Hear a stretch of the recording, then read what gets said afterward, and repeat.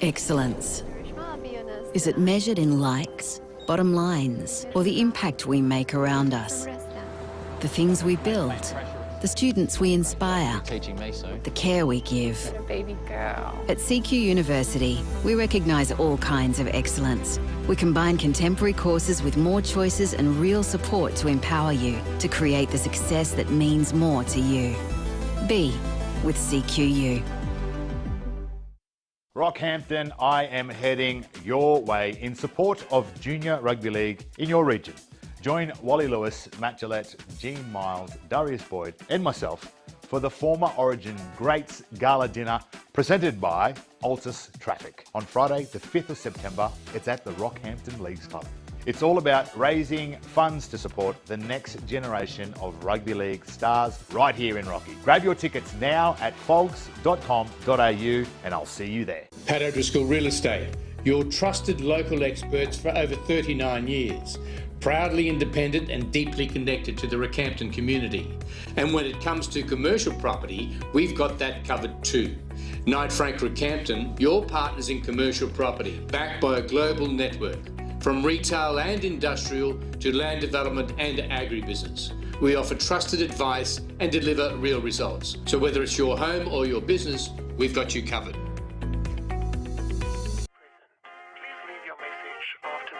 Yeah, trendsetter, whoa, league of my own, it don't get better. No, read what I wrote, I'm a bestseller. Yeah, reach for my goals, hit it dead center, hit it dead center.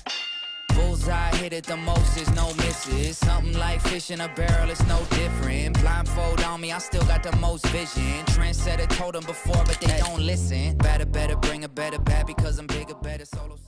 Hi, my name is Lewis Bullock and I am one of the vice captains at St Patrick's College, Shorncliffe.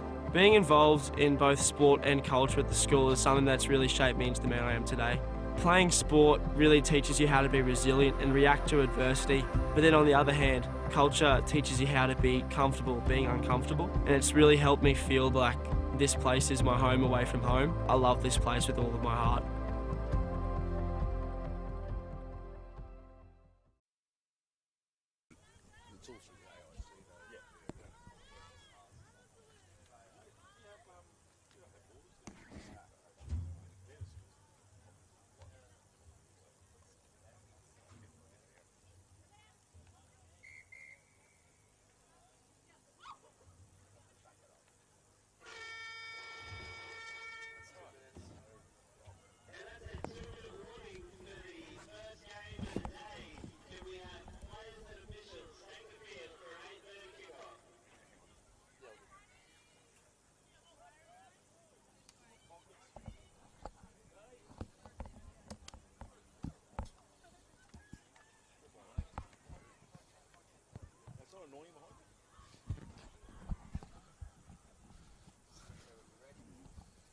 Hey, Pete's ready?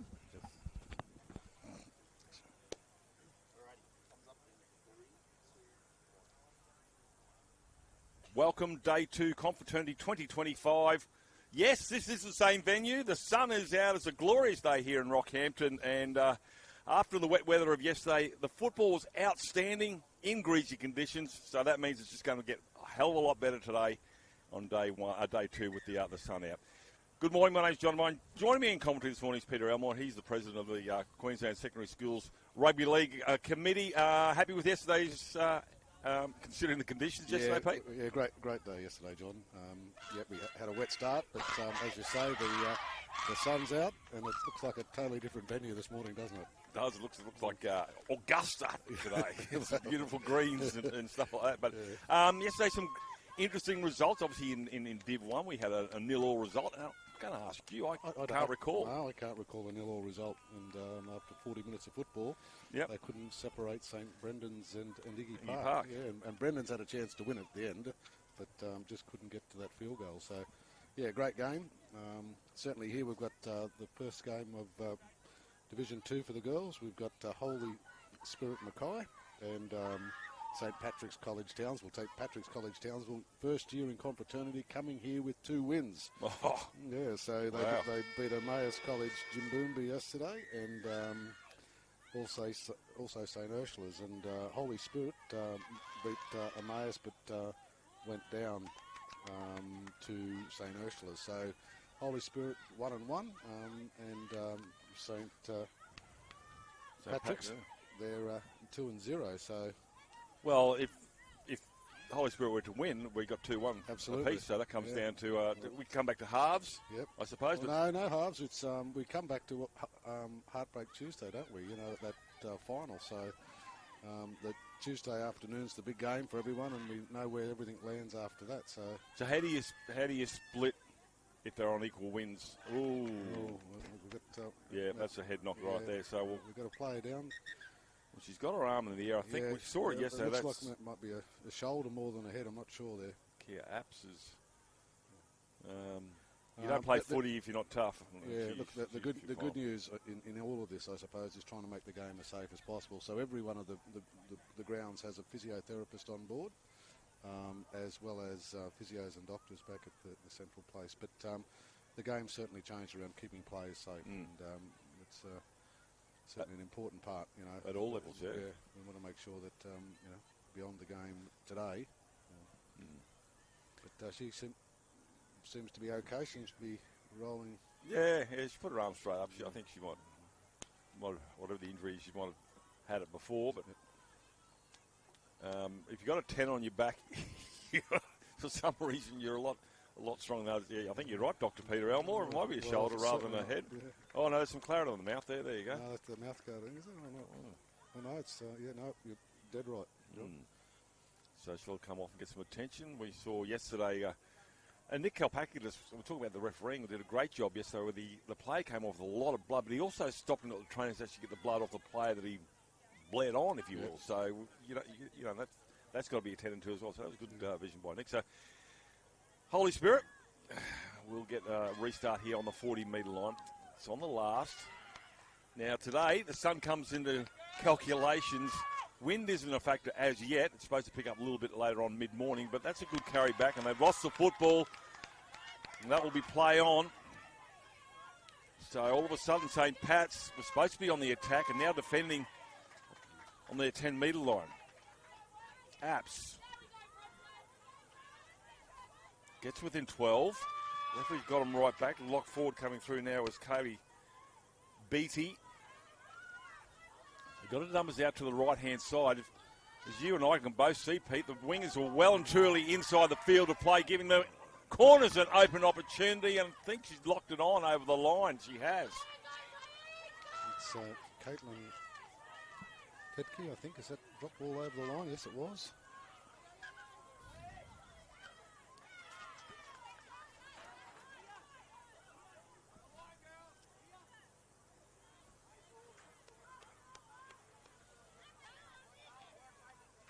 So relief there after that little knock on. They'll finally get the football back where they were going to play it from.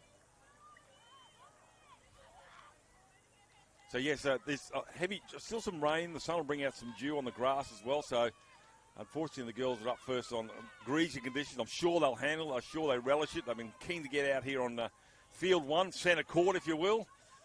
And hopefully you're tuning in at home. Let us know where you're watching from. As we've got the two teams from the north here in Townsville and McAuley. A good defensive set here coming from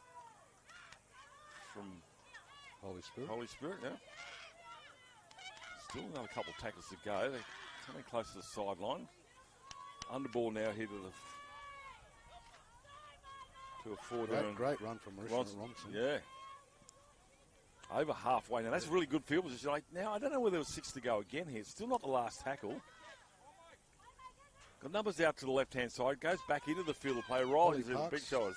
Keisha Apps. Now it's the last. The sun is behind Holy Spirit. Here's the kick over the infield. Allowed to bounce. Still alive here. They're going to have to pick it up. There's a bit of a shoulder charge to get, which is legal. Try and make your way to the footy. There's going to be a knock on and it'll be a changeover, I think. There it is.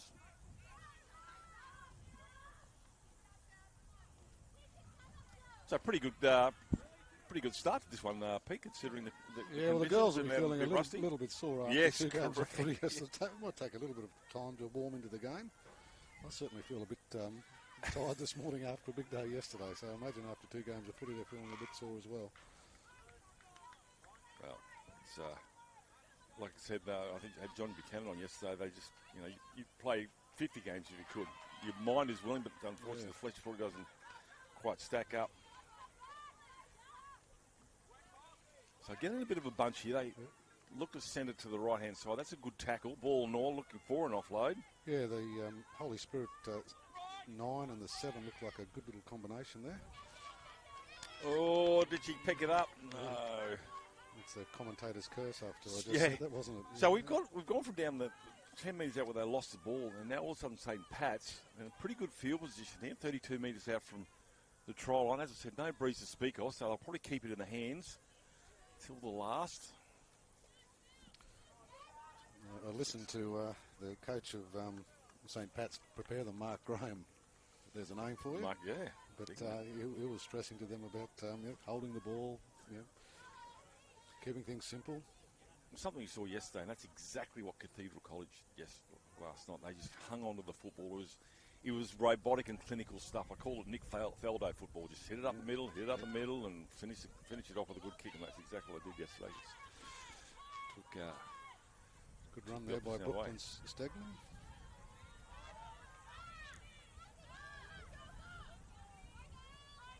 Hence, second play here to the prop forward there is Nona. That's a famous popular name, Nona, yeah. Famous sporting name. It's around the Cairns Reed. Townsville, Sean Nona. Now there's an opportunity. Oh, it goes behind her, unfortunately. Well, there's an opportunity down that left-hand side, and Holly Park saw it, and just execution just let them down. But it's hard, isn't it? You know there's a try begging you. All I've got to do is pass it to her. How hard can it be? You just try your best, and somehow it just doesn't stick. It looks easy up here, doesn't it? Yeah, exactly right. And we don't have anyone coming at us. And she'll go to training 10 times and hit the mark, 10 out of 10. So it's, pressure. I said St. Pat's, a win be. Well, both sides are just just checking each other out here at the moment, aren't they? Well, they haven't sent it too wide. They're playing the middle third at the moment. As you can see, now we go wide. Beats the first tackle. Doesn't beat the second one there. Does Rory Sarin? Yeah, she's playing in the sixth bay on the wing now. She's seen plenty of ball on the left-hand edge here already, hasn't she? Well, I must see she's got some wheels. That's a halfway line right in front. Now with App. And App goes across the line. Good carry, that one from the 10, as you'd expect, straight towards the uprights. Here they come now. Holy Spirit, they're on a roll. They've got some footy. Kayla Beattie there. Jade Geiger, that dummy half. Well, that was good play there from St. Pat's. Slow to play the ball down, winning the wrestle. That's allowed to bounce, an opportunity. Who would want to be a fullback? And Holy Spirit with the ball back in a good position. Why would you be a coach, Peter Elmore? I have no idea why they do that to themselves. Dart from dummy half, and the first try, the points come. And that's Jade Geiger. Yeah, through the 9. Yep. She's been busy. I've called her a couple of times now, so she's been really strong in organising and directing play, and she saw the opening there and was quick to take it. How it can change. They were defending down here for quite a period of time. 5 or 6 minutes, and then all of a sudden they get down there. But it comes down to errors, doesn't it? You've got to hang on to the footy, and a few metres out from their own try line. It's always going to be hard for St. Pat's to defend. Yeah, 20-minute halves. We know you've just got to start well, and get in front, and defend. And you spoke about making sure you keep it simple. Yeah. Get to a kick and defend well. And both coaches would be sending that message out now. I'm very impressed with this forward pack of Holy Spirit. Yeah, and play before they actually, St. Pat's held them down long enough. They won the rest of it, but it was too late. The damage had already been done. They got over the halfway line quite easily with those carries. So convergence attempts should be a little bit easier today. I think you and I were on yesterday, weren't we, Pete? When we kissed the death on the number 6 from Padua. Yep. Conversion successful, 6-0 after 10 minutes. Very vital, because we do tend to see a lot of tries scored out wide, so those conversions, if you can get them, are always important. So St. Pat's will come back, get restarted. Nothing they're doing too much wrong here, St. Pat's. I just think they need to hang on to the footy a bit better than they have been. And showing a lot of promise. Left-hand edge a couple of times, and they've looked strong when they've done that. There you go. I was wondering why I couldn't see. I had my sunglasses still on. There's nothing wrong with me. Well, it's on a big day. It's going to be a great day. It's a great day. It's a moving day, as Michael Crutcher likes to call it. So the last of the pool games this morning. Teams are all in pools of 4. And after that, we're into the quarterfinals this afternoon, and everyone's trying to win that quarterfinal game. So that's the big one this afternoon. I think Crutch calls it Heartbreak Tuesday. Heartbreak Tuesday, yeah. Exactly right. So the job to be done this morning first. Yep. That's a good run, I think, from...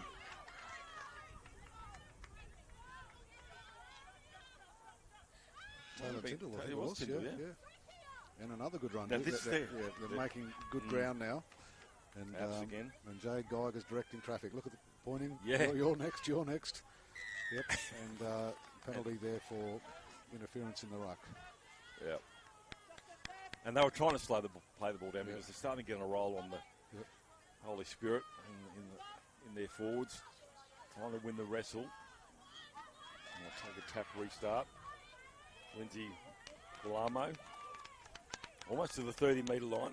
We've got a centre 3/4 in Borrow and a dummy half. She wants to go for a run. Just ducks under a big tackle there, but gets her side up to within 25 metres of the try line. Lily Domro there, great little run. Geiger again, finds the forward, bit of a jug. Oh, what a catch. Onto that. Done a Mark Taylor first slip there.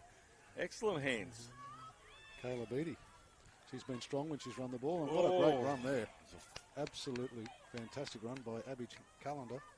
She had numbers out to the right-hand side. They still got numbers. They sent it to the right. They've got points. Catch and pass. Try time. All they got to do is catch it. And she started the play, didn't she, Domro, the 3? She certainly did. From dummy half, and she finishes the try in the corner. So, weight of possession and a forward pack, and again on the back of a penalty halfway through the tackle count. So, I'll come back with another conversion. Did you turn his off or mine off? I could hear his come off. Oh, did you? Okay. I have no idea, man. Come on, Dave. Yeah. Yep. So, conversion. A little bit tougher this one. The breeze is probably going to favour kicking from the far side in front of the sport capital, sporting apparel capital of Australia. Strutties are over there with all their apparel. You can see in the background. Jerseys, shirts, bucket hats, footies, beanies, footy socks, all manner of apparel. Strutties, they're your buddies. Everything you need over there. So thanks to Strutties, and they're in the background there. And they'll be very, very happy to see the sun. Although I think they might have sold a few jumpers yesterday.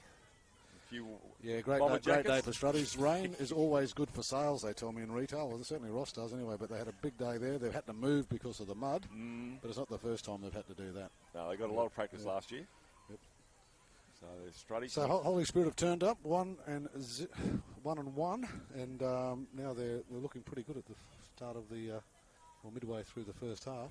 But we've seen that a number of times, haven't we, Peter? We'll take, for instance, the Padgett game where they start off a little bit clunky. It's first game in the morning. That's not a bad strike, just not quite enough legs.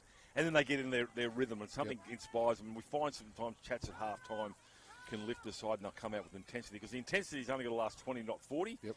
And they've got a lot of enthusiasm to try and get that. But they know how to win. They won 2. And certainly as the carnival goes into days 2, 3 and 4, obviously some of the girls from Holy Spirit have probably had some of the experience in that back-to-back football, and St. Pat's first time here, like I said, coming in with 2 wins under their belt. They've had a really positive start yesterday. Well, if St. Pat's can get some footy, and when they do, hang on to it, they've got some ability. They certainly do, especially in the middle third. They didn't win 2 games just for turning up, so that's a handy kick. That puts pressure on, and that's. I think she might have got to the footy first. I think St. Pat's. Well, it's going to be a knock-on. It'll be a St. Pat's feed regardless. So I'll get some footy in pretty good field position. Well, that's probably the best result you could get after a try being scored, isn't it? An error from the kickoff. So the St. Pat's will be happy and a chance to get some points back.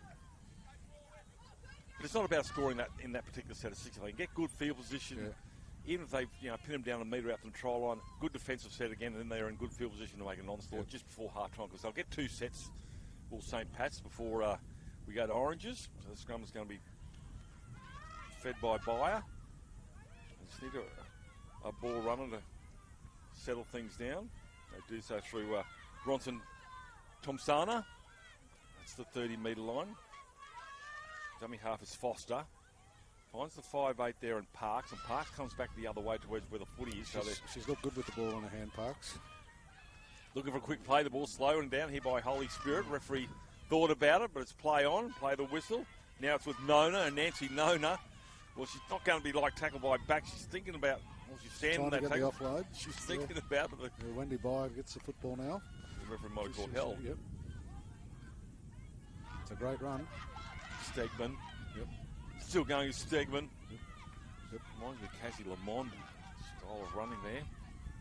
Former Panthers player. Foster again at dummy half.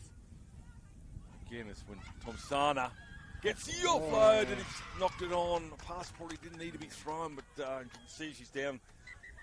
And straight away, ladies and gentlemen, if you're watching this, we've got the St. Pat's players down, and straight away a Holy Spirit players come over to see how she's doing. Yep, and that's a good example of sports sportsmanship we want to see, isn't it?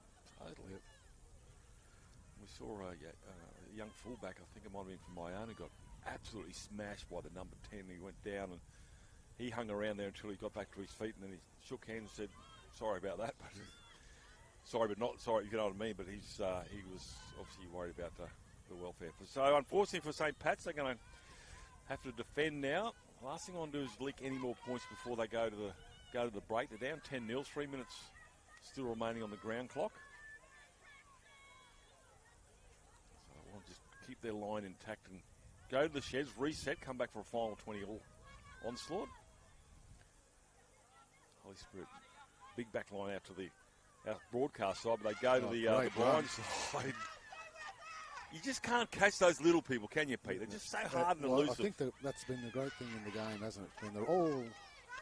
Great shot there. That's the halfback there, and Bayer again. No, you're right. It's for the game to grow, we need all body shapes, and particularly those little players, those nippy players.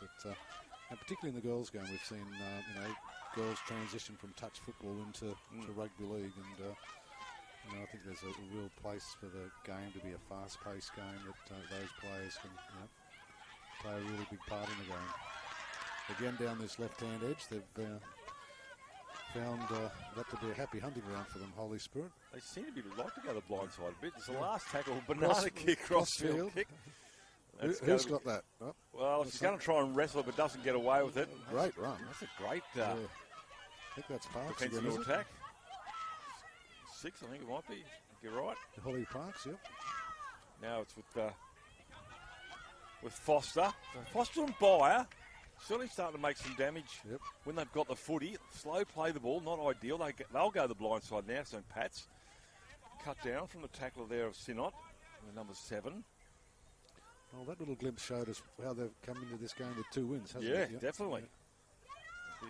Beware. And that's with Bowen. A little knock on, was there? And the referee's going to pack a scrum here. It's going to go towards Holy Spirit. 1 minute remaining.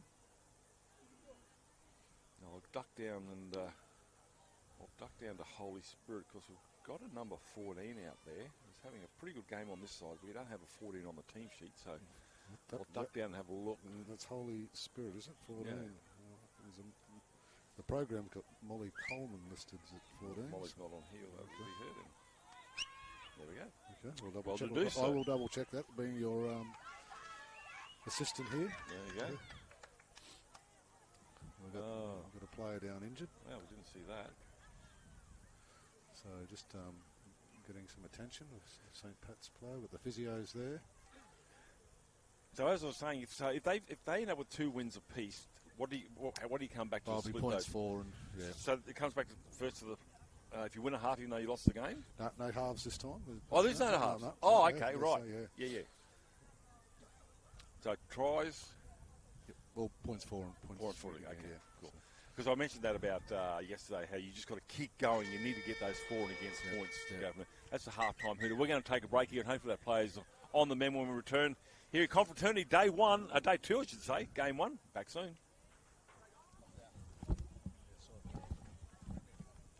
Far North Queensland is a great place to visit, but an ever better place to live and work. Catholic education in the Diocese of Cairns operates 30 schools all the way up to the Torres Strait, employing 2,000 teachers and support staff. We offer a range of financial support measures like teaching scholarships for people studying to become teachers and for those seeking a career change. Visit our website today to see how you could join our team of great people delivering a world-class education. Belief is at the heart of all we do. We believe that a Catholic education should be open to everyone. We believe that young people should flourish academically, socially and spiritually. And we believe that through sharing the message of Jesus, every child we teach can help make the world a better place. Enrolments are open now at our 32 schools in the vibrant communities across the region. A Catholic education, belief in a better world. Looking for a school that will bring out your child's best? Experience the Catholic school difference. Catholic schools provide welcoming environments for all students. And with a strong focus on inclusion and excellence, our experienced staff challenge students to be their best every day. Enrolments for next year are now open. Visit experiencecatholicschools.com.au for your closest school.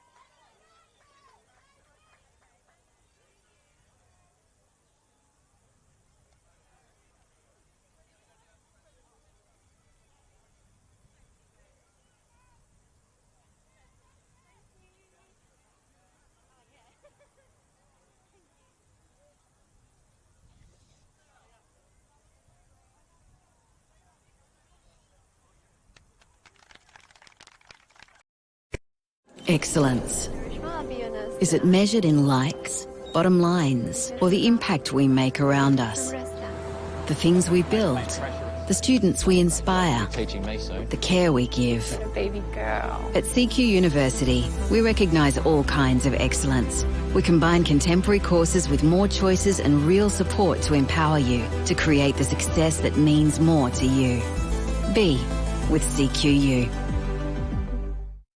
I'm Dral Yayi, a proud Aboriginal man and former Origin great 172. FOGS was established in 1997 by Dick Tosser-Turner and Alan Graham to honour the legacy and contributions of Queensland State of Origin players. FOGS isn't just about celebrating past glories, it's dedicated to making a difference in the community. From supporting grassroots and elite rugby league to fundraising charities that are near and dear to our members' hearts. Through the connections of our Queensland Maroons, we hope to shape a brighter future for all. Welcome to Durumble Country, where tradition, talent and community collide. At the heart of it all, rugby league, a game that unites city and bush, past and future. This is the CQ University Confraternity Carnival. Here we play with heart, faith and the spirit of confraternity. Proudly hosted by the Cathedral College, where the spirit is alive.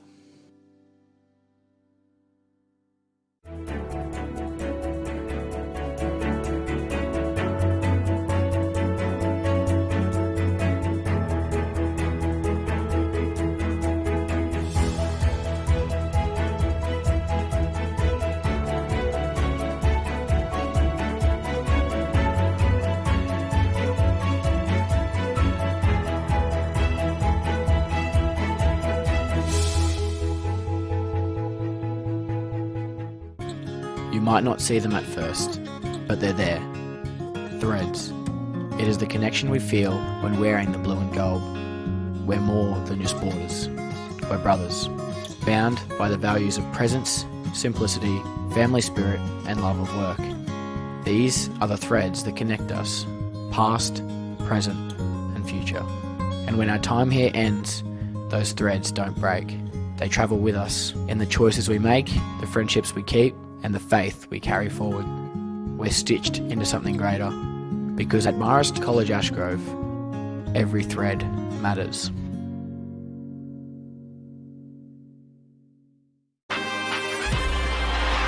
Into the arms of Farnworth, Irving! Oh, what a shot, Bostock!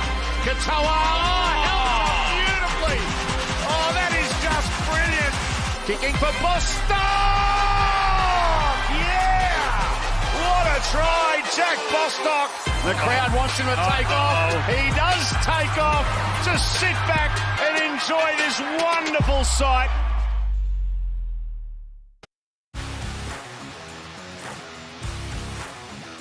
Last tackle, the poking kick, and it's a try. Sam McIntyre poaches one. Robson's away. What a tackle.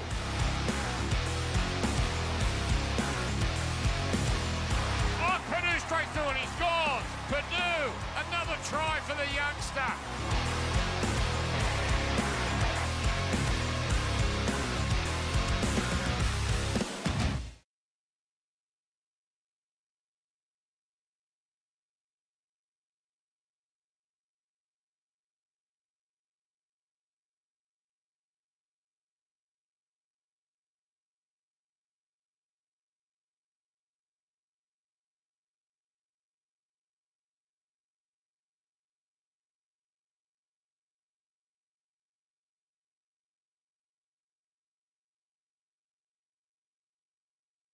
For more than 160 years, Brisbane Catholic Education has educated generations of families in our schools. Covering the city, coast and country, our 140 plus schools across southeast Queensland are united to deliver an innovative and holistic education, one that nurtures students' minds, hearts and spirits, all with the aim of forging a brighter future. Brisbane Catholic Education, an education to believe in.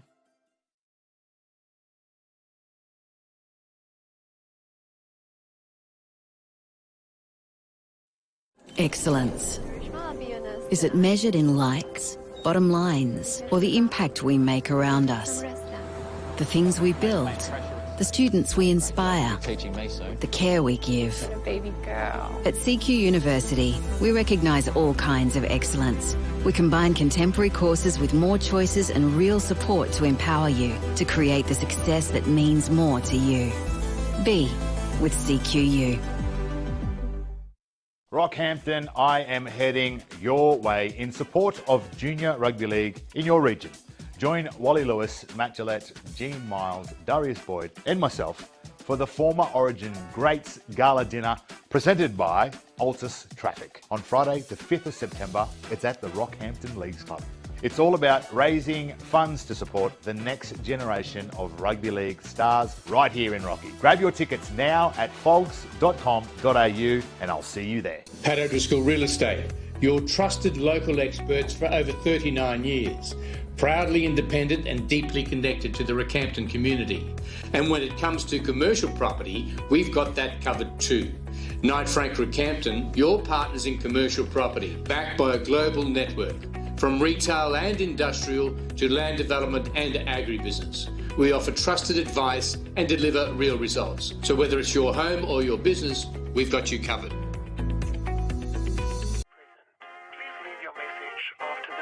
Yeah, trendsetter, whoa, league of my own, it don't get better.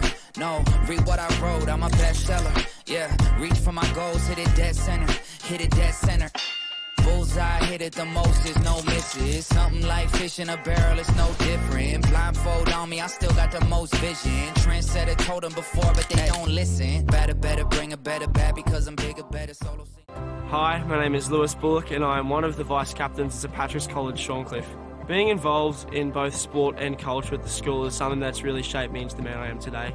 Playing sport really teaches you how to be resilient and react to adversity, but then on the other hand, culture teaches you how to be comfortable being uncomfortable, and it's really helped me feel like this place is my home away from home. I love this place with all of my heart. Far North Queensland is a great place to visit, but an ever better place to live and work. Catholic education in the Diocese of Cairns operates 30 schools all the way up to the Torres Strait, employing 2,000 teachers and support staff. We offer a range of financial support measures like teaching scholarships for people studying to become teachers and for those seeking a career change. Visit our website today to see how you could join our team of great people delivering a world-class education. Belief is at the heart of all we do. We believe that a Catholic education should be open to everyone. We believe that young people should flourish academically, socially and spiritually. And we believe that through sharing the message of Jesus, every child we teach can help make the world a better place. Enrolments are open now at our 32 schools in the vibrant communities across the region. A Catholic education, belief in a better world. Looking for a school that will bring out your child's best? Experience the Catholic school difference. Catholic schools provide welcoming environments for all students. And with a strong focus on inclusion and excellence, our experienced staff challenge students to be their best every day. Enrolments for next year are now open. Visit experiencecatholicschools.com.au for your closest school.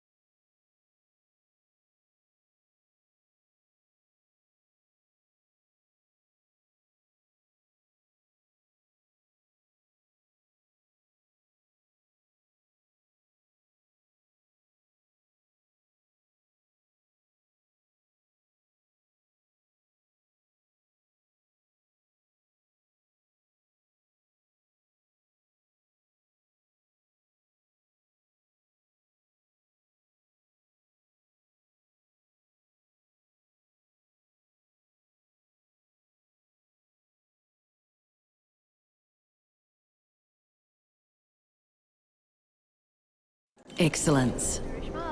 Is it measured in likes, bottom lines, or the impact we make around us?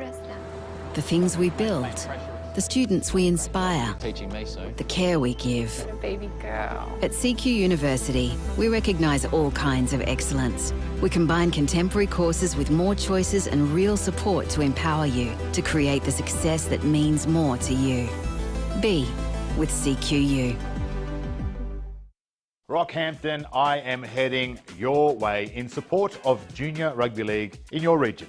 Join Wally Lewis, Matt Gillette, Gene Miles, Darius Boyd and myself for the Former Origin Greats Gala Dinner presented by Altus Traffic. On Friday the 5th of September, it's at the Rockhampton Leagues Club. It's all about raising funds to support the next generation of rugby league stars right here in Rocky. Grab your tickets now at fogs.com.au and I'll see you there. Paddo School Real Estate, your trusted local experts for over 39 years. Proudly independent and deeply connected to the Rockhampton community. And when it comes to commercial property, we've got that covered too. Knight Frank Rockhampton, your partners in commercial property, backed by a global network. From retail and industrial to land development and agribusiness. We offer trusted advice and deliver real results. So whether it's your home or your business, we've got you covered.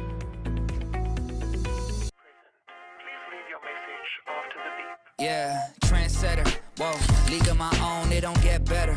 No, read what I wrote, I'm a bestseller. Yeah, reach for my goals, hit it dead center, hit it dead center. Bullseye, hit it the most, is no misses. Something like fish in a barrel, it's no different. Blindfold on me, I still got the most vision. Trendsetter told them before, but they don't listen. Better, bring a better bad because I'm bigger, better solo. Hi, my name is Lewis Bullock and I am one of the vice captains at St Patrick's College, Shorncliffe. Being involved in both sport and culture at the school is something that's really shaped me into the man I am today.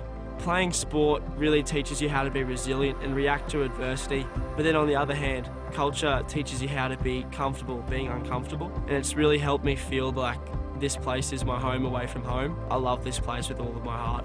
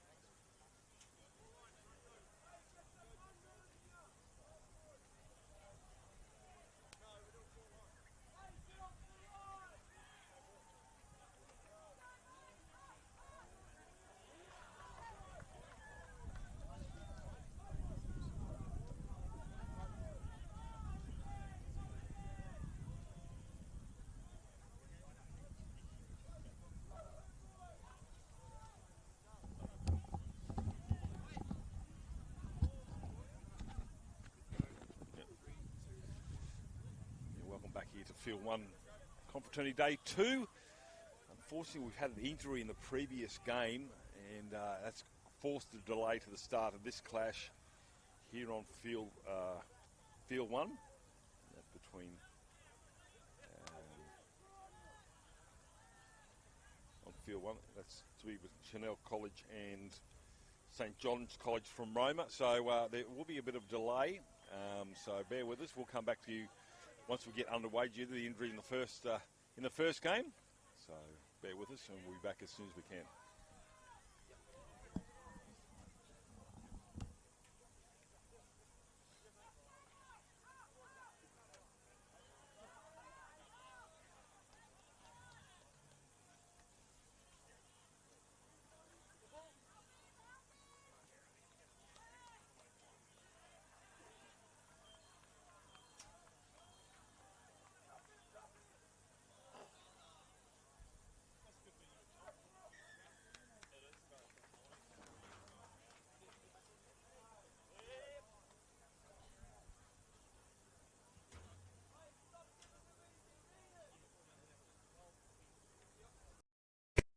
Excellence. Is it measured in likes, bottom lines, or the impact we make around us? The things we build, the students we inspire, the care we give. Baby girl. At CQ University, we recognise all kinds of excellence. We combine contemporary courses with more choices and real support to empower you to create the success that means more to you. Be with CQU. I'm Jarrell Yahi, a proud Aboriginal man and former Origin great 172. FOGS was established in 1997 by Dick Tosser-Turner and Alan Graham to honour the legacy and contributions of Queensland's State of Origin players. FOGS isn't just about celebrating past glories, it's dedicated to making a difference in the community. From supporting grassroots and elite rugby league to fundraising charities that are near and dear to our members' hearts. Through the connections of our Queensland Maroons, we hope to shape a brighter future for all. Welcome to Durumble Country, where tradition, talent and community collide. At the heart of it all, rugby league, a game that unites city and bush, past and future. This is the CQ University Confraternity Carnival. Here we play with heart, faith and the spirit of confraternity. Proudly hosted by the Cathedral College, where the spirit is alive.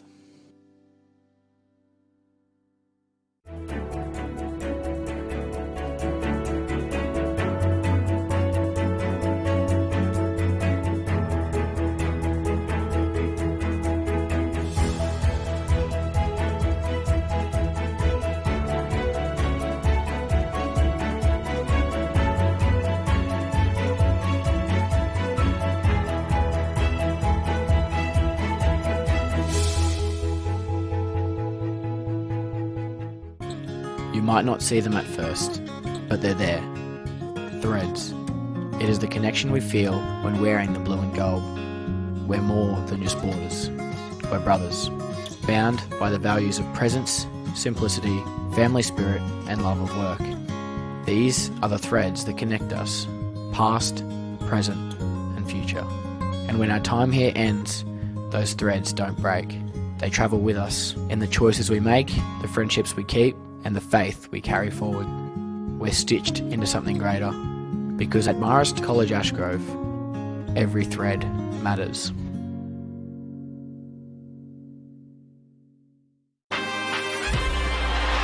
Into the arms of Farnworth, Irving! Oh, what a shot, Bostock! Katoa, held beautifully! Oh, that is just brilliant! Kicking for Bostock! Try Jack Bostock. The crowd wants him to take off. He does take off. Just sit back and enjoy this wonderful sight.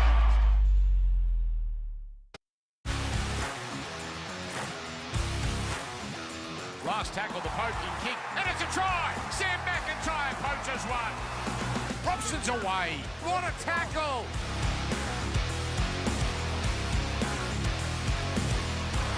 Purdue straight through and he scores. Purdue, another try for the youngster.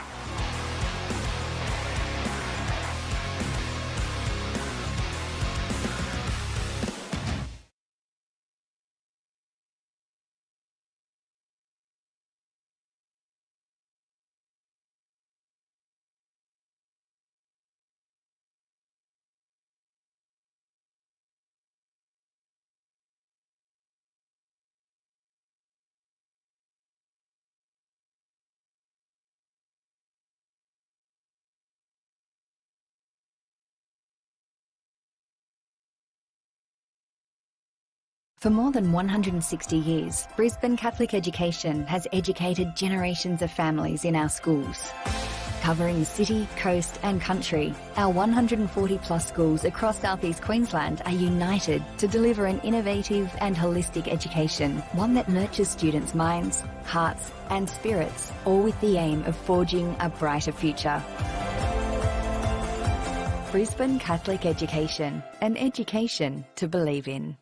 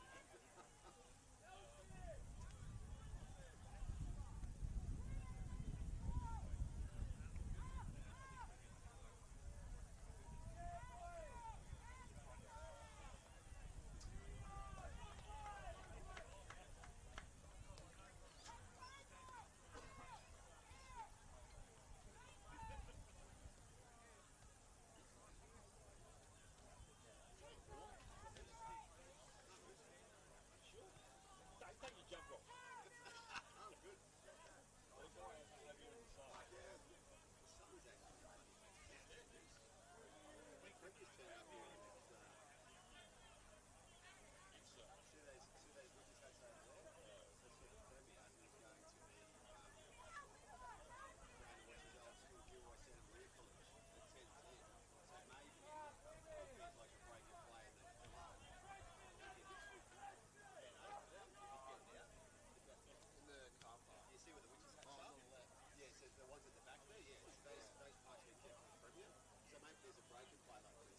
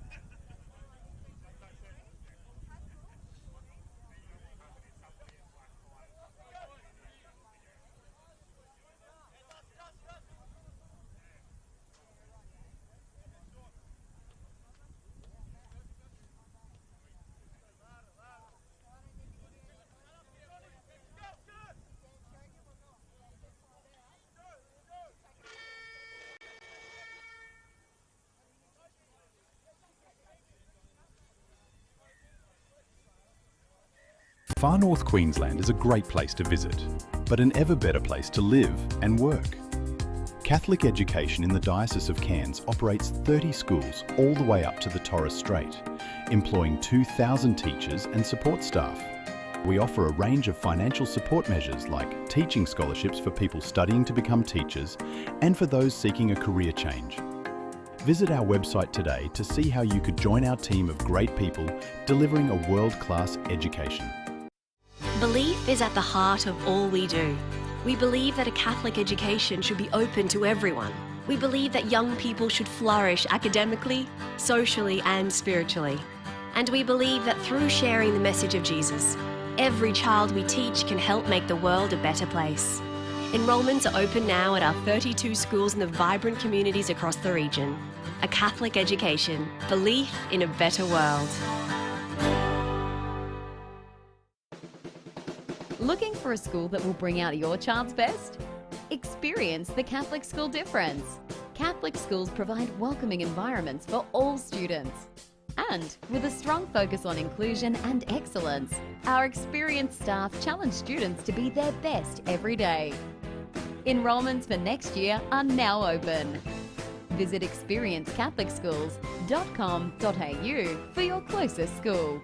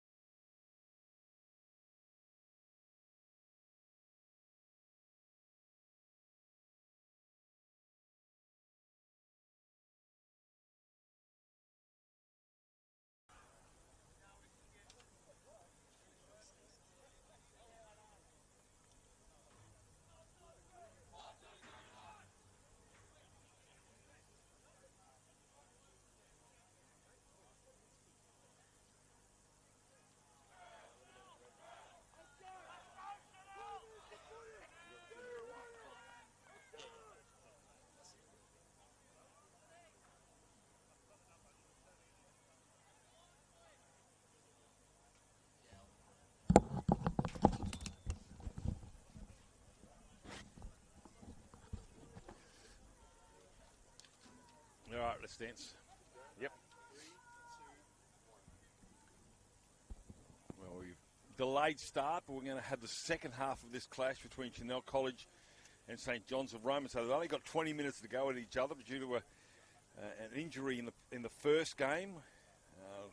That game didn't finish either, and this one will be starting in the second half. All other grounds, 2-7, are on par, and this one here will be 20 minutes of just open slather.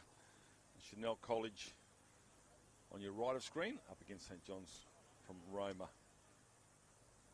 So we are about to get underway, and Tyler Davey will get us started. So 20 minutes into the sun, something we haven't been had the luxury of. Just hangs on to that one, the big fella. Good carry after he juggled it. Hayden Gorry. And as my esteemed colleague on the camera suggested, it will be hammer and tong, no holds barred footy for 20 minutes, because there's a lot at stake here. Semi-final berth this afternoon. A little knock on from St John's. That will give Chanel's first touch of the ball, 32 metres out from the try line. Referee Boddington out in the middle. Now you see referees with different coloured jerseys on. That's where they're from. Their strip, if you will, for the. We've had referees from Townsville, Ipswich, Mackay, Brisbane. As you see Chanel, their first carry for this first set of 6. Davey will get up and play it. Goes for a dart from dummy half. Does Maley Roberts. Davey again at dummy half. They come to the blind side. Maguire gets within 10. 12 in from the broadcast side. Not much of a breeze to speak of. Trying to work his way through as the back rower in Dallas Plunkett. And he's going to be penalised for a double movement. I beg your pardon, for the markers. I'm thinking about taking the 2. And that was quickly shut down. Everybody's going, no, no, no. If you've seen Anchorman 2, you'll know what I mean by no, no, no, don't do it. So Plunkett, 3 minutes out. He's facing the other way, so good defence there from St John's. They have numbers to the right. That goes behind. It's tidied up, so they've lost about 15 metres, Chanel College. Blindside again. Crossing.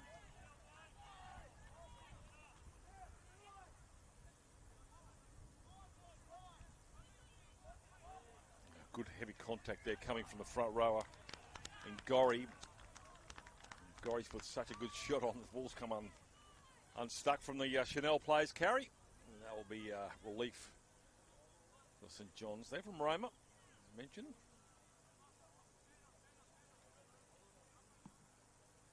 Chanel College.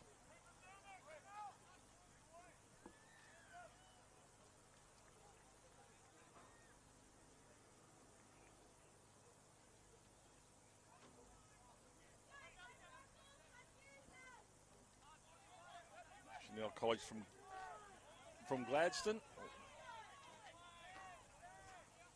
Just down the road. Or up the road, one or two. Down the road.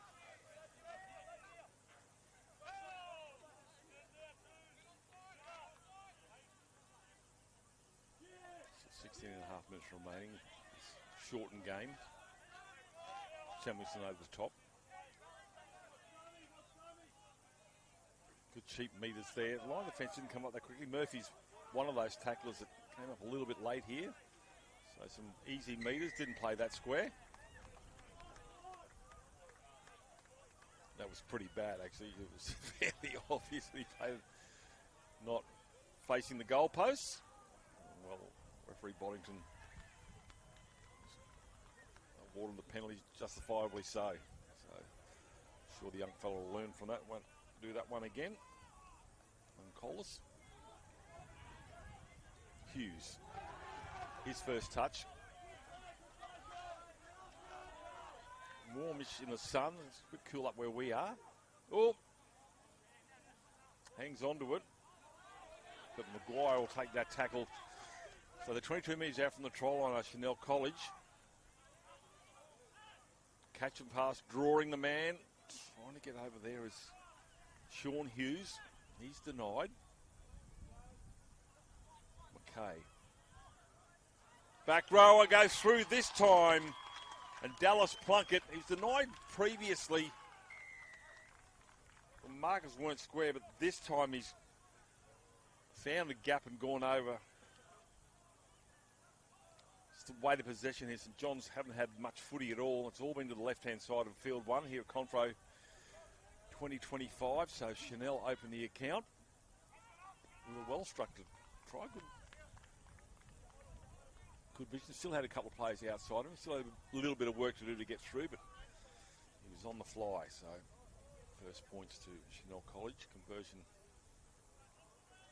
Now the game that was shortened this morning, the two girls' games, the girls' game, ended 10-0, which left both sides with 2 wins each. And would you believe it? The for and against is exactly the same as well. So conversions like this, while simple enough, very important. He snuck that one inside the right-hand upright. 6-0, 14 minutes remaining. So while you might win the game, you really got to be on the money right to the end. Get those extra points. Might come down to for and against.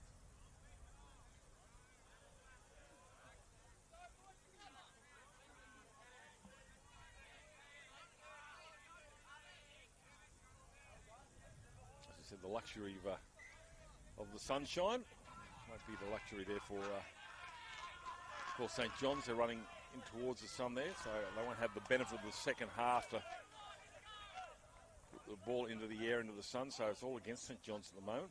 It's the nature of the beast. If we have injuries, we keep rolling throughout the carnival. No stoppages for any time. So that's the 40-metre line. Try scorer Plunkett will get up and play it. He's lost it cold. He puts his hands on his head. He looks to the sideline. Don't look over there, mate. They won't be happy. Unforced error gives the scrum feed here to St John's on the 40, so an opportunity for them to hit back.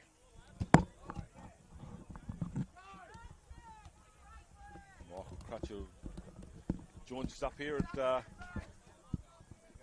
ground base. Let's get into this one-half shootout, John. Yes. Well, I was just talking about there's no second half, and it would have been quite interesting. Crutch will come to that shortly as we see Delaney get cut down. But unfortunately, if you win the toss here, you've only got one half of footy and one opportunity with the wind and or the sun in your eyes. Yeah, so I don't know whether that comes into calculations or not. We see unusual things at Confra, but I don't remember too many one-half shootouts at our time for a spot in the top two going into this afternoon's quarterfinals. We had at St Lawrence's 2 years ago, we had a girls' final move to an outside field because of an injury, if you remember that. We did. We were able to do that because we had a spare field. This one here, unfortunately, due to an injury, we cut down to a half. Like I said, so for St John's, they're running into the wind and into the sun. Freeman, the tall man, draws 3-4 defenders, loses some metres. Referee Boddington says held just before he got driven back even further, so he's pretty happy about that call. One-on-one out here defence, not a great pass. The referee will say knock back, play on. If he got a hand to it, no, the referee's going to adjudicate no advantage, and that'll be a changeover. So we've got two schools here who have good Confro history. Chanel, this is like a local Confro for Chanel, just up the road, to play in the Rocky Carnival here. So they've been a team that we've called many times over the years, John. And of course, St John's from Roma took the bus here. Yeah, well, you just go, I think they probably might have gone through in June that way, up through centre of Queensland. It was a 9 to 5 job, left at 9 and got here about 5 in the afternoon. There you go. Beautiful drive up through Banana maybe. Billawheeler, probably nowhere near it, but that's sort of north of Miles on the way to Rockhampton. But yeah, it would have been a nice bus trip here, and they would have been nervous here waiting for this game to get underway. There was an opportunity that may actually not have got underway at all, but good work to the medical team here, and obviously our local ambulance were able to get that injured player off for treatment. And we were able to resume hostilities between these two sides.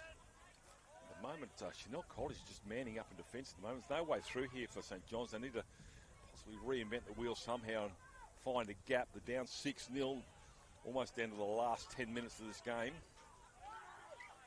Oh, he's got a knock on. Well, the player didn't move at the bottom of the ruck, and I think the ball player probably was looking for a penalty instead of actually playing the footy and ended up knocking it on. Yeah, these little decisions that you have on... this is it. You've got to back up on the second day. You've played 2 games the previous day. You have a bit of a restless night because you're sleeping not far from where your mates are there. It's not an easy sleep some of these times. And then you're back out here, Game 3 and Game 4 this afternoon. So it's a big test for these young men. But these are the memories that they'll take a long time with their mates, as we see a good little scoot here. They're just annoying, aren't they, those little number 9s. That's a good carry there across the halfway line. Gets twisted back there. There's Maley Roberts. Market defence needs to be awake to these number 9s at Confro. They've all caused a bit of damage, even close to the try line, scoring a couple of meat pies. Dummy half now is Maguire, finding a front rower with a charge, and it's a big carry there coming from the number 10. To the right, the breeze starting to pick up. Davey comes back into the field of play, gets the one-hand offload. That's been touched by St John's players, so they've got 6 more here. Chanel College, they lead 6-0. I was just saying, Crutch, before you came on air, the bonus points are very, very important, as we've worked out after the first game's result. Cut out ball, oh, it was a try for a Roast. It wasn't supposed to go to Roast. It was actually supposed to go to the player outside him, I think, in Patterson. It got in the way. Yeah, and there was maybe that just works out with the God smiling on St John's, because that 6 to go was an accidental 6 to go, but it was the right call. Yep. So they get the chance to come out here with this 20-minute shootout. So St John's, they've got 5-year 10s in this team, so they've got a bunch of young players who get the chance to play 3 confros. Three great years of memories if they get that opportunity. They've been playing in the Arthur Beetson Cup, so they've had a few games against the likes of St George and Roma State College and Chinchilla, so they come here with that. And Chanel, they've had 2 rounds of their Dolphins tournament. They've been playing some games there, so they've had a bit of footy. And there's 12 year 11s in this Chanel team and 3 year 12, so we don't often see that type of split, but every team's different. So this is a Chanel team that will be even better next year with the likes of these 12 year 11s having the experience. She's a full vigor here, St John's. Very aggressive carries. They get to the 40. Referee Boddington gets Chanel back inside their own territory for the... He's got him back a healthy 10 metres. Ogilvie, he's underneath there somewhere. That's a good tackle there. Puts him on his back. Now it's the last tackle. Gives it to the big fella, midfield bomb. He'd like to do that again. He's actually looking to the ground and say, I can't believe I just did that. Anyway, it's going to be Roast. He'll have the footy on the halfway line, so not ideal ending to that set of 6 there for St John's. Right idea, give to the big fella the biggest boot. It just didn't go far enough. So Chanel now.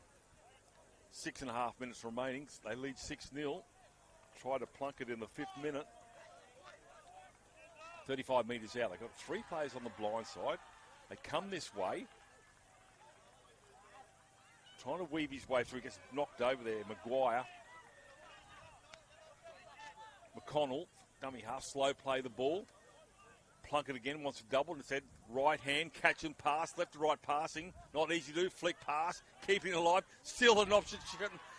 Tried begging. Good cover defence coming there from St John's. Had a man outside him, but the defence came up banana-like, or umbrella-like, I should say, almost Canberra Raiders of the 80s style defence, to turn the player back inside. So Chanel College still grub a kick in, just needs a bounce, gets it, and Tyler Davey will go over, and you would think shut St John's out of this contest with that try.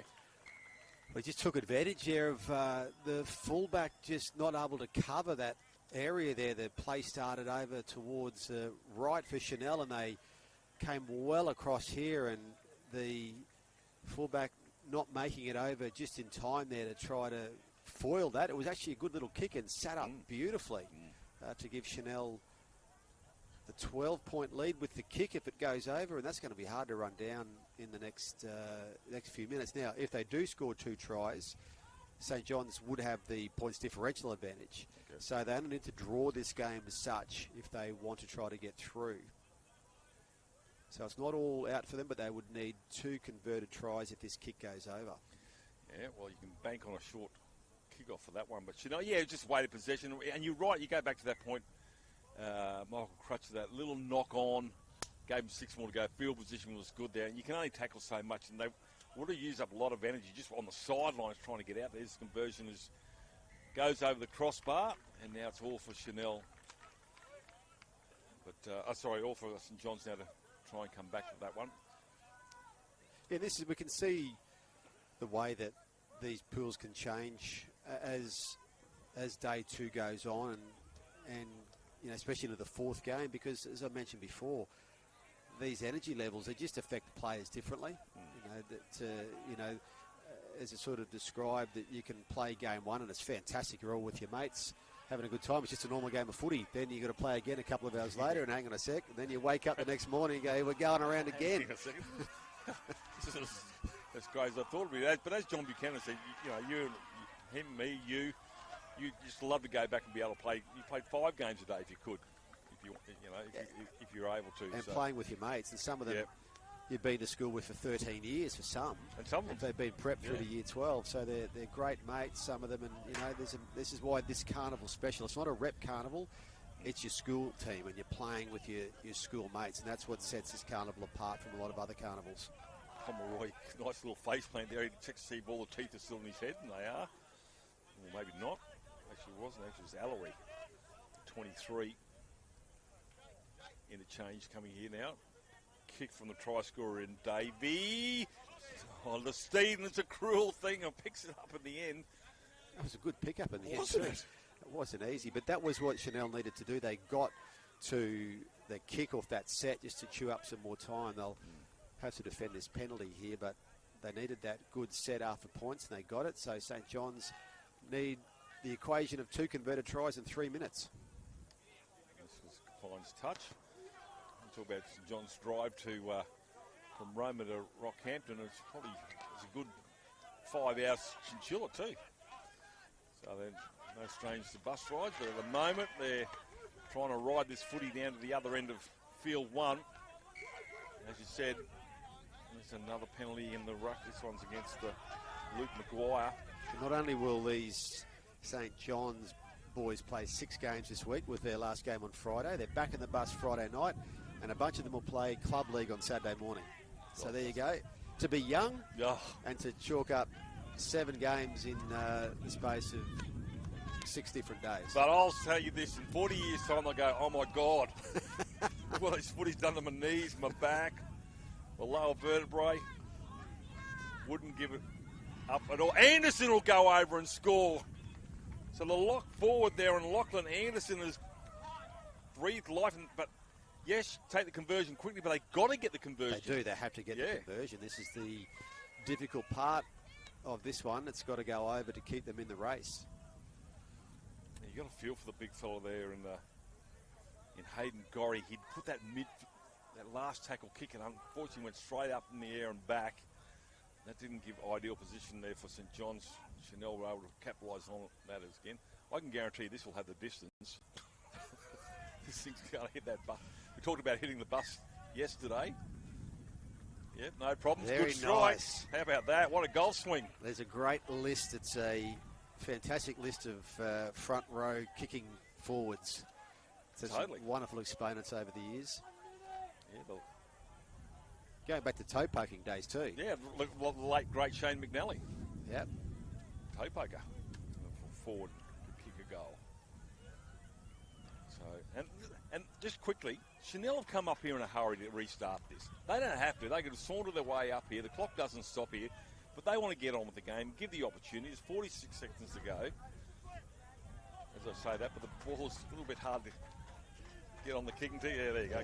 That's right. So Davey gets things underway. All right, so they've got 30 seconds to get to the other end of the field. There might be a kick chase coming back here, so fullback Davey needs to be aware, as do the wingers. Another settling run. There's not much of a back line to speak of. There's a play coming up here. I think it might be on the toe. Well, they're going to put it through the hands. Hits and spins. 11 Gets seconds. the offload. It's going to be picked up in the end. Now it's the last tackle of the match. If he can get to his feet quick enough. 3 seconds. What have they got? Here goes the kick. Davies underneath it. Just has to catch it. I was going to say the last thing he wants to do is kick it out and not kick it out and give an opportunity. So full time in a shortened game and 12 points to 6 in favour of St Chanel's. They've got the win there. And we're about to start the next game. Now, Field 3, we've got a special guest at Field 3. It's the Premier David Crisafulli is about to arrive. A Confro graduate, played for Gilroy Santa Maria College back in the 90s, and he's here to watch his old school on Field 3 in the next few minutes. Some say he was a better footballer. We'll be back in the third game coming up here shortly. Confro 2025 back soon.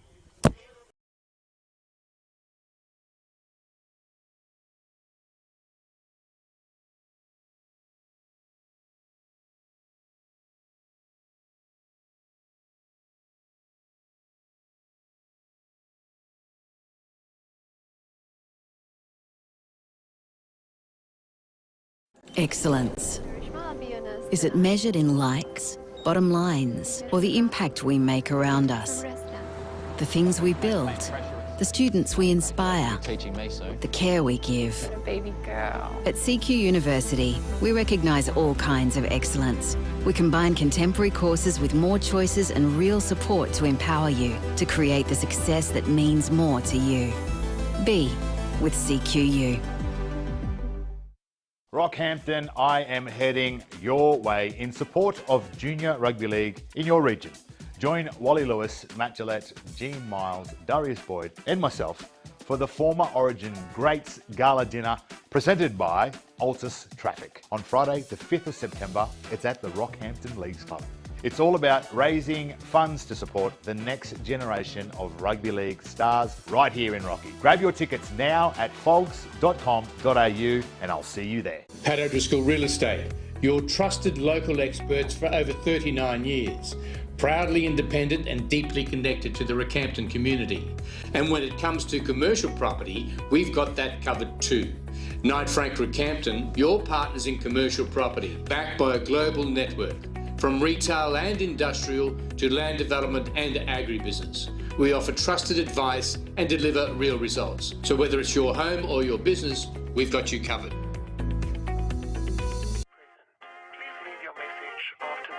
Yeah, trendsetter, whoa, league of my own, it don't get better. No, read what I wrote, I'm a bestseller. Yeah, reach for my goals, hit it dead center.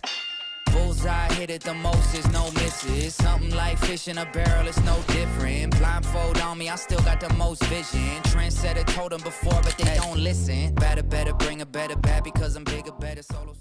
Hi, my name is Lewis Bullock and I am one of the vice captains at St Patrick's College, Shorncliffe. Being involved in both sport and culture at the school is something that's really shaped me into the man I am today. Playing sport really teaches you how to be resilient and react to adversity, but then on the other hand, culture teaches you how to be comfortable being uncomfortable, and it's really helped me feel like this place is my home away from home. I love this place with all of my heart.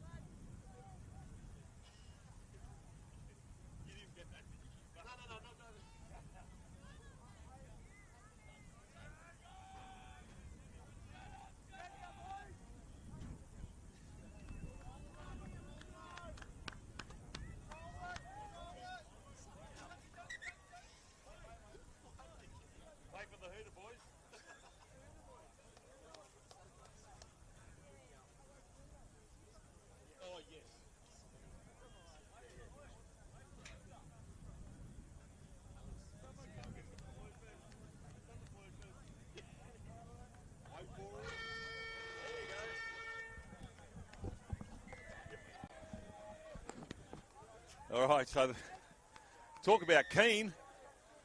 We had players starting before the hooter. So we are up and running for game number 3 here on field number 1. And their second visit here.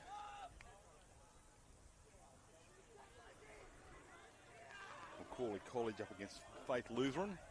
McAuley College on the left of the screen.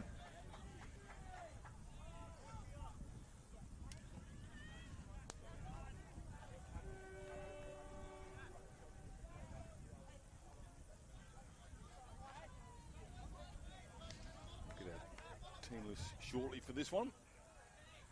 Last tackle.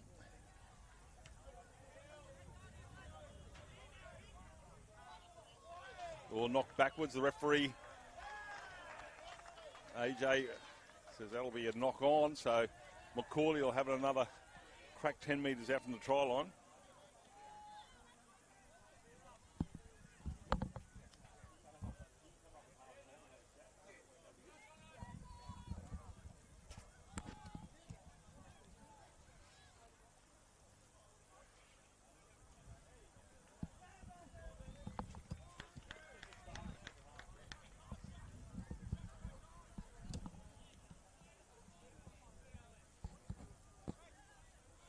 Scrum won by McAuley as expected. Through the hands.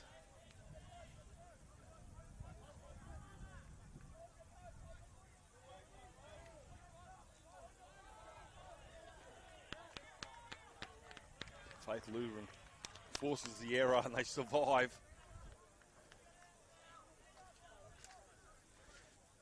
So they'll breathe a sigh of relief there with Faith Lutheran. They'll have a scrum feed 10 metres out.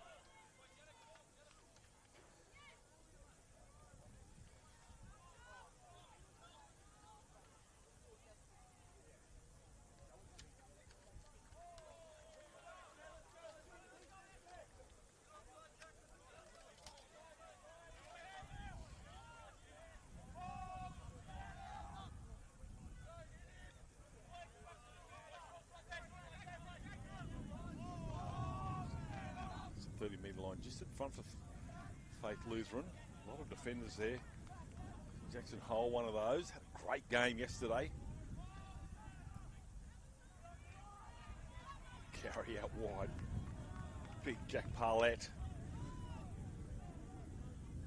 Breeze coming from top left to bottom right.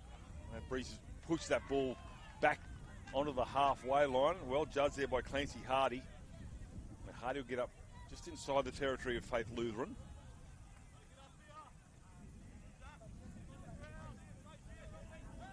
Good hit there. Jim Tuxie, holy. The redhead getting some of his own treatment now. It's with Collins, and Collins gets some good carry. Ankle tack by Will Sutton, but not before he got almost to the 30. They come to the blind side with McClure. McClure loses the footy. The referee will say it's a knock on and loose carry. Faith Lutheran will get the restart here on their 30.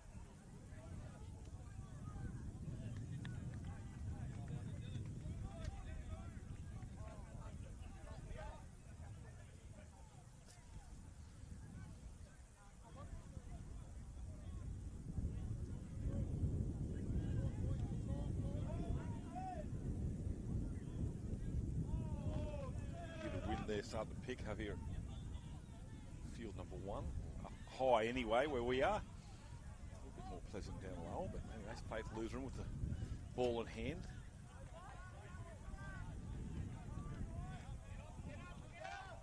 Potts the tackler, bulldogged him. Faith Lutheran player into the turf. That's halfway, just in front. They come centre of park. Soderquist, good carry from the prop forward, as you'd expect. Hitting the ball. Passes on the advantage line. Good run down the right. Yeah, I think there might have been a fullback there, or the number 1 in Aston Vole, who's wearing 1, might be playing on the wings. Limps out of that tackle. Kick on the last, into the sun. knock on. That should be 6 more to go. They've got the footy in hand. Curtin will get up and play it. Referee signals 6 more. Touched by McAuley College player. No dummy half, scrambling to get one in there. They do so eventually. Lehman. Put on his back by 2 defenders. One of those, Harrison Dean. Oh, that's going to be knocked on close to the line, so McAuley College survive.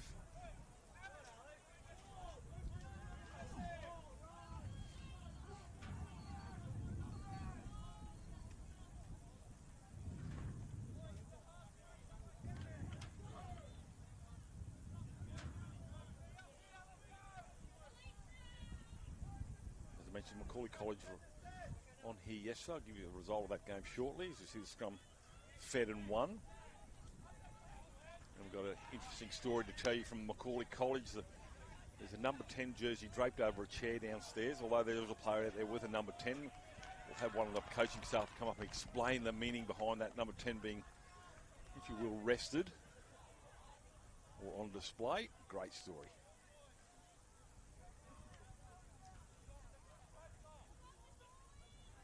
So again, speaking of number 10, Jaden Barry, just telling his troops to calm down a little bit here and hang on to the footy. Being their own worst enemy at the moment was Faith Lutheran will pack this scrum 18 metres out. Doesn't like the way it went in. AJ, the referee.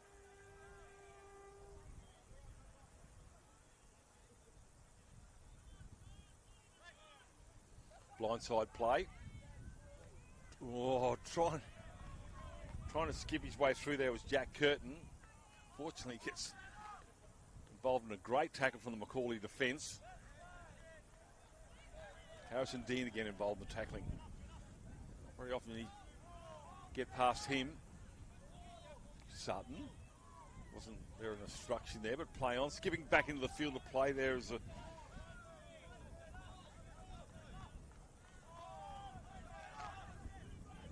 That was actually Kubis, the previous carry. Stafford a dummy half. Does he go himself? He does go himself. Stafford knocked over. It's almost like Cody Soderquist, the number 10, was actually almost like a ruck situation in rugby. He's trying to push his teammate over, but he's going to be dummy half. A banana kicking in goal. Nicely picked up there by Clancy Hardy.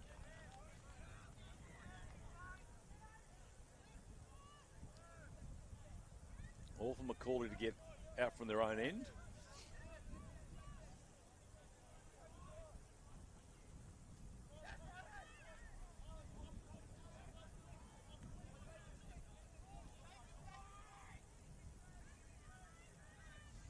Sweden played to the left-hand side of the penalty. Marker's not square.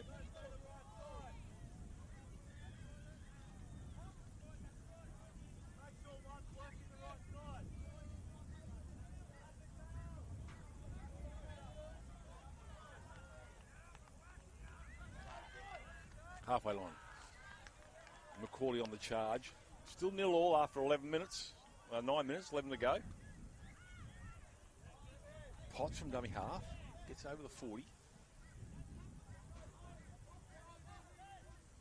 Again, they use the forwards.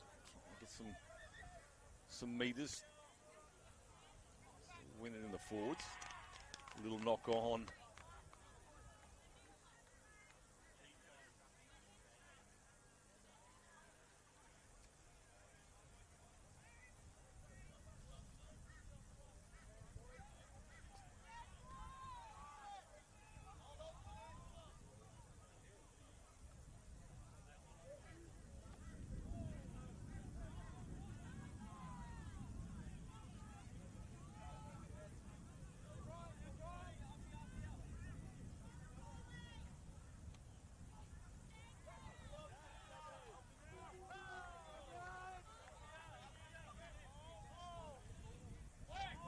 McAuley College 24 beat Gilroy Santa Maria College, the Premier School 24-10.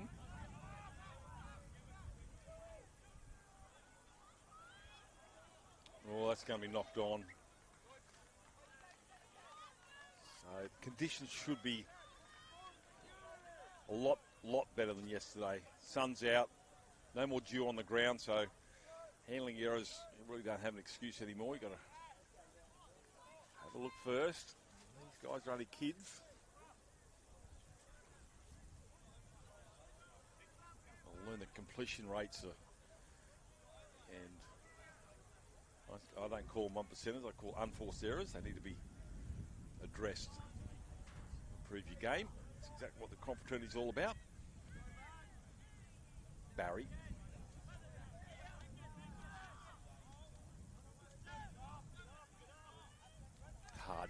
Hardy beats one. Still going Hardy, draws 3 defenders.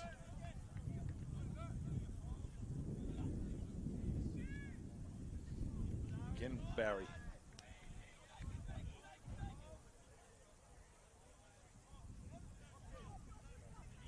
Hardy seems to be involved in everything. Now it's with Puxey, gives it off to his winger and Collins doesn't get too far, but dummy half now is Potts. He wants a blindside on, it goes himself to Potts.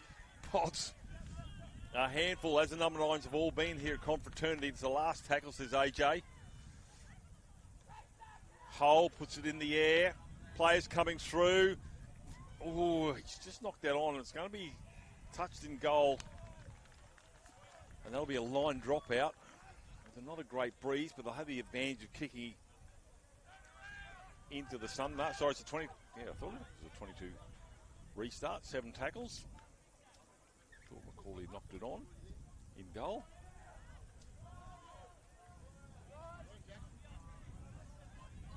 So that's the 30. Heavy contact there.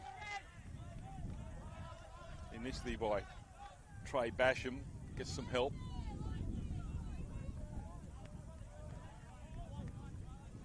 Again, Chayton Barry, great in not only in carries but also in defence.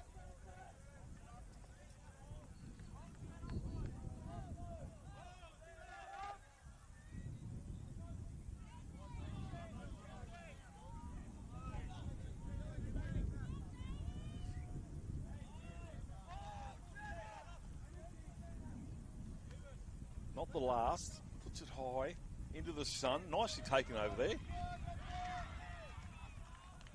Riley Finch, the 5. So the arm wrestle continues. Corley College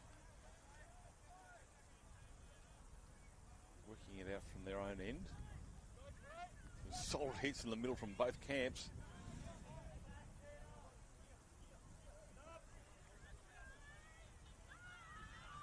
Hitting that with pace there is Darby Linham.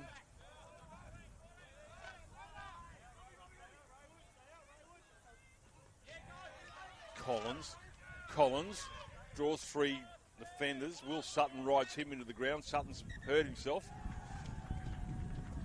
Referee says go back and play it on the mark. Sutton obviously a little bit winded there. McClure. Midfield bomb. Contested. Who's it touched by? Was it play on? Is it play on? Reaches out and scores a try, and I think you're fine. Trey Basham. Referee will award the try, so it was touched mid-air by Faith Lutheran, but I've called for it many times for kicks to be contested because you just never know, because calling player knocks it on, still a change over to Faith Lutheran, but if you challenge for it as they did then and it comes loose, it becomes a ball still alive, and they've pounced. And they'll get the first points for calling 4-0. We've got a player receiving a little bit of attention to the left-hand side. Just might have got a bit of a head knock. There's not too many people too concerned as you wait for this conversion. Jackson Hole.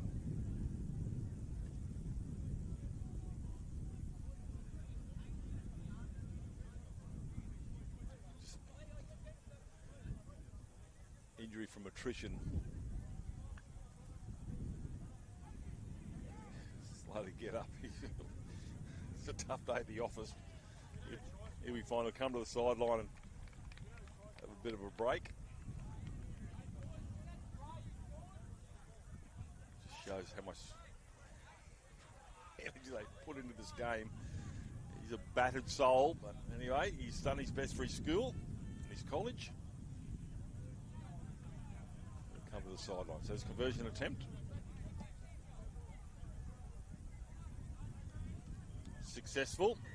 Score now 6-0 to McAuley College.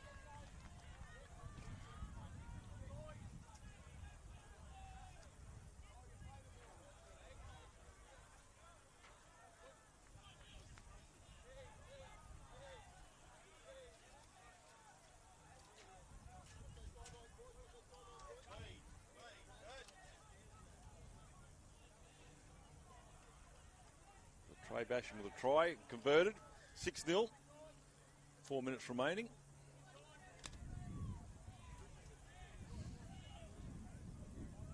First half, crowd starting to gather here at the final of the pool matches here this morning, go into the quarterfinals this afternoon. It's 4 divisions this year, 72 teams. Oh, good shot there.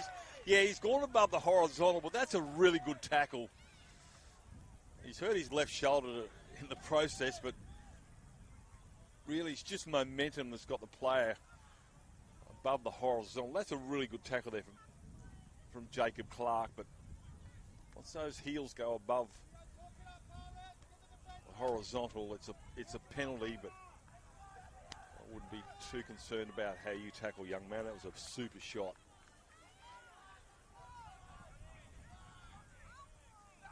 Trevor Gilmeister right there. Here's another one.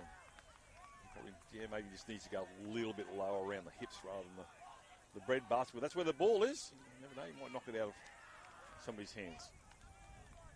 Jaden Barry now. Being explosive with the number 10.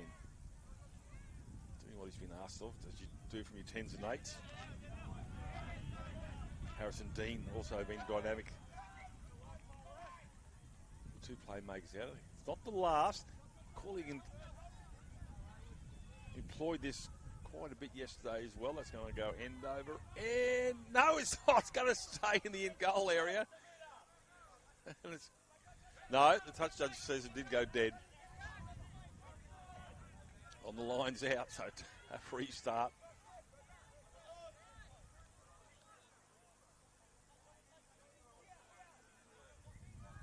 The referee wants it to go back and played on the 22. Players were in front.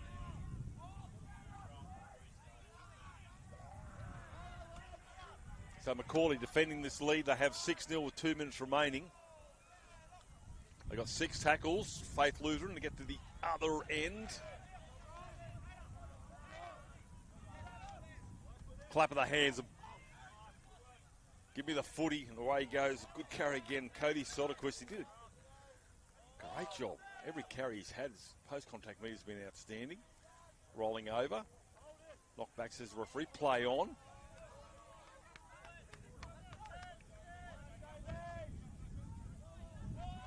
Wilson will get up and play. Grabs his head. Cut out ball. Finds the lock forward. He gets the offload now to Raywood, and Raywood is driven into touch here. Good cover defence coming across there, led by Zach Puxty. And you would think with a changeover there with 50 seconds to go. Now, Faith Lutheran need to really be on guard here. They can't leak any more points. And only have to run down 6 after the break. McAuley College is certainly,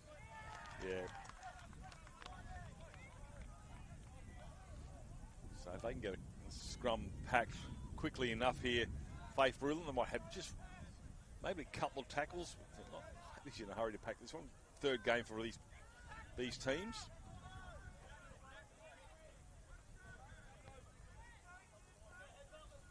No fullback to speak of, so an opportunity here for Faith Lutheran if they want to try and put that behind the line. Fullback comes back now. Little chip kick over the top here. It's going to be messy and ugly. He's actually offside. I thought it came off a McAuley player and he picked up in front. Face planted. Referee says no. Half-time hooter is blown and that tackle will be done. Half-time, 6-0. We'll be back with the second half. Hold the phone. A little bit of anxiousness here against two sides. And referee will get in there and sort that out. Referee AJ will call both captains out for a quick chat. We'll take a break here. Far North Queensland is a great place to visit, but an ever better place to live and work. Catholic education in the Diocese of Cairns operates 30 schools all the way up to the Torres Strait, employing 2,000 teachers and support staff. We offer a range of financial support measures like teaching scholarships for people studying to become teachers and for those seeking a career change. Visit our website today to see how you could join our team of great people delivering a world-class education. Belief is at the heart of all we do. We believe that a Catholic education should be open to everyone. We believe that young people should flourish academically, socially and spiritually. And we believe that through sharing the message of Jesus, every child we teach can help make the world a better place. Enrolments are open now at our 32 schools in the vibrant communities across the region. A Catholic education, belief in a better world. Looking for a school that will bring out your child's best? Experience the Catholic school difference. Catholic schools provide welcoming environments for all students. And with a strong focus on inclusion and excellence, our experienced staff challenge students to be their best every day. Enrolments for next year are now open. Visit experienceCatholicSchools.com.au for your closest school.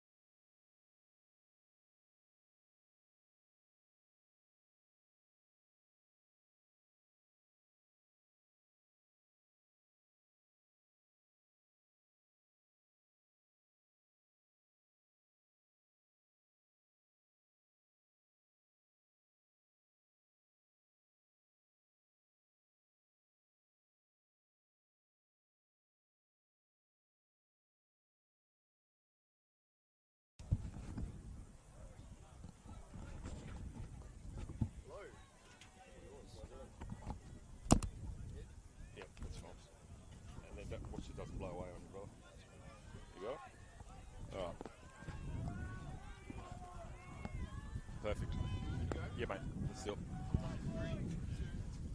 Second half about to get underway. Now, the number 10 out there is about to restart the second half here. And the number 10 jersey for McAuley has been on display on the sideline. Steve Woodley, part of the coaching staff here for McAuley College, is going to explain what's going on there, Steve. One of our good forwards from the last few years and one of our senior players, Alex Wilson, unfortunately had a farm accident towards the end of last year. So poor fella's become a paraplegic, and the boys were with him in spirit. He got home a week or so ago, which is great to see. He's going to try and get back to school next term, which is great. And one of our senior players and a terrific bloke, unfortunately, can't be with us today, but he's watching, I'm sure. Is he watching online there? Our boys are going quite well. And look, I'll tell you what, I don't know whether it's growing extra legs here for your number 10 there in Jaden Barry. He's having a whale of a game. Yeah. Is that number 10 on his belt pushing him that extra bit more, yeah, you would think? be for Pretty sure. proud. Yeah, they all love Alex. He's a wonderful fella. And one of his first things he worried about once he got injured was not being able to be here. So wonderful fellow, the boys love him so much. So there's a good opportunity that he might actually come down next year with you guys wherever the Carnival is, just to support the boys? For sure. He's even trying to get up here this year. He's trying to, but I think it's going to be a hard bit of a challenge for him, but he's going really well. Alex, stay where you are because it's goddamn freezing here. Where you are right now, I hope you're enjoying the live stream. Mate, the boys are going well? Yep, they're going well. If we control the ball, we'll get there all right. Yeah. It's tough conditions as well, of course, on this one. Yourself, mate, you play rugby league? I played a little bit years ago. I played President's Cup Cronulla and with DT and Stu Roper, some of those sort of guys. So, I could have been, didn't go anywhere. That's all right. That's all right. So I enjoy the game. Steve Woolley, thank you so much for that, and good luck with Alex down there, and hopefully we'll see him next year. We'll get him on the cans next year, and enjoy from the broadcast. And look, I'll tell you what, that's a lot of courage. I mean, you've got a great opportunity not to go back to school, but he wants to go back to school to see his mates, and I think that's a lot of testament to say against Alex. So good on you. Thanks, Stevie. All right, thank you much. Cheers, mate. Thank you. So there we go, as we see McAuley College now threatening the try line, and the referee AJ will step back there and he'll award that try. I'm not too sure who it was.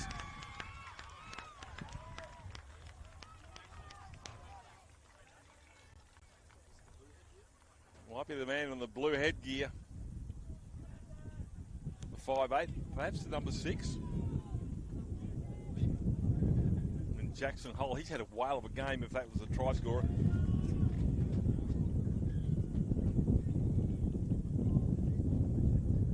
As you can tell, Alex, if you're watching, mate, it is freezing here. So I hope you're nice and warm and watching your teammates go about their business. It'll obviously be warm out in the middle, but on the sidelines it's certainly quite chilly. So they take first points in the second half, 6-0 at half time.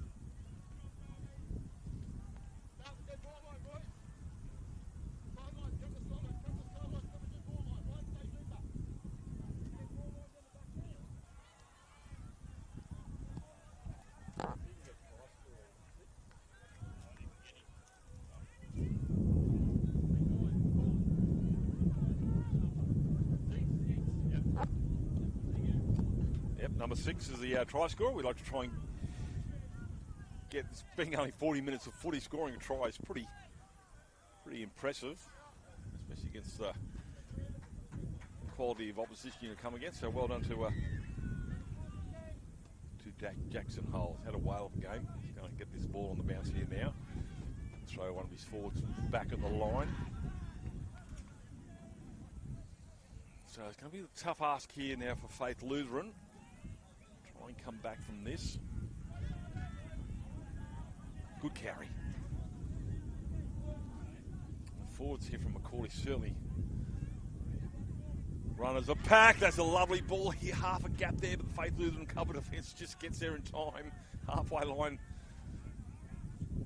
Not crossed there as Duke Puxley with a good carry. And here's another one here from the back rower. And Darby Lynham. Jeez, he's had a whale of a carnival. 2 games I've seen him play, he's been outstanding. A little knock on. Touch judge is going to come in. He's suggesting something's going on. So not too sure what's happened there, but the scrum will be set.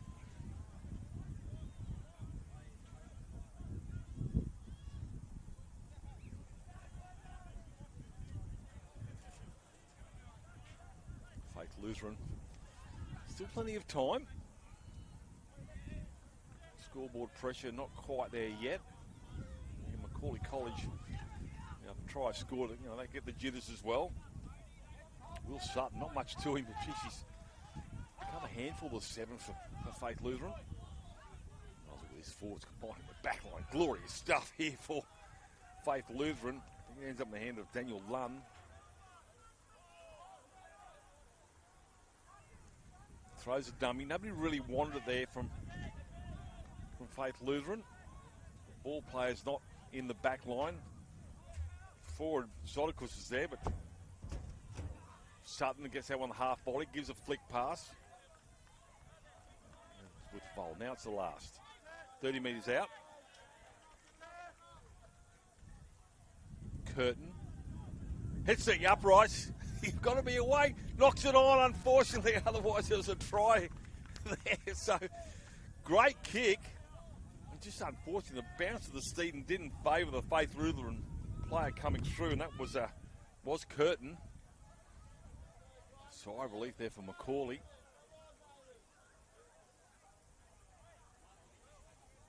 What a good defensive set here, Faith Lutheran. The referee says it's not a scrum, boys.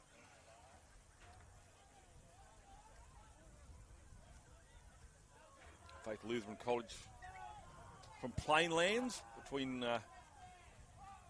Toowoomba and Brisbane, Lockyer Valley.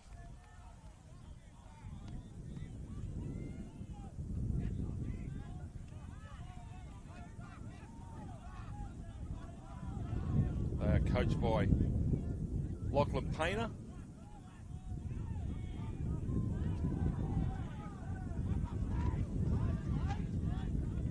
McAuley College from Beaudesert. They're coached by David Harris. I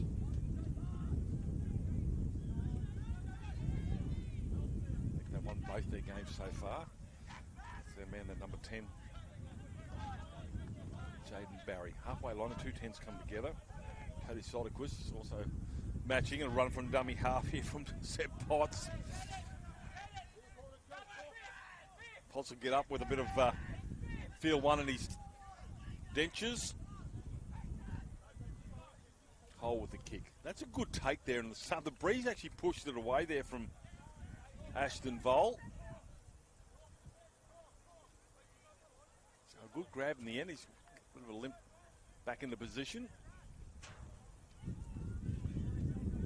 Genor, Basham, along with both Basham boys there involved in that tackling sequence. Here's the 30-metre line. Faith Lutheran down 10-0, 30 minutes remaining, kicking with breeze, swirling conditions, allowed to bounce. Chasers are coming through here as Curtin puts some heat on Hardy. Hardy puts a fend on, gets away from Curtin, doesn't get away from Chaser there in Lincoln Dempsey. Blindside run.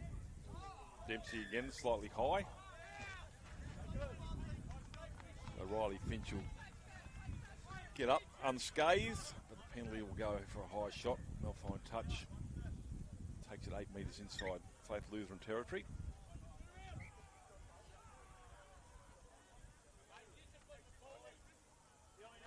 Basham. As I said, there's two of them out there. Jackson Hole. How's this for a number 6 run? What a beauty. And gets a penalty. It's trying to slow the play, the ball down. Faith Lutheran, because at the moment they're on the march here. The boys from Beaudesert. And they just keep coming. Riley Basham with a carry. Basham at dummy half. Referee a penalty again. Too slow to get up. And referee's going to call him out. This is not the first time the slowing down the play of the ball. Referee AJ is just saying, look, this is the third penalty for a ruck infringement. Sorted out. Or somebody might find themselves in the bin for 5 minutes. And generally it's the next player hasn't actually been guilty of anything, but somebody has to pay the price. So good work there from the referee. And saying that, I'm pretty sure that Faith Lutheran know that they need to be a little bit better than that. Smart kids. Jaden Barry, love to get a try for young Alex in the 10 jersey. As all the front rowers do. Clancy Hardy gets the offload there and spinning through the air there was Darby Lynham. Here they come again. The gap opens up. Weight of possession. Goes through and scores a try. Happy days. The lock forward. And Colin Spence Black goes over and scores a try. That was lovely stuff. Just slid through the defence there of Faith Lutheran. Back-to-back penalties. And McAuley, well, you'd think that's put the one hand on the win for this game. But Faith Lutheran might have something to say about that when they come out from the huddle underneath the post there. And I must say, thanks to the the boys around me up here because their eyes are a lot better than mine. I had no idea who scored that try. But between the 6 of us, 6 sets of eyes, we should be able to get the right player. So.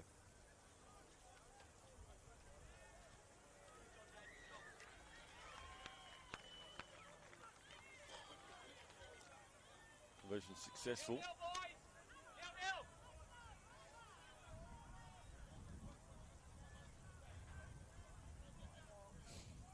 So Faith Lutheran, you would think maybe a short line drop out. Player coming off of Faith Lutheran.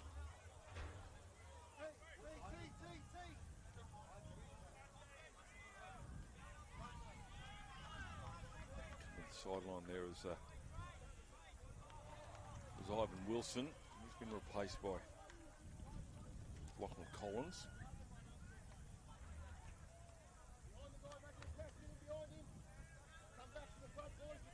No, they're not going short, they're going to go deep.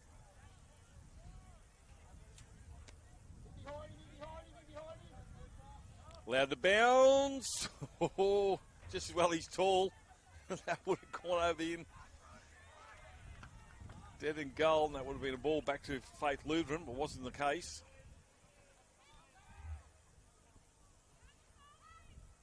McAuley down the right-hand side. Meters there to be had.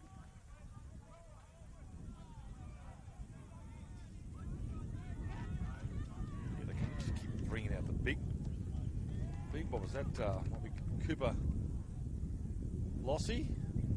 Comes up with a handling area, but big bodies here from McAuley College. Boys from Beaudesert. Clearly eating antelope for lunch. Oh, rather. I'm not feeding these boys. They're big lads. Saying that Faith Lutheran also probably not quite have the size, but certainly have the mobility. They just need some footy. Parlett. Look at that. He might be big. Good determination there. He'll get up. A little bit worse for wear. Lachlan Collins has just come on. He's good, quick play the ball. Come to this broadcast side. Flick pass back into Dempsey. And Dempsey just short. Dart from dummy half denied. Or has he reached out? No. Good defence here from McAuley. Line intact still. Stafford will get up and play it. Again, there's no way through there. The marker defence is too good.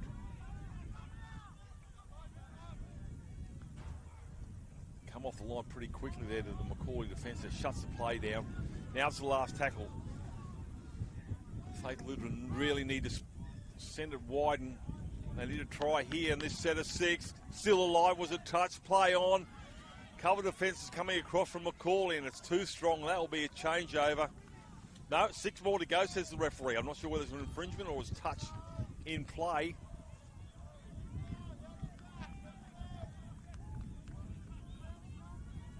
A metre short. They've learnt not to try and get through the marker defence. Oh, he's lost it on the way to the try line. Unfortunately, I think they're Jack Curtin. Just had to catch it. Got a feel for him. He was good work, good lead up. Just unfortunately knocks it on the vital time. That'll be a scrum feed down to McAuley College. And Faith Lutheran certainly showing their ability. As I said, they've got some speed and mobility. Just haven't been quite able to execute at vital moments. A lot to like about them. The boys from Plainlands. Probably know each other quite well. Plainlands and Beaudesert not far apart geographically. Good play. Basham. The Basham boys have had a great carnival so far. The referee is going to penalise Faith Lutheran up inside the 10. 5 minutes remaining in this fixture. 16-0. 3 tries to McAuley College. The line hasn't been crossed as yet.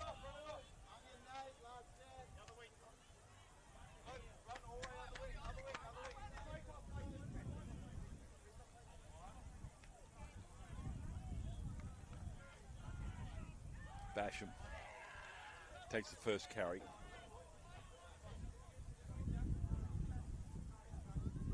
Hole, under ball. Lahesi will get up and play it. They'll go the blind side.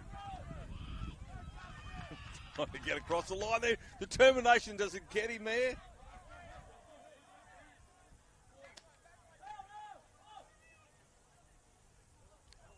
Numbers to the right-hand side here. Faith Lutheran. Hardy gets the offload. The cover defence comes. There's the footy in the air. His arms all over the top of him.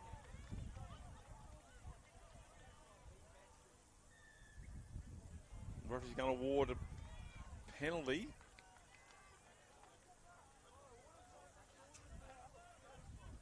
Not too sure what for, but McAuley will get another set of 6.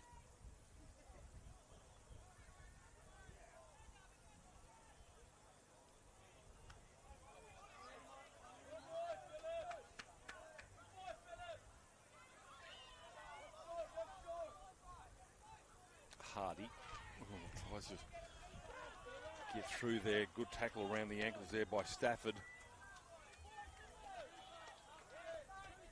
Bit of juggling there from Winford. He'll go down up and see the tackle of Lachlan Collins. This time he'll get across the line if he gets it down. And Jackson Hardgrave will put a try, a confraternity try, in his memory banks. Good lead-up work. Came from a penalty on the far side. They spread it from right to left. Just wanted a little bit more. And that's 20-0 with kick to come.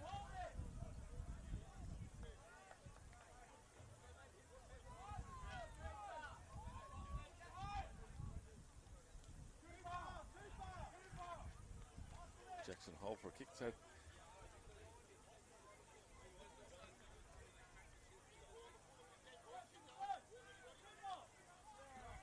there's two Basham brothers out there. There's Trey and Ryland. Very good games, as most of the McAuley College, and as for Faith Lutheran, they just haven't given up. Keep coming. They just haven't had enough footy. If they had a lot more footy, I'll tell you what, so it would be a different scoreline. Conversion is going to be pushed away due to the wind. Tough conditions, kicking straight into the teeth of that bad boy. 2 minutes remaining in this game.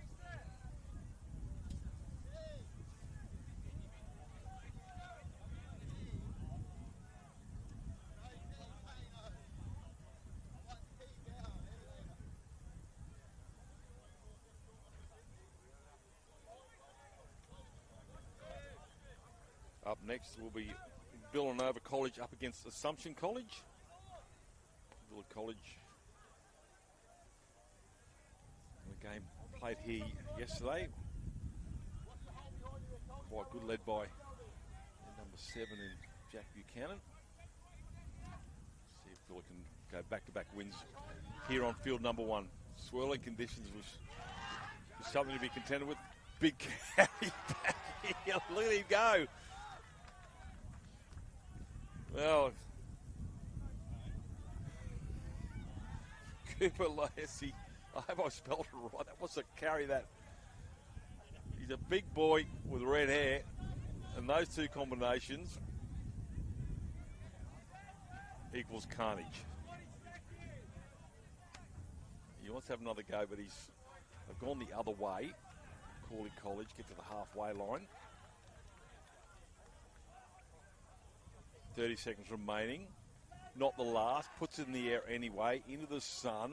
It's going to be challenged. I think it's been knocked on. And it was by the 17 from McAuley College in Riley Basham. If they get this scrum packed, which I probably don't think they will, it's going to be 20-0 win to McAuley College. Well, they will get the ball in just. They'll have one tackle.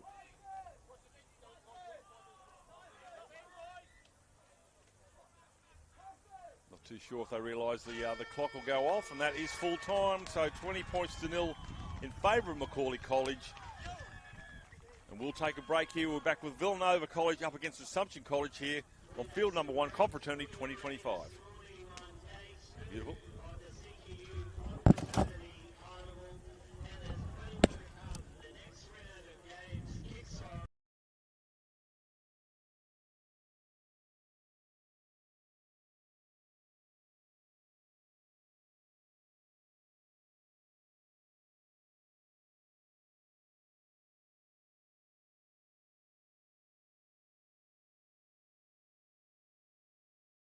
Excellence.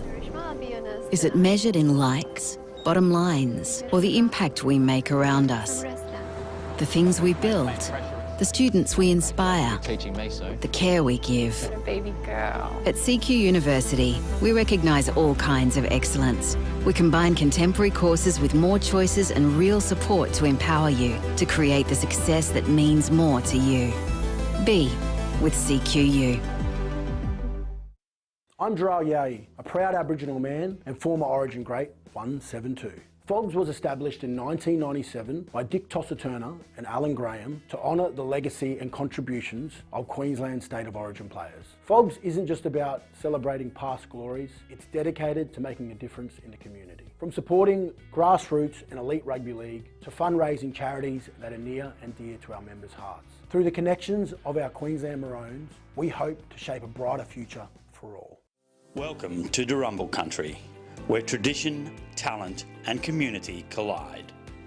At the heart of it all, rugby league, a game that unites city and bush, past and future. This is the CQ University Confraternity Carnival.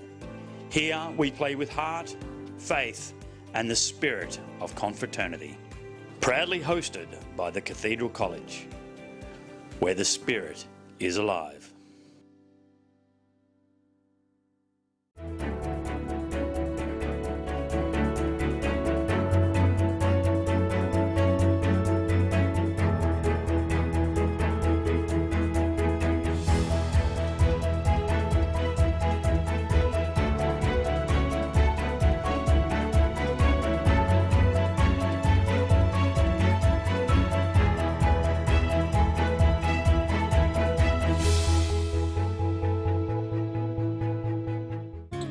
You might not see them at first, but they're there. Threads. It is the connection we feel when wearing the blue and gold. We're more than just borders. We're brothers, bound by the values of presence, simplicity, family spirit, and love of work. These are the threads that connect us, past, present, and future. And when our time here ends, those threads don't break. They travel with us in the choices we make, the friendships we keep, and the faith we carry forward.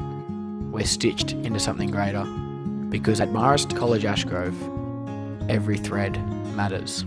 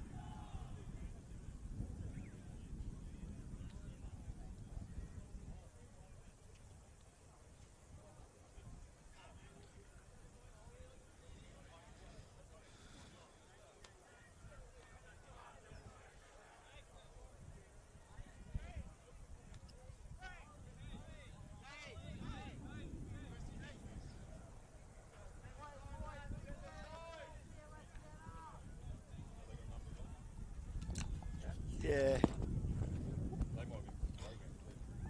I just can't. Yeah, they have got numbers. Yep. Oh, thanks, Dave. Ready? Yeah. We're about to get underway here. This is the 11 o'clock game between Assumption College and Villanova College. Hooter has sounded and we are underway. John Buchanan joins me in commentary. A good win for Villanova on this ground yesterday, albeit a slowish start. How'd they go with the other game yesterday, JB? Yeah, it started a lot better in the second game. I think they were up about 16-0, and then, yeah, tight finish, but they got away with it. I think it was about 22-12 in the end. So, how are they sitting in the pool? Yeah, I think they're on top at the moment, but yeah, this game might depend sort of where they end up. All right, so I actually mentioned the number 7 before he came on air. So, okay. Yeah, certainly came into his own yesterday here on field number 1 and sort of steered the boys around from Villanova at Cooperoo. Quite nice. The Assumption College at the back here. That's a bit of a knock on. That'll be play on. Still play on. Almost still trying. Just has to get up and he slammed. Does the Gronk spike. Any idea who that was? Looks like a red-headed lock forward, yeah, maybe. I think it's Rocco Tanks who scored that try. Number 18? Yep, that's him. So you never dead that footy, is it? Oh, you don't realise how windy it is here till you actually get up on this stand, to be honest. On ground level, it doesn't feel like that, but obviously those kicks are hard to take, and yeah, that one was a handful for the fullback.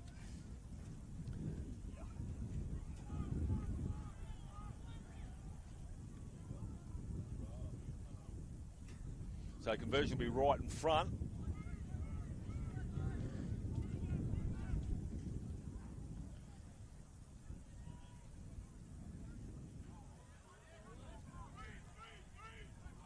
Conversion successful.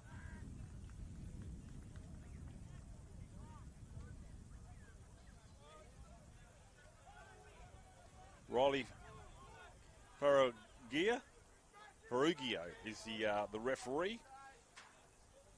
I reckon there'll be a lot of, you look at a big red-headed referee, you're going to behave yourself, aren't you, JB? Yeah. Ferocious looking anything with red hair. Most footy teams need at least one mad one in their team. And we've seen it all carnival at the moment. And for Villanova, looks like the ball might go towards one of those redheads in the second. Here it comes. Oh, that's the big fella there just overstepped the line before the ball was kicked. Well, that's not the first time we've seen a penalty for a restart. The player's been in front of the kick, and that's we call them coach killers. It probably might be in the top 5, that one. So now Villa with a breeze at their back.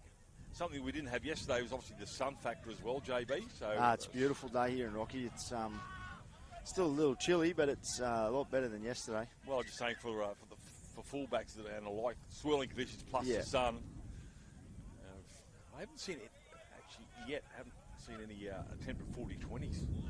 Anybody at the moment. Angus Meredith with the first carry. Dummy half is Hudson Bishop. Buchanan finds a ball carrying, and that's a good run. Jet Tupu still stands on his feet. Good quick play the ball here. So Assumption College are on their heels at the moment. They've got numbers to the left. Underball back into the field of play here. This is a good carry. Defence is strong there from Assumption. It needs to be. They're 5 metres short now, Villa. Villanova will get up and play. They've got numbers to the right-hand side. It's with Buchanan. Reaches high to grab that ball. Halves combining. Here's a chance. Lovely try. Scored in the corner there. He's got it down. The referee's going to award the try. And I think Sean Kelly scored a double, I think, yesterday, JB, here, but he's got one here now. Yeah, he scored a few in the second game as well. He's a try-scoring machine, Sean Kelly. That's good work from Villanova boys there. Great carry from Jet Tupu, which got him nice fast play of the ball and then moved to the edges to get a really good result. What's it with wingers don't dive in corners anymore? They just fly through the air and plant it down that way. I seem to be watching too many circuses. I don't know. Nobody dives in the corner, Kerry Bowstead style anymore. Nobody knows who I'm talking about, of course. Yeah, you probably don't know what I'm talking about. No, I do. I remember him. Yeah, I think they kicked the first goal, so I think it's 10-0 at the moment. Kick to come. Well, he's going to try and convert his own try here, Kelly. And he's sent it out to the left. Bend it back in. That breeze. He's gone, no, didn't listen to his caddy. So that score remains 8-0. Did he convert the first try? Yeah, he did. Yeah, so it should be 10-0, right correct. Should be 10-0. That's right. Assumption College, not much footy at present. Well, they haven't touched the ball yet, to be fair. They just need to get a good kick away here and defend the set and get their hands on the ball. Stay behind the kicker this time. There you go. It's always a good start. Buchanan will take that one, not swirling conditions, and throw one of the big boys to the line there. That's a good carry. Fearless defender there, got in the way of that. Meters up the middle. There's a penalty. Great carry there from Jet Tupu. He liked what he did earlier, had another good carry there, and market defence wasn't on point for Assumption. So, again, we talk about discipline. Keep giving penalties away, you don't get an opportunity with a footy. Yeah, that was smart work from Huddy Bishop out of dummy half. I think the referee called one of the Assumption players offside, and Huddy just went straight at him. And I don't understand this. I've seen it yesterday a million times. Like, don't worry. They tap the ball and they always pulling it back. Like, he's only got to go up a metre. It's a disadvantage to the attacking team if he doesn't want to go forward. Well, I can guarantee you they're on it for both sides, but yeah, it just sort of slows the play of the ball. And we see it at cup level as well. Referees want the ball played on the mark. Doesn't matter at origin level. But good movement to the left here for Villa College. Assumption have to come across and cover defence. They do so. There's a big back line. That was top great. of the screen to the bottom from, yep. Great hands from Ollie Kotzer there. Pass was out in front, and with the wind, he did a really good job to take it. Hudson Bishop tries to promote the footy, and then the process knocks it on. Buchanan questions that, but it's not going to change his mind, and that will be a scrum. So Assumption College will finally have some footy. Just need to get to their kick. Yeah, they're going to the breeze, but it'd be nice to get to that opportunity to kick on the last. At the moment, they haven't had that yet. Centre of the field, so it's almost a 4-3 formation from attack and defence. Quite a few times you see them go to the blind side, but this time they go to the numbers. I just love it. A wraparound. When was the last time you saw a wraparound, JB? How about that? Still alive here from Assumption College. Oh, great. Not enough of that, is there? Nah. Need more of that in the game. Totally. Especially 6 and a 7. This is good stuff here in Assumption College. They've got the footy, and that's a great tackle. Great tackle. Kelly.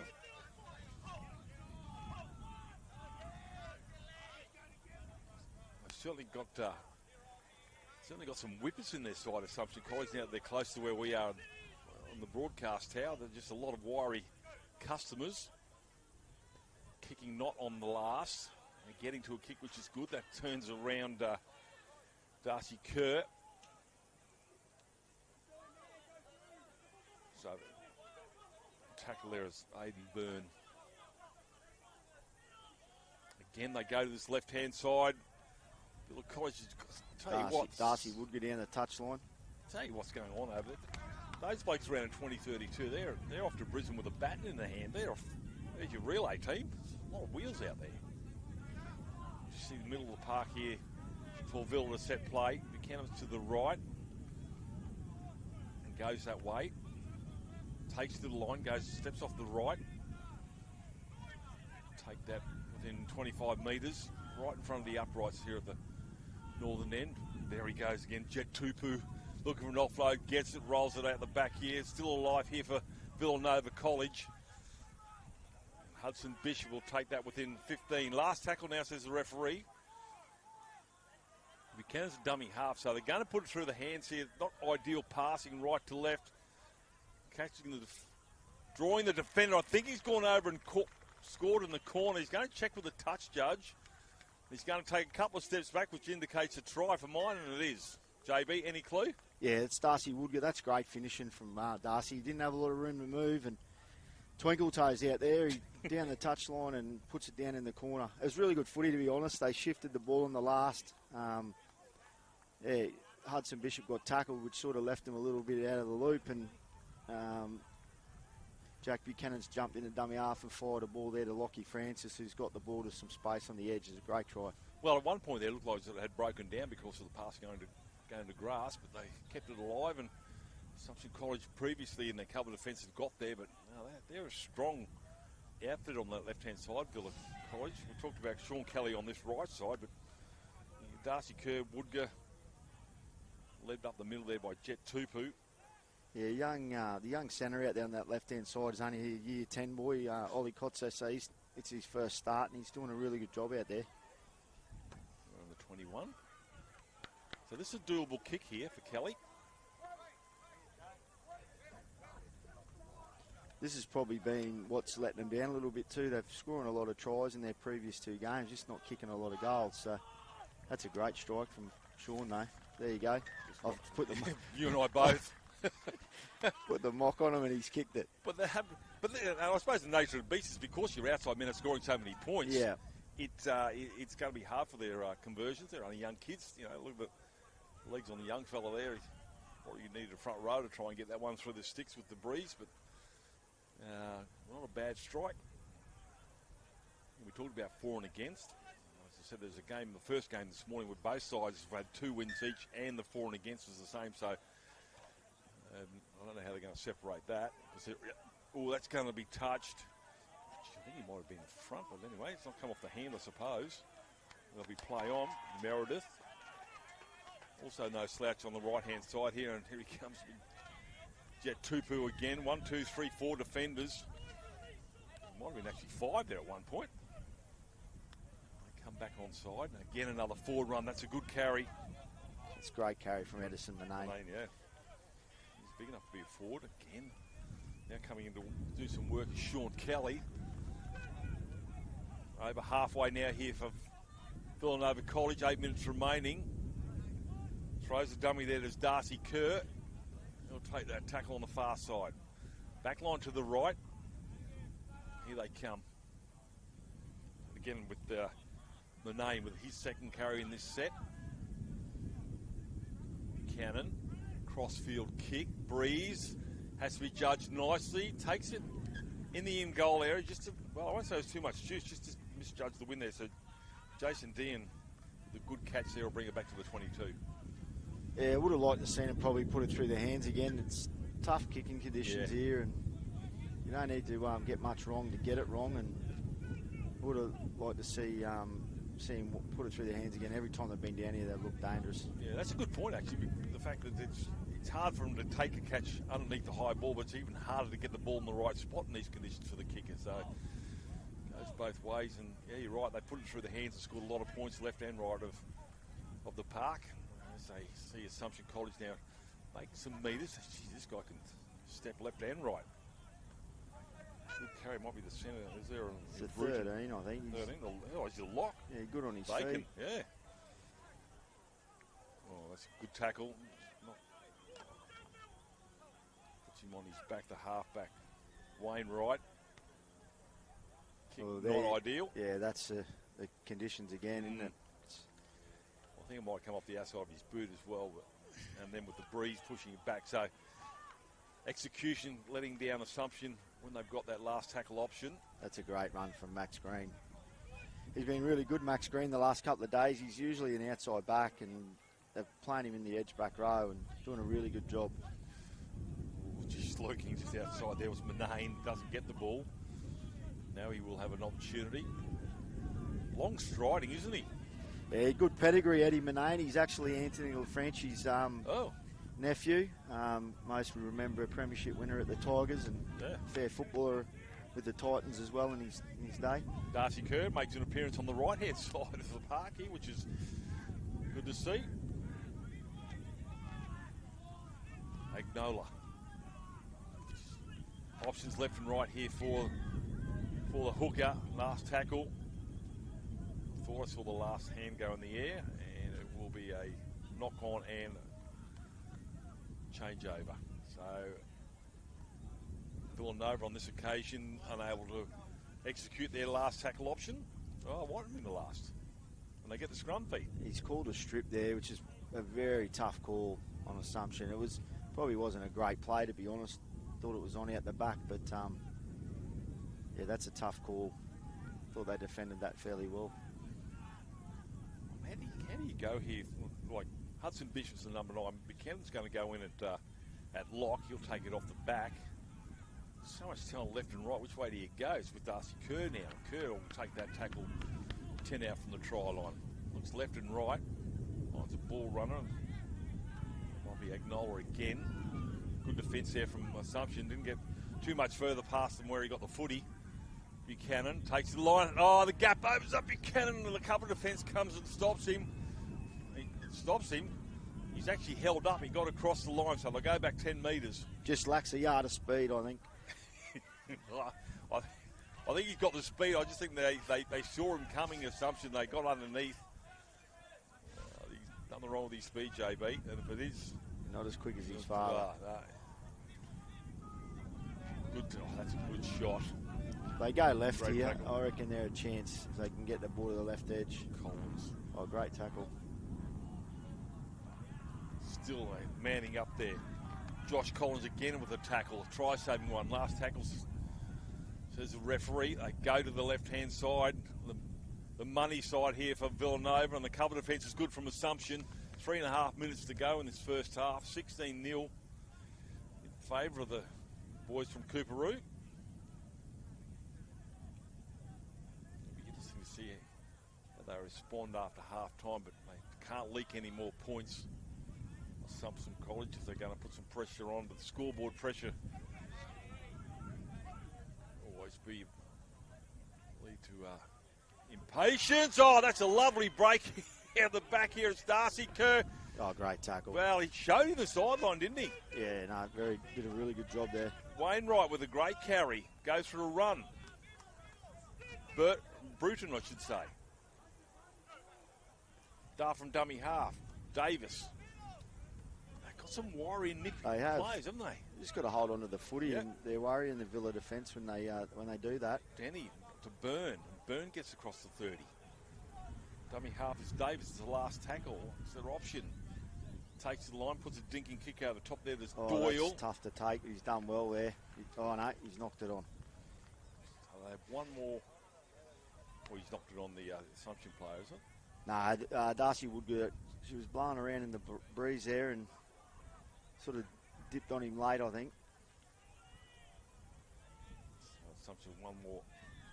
They get a chance here with a bit of field position late in this half. They've had no footy down here, so this will be a great opportunity for them to put some points on the board. There's Hayden Byrne, probably a 30-kilo back rower. Crash ball. Does he get his arm over and score the try? I think he has. There's a lot of celebrating. I'm thinking it might have been Josh Collins, the 12. Could be wrong there, but that's good work there. Yeah, well, he ran really hard into the hole, and he deserved what he got. It was crashed over. Will promote the footy and score.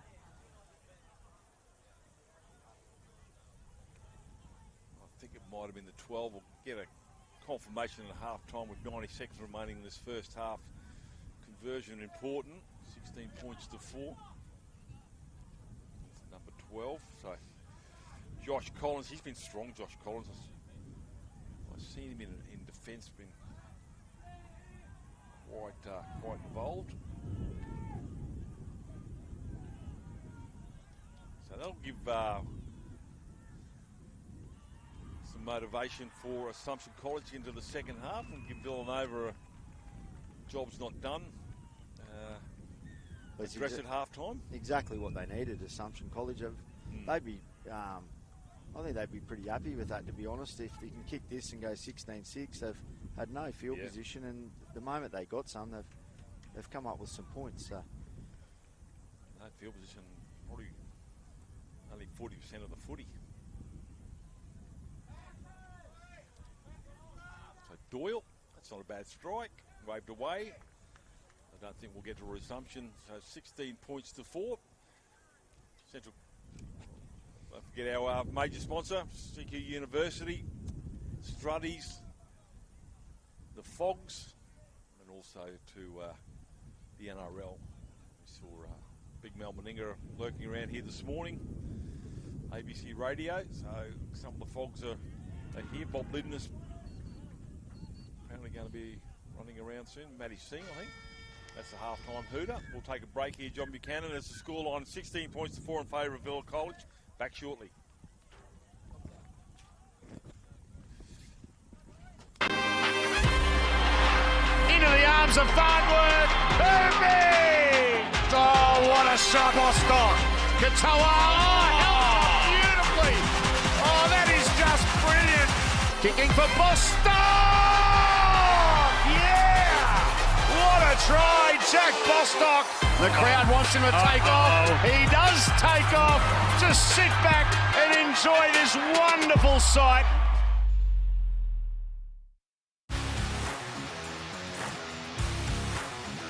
Last tackle, the poking kick, and it's a try! Sam McIntyre poaches one.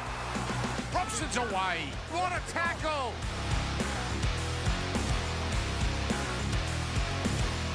Oh, Purdue straight through and he scores! Purdue, another try for the youngster.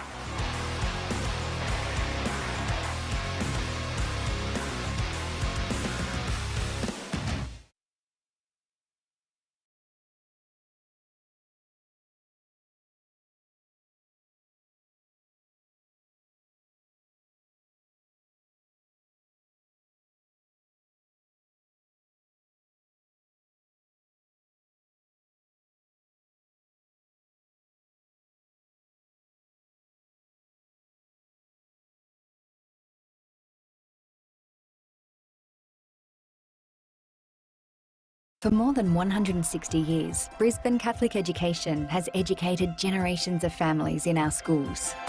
Covering the city, coast and country, our 140 plus schools across southeast Queensland are united to deliver an innovative and holistic education, one that nurtures students' minds, hearts and spirits, all with the aim of forging a brighter future. Brisbane Catholic Education, an education to believe in.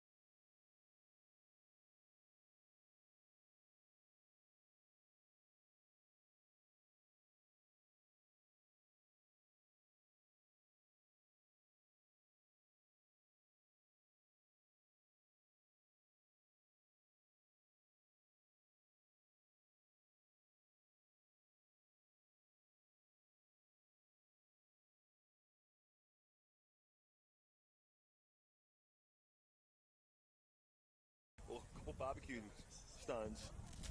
Good to go? Oh, how long have we got?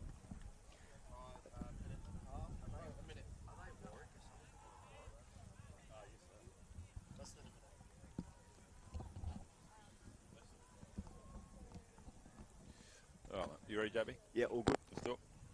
Yep. We're about to get underway, and now Assumption College will have to contend with wind and sunshine and a deficit of 12 points, but they've shown John Buchanan, especially in this last 8 minutes of that half, that they can cause some damage with ball in hand. They just got to try and hang on to it. Yeah, I think the message from their coach at halftime would have been, let's just get through our sets and win some field position by running hard and kicking long and sort of force Villanova to come out of their own end a little bit. And I think if they can do that, they're going to give themselves a massive chance here to come back. Yeah, Assumption College from Warwick, 480 students there. They'd be sweating out there in these conditions. This is boiling hot here for Warwick players. This is the way we go. Is with Borger. It's not a bad kick to start things off, and Assumption College are going to knock that ball on. And they'll come up with the footy, Villanova, straight away, and that's not what the instructions at half-time, as John Buchanan alluded to, would have been hang on to the footy, and that's a pretty smart kick into the breeze. We talked about it yesterday, JB, how you can use the breeze in your face to have that footy sit up. Yeah, definitely. Really good result. He's dropped it on contact as well, and then Villa's forced the pass, which they probably didn't need to do, but he hasn't really played an advantage there, but Assumption probably got out of jail in the end. They're going to get the footy back. Long way down the other end there, but 16-4. Seen a couple of handy breaks there. One of those there from Riley Wainwright led to a try for Assumption College, and Riley Bacon, the 13. I'll tell you what, he's smaller than the halfback, but geez, he can make some meters. Yeah, he's a tough little fellow. Yeah. Oop, knock on. Yeah, he tried to cover it up there, Jack Coleman. Walks away kicking rocks here, but he's a big lad, isn't he? He's a big boy. Hate to be footing the food bill at home for him. He looks like a big lump. Yeah, well, I think that's what they need to use, that middle third, try and ruffle the feathers. But they got Jet Tupu. I think he might have, is he having a blow? Or no, he might be in the scrum there. That's not an ideal pass here, but it's been recovered. Kerr went through his hands, but had a teammate behind him to cover that up. This fella here, he's Luke Agnola. That's his 4th carry since he's come on. He's got about 15 minutes in the bank every time he picks it up. Yeah, he's a handful. He's a union kid. Actually hasn't played a lot of league as far as I know, and I watched him through the ALC rugby year, and he was very good. He's a chance here for the win to go through, and he will go all the way over there and score a try here. And Villanova through Sean Kelly. He gets a double. And the try-scoring machine with the red hair puts another one in the bank, JB. Yeah, that's just a great line from Shawnee, playing in the centres now. By the looks of it, he's pushed in one. And yeah, he's come a long way, Sean. I've seen him come through as a young kid, and a few years ago, I think he had a few doubts about, playing league and even union, but his last couple of years have been terrific. He's quite fast, runs a good line. He's a tough warrior kid, and doing a really good job. All right, now you've done a bit of coaching. Tom, you're on the huddle down there at Assumption College, mate. What do you want to get the boys to do? Is it exactly what you said at half time? Yeah, 100%. It doesn't change. Yep. They've really got to. Well, now it's different, I suppose. They've got to kick long and defend a set here and try and make Villa kick from inside their own 40. It'd be a start, and if they can do that, they just put themselves in a little bit of the arm wrestle. But I don't know whether Alec Ball was using his headgear there to give him some direction where to kick it. Well, it's worked. Conversion is successful. That's interesting. That would have annoyed me sitting there. Totally. So, 20 points to 4, 16-point gap here for Assumption to come back from. And I reckon Jack Coleman, wearing the number 8 and with the Ciro tape on, wind him up, get him going. You'd be very disappointed about knocking that ball on. As soon as they get that ball in hand, I would throw him in 2 carries every set until he's gassed. Yeah, well, I wouldn't like to be running into him at the moment either. Definitely not. Good take there from Buchanan. Swirling conditions as they come back in the line there, and there he is, Coleman. And that's an even better response because I'm not sure who the player was from Villanova. He got absolutely monstered by 3 defenders. I think it's the 17. It's that man again, Agnola. Really belted there by Coleman, but responded and twisted out of it as we go through Buchanan. Takes the line, throws a dummy. Buchanan gets the offload to the right-hand side, spinning turn. That might be Meredith over there, and Meredith will take the tackle almost to the 40-metre line. Kerr, dummy half. Here he goes again. This is the 5. That's Taj Graham. He's playing in the back row, I think, Taj. He scored a try here yesterday as well from memory. They go through the hands. Kerr, flick pass, gives it off to Kelly. Kelly in turn moves it on to Ebrington, and Ebrington will take that tackle over the 20-metre line. Lovely stuff here. Last tackle here, Villanova into a killer breeze here. Francis puts it in the in-goal area, and Chase has come through, and that's a good carry there with a lot of traffic coming at him. The fullback might have been there, and Denny. Courageous stuff. Now it's a long way to the other end here for Assumption College. Geez, they've just got weapons left and right here, Villa. But see what Assumption can do and reply with the footy in hand. Yeah, when they move the ball to the edges, they look really good. Here he goes, young man. Little fella. Look at that. Riley Bacon. Get up and play it. Seems fearless. That's early kick. Possible 40-20, but it's not going to get that far. Kerr will pick it up. Has a bit of a look to see where he can make a breakthrough, but takes the tackle there of McConnell. Now with Abrington. Good hit there come from Harry Hume, the number 10. So got a couple of big bodies out there. Assumption we've got another one there, a replacement player, Caleb Brownlee. At the moment it's Buchanan. Keeping the ball alive. It's the other thing I probably might mention, JB, they just can't get that, stop that offload. Yeah, like quick hands, they're not up there and getting that ball and all tackle. Nain again. Familiar territory here for Villa College. Last tackle. Comes back inside. There's probably needed to go to the halves there. They not sort of pick the back row one out and had a really good left side set there if they got the ball to Lockie Francis.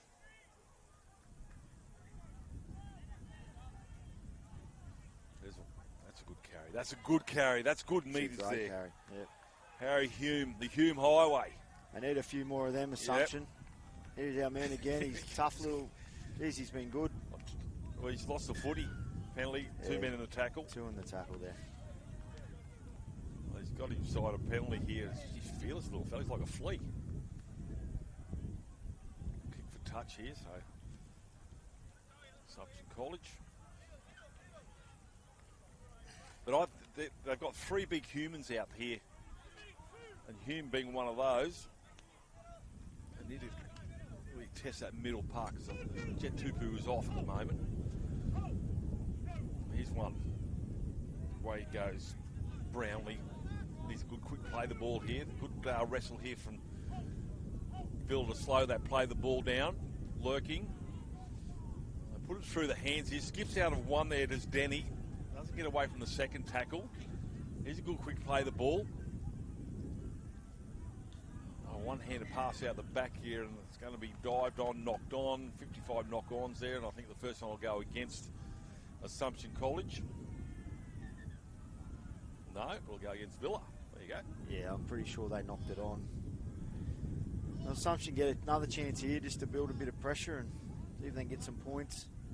Plenty of time. I mean, you get also 22 to 10 if they can get a converted try. I find in this level of footy, if they get one, they often get two, you know, so you get two and it puts them back within striking distance. It makes it a little bit scary. Doyle. Ooh, good little play from Denny. Denny still got a flick pass here. Probably didn't need to throw that one. Going to suggest it was stripped, but no, just a loose attempt at a flick pass.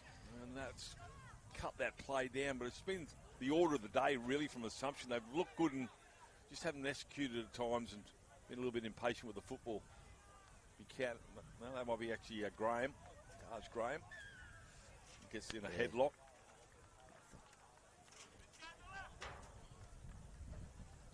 So that will be another fresh set of 6 here for Villanova College. But geez, there's a lot to like about Assumption College. I don't know how many of these students are actually in grade 11, but they'll be dangerous next year if they'll learn a lot from this about ball possession. There'll be a few Warwick Cowboys out there, I'd imagine. So yeah, like I said, they'll be sweating out here. This is quite warm conditions for the boys from Warwick. Here's easy meters as you like as Sheridan. Just going too high there, the tacklers. Able to get through. They forward on the blind side here, Villa. Well, they loaded up. They probably had too many of them. Yeah, it's crowded. It's worked out all right. Foster.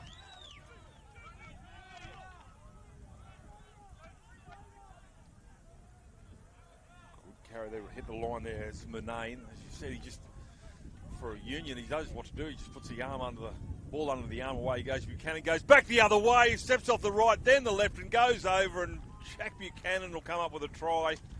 And that, I would think, will put the contest to bed with 10 minutes remaining. Yeah, I think that go back to the play before there. They come down the left edge here, Joey Forster, and he put a dint in them, and then Lockie Francis did a great job just to get the ball to the edge again. And yeah, obviously Buchanan there has just pinned the ears back, saw a bit of space, and away he went. And I just suggest too, maybe, JB, because of the firepower out to the right, they probably were sliding a little bit, assuming that was where the footy was going, and it's almost like rope-a-dope, and then Jack Buchanan goes back in against the sliding defence and just beautiful through there, and gets in a good position also for the goal kicker. There he goes. I'm not sure. I don't know why he's gone back 20 metres in this breeze. I'd be trying to get as close as I could. Well, he's put the headgear in front. I'm guessing for direction, or I don't know. That's an interesting concept. Yeah, I've seen him do it a bit. I don't know whether he uses it as a bit of direction on where he aims, or. I would assume clearly it's not illegal. No, well, I think maybe too. Once he follows through, he's pretty much there, ready to pick it up. That's probably might be. Oh, it might be a good to get him to follow through. There he goes. He strikes this one, and it's working. It wasn't the most difficult, but still in these conditions, converts it. So yeah, a try from Buchanan there has probably taken the game away from Assumption College, but they can certainly put a few on the board. Something to chat about before they go to semi-finals or quarter-finals, we should say, this afternoon. Who they take on, we are unsure of. Looking at the draw, JB, Villanova, who suggesting might be theirs. I have no idea, mate, to be honest. I haven't really had a look at it. 8 minutes just under to go. That's a big kick. Buchanan has to go backwards, takes that one, drives Buchanan back into the in-goal area. The wind and the takes it back. There he is again. This Agnola. Tell you what, doesn't mind taking the carry up. We talked about the 13 in Riley Bacon, but like getting the footy in hand, taking a couple of carries. Brownlee, one of the tacklers, still there is Brownlee. Come this broadcast side. He's looking for a flick pass, still going. 40. Slow play, they're all over him. Took an eternity to get off, and he's got himself a penalty here as the 18 and Rocco tanks. Would have tried in the second minute, Rocco. Not worrying about kicking for touch. Ball in hand. Assumption College would really like him to defend and not leak any more points. There's a little bit of a Bo Peep. So here's an opportunity here, and Bailey Sheridan comes up with a unforced error.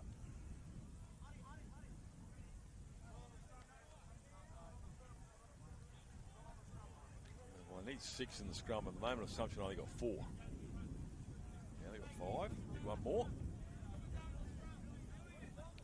Generally the 10 should be in there. Here he goes.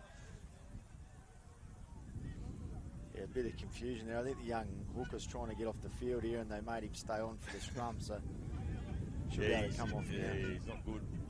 I think he's maybe a little dislocation of the finger or something there. Well, 15's also got a bit of a limp out there for Assumption. War of attrition here for the men from Warwick as we push their way into. Oh, is he trying to get through there? That's a skipping run there from Davis. He gets through there, and opportunities were. He's tried hard. Up, yeah. The little hooker, he really has. MacArthur, 20 out.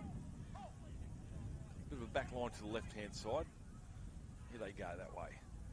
Catch and pass, a forward in the back line. How good? Pops it over the top. That's good footy. Lovely stuff there from the 10. And Harry Hume, he had a good game. Harry Hume, the 10. Getting involved. Now the fullback puts a kick into the in-goal area there, but they're away to that one. And Denny with that kick, maybe ball in hand, JB. Yeah, good clean up there from Hudson Bishop. Just stayed moving and anticipated really well. Yeah, I don't think it was, certainly wasn't the last, so. I don't mind seeing that, though, from Assumption. They obviously trying to come up with some points, and they're still, their contact's still been good. And Everybody's got the arms in there, look like the Oprah.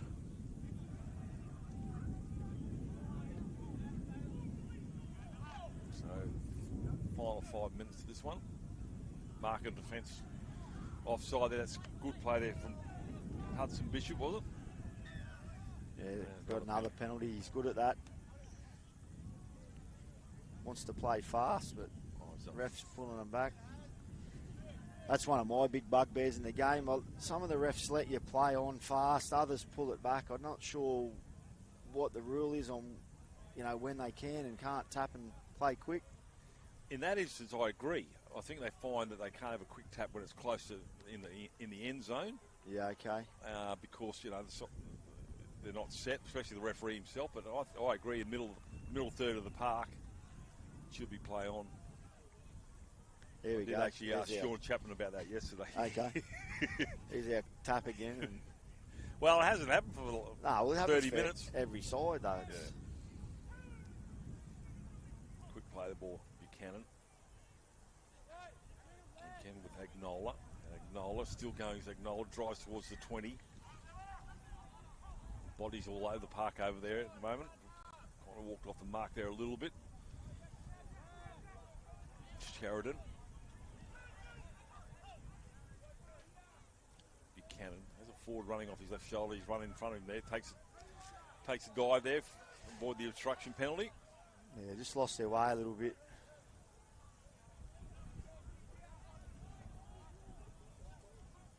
No stranger, this man named Darcy Woodger. He scored a try in the 10th minute. Now it's the last. Buchanan juggles it. Puts a kick in the in goal. And there's the big number 10 playing fullback. He's seagulling in the back there, Harry Hume. He's having a great game, Harry. You'd be saying, I should be wearing 6. Oh, no, a knock on there, right. When you didn't want one, Harry Hume was saying, I've done all the hard work. Actually, Hume's gone to the back. Well, he was cleaning up. He was probably deserves the rest, the big fella. Yeah, he's gone to the sideline and been replaced there by Jack Coleman. But Villanova College will have a scrumpy 10 out. Buchanan will lock the scrum. So he'll take it off the back. So they've got a set play here to the left involving Darcy Woodgers at the back, but doesn't go to him. Kurt. Underneath there somewhere. Oh, that's lovely work there from that's now we talked about diving in the corner, and he's done that. It's Angus Meredith, and that's a good try. Yeah, good hands. Got nice and low there, young Gussie. Did a really good job. He's been really solid the last couple of days. He's sort of played mainly centre, but he's on the wing at the moment. Yeah, he's done a really good job. But we talked, I talked about the other dive in there. But here he had to dive into the corner there. Well, he had to get low. Yeah. Did a good job. Good wingers try. Wow. Hang on a second. So the regular goal kick has been punted because it's too windy. I think he's off the field, so. I'll give him that then. Shawnee Kelly. I thought it wasn't Sean Kelly, actually. Who was it? Alex Borgia was the kicker before, yeah. This is Alex Kelly. Sean Kelly, I should say. Yeah, I thought, wow. Oh, this is his side. I'm no goal kicker, John, but I'd say aiming right upright and just let the wind do the rest of the work. Drives. You need your legs here to kick this one over, mate. It's going to be a hard ask. And that will give us full time, you would think. 32 points to 4. Maybe 34, but Mother Nature might win this one. And does so. 32 points to 4. Another clinical display here from Villanova College. Their back line again. I'm looking at the try-scoring list, and apart from Rocco Tanks, 2 tries to Sean Kelly, 1 to Meredith, 1 to Woodger, and 1 to Buchanan. Just highlights how strong this back line is, but obviously on the back of some good forward work led by Jet Tupu. And obviously for Assumption College, they were strong there. Middle of the park, they had the big forwards going there, but also their 13, Riley Bacon, was fearless in what he could do, and that's going to be not a good way to end the half, or the game, I should say. A little bit of push and shove. And the push and shove gets a little bit heavier. Actually, the last game we had on here also ended a little bit of a push and shove. And that will be full-time. JB, thank you for your time, mate. Hope you get back on here again this afternoon. No worries, mate. We'll see you again soon, and go and get warm. Go and burn some stuff. All right, mate. Cheers. Thank you.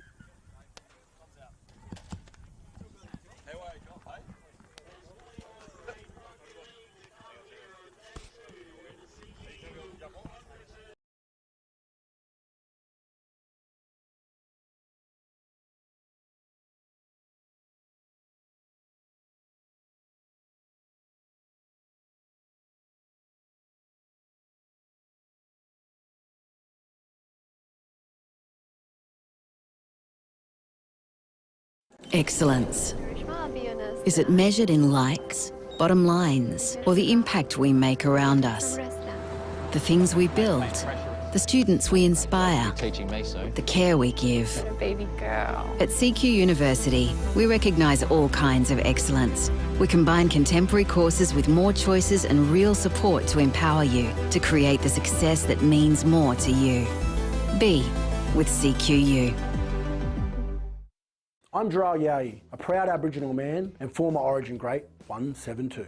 FOGS was established in 1997 by Dick Tosser-Turner and Alan Graham to honour the legacy and contributions of Queensland State of Origin players. FOGS isn't just about celebrating past glories, it's dedicated to making a difference in the community. From supporting grassroots and elite rugby league to fundraising charities that are near and dear to our members' hearts. Through the connections of our Queensland Maroons, we hope to shape a brighter future for all. Welcome to Durumble Country, where tradition, talent and community collide. At the heart of it all, rugby league, a game that unites city and bush, past and future.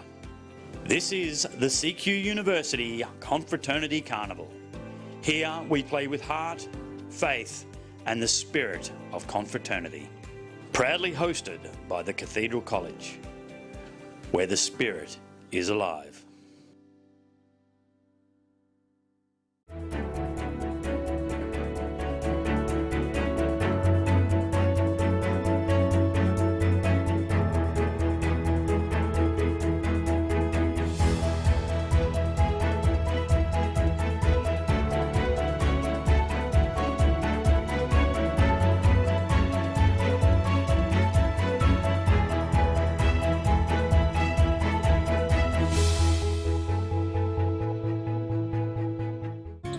You might not see them at first, but they're there. Threads. It is the connection we feel when wearing the blue and gold. We're more than just borders. We're brothers, bound by the values of presence, simplicity, family spirit, and love of work. These are the threads that connect us, past, present, and future. And when our time here ends, those threads don't break. They travel with us in the choices we make, the friendships we keep, and the faith we carry forward. We're stitched into something greater, because at Marist College Ashgrove, every thread matters.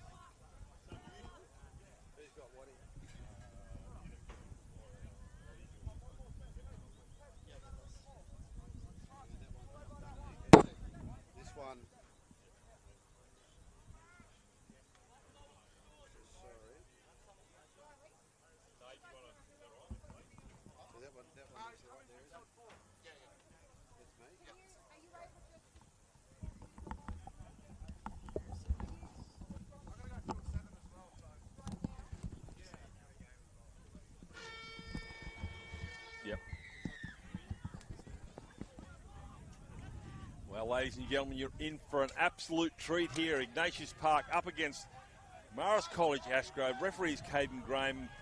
Michael Crutcher joins us in this one, and this is the final game of the Div 1 pool rounds. There's a break here straight away. Halfway line, the prop forwards going forward. They're an Afu. Oh, gazelle-like, gets to the 30-metre line. They'll get up and play at Ignatius Park. They go to the blind side, turns it back inside there to Shepherd, and Shepherd will take the tackle. And they've come up with a loose carry in Shepherd, or penalty I should say. They come up with a above the horizontal. Michael Crutcher, what an explosive start to this one. Yeah, well, we saw yesterday one of the Iggy Park big men, Tama Rupina, went down the left-hand touchline around about 70 metres to score. John, you would have loved it. Oh. So the big man can move. I'm welling up right now. He's a no-look pass. The crash ball coming through here from Solomon, and Solomon 5 out from the try line. Marist College, Ashgrove, all of a sudden they're on the own try line defending, and here he is, Afu again. He's still got some petrol in the tank after that break. He's underneath there somewhere, underneath the tackle there of Graham. Diving from dummy half, reaches out and scores, and straight away the number 9 in Byron Piggott comes up with a try 90 seconds after the start. Yeah, from that great run through the middle there, which was the start that Iggy Park wanted. We spoke yesterday about their game with St Brendan's, which was this time yesterday. It was a 0-0 draw, that one, and that was a game played in the drizzle and with a lot of mistakes in it, and both teams dropping the ball. Both teams hit their straps yesterday afternoon in the second game with some points, and Ignatius Park, the defending champions in this Confraternity Carnival in terms of Division 1 Confro Shield. They won it last year at home. They're trying to win it in Rockhampton now with the last team to win consecutive shields was Ignatius Park after a run of years of no successful defence. They need to win this game to get through, so the equation's pretty simple. The winner of this goes through to the Shield quarterfinals this afternoon. Well, he misses it. That could be crucial. From memory, I think, yes, last year they won. The year before they didn't even make it. They didn't in St Lawrence's. They had they'd won in 22 in Mackay and had a very un-Iggy Park-like tournament at St Lawrence's, but hit back last year with that epic final win over Padua. So two things in that first phase of play. First of all was the bust down by Afu, but then the penalty as well. And Ignatius Park made him pay, but a good dart from dummy half. As I said, Caden Graham's got himself a Div 1 game here, the referee, so wishing him good luck. Player to watch at the back is in jersey 21. It's Lincoln Baker. He was the fullback in the Confro Merit team last year for Ignatius Park. He wore the 1 jersey from memory in the final last year. He made the Merit team. This year he's had an ankle injury, I believe. Only got cleared last Tuesday. He's a Cowboys linked player, and so yesterday was his first football in some time, so he's a big addition to the Ignatius Park team. He's got the headgear on in field. That's come off. That's a Falcon right there. That should be play on. So Ashgrove have got their first charge inside Ignatius Park's territory, Crutch. And whereas Ignatius Park's been playing in the Aaron Payne Cup, we mentioned yesterday, this is Ashgrove's first rugby league of the season. Yesterday's 2 opening games, they've come from a school rugby union season. They're coached today by Dallas Williams, a veteran Q Cup player and a Devils assistant coach in the Q Cup.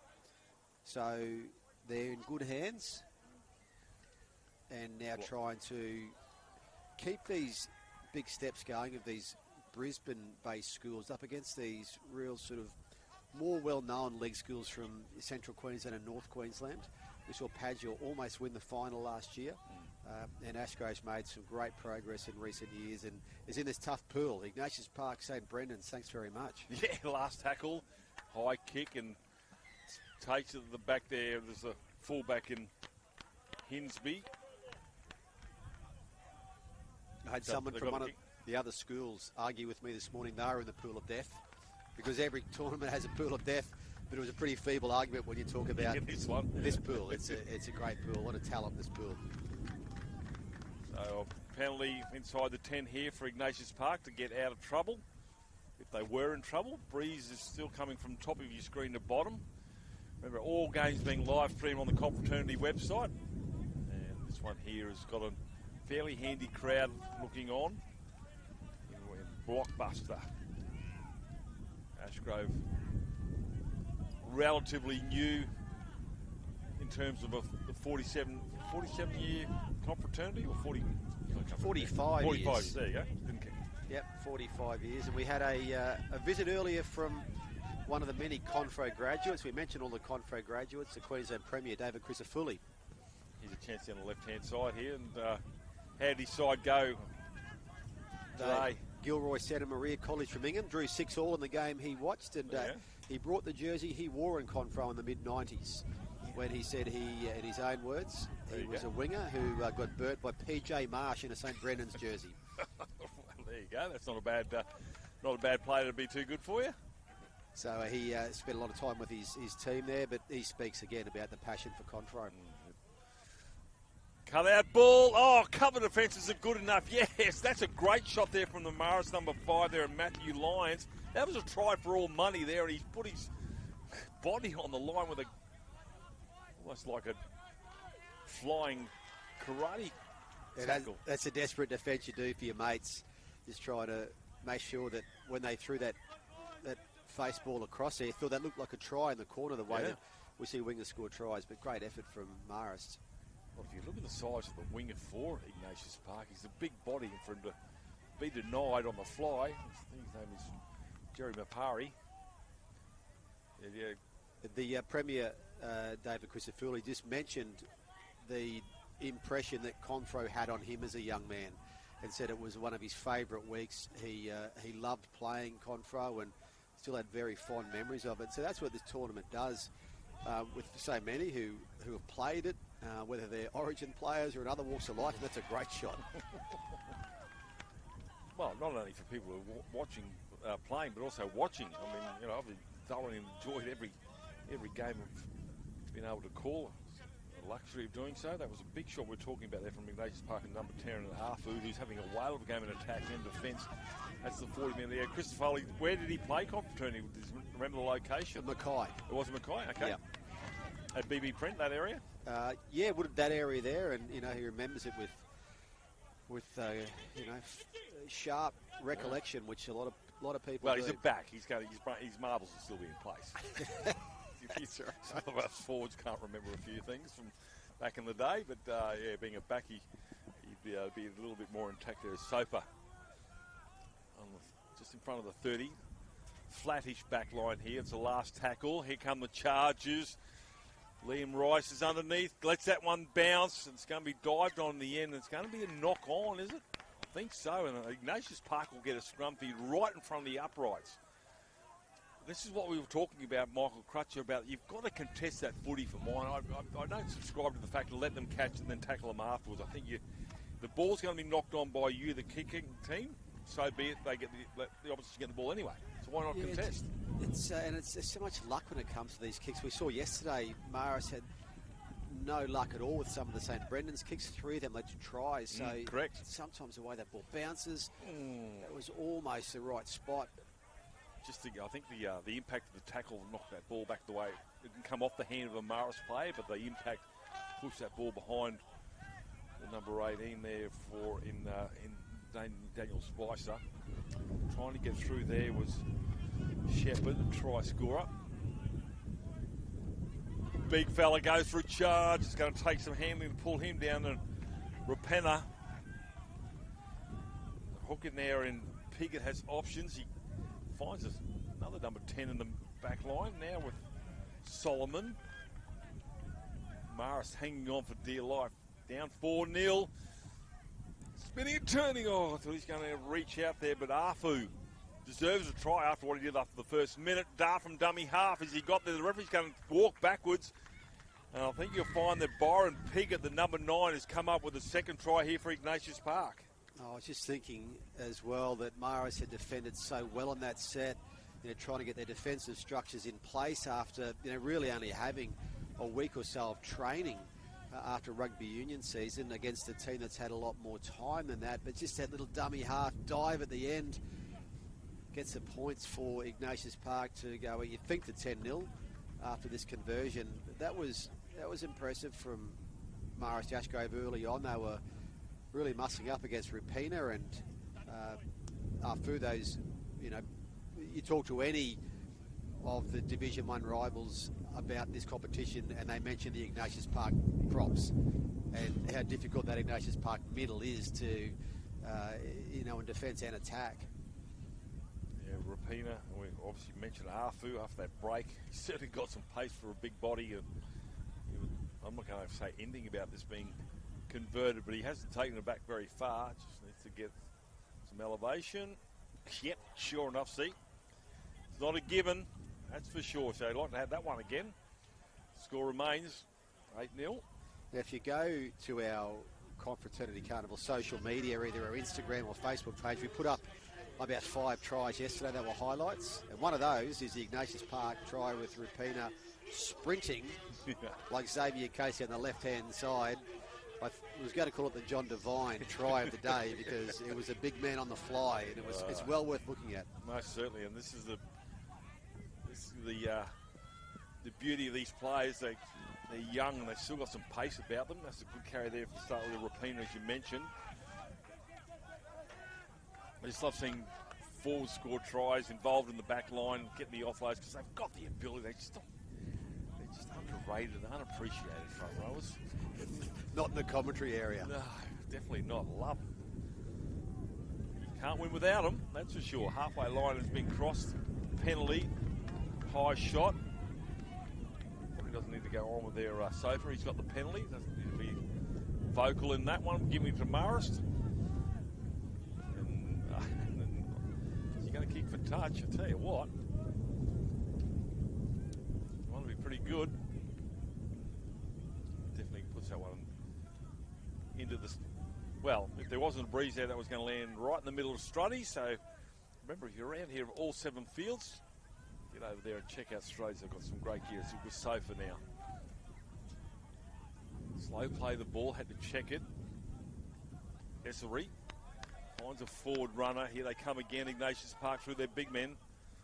Rapina was on that occasion trying to get past Reinders.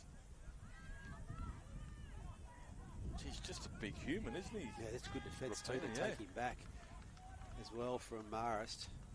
They're certainly committed in the line. Oh, lovely play here. Try in the corner. It's going to be Daniel Spicer and a try awarded. Bodies in motion. Bit of confusion there from Marist. Who was going to actually get the footy because there's so many players involved in the back line that actually didn't have the footy in hand. Yeah, they go on that left-hand side a couple of times and they get it right this time. They get that overlap there, and it's the pace to finish off and to bring that ball around next to the post as well. And that's just see that penalty there for that high shot that just slipped up. It was a line ball, but the penalty was awarded. Just gives that field position. And we've had a change in kicker here as well. Yeah, got sacked straight away. The other thing too, also, that backline move doesn't happen overnight. It doesn't happen on the day. There's a lot of training involved there to get those combinations right. And that was just poetry in motion there, and Ashgrove weren't ready for it. That's straight over. You got to do the next one now. Might be on the sideline, but conversion successful. 6 minutes remaining, first half. Last of the pool division games here in Div 1, or actually across all 7 fields. We've actually got one extra game starting at 12:40. So that's Marymount College will actually play the last pool game, and that starts with the quarterfinals and some of the Division 4 matches. So at 12:40 p.m. on this field, Marymount College will play Shalom College. Be interesting indeed. Oh, that one just so 3 of the pools in Division 1 will have the quarterfinals sorted out. The top 2 teams, there's 4 teams in each pool. The top 2 go into the Confro Shield playoffs. The bottom 2 into the Bob Linden Trophy playoffs. Rapina gets the ball and offloads it to a support player. Well, that's a bit of a head wrestle there. The referee will let that one go. Reinders, the 14, he's been strong. He has a fullback here at Hinsby. Reinders again a dummy half on the 40. Flat pass, finds Lurk. Lurch has been a bit of a head knock here. one of the things we have, of course, with these 6 games across a few days is we do tend to lose some players at different times. Fortunately, we've had relatively good news on a few players who have been hurt in the first 2 days now, but these players just put so much into it. Ooh, juggles nicely. Jeez. That's good hands there. I reckon you do all right with a cat and a chainsaw as well. Good stuff there from the 7 and Shepherd.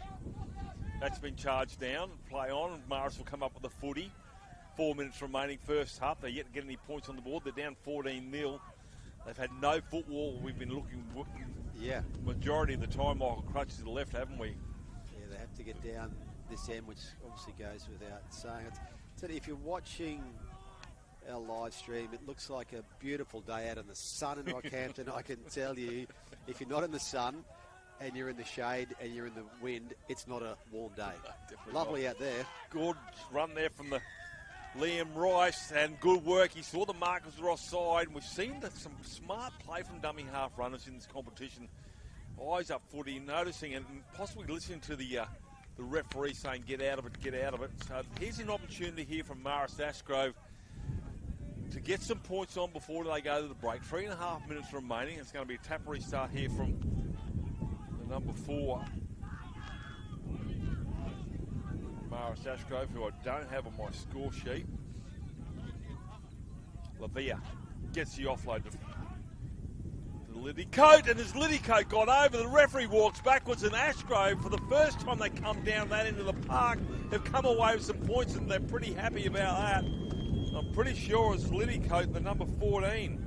Yeah, the right foot step there, and the gap seemed to open as he kept stepping towards the right there, and underneath the post he was quick enough and good enough to get through, and that's a really good try to Marist Ashgrove, and so close to half time as well. Just under 3 minutes to go, and we've got a player the referee would like to have a chat to. Yeah, referee Graham has called out a player, and he's gone all the way down to get a drink, and now go all the way back to have a chat.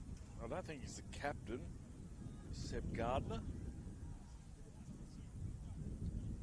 I think Dave, I can't remember, might be on the money just a little bit over the top with their celebration. Might have been a bit of a head rub of the opposition player. That's good work there from the referee in Graham to rub that out. You know, like seeing. Well, we've seen that in Queensland Cup lately. The referees acting on players who rub their hand through the hair of a player who's made a mistake. And in Queensland Cup lately, we've seen the referees react to that with penalties, which I think is a fair thing, because if you've made a mistake, the last thing you want is especially a little hooker rubbing his hand through your hair to say, cop that. Just look at the scoreboard, mate. That's all you got to say. I can remember just a good old sledge rather than something verbally. Yeah, well, you don't really need to on those occasions, too. The player knows what's happened. Totally. I did see one a couple of weeks ago in Queensland Cup that ended with a try to the other team after the penalty. So that was an expensive rub there hand through the hair.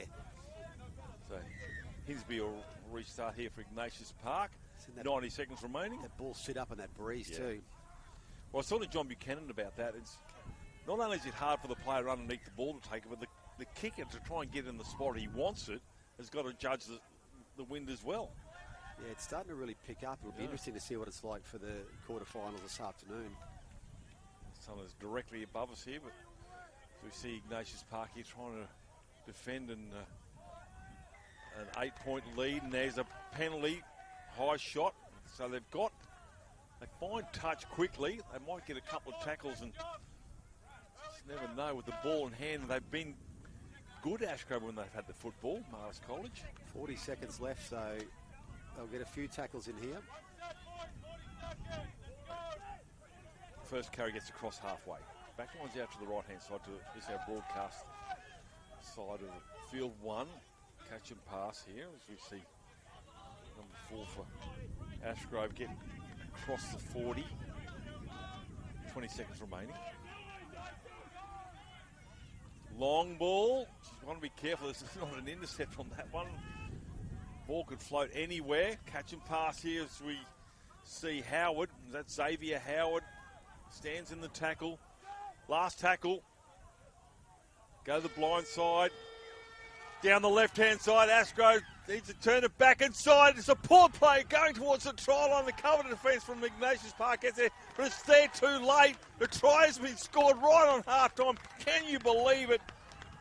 I think it might be the number 14 again with a double. Oh, how about You're that for killing a try? me. How good.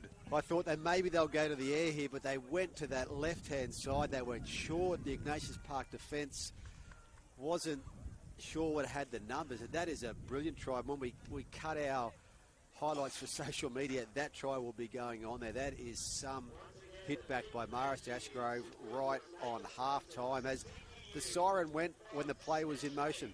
Well, you talk about spectacular tries, but you've got to bring into the equation the time of day for that. They could have just gone to the sideline. They kept it alive here.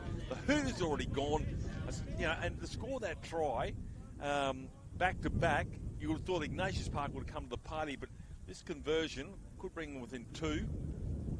Wind is behind him. Waved away. 14 points to 10. Strap yourselves in, people, for the second half. We'll be back shortly here. Brought to you by CQ University and Struddies. Back soon. Into the arms of Farnworth. Herby! Oh, what a shot, Bostock. Katoa. Oh, held beautifully. Oh, that is just brilliant. Kicking for Bostock. Yeah! What a try, Jack Bostock. The crowd wants him to take off. He does take off. Just sit back and enjoy this wonderful sight.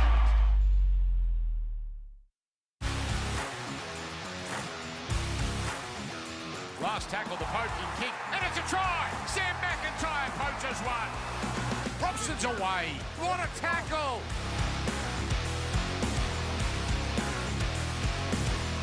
Oh, Purdue straight through and he scores. Purdue, another try for the youngster.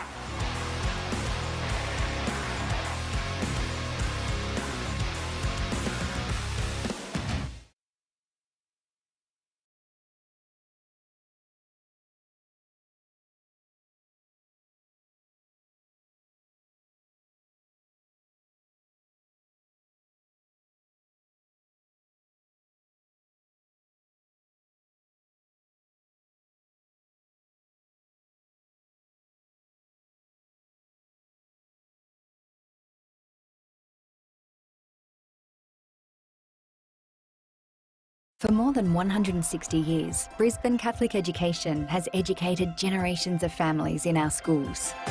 Covering the city, coast and country, our 140 plus schools across southeast Queensland are united to deliver an innovative and holistic education, one that nurtures students' minds, hearts and spirits, all with the aim of forging a brighter future. Brisbane Catholic Education, an education to believe in.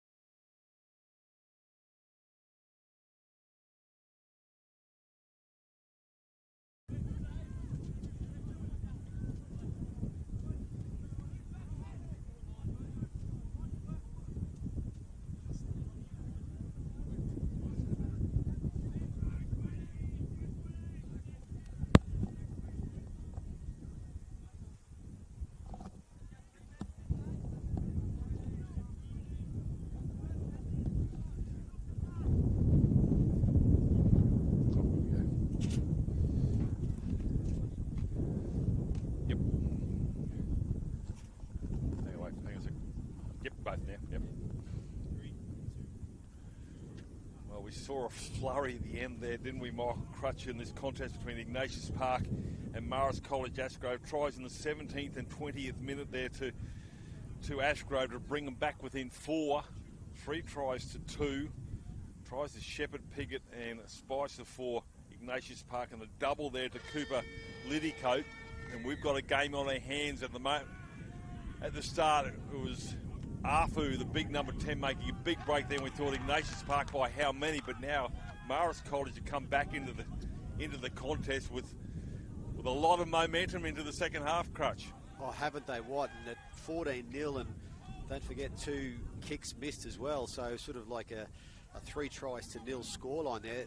And Ignatius Park would have felt fairly comfortable there, as comfortable as you feel in a 20-minute half. But full credit to Marist Ashgrove for the way they came back here, and they really have given Iggy Park something to think about here. We know these games can change fast and they can change back again quickly, but if Marist Ashgrove with that little boost in confidence here.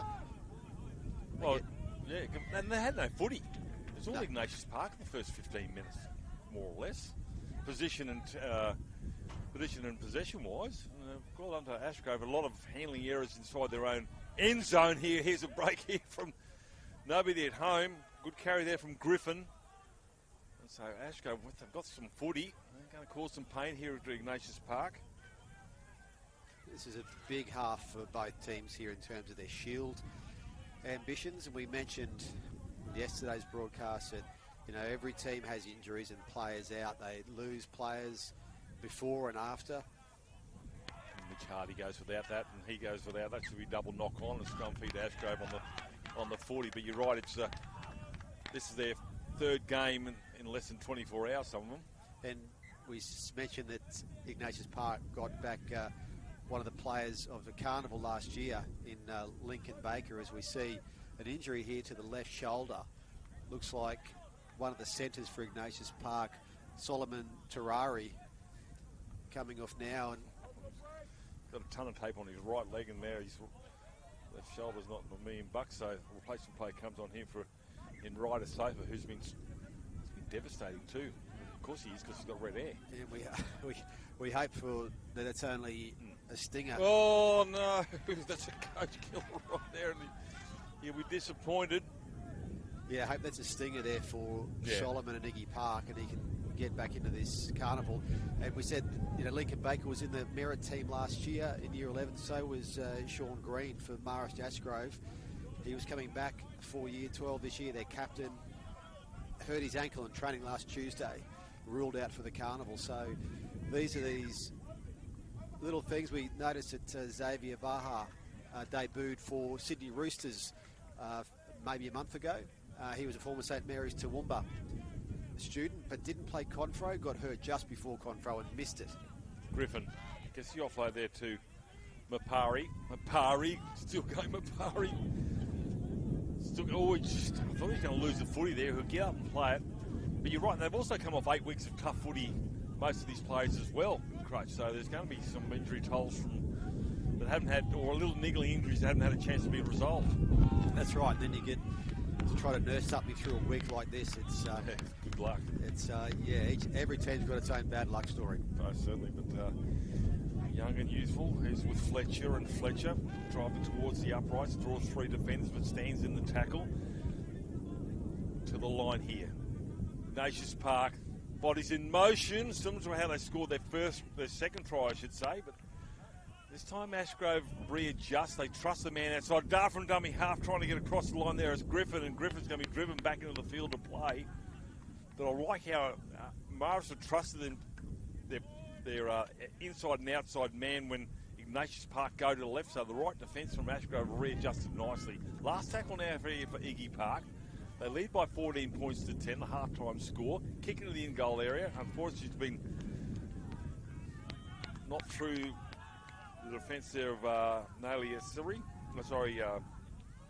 Ollie Millard. Ollie Millard. We'll talk about Marist Ashgrove coming off rugby season. Looks like Ollie Millard had been playing cricket. Yeah, it was a good grab, wasn't it? Snaffled that in the slips. Nice one.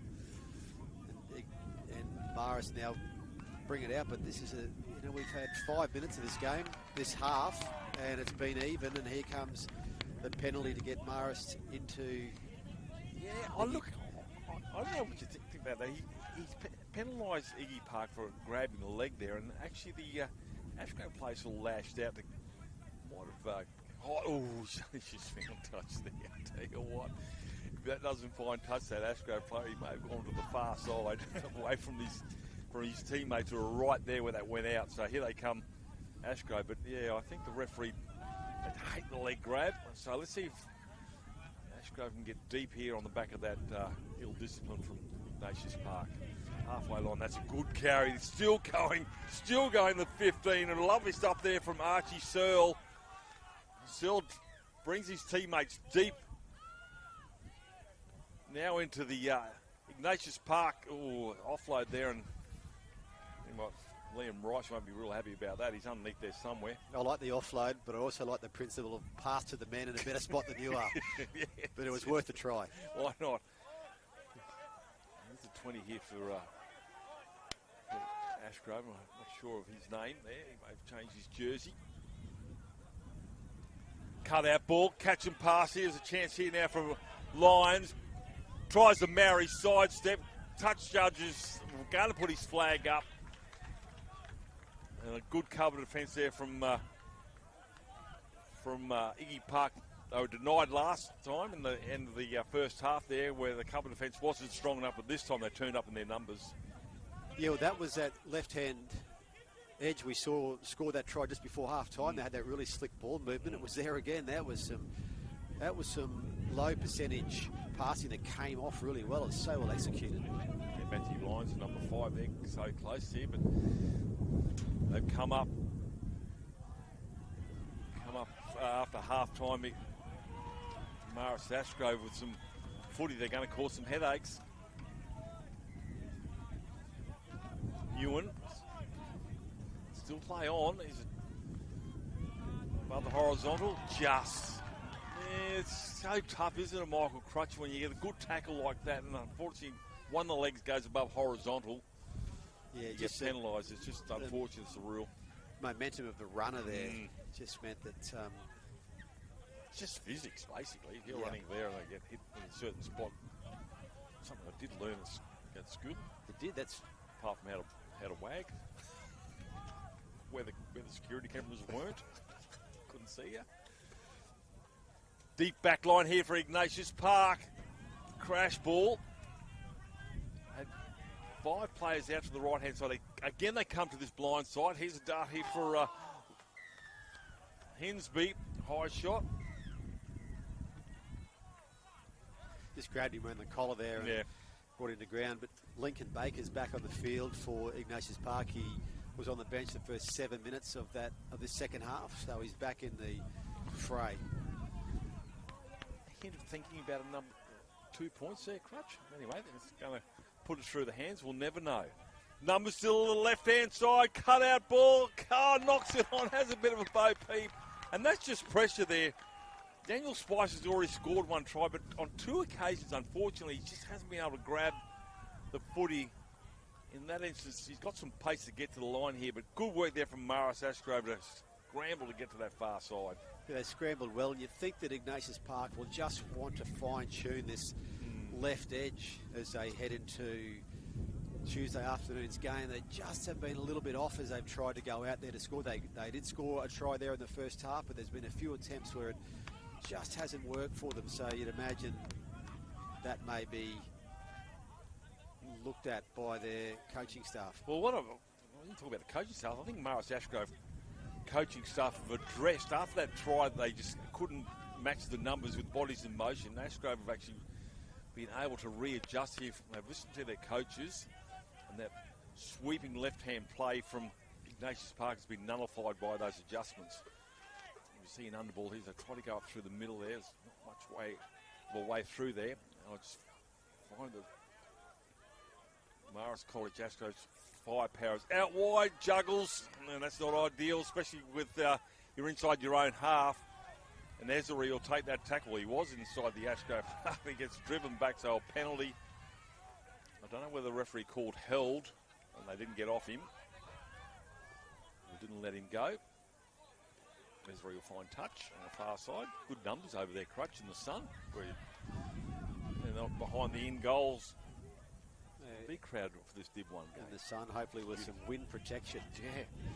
Ewan gets the offload here, or somehow Esri comes up with a footy.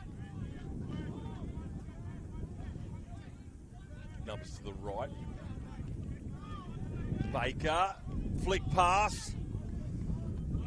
With Griffin, he'll take the tackle. The defence there from Ashgrove was good. They've come up on him. Need a number up here. They only have a 4-point lead.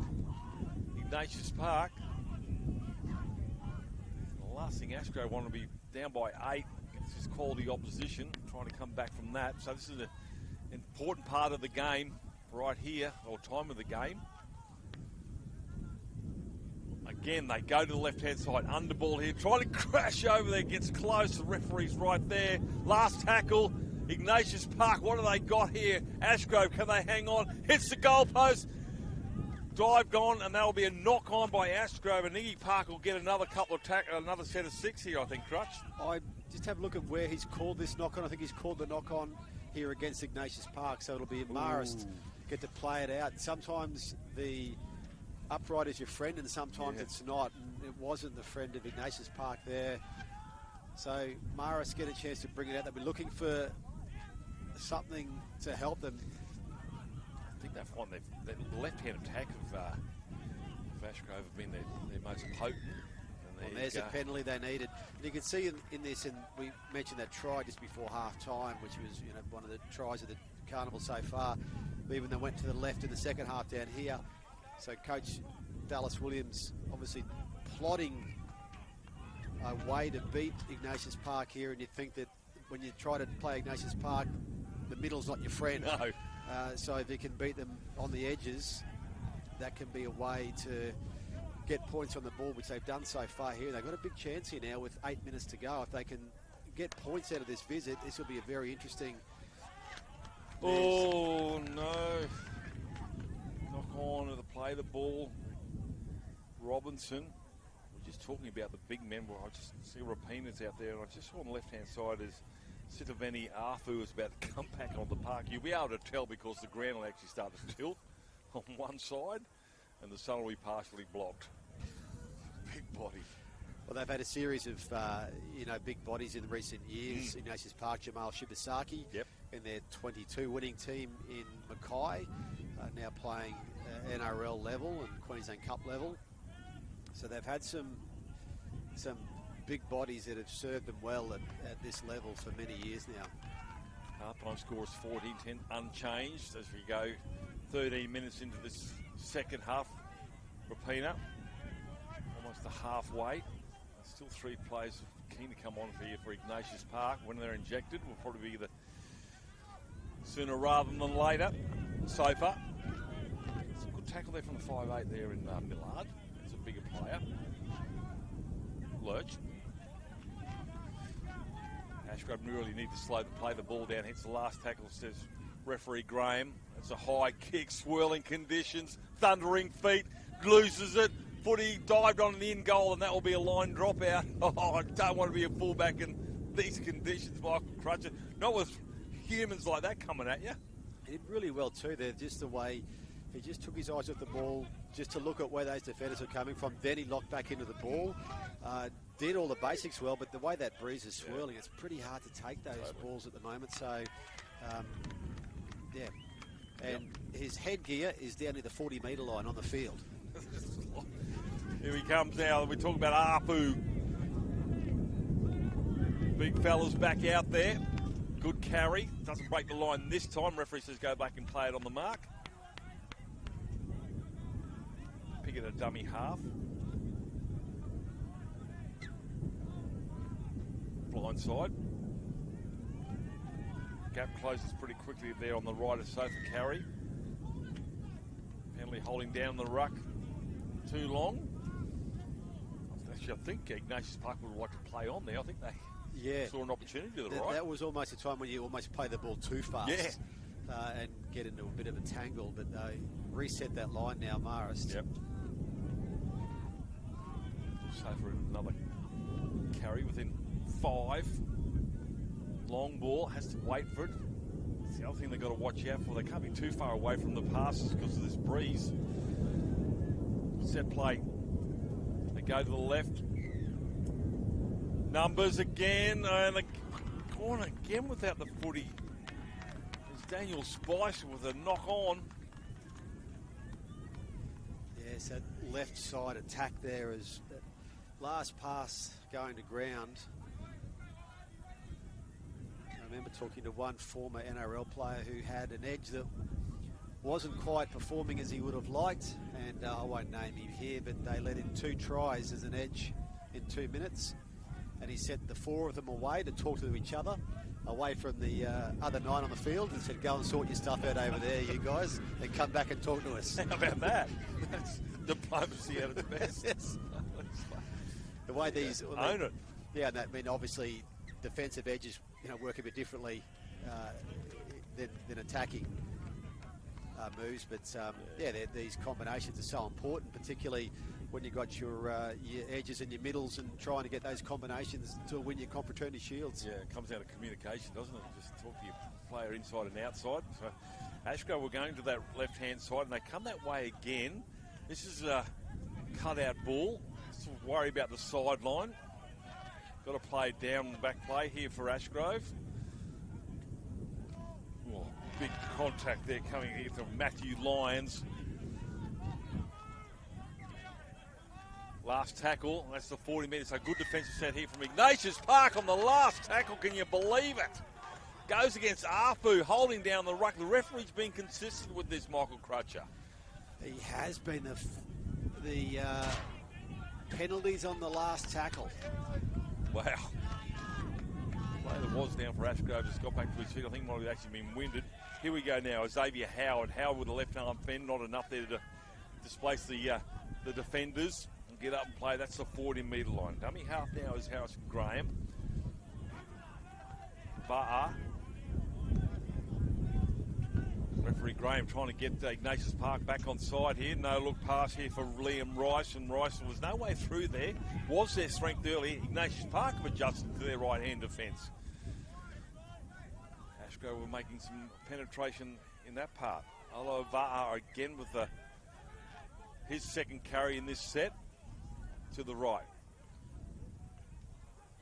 Halfback there and Jed Cole. I don't think that was the play here. Rolls it out the back. It's still alive here. Wasn't called held.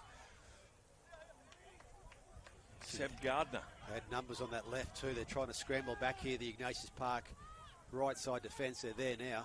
Last tackle, last tackle, last tackle. Grub a kick into the in-goal area. Kick dead. Good play there. Robinson, penalty there just for running behind the man. Which looked as though that came off a little bit too easily there, and that was possibly the reason. Now with 2 minutes to go here, you'd think Marist Ashgrove gets one more set. It's been a mighty second half by both teams here, where this is real Div 1 Confraternity Shield football at the moment. 14-10 at half-time. No change to the score in the second half, and Ignatius Park knows about not scoring points in a half of 40. They went through a whole game without scoring any points or leaking any. It's St. Brothers and Brendan's. A lot of time for this rider so far. He's been really, really strong in the 12 jersey. Ignatius Park here, short ball. Might be Arfu. No, it's actually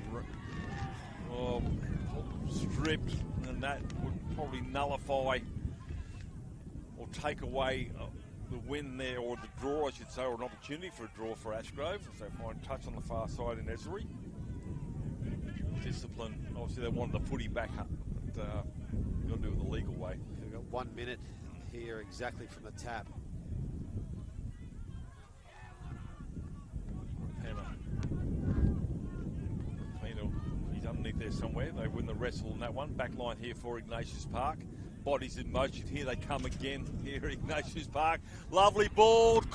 Scores in the corner there. Ignatius Park through Brodie Pritchard. And that certainly takes away the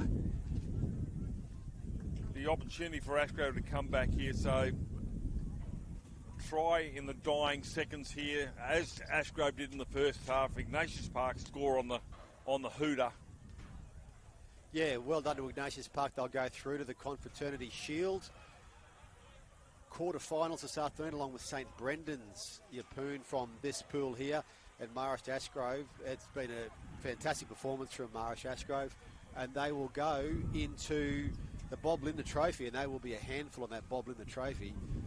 They'll be a difficult team to beat, as we see on the far field. Padua has scored, and there's a lot of cheering, so that might have been a close game against St Peter Claver.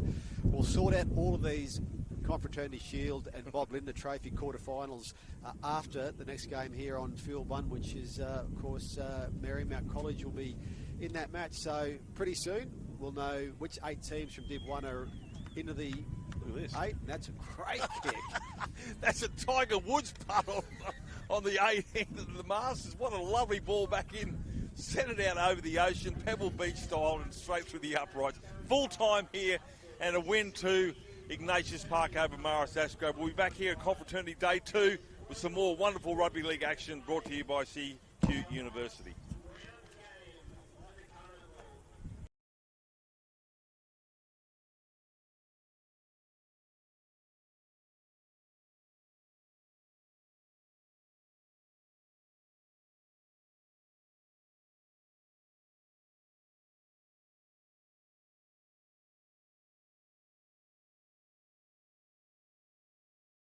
Excellence. Is it measured in likes, bottom lines, or the impact we make around us? The things we build, the students we inspire, the care we give. Baby girl. At CQ University, we recognise all kinds of excellence. We combine contemporary courses with more choices and real support to empower you to create the success that means more to you. Be with CQU. I'm Gerard Yai, a proud Aboriginal man and former Origin great 172. FOGS was established in 1997 by Dick Tosser-Turner and Alan Graham to honour the legacy and contributions of Queensland State of Origin players. FOGS isn't just about celebrating past glories, it's dedicated to making a difference in the community. From supporting grassroots and elite rugby league to fundraising charities that are near and dear to our members' hearts. Through the connections of our Queensland Maroons, we hope to shape a brighter future for all. Welcome to Durumble Country, where tradition, talent and community collide. At the heart of it all, rugby league, a game that unites city and bush, past and future. This is the CQ University Confraternity Carnival. Here we play with heart, faith and the spirit of confraternity. Proudly hosted by the Cathedral College, where the spirit is alive.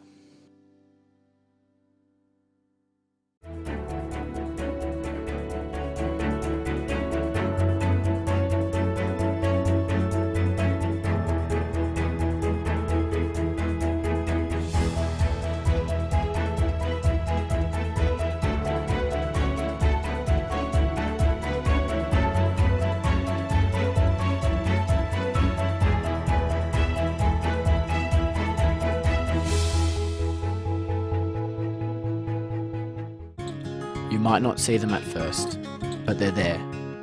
Threads. It is the connection we feel when wearing the blue and gold. We're more than just borders. We're brothers, bound by the values of presence, simplicity, family spirit, and love of work. These are the threads that connect us, past, present, and future. And when our time here ends, those threads don't break. They travel with us in the choices we make, the friendships we keep, and the faith we carry forward. We're stitched into something greater, because at Marist College Ashgrove, every thread matters.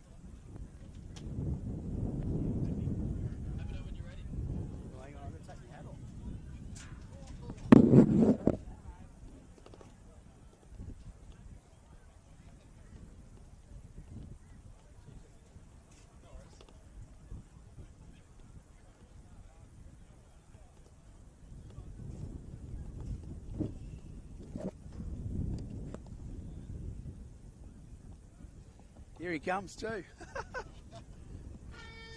Yeah, I'm good. Yep. All right, welcome back to our final pool game of day 2 before our final start. Waiting for Johnny Devine to come back from a quick break. So Simon Gills with you here between the calling the game for the Shalom boys against Marymount. Oh, and a kick-off error from Shalom. Marymount on the attack straight away. Well, Marymount College here with an opportunity to score first points on an error from Shalom College. Welcome, JD. Welcome back. Hi, mate. You've been here all... It's blowing a gale again. It is blowing a gale. Kite weather again. It is. Here's a chance for Marymount, the Sky Blues. On the attack early here. It's a very stiff breeze they're running into. Yeah, the breeze is picking up. Half back from Marymount. And Riddell. Kick into the corner. Is it too kick. big? Oh, it's taken a terrible bounce. Not a bad option, though. No, it's a good option. Shalom defended the set well. Let's see what they can do out of their own half here. First time in possession. Yeah, well, they probably thought they should have been getting on the end of a kick by now, but that error from the kickoff. It's all about field position, isn't it, in this first half? When you've got a breeze like this, you need to be playing down the opposition half. Well, I'm still yet to see an attempt at 40-20, which is surprising. Aston Fraser, high shot. Big second rower. So this is a get out of yardage penalty for Shalom. So I like this. They got a different strip. For normal? Yeah, we're playing in the white. We've got a variety yeah. of jerseys, but yeah, gone the white option for our main one. Yeah, the boys seem to like that. We do have a black and a red one we bring with us in case. We had to use the white one against Emmaus yesterday because they're very similar designs. Correct. Yeah, but who decides that? Oh well, prior to the carnival actually. Yeah, Emmaus, good ball.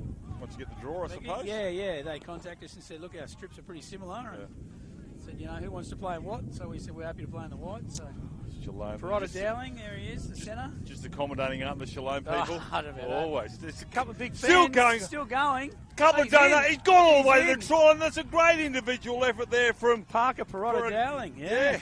Fantastic. There would have been 5 or 6 fans. The big right hand came out.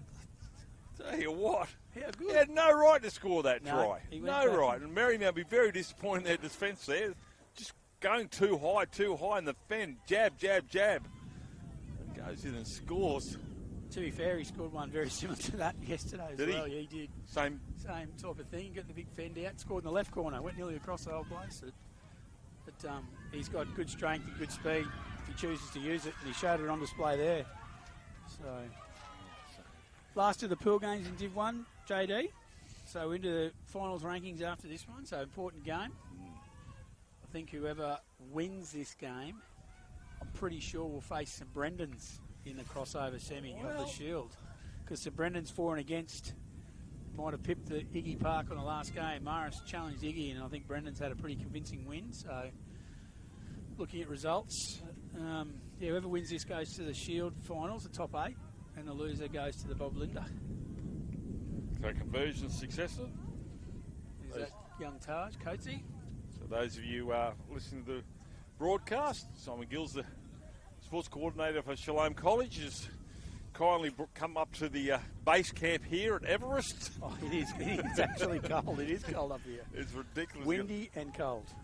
And, I'm warmed up a little bit now because to my left is one of the hottest referees in the competition, is Sean Chapman. He's oozing heat over there as he's monitoring this game. Great job, the referees. I think he's got a beanie and 3 blankets, doesn't he? Mate, he's stolen stuff from his own hotel room.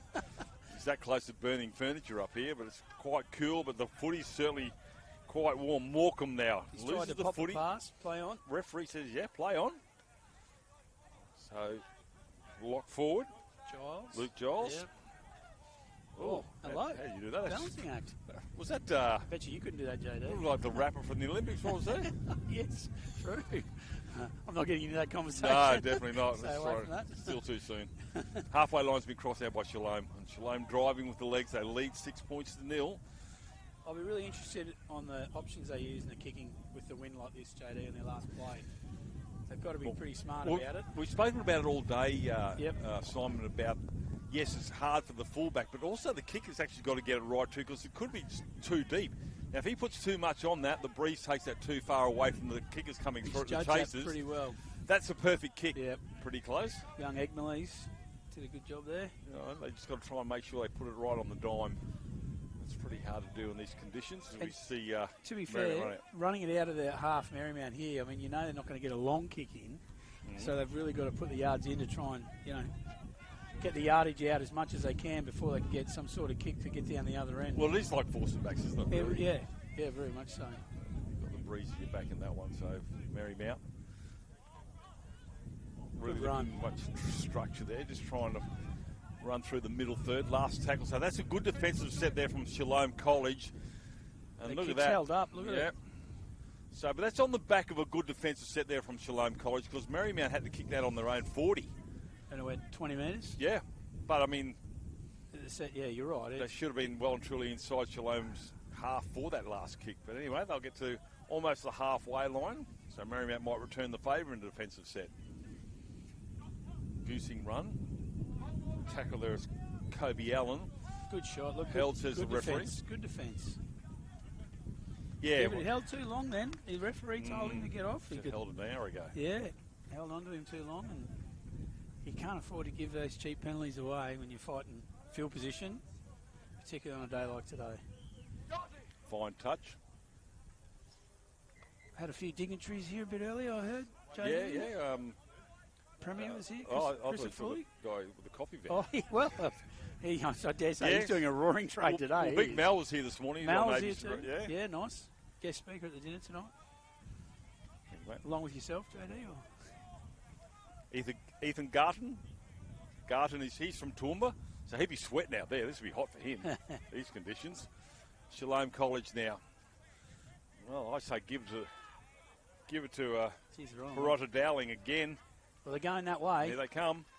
Well, lovely ball. Good ball. lines here from DeLacy. And DeLacy reaches out into the double movement. No, held up. Wow, what a good ball and a good run. We're in an ideal position to see. That was outstanding. Ref was right on top of that too, so it was a good call. DeLacy goes back and he'll say, I was so close. The defence certainly shaped up for Barotta Dowling out the back, and it was a great short ball. Now it's the last here for Shalom. What can they do? They've got options left and right. They go to the left. What are they going to do here? Cut out They're ball, be the order of the like day. Corners waiting, try time. And over he goes and scores. I think it's the number 2, is it? Cohen Dick. Yeah, it is. They kept his width beautifully then. Used every inch of field one there, did Shalom College. And we put it on the back of a good carry there. We held up over the line there, DeLacy, and then they went to the left-hand side. They had options right and left, but cut out ball. Well, the good thing is, JD, they didn't kick it. Too hard to manage that. As I you think said, the so. grubber. Yep. So hard to manage the depth of it, and they decided to put it through the hands and play with a bit of width, and Cohen Dick gets the rewards in the corner. So, they're not the smallest in goal areas, but yeah, that breeze. And the footies aren't as heavy as they used to be back when we used to play, Simon. They're a little bit lighter, aren't they? A bit more balloon-like. So and that's the other thing I was talking about in the game beforehand with Ignatius Park and Marist. Players actually had to come a little bit closer together for those passes from right to left in particular. Just floating. Yeah. Yeah. So we talk about players getting closer together in wet conditions and windy conditions. The same principles apply. But in this conversion, if you want to be a sideline kick, this is where you want to be. I'm going to go out on a limb and say it's probably a 10-point breeze. So, really, I mean, Shalom have utilised the breeze, but it'll be interesting to see what they can do from here. Because Marymount are going to get this advantage, obviously, in the second half. That's low and flat, and no good. Not a bad option, though. Yeah. Out of the cannon. 10-0. Yeah, all to do for Marymount. They've haven't been too far down, or haven't really threatened the try line, only from the kick-off, when there's a knock-on from it. Otherwise, they haven't really been I don't think they've been in the half, have they? No. They've struggled to get out of the half with the way it is. So it's a big hole here. Just this ball's going to sit up just like that. Look at this. Hang on, does it go to 10 metres? It's over the 10, and they've got it back easily. There you go. It's a smart kick. In this breeze, it's a very smart kick. Shalom College now will have to defend when they thought they might have been taking some carries. That's with Axel friend, I should say. Morse has to go behind him there. There's Tunny Cliff before he gets the offload. Tackle there from Parada Dowling. Friend of dummy half. Morse again. Morse doesn't get through there. Cut down by Morecambe. Goes behind Marymount. And that's going to be lost metres. As I said, they've just got to be careful with these passes, especially from left to right. Smart kick. That's not bad. The winger is up. Bounces good, but not good enough. Knocked out in goal. Who touched it, though? Long way away. Let's have a look. Marymount, yeah. Forward, Shalom's ball. Good option. Yeah, I like that, yeah. Good option. And the ball held up in the breeze, so it gave the outside back time to go through. So, very good option. Baker. Big solid run. Runs into Pomeroy. They come again through the middle third. That's good defence. Driving defense. With the legs, the lock forward. Axel Friend. Got to get to... I think this is smart play from Shalom. They're not playing anything fancy. They've got a 10-0 lead. They'll get to their kick, drive it down deep, because they've got to actually come back into this breeze in the second half. So this is smart play. They're not defending the lead, but they're just not giving the opportunity for Marymount to take that lead away from them.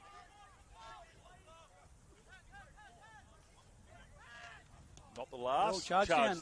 Oh, it's gone out. That's unlucky. Shalom ball. It's a hard ruling. You know, you get the charge down. Like, it's a reward for making the effort. Correct. And you just give the opposition 6 more tackles. Like, so why bother? Yeah, you it's a bit that way. We had this talk yesterday when the same sort of thing happened. So, mind you, though, if it bounces up nicely for him, happy well, days. He was away. Yeah, he was. Yeah, the Marymount boy was leading the race then, wasn't he? So, but just now, Shalom's going to be into the opposition half, the Marymount half. Good run from Dodder. I think you're going to make more metres with the footy than in the air. Slow Very to get slow. off. Everyone's tangled up there. Referee Ethan Garton from Toowoomba, patient man. Yep, that was good refereeing. They were all tangled. Plath. Ooh, good tackle. Plath. Good tackle. Just about through. He had his head through, didn't he? Here we go. Forward to the back line. Morecambe, first receiver. A couple of tackles still to go here for Shalom. See a crossfield bomb going up here. Straight towards the uprights. Dodder. Spinning and turning, doesn't get any further. Now he's with Coates, dummy half. They go to the left-hand side. That's their strength for mine. Ball again. Here we go, kicking it in goal. That's nice. It's dived on by Marymount, and that will be a line dropout with 6.5 to go. Very smart play with Plath here. Odds are they'll go the short dropout here, JD, into the breeze. I think probably not intentionally, it just happened that way. You'd probably go for a big kick and only go the 15. Well, and the problem is, but if they intentionally go for the short dropout into this breeze, it might not even go to 10. Correct. So they might as well try and go as long as they can, like this. It's made it over. That's knocked on. Knocked on, play on. Marymount rewards. Now, my argument towards this short line dropout in this instance works well because of the breeze. Because really, you send it up high and it's going to be easy for you to line. Good offload. Knock on. There's a knock on there. Didn't need to do that coming out of your half. I mean, he got the hands free, but his support wasn't ready. Third tackle. Yep. But now they're going to be up against it here again. 5 minutes, just over 5 minutes left in the half. Marymount have to be pretty gassed. They've done a lot of defending. Yeah, they have, yes. Shalom. I can't see because there's a couple of Ignatius Park forwards in front of the scoreboard. I can't even see the whole scoreboard. Look at the size of that. That's Rapina over there, I think. They're having a spell after their games. 10-0? 10-0, yeah. Oh, pushing the scrum. There you go. Big push. Haven't seen that for a while. Not for a long time. Not since I saw the last mousetrap. The ball was out when they were still pushing. Yeah. Started a bit earlier. Oh, good shot. Good contact. Real good contact. Eggles just quick play the ball. Shalom's been a feature. Throwing the cutout, giving Again, the terrorising the right-hand defence of Marymount as Kane Edwards gets up. Marymount. Again, we've been looking to the right-hand side of field one, Simon Gills, and it's just been all Shalom. Let's see what happens in the second half. Oh, good ball. Come out, ball. Here he goes again. Gives try saver. Touch from Marymount. I think you're right. That was an absolute try saver. Perot Dowling, to be fair, could have probably gone himself. He wasn't being greedy. He had the outside winger unmarked, and the Marymount defence did an excellent job. Well, they've got to defend again for another 6. But that was a dead set try. That was. He was under the sticks then. That was going out to, I think, Shalom winger. Not sure who's on the wing out here, actually. Is it Dante? It might be Dante, actually. Yeah. Well, another push. Well, he got it back again. Big Aston Fraser up the middle. Look at him. Crazy tall body. They've got numbers to the left-hand side, but Marymount readjusts Short here. Right. Trying to punch at the post. On a Prienko. I tell you, come back out right, wouldn't you, to Perot Dowling again? He's looked good. He's looked good with the ball. Here it comes. They've got numbers too. Plath. He's going to give it. He's taking it oh, there it is. There you go. He learned last time. Just too easy. Sold the dummy. And he'll go in for his second try. They had him stripped of numbers, didn't they? You could see it. I mean, we got a good vantage point, but you could see it up here.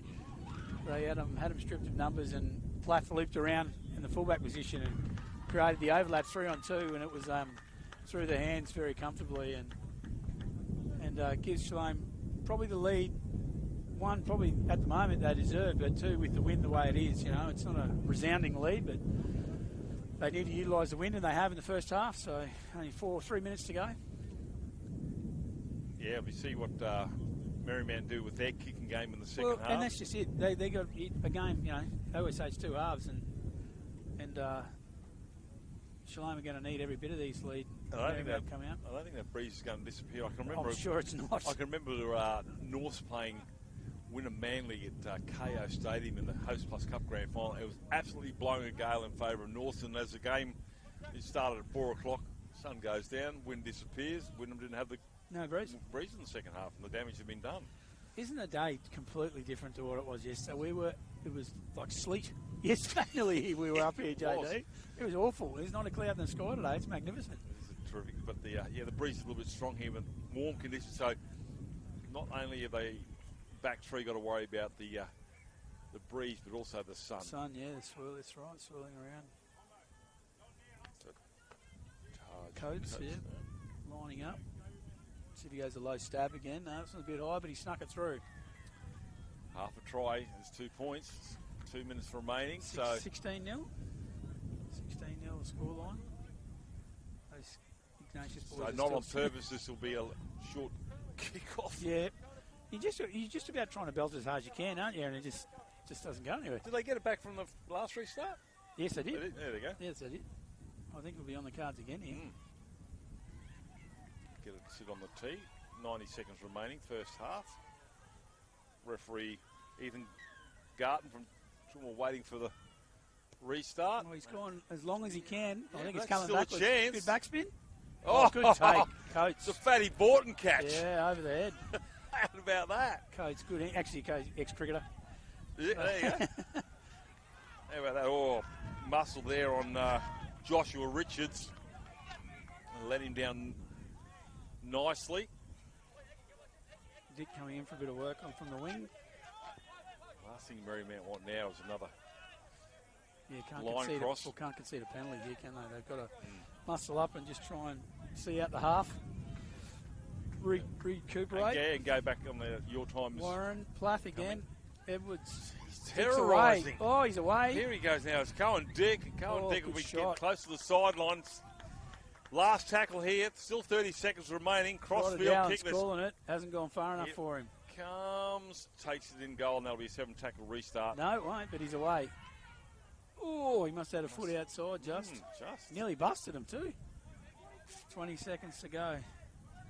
Marymount, can they? We saw in the last game where Ashgrove and Ignatius both scored on the hooter. Yeah, right. Both halves, so not out of the realms of possibility here for Marymount, but they'll good shot. Big shot coming in there from Nick DeLacy, and that will be one more play. Yep.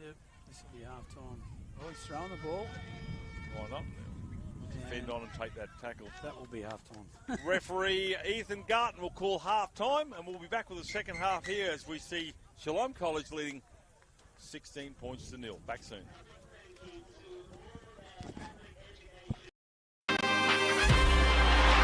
Into the arms of Farnworth. Herby! Oh, what a shot, Bostock. Katoa, held beautifully. Oh, that is just brilliant. Kicking for Bostock! Yeah! What a try, Jack Bostock. The crowd wants him to take off. He does take off. Just sit back and enjoy this wonderful sight.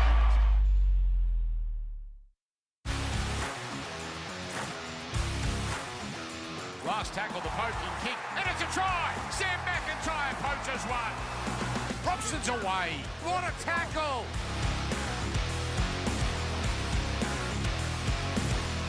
Oh, Purdue straight through and he scores! Purdue, another try for the youngster.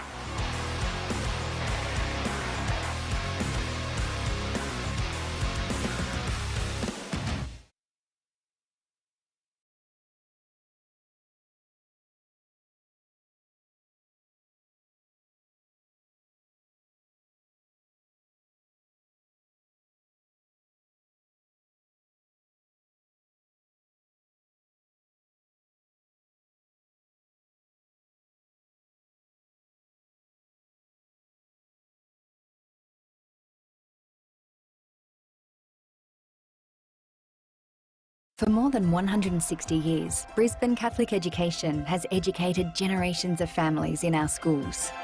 Covering the city, coast and country, our 140 plus schools across southeast Queensland are united to deliver an innovative and holistic education, one that nurtures students' minds, hearts and spirits, all with the aim of forging a brighter future.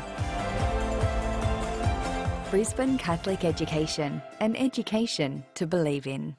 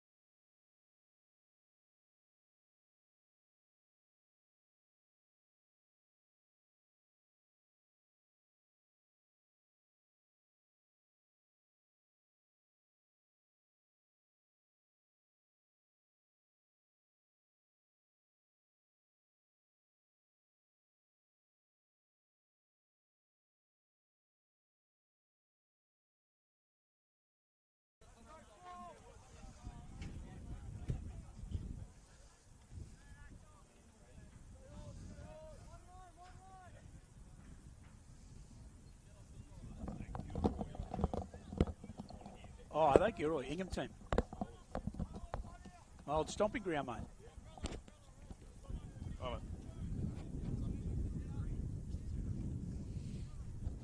Simon Gills joins me, John Devine, here for this clash between Shalom College and Marymount. Shalom leads 16-0 on the back of some good attacking rage and obviously a howling breeze in the back. How they cope in the second half, Simon? Well, time will very tell. much so. Wind assisted, but it's definitely... It's not unachievable to chase us down with the breeze that the Marymount have got, so I'll be interested to see how they utilise it. I dare say they'll play field position as much as they can and try and force the errors from the Shalom team. Is just what Shalom did in the first half. Shalom College, well, all they got to do is throw it to Peroto Dowling, the number 4. Scored 2 tries in the 4th and 17th minute. Obviously Cohen Dick with the other one. So 3 tries, 2 of those converted, and we are underway. Gone deep early as far as they can go. Yeah. Yeah. Big contact, and Fraser. Aston Fraser. Pretty happy with what he did there. Look at him, stoked the big fella. He's up and bouncing. Getting his jiggy on. So, and they know they need to make a good defensive effort here, Shalom College, because the last tackle option with the kick will be a raking boot downfield. And if you're Taj Plath back there, I was going to say, he's a long way back already. Oh, penalty out of, oh, jeez. Late in the tackle count too, Simon. No quick taps there. Go for touch. Yeah. Go for touch. Well, they're going to give Alex Pomeroy the number. Oh, I thought they were going to give it the prop forward to kick for touch, and that could have ended up in Gladstone. Actually, I'm on the wrong side. That's a big kick too. Yeah. Oh, that's at least a 40-metre gain. Okay, well that tells you what's in the face of, pardon the pun, of Shalom College with this breeze. Well, touch finals, you get a penalty, Simon. Yep. You lose 30 or 40 metres. Yeah, oh, that's right. If it was the other way, to be fair, you'd think Shalom would take a tap because we wouldn't be able to kick into this very far. So, but Marymount utilising the breeze beautifully, and now they're on the attack, 30 out. Friend. Back line to the right here for Marymount. Dart from dummy half before the offload to Beckham Morse. Little dummy halves look threatening. I think he's going to, if he gets close to the line, he's going to have a crack. Elusive little fellas. He looks strong. He's threatening. Kobe Allen. Good quick play of the ball. Good Steps step. off the left there. There's Ryder Abel. That was a beautiful step. They're a metre short. Dart from W. Oh, you called it. He was always going to have a crack, wasn't he? Oliver Friend scores 2 minutes into the second half. He just looked like he wanted the ball in his hands, ready to have a crack. And it was opened up. It was a good run from the outside back rower. Had the momentum, had the Shalom defence on the back burner, and all came about from the penalty, the yardage penalty, got him on the attack straight away. Correct. Yeah, and that easy 30, 40 metres from that touch finder. Thank you very much. Great field position. Yeah, 16 points is never going to. It's going to be tough to defend on this. In the second half. Well, Shalom haven't had the footy yet. See what they've got into this breeze. We've got just looking over the back here of the field number. What number is this one, though? 3? 2. Yeah. And they're camped down the same end. The girls' game there, so breeze is certainly favouring those running from the left. Well, that's a good conversion, that. He's nearly put that in the houses. 16 points to 6. And look, the thing is, too, here, JD, 3 minutes into the second half, it just builds a bit of momentum for Marymount as well. You know, they know they're chasing points, but they don't have to do anything stupid to get the points. They've just played conservative football, waited for an error, or got the penalty, yardage penalty, and, you know.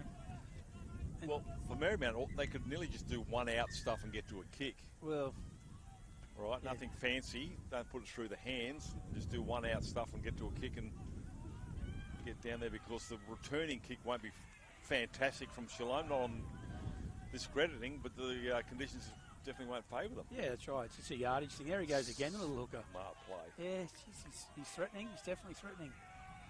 Well, he's a little man against 2 big marker defenders. Here they go again through the middle third. I like he's got good foot speed. Marymount. Here they come again up through Good the run. middle. Good run. That's the halfway line right underneath his nose. Still a couple of tackles tackle, going. yeah. This is a good attacking rate here from Marymount. Now it's the last. Now the option. Do you put it through the hands? Do you put it up high? Go up, surely. Careful not to give away a penalty on the last. It's Little smart. dinky kick because the fullback's right back. And well, we talked about this yesterday, Simon. That thing lands on its end. It took off. It lands the other side of the footy on the point. Yep. And both the wingers were up in the defensive line, so the fullback, if anything, he tried for a short kick in a no man's land, but the winger still took it too far. Yeah, Hayden Riddell was the number 7 to put that kick in. So now the Shalom boys, they've got to muscle up here and get as far as they can. Oh, carry him the wrong way. Yeah, thanks very much. Yeah, that's right, extra yardage. Yeah, push, little push. And this is what And to be fair, this is what Marymount can't do. They can't afford to. They can't afford to give away this, and they're going to tap. Smart play. Yeah, they're going to help me. I was looking at a basketball game. Was it against the Caribbean for Australia? And the Caribbean player put it in his own net. Oh, there you go. And good run from Morecambe. Shalom front rower. And the referees didn't know what to do. Do they get 2 points or not? I think they do, don't they? Well, I don't know. I don't think he's ever had before. Didn't know where he was, the poor old Caribbean player. But yeah, right. To the right-hand side. Here he goes again. Parada Dowling, left fence. There it goes again. There he goes. He used the left that time. He was off the right about 5 times. Only around the ankles they bring down the big fella in the number 4 jersey. Now it's a lock forward here coming through is Giles and Luke Giles, 10 metres short of halfway. They get some points here. This is a consolation. Yep. 4-point prize worth probably 10. Bit of Warren. Plath again. Oh! And look, I think the wind's taken that. I agree. That's exactly what I was going to say, Simon. Yeah, the wind's taken that ball, but Shalom have got the ball down in the Marymount half, so Marymount have just got to be smart here and play some conservative footy and get down the other end and try and force a mistake from the Shalom team. Now we're talking off air at half-time where this pool game lies in the grand scheme of things. So what's happening if Shalom were to win? If Shalom to win, I think they finish second in their pool, which puts them into the top 8, or whoever wins this game, actually, because Marymount are in second at the moment, Shalom are third, so this game, winner of this game goes into the top 8, the Shield quarterfinals, and I believe we'll probably play some Brendans in the quarters.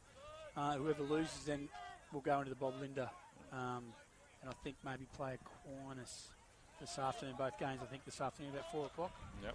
So it is a crucial game to where the teams, geez, that really floated forward to me, where the teams, where they sit, for their aspirations, and, all the Division 1 teams want to try and make that, or Division A teams try and make that Division 1 top 8 at the end of the day. That's a big bomb. That's floating big, and a good take. Very good take. Cohen try scorer. All right, well, we've got a 13 minutes before we can find a winner. Don't worry about that scoreboard of 16 points to 6. It's going to be very hard for Shalom to defend that. Yep, 10 points is nothing with this.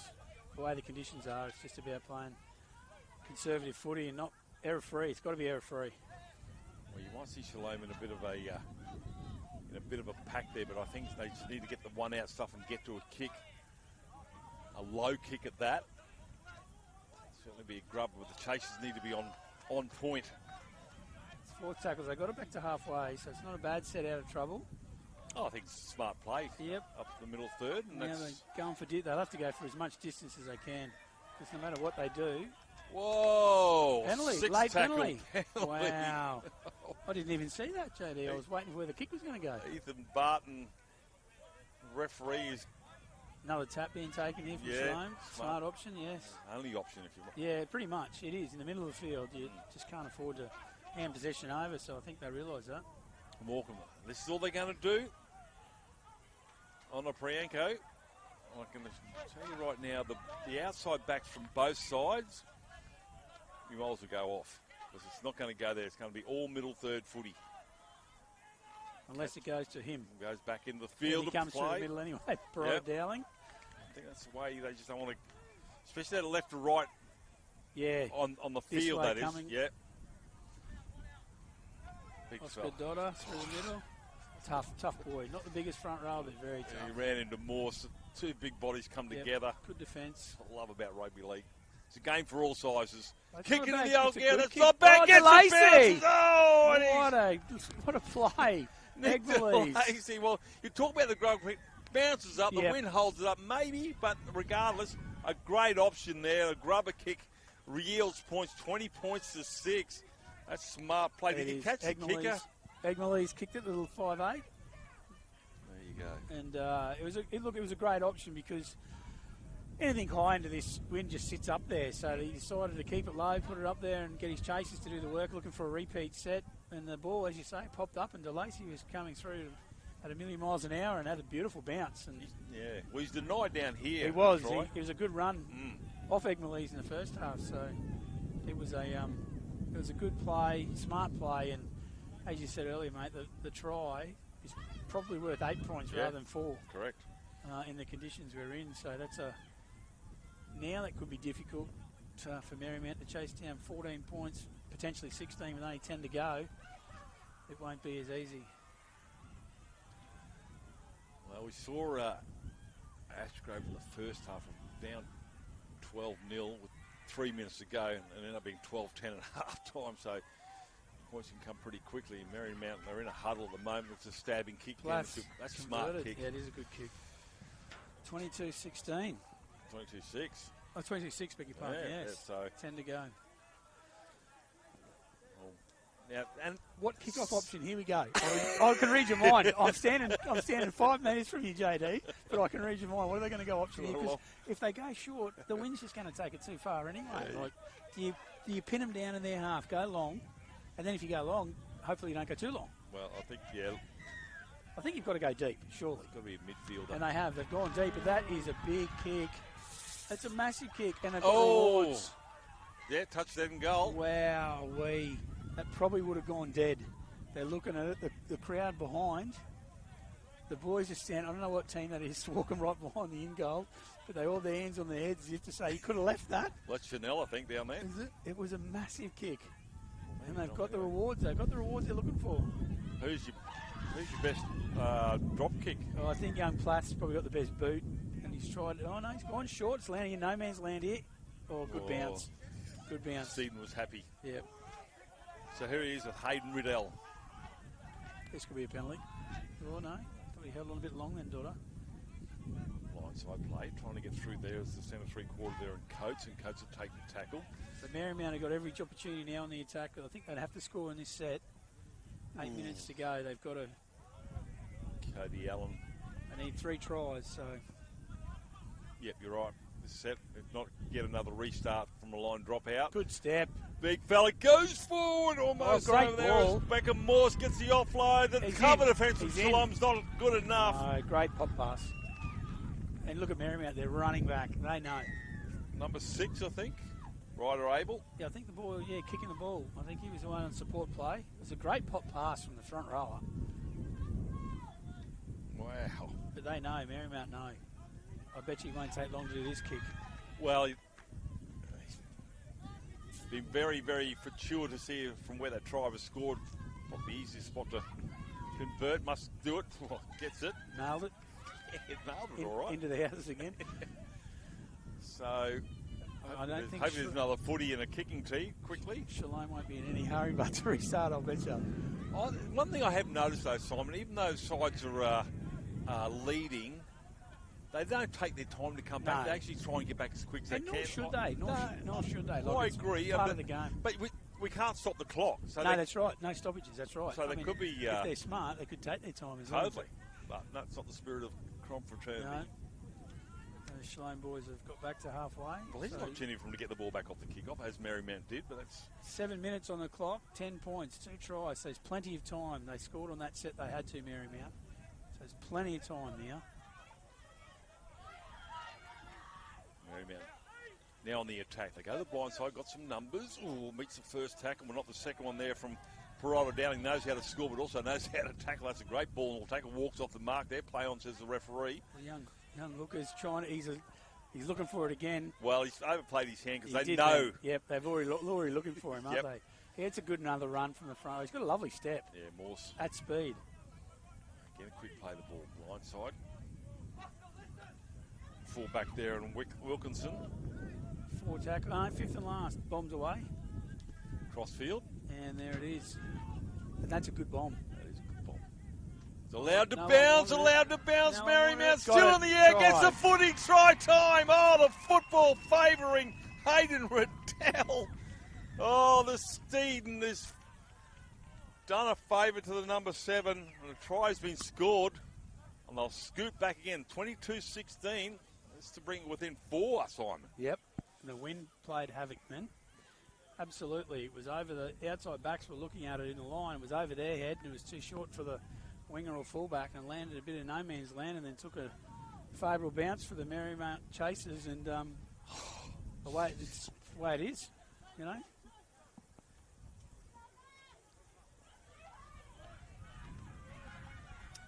Conversion successful. 22-18, 5 to go. Why would you be a coach, Yeah, Simon? What are you doing on the sideline? Yeah. What are you saying? Two very experienced coaches for both teams, Kafusi and Hamilton, respectively. And look, I think, the Marymount instructions will be just same and same. Play possession, play, field position, hold on to the ball, get it down the other end, look for the error, look for the bomb, look for the mistake, and Shalom's the other side. They've got to muscle up and defend, and they've got to try and get to everything they can on the full. Yep. Even if they're making a mistake, at least they're still trying to take the ball on the full and not let it bounce into this breeze. So into the sun as well. And that's nearly gone backwards.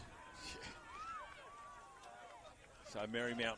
Good field position on the 40 already. Discipline primary here for Shalom. They don't want to give away a penalty. That's another 40 metres, isn't it, downfield? It is, at least, with this breeze, and they'll be on the attack.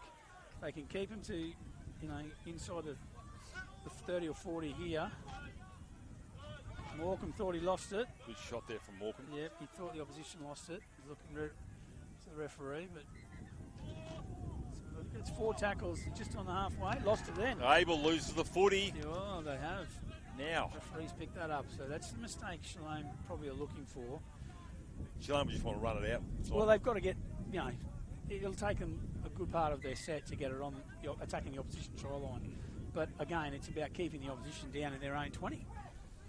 It's so much easier for them to get out. So, correct. I don't think Shalom will be trying to do too much. Another big push there from Marymount. The ball came out quick. I don't think Shalom will be trying to do too much except just get field position, get out the other end for attacking, possibly an attacking kick if possible. Nothing funky.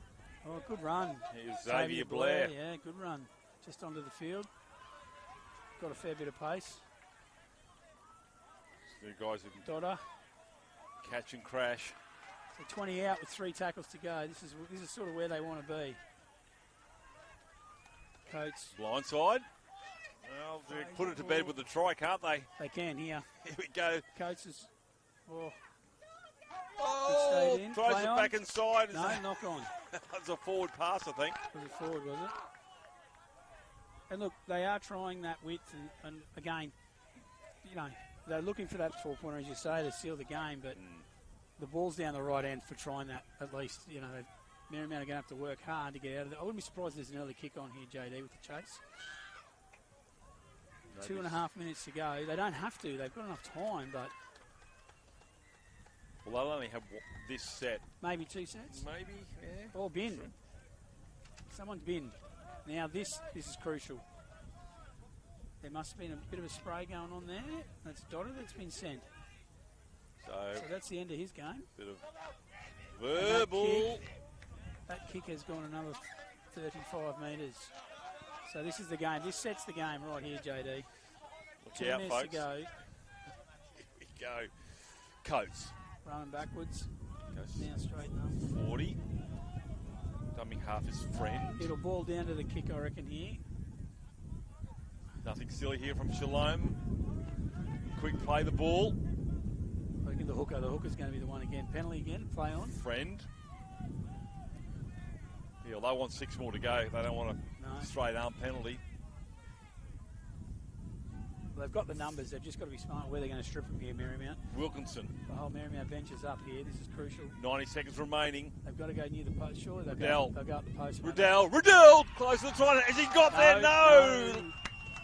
Penalty, double movement. He scored a double movement on him. Hayden Riddell. Wow. Scored 1 try. Wow. 1 minute to go. They take their time here. Shalom can nearly run the clock out. Well, Hayden Riddell was so close to being the hero. It was. The gap was at the post. He knew he had to go up the post. Anything out wide would be so hard to kick in these conditions. Shalom will get up and play the ball.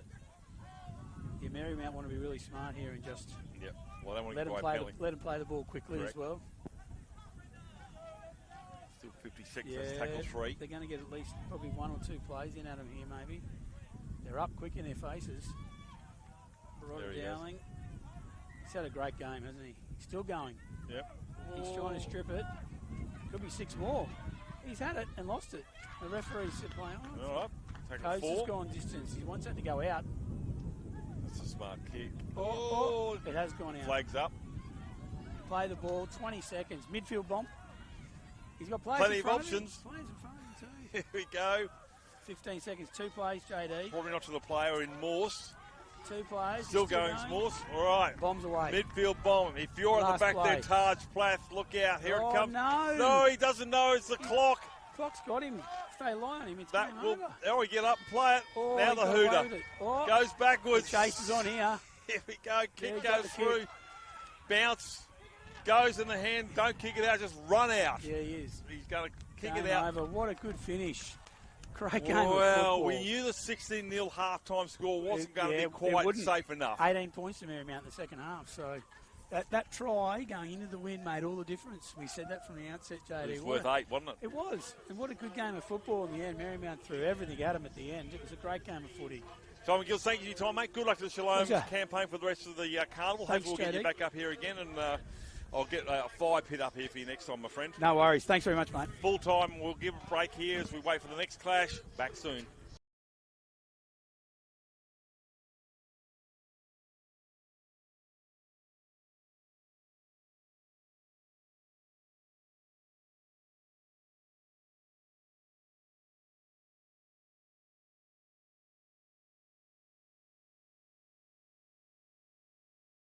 Excellence.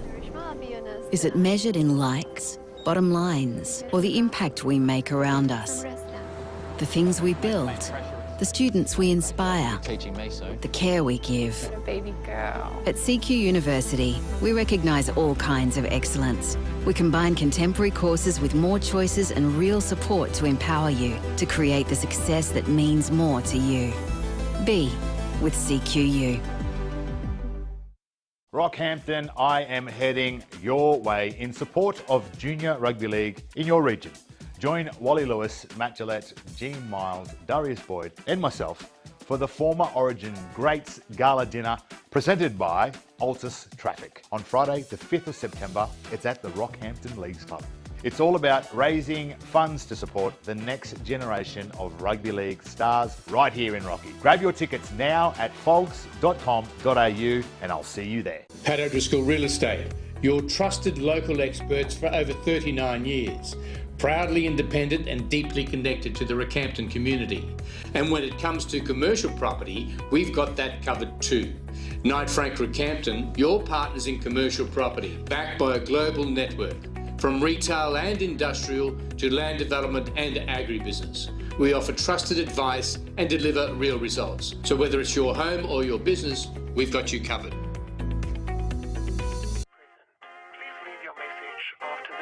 Yeah, trendsetter, whoa, league of my own, it don't get better.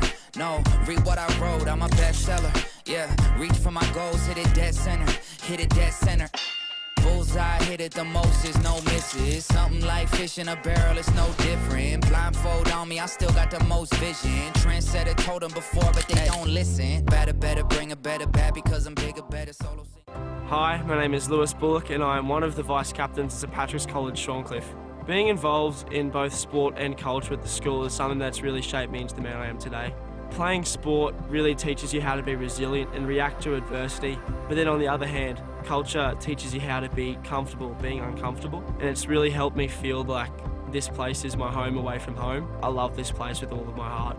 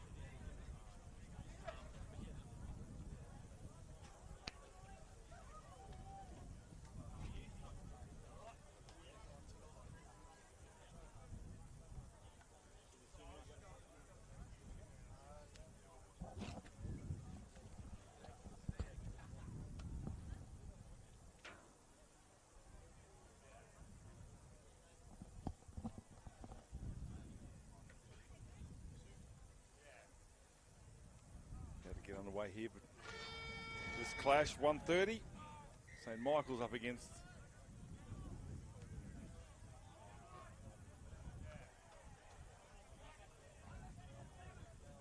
St. Michael's on the right of screen. Or knock on there from St. Michael's. Taking on Gilroy Santa Maria College.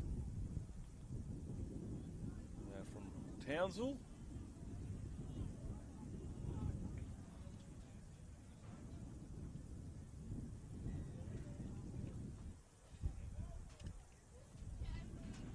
And St. Michael's College from Marymount.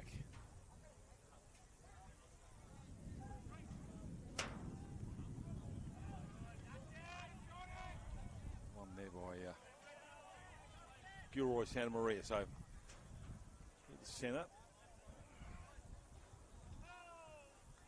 Within 10 metres of the try line. We'll get up and play it. Matson. Cooper Barnes. I'm just going off the names out of the program. I don't have the official team list, so hopefully I'm somewhere near the money. Oh, it goes without a bit of a knock on there from Mitchell J.O. So St. Michael's will run it out from their 20-metre line.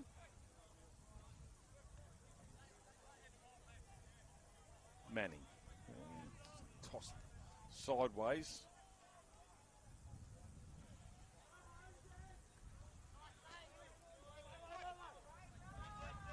Throws a dummy with a tackle there coming from Bryce Butler. This strong Butler again involved. Finishes it off. Halfway line's been crossed here by St. Michael's.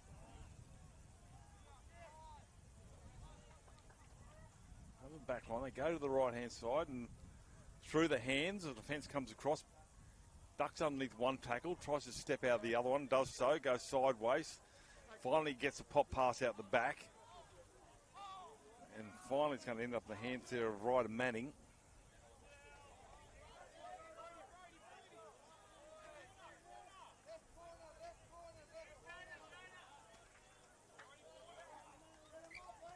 Nate Harper with a handling area.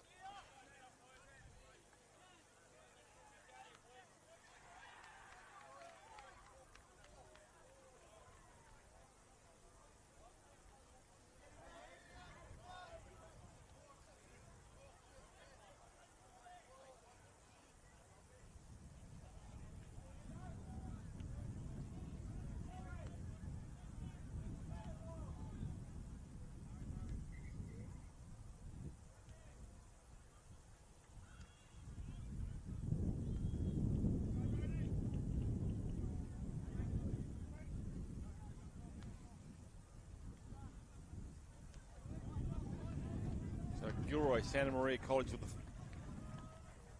scrum here. 10 minutes short of halfway. Juggling balls. Forwards come together.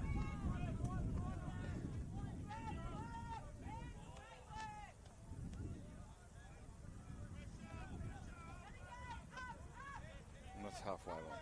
Cooper Barnes.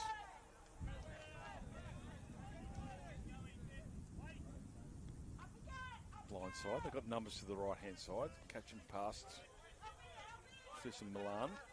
Ends up with the ball and all tackle from opposite centre and Ryan Widdowson. That's a good carry there from the 12. And Bensi. Last tackle now, says the referee. Cross-field kick. Taken nicely at the back. Beats one. Beats two. Then they start to clamour all over the top of him. St. Michael's College there, coached by Alan Wiper and Jesse Coleman. And then for Gilroy Santa Maria, coached by Matthew Spina.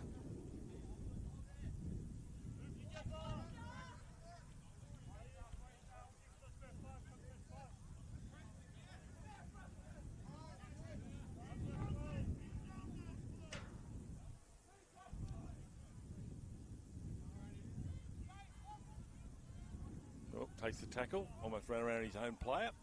Presence of mind to give that one up.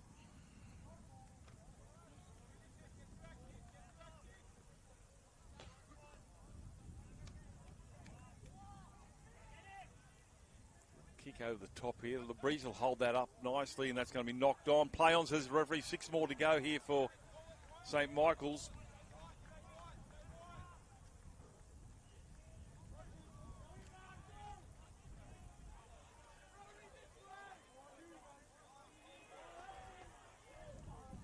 St. Michael's for the try line, close.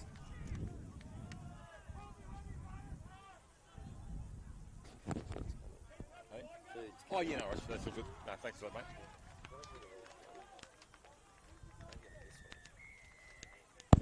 No, that's not. Okay. So this is St. Michael's and Gilroy. Yeah, thanks, mate. That's cool.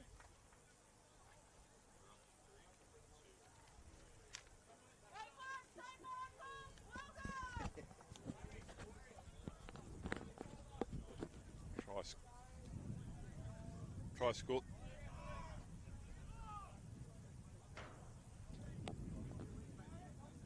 Try scored there for St. Michael's. Sorry, missed that one. They open the account 4-0.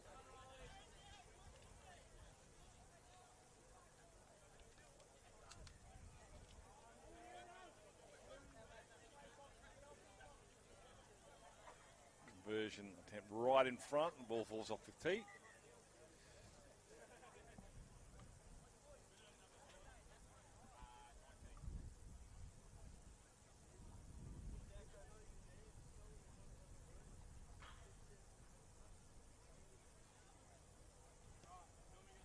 Straight through the upright, 6-0, St. Michael's.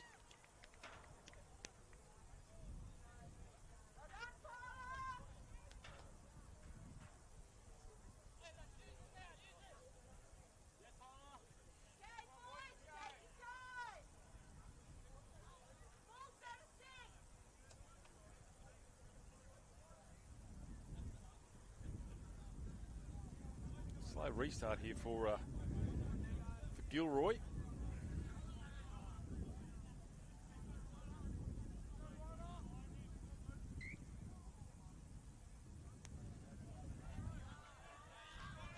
Well, swirling conditions allowed to bounce, and that will be a line drop out, I think. Did he touch it?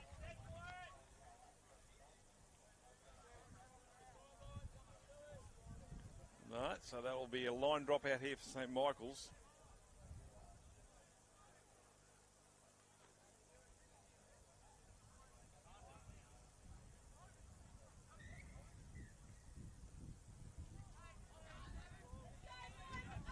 Sexton, forward runner there, Cooper Barnes. Barnes with a good carry there. Gets to the 20-metre line, Barnes. Dummy half is Matson. Patrick Galletti. Dart from dummy half here from the 9. Trying to get through there is Connor Matson. Matson will stand in the tackle. No, he got the offload to the forward runner here. Now's a chance for the back rower. Mitchell J.O. No, he's denied as well. So Michael's defence is holding. Burrowing, not a way through there. That's the third time they've tried to get through that way. So now it's the last tackle. They'll have to find an option. Players out to the right-hand side. Goes backwards. Picked up. Knock on.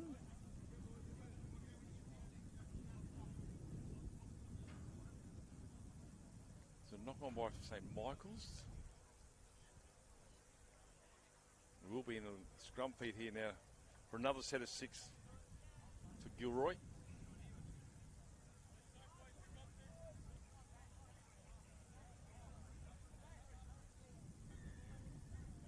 As you spin to feed this scrum.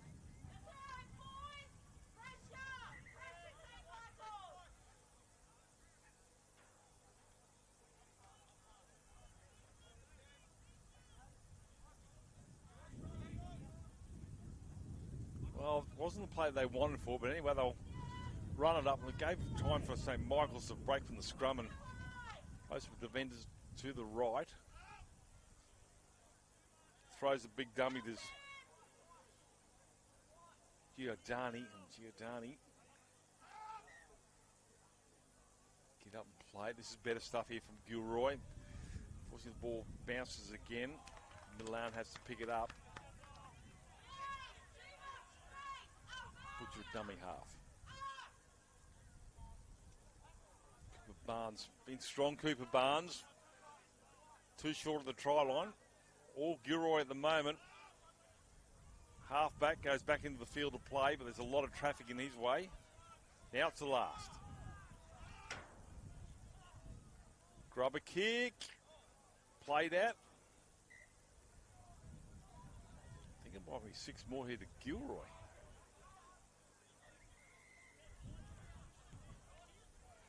Actually, it's a penalty.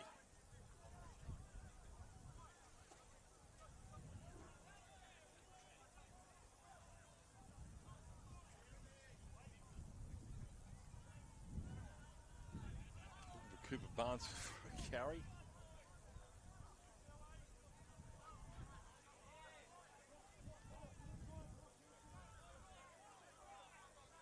Can't get through there. There's Mitchell Yeo.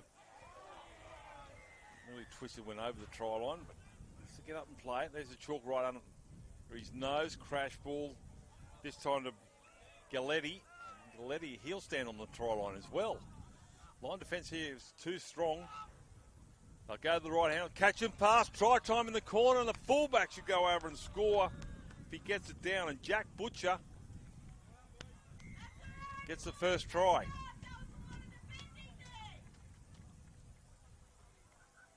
So away the possession here for Gilroy. They come up with the first points of the half. It's taken 12 minutes for them to get across the line. So they'll have a pretty tough conversion on out to the right.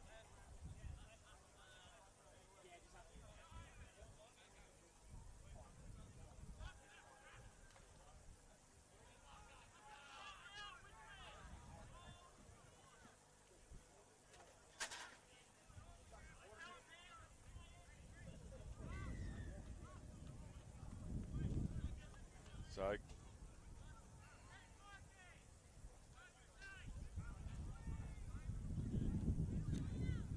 Gilroy Santa Maria from Ingham College, 320 students, as I said, coached by Matthew Spina.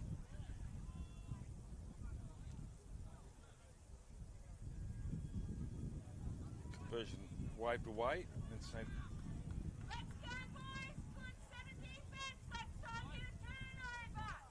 St. Michael's College from Marymount has double the students of 950, so score is 6-4.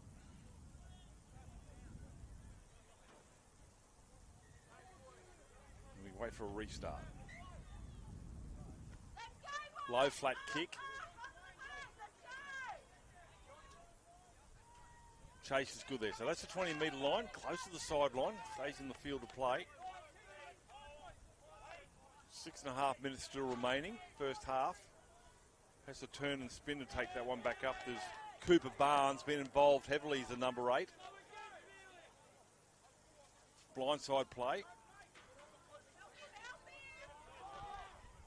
Tackle there. Oh, penalty. Holding down on the ruck. Third tackle, 40 metres. They'll find touch and get a lot of purchase on this one. That'll go deep inside St. Michael's territory. Make sure it goes out.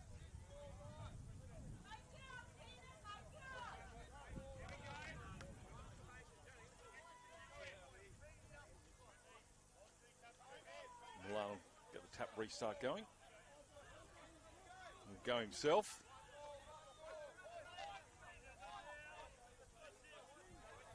Matson a dummy half. Again, Cooper Barnes beats one. Cooper Barnes.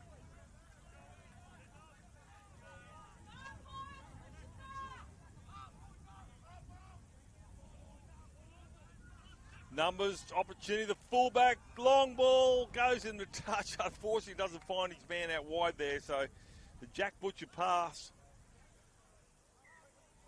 leads to a, goes into touch, which gives St. Michael's a turnover. But they're only about 15 metres out from their own try line.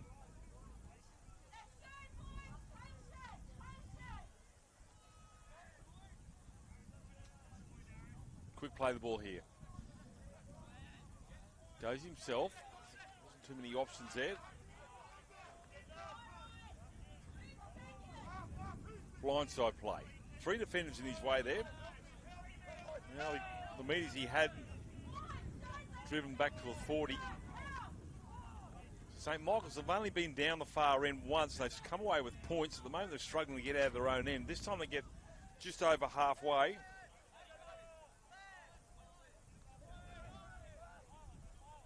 That was Felix Hurst. Now it's the last tackle. Into the breeze. What will St. Michael's do? They put it through the hands of Grubber. They'll go for the kick. Chasers are coming through. Good catch here. Chance for St. Michael's. Oh, he's been called inside the 10. Good option. The breeze can favour you even though it's in your face. And they'll get a relieving penalty here will Gilroy. And they'll find touch on the far side.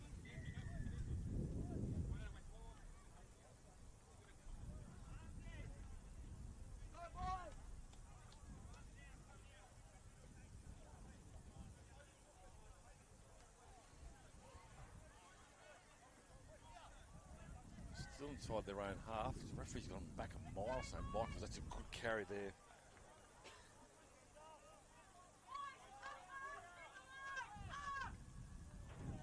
Goes without it. St. Michael's have come away with it. 3 minutes remaining. That's the halfway line. They go to the far side.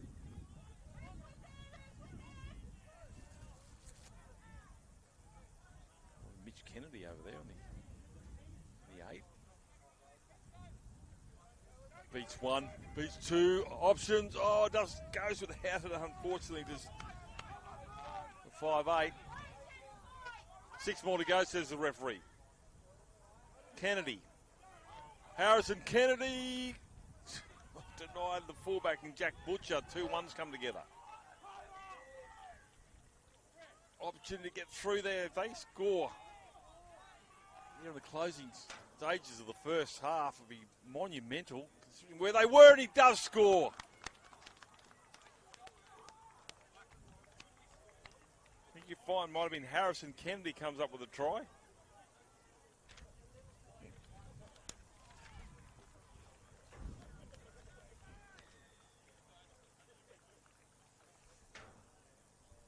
It's how I can just with this.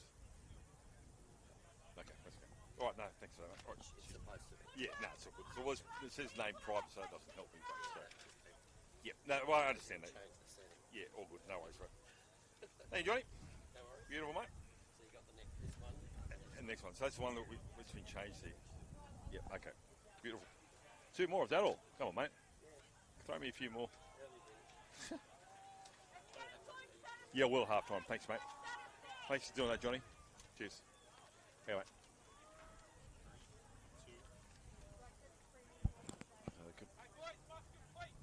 Conversion attempt successful. 12-4.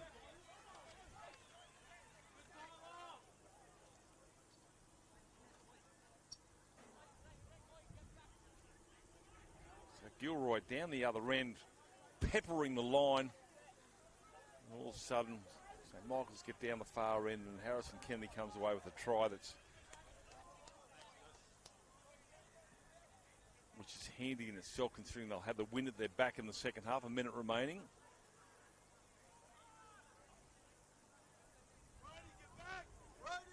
I'm not too sure how the bench is for Gilroy, because we've got a player in 21 who's limped back out in the park. Might be down on troops here. Boys from Ingham.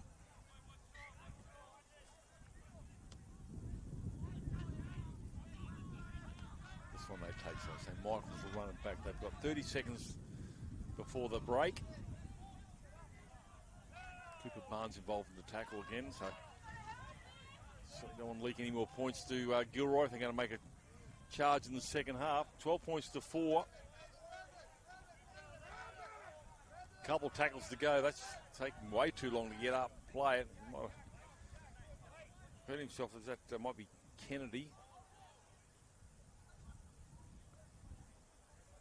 That will be the last tackle. That will be half time.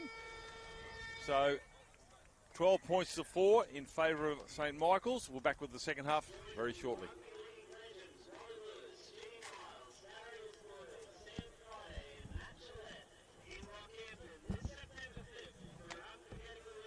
Far North Queensland is a great place to visit, but an ever better place to live and work.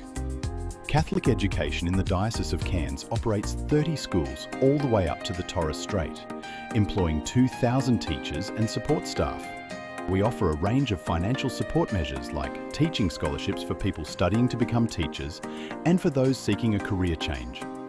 Visit our website today to see how you could join our team of great people delivering a world-class education. Belief is at the heart of all we do. We believe that a Catholic education should be open to everyone. We believe that young people should flourish academically, socially, and spiritually. And we believe that through sharing the message of Jesus, every child we teach can help make the world a better place.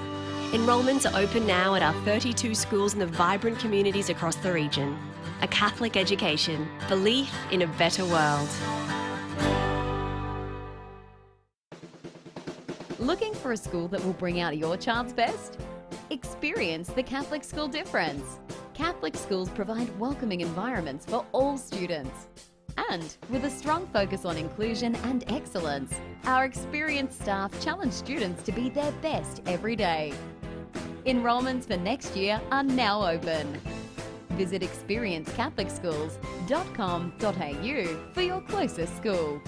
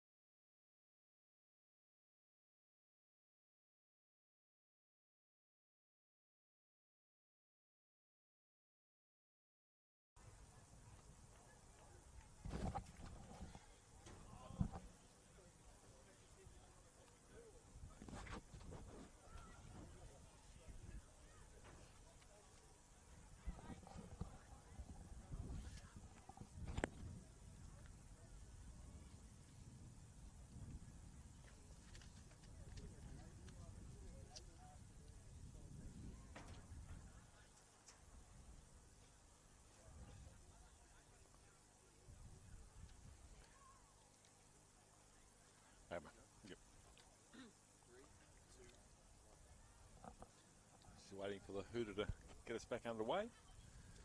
St Michael's leading 12 points to 4 significantly. That was into the wind. So Gilroy Santa Maria will have to contend with a breeze and a score line that's not favourable to them.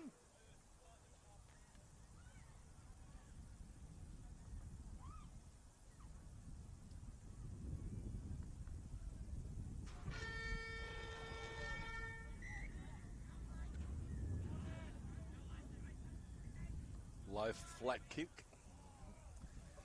Gilroy were guilty of a restart that went dead in goal. So St. Michael's smart to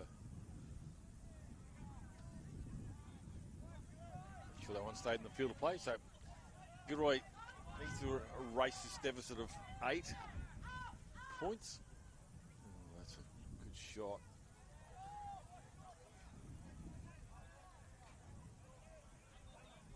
That's the 40.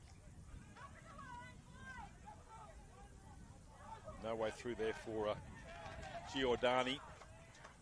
Gap closed pretty quickly. We get over halfway now. Gilroy, this is a good start to the half as Cooper Barnes gets up to play the ball for the 23rd time. He's got himself a bit of an injury there. That's allowed to bounce here. Pop pass. I still think it's the last. The referee's going to say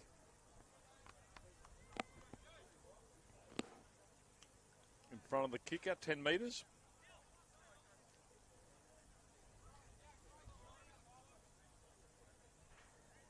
So St. Michael's will find the sideline without too many problems.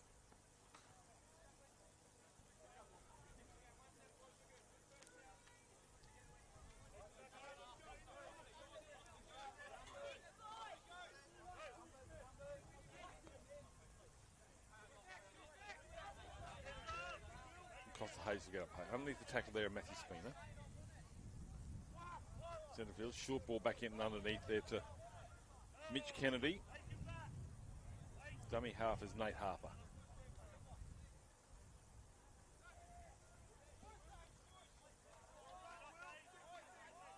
Bird will get up and pay it. 25 metres out from the try line. Half a gap opening there for Brody Gurr. Closes up pretty quick. Still they go that way. Putting a fend on is Edwards. Close to the sideline. Too close. Flag goes up. Well, he's going to be penalised for taking him in touch after the referee called held is my understanding there. So that will be another fresh set of 6 here for St. Michael. So Gilroy not doing themselves any favours. Their former students playing Mayor Christopherli here. They might have to call him to come out and put the boots back on. Gilroy to some inspiration. It'd been great when they had the footy in hand here, but that's just been the problem. They haven't had enough of it. St. Michael's again.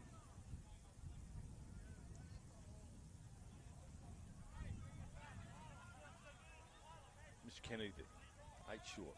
Dart from dummy half from the fullback, and Harrison Kennedy already got one try.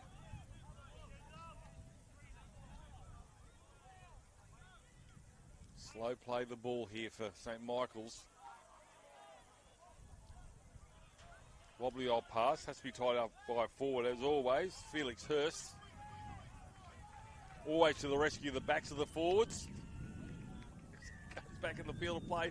Looking for a pop pass, gets it. Grab a kick into the in goal. That's a great catch and dive there from Gilroy. Now let's see if they can get out of their own end. That's a good start. Great start. Gets to the 20. First tackle. In a bit of a bunch, Gilroy at the moment.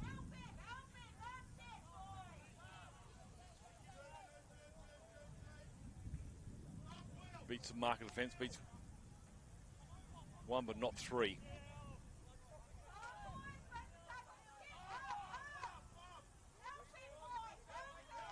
DeViti, that's a good carry there. He had to play around his ankles, but still managed to get almost at halfway. Now it's the last tackle. Juggle. Oh, he's going to be caught with the footy inside his own half on the last. Matthew Spina lucky to catch it in the first instance, so they'll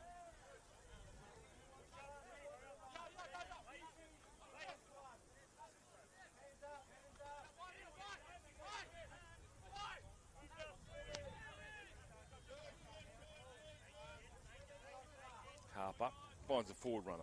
Keenan Ward. Still going is Keenan Ward. Ward gets to within 10 metres of the try line. Dart from dummy half here from Hayes. Hayes goes back the other way. Trying to get through there is Hayes, and he's going to be close. The referee's going to say inside the 10. He played the advantage.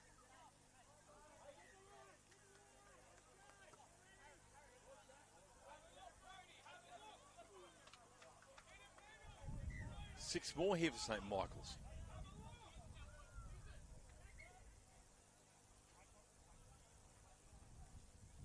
St. Michael's are waiting for the referee to say, let's get on with it. Here we go. Ward. Oh, goes for a second effort. Ward wasn't held in the first instance. Harper. Oh, taps on here. Forward's magical stuff, and he'll go over and score. I think it might have been 13.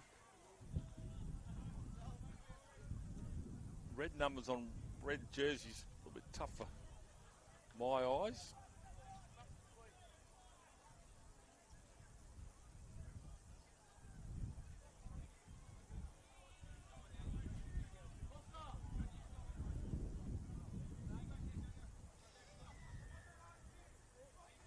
More importantly, it's right in front.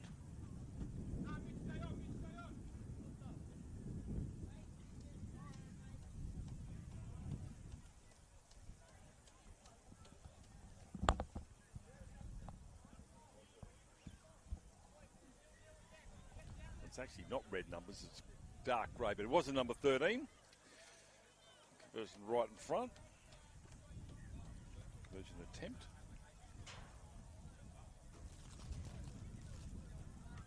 16-4. Hard to come back here.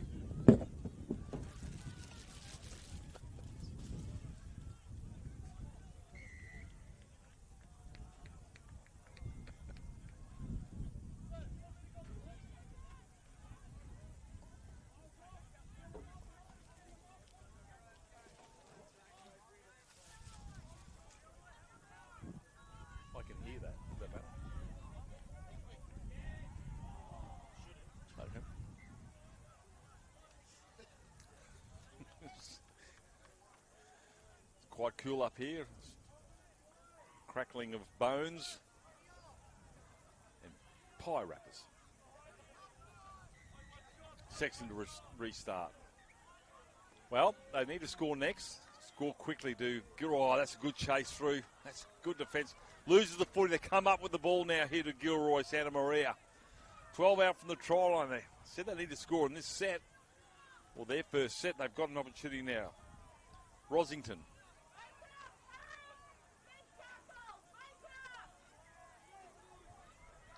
Bryce Butler now. Denied by two defenders from St. Michael's.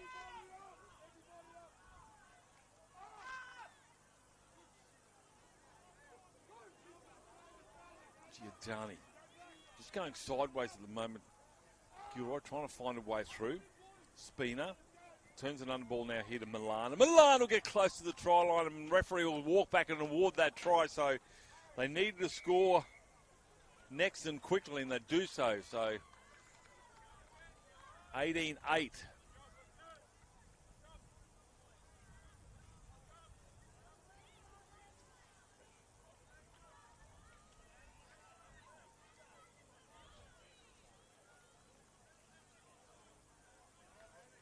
And again, favouring the goal kickers, the try scorers in this match.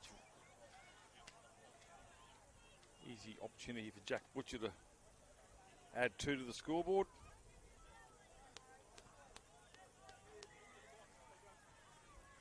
And does so.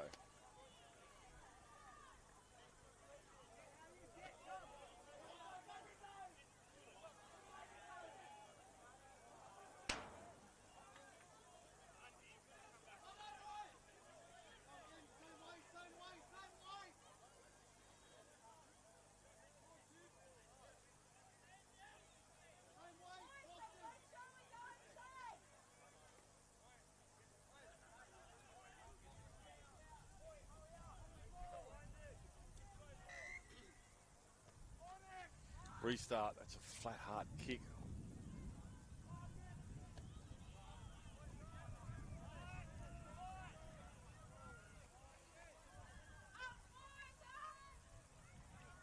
Oh, big carry there. Don't be surprised if that's not Cooper Barnes. I could be wrong.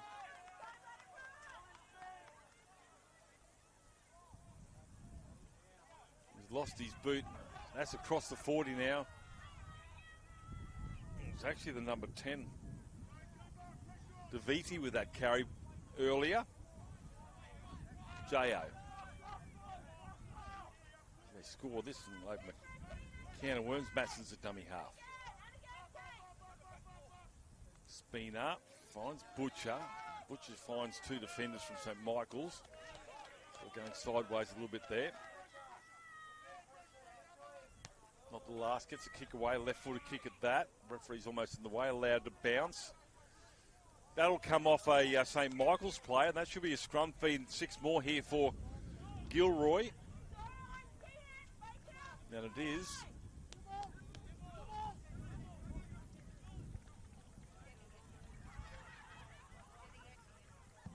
Sevietti's the referee out in the middle, doing a great job from, no.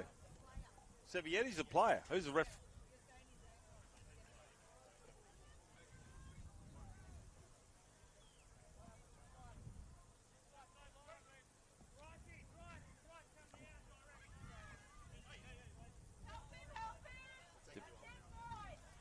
Sorry, what was that again? Sevietti, yeah. Who's the referee? Oh, Josh again, yep.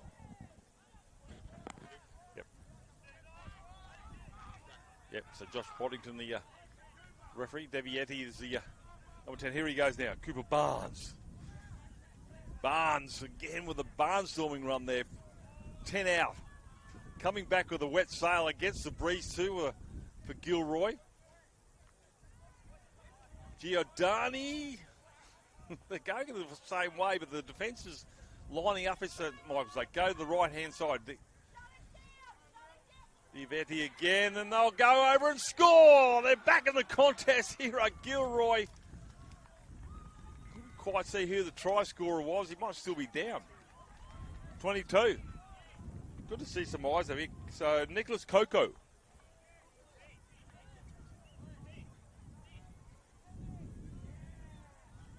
$18-14 now.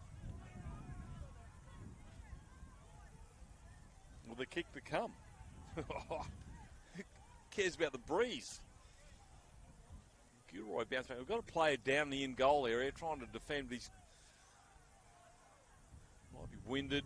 There's too much urgency there. I think it might have been, there was a replacement winger came on for St. Michael's. 2 of the 5, I'm not sure which one. It might have been actually Brooklyn Connors. Can't see the referee Boddington is down there just seeing if play can continue. There's a good sign. He's up on his knees, up on his feet. Feeling a little bit worse for wear. Welcome to Confro. As we wait for this. He's going to have to wait for the referee to come back to take this conversion.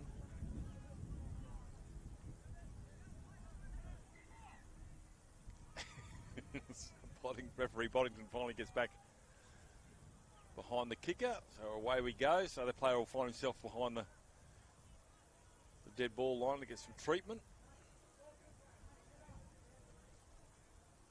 Not enough legs. Pushed away from the win. 18-14. Just under 6 minutes remaining in this game. Certainly not out of the realms of possibility for Gilroy to come back and win this one. The next game we've got here on Field 1 will be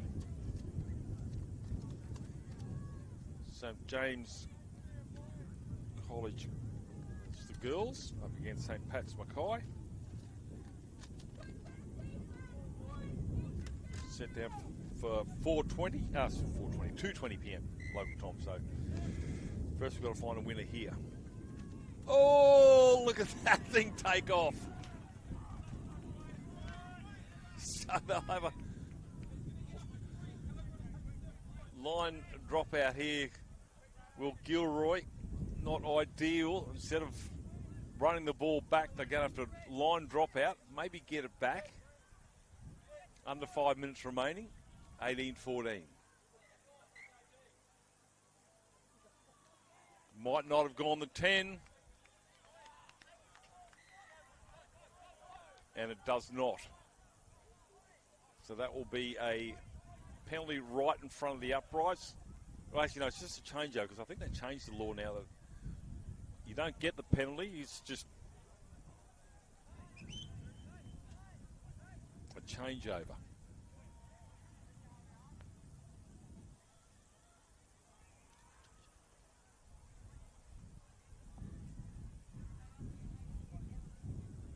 So a penalty's been awarded.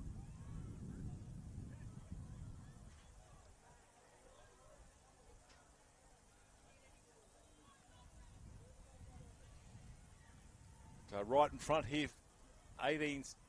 This will take them out to a 6-point lead, but more importantly, chewing up time.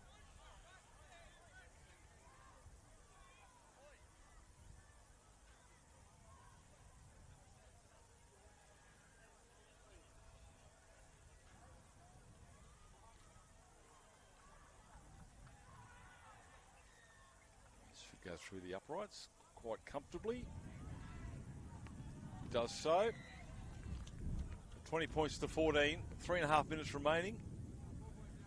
So for Gilroy, need the ball back pretty much straight away.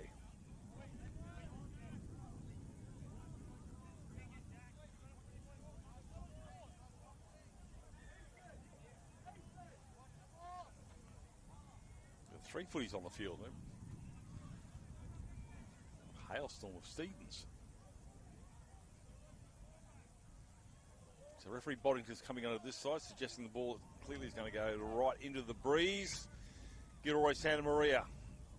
That's not going to go 10 metres, just like the line dropout, so that will be a penalty in the middle. They could actually probably have a shot at goal with this breeze.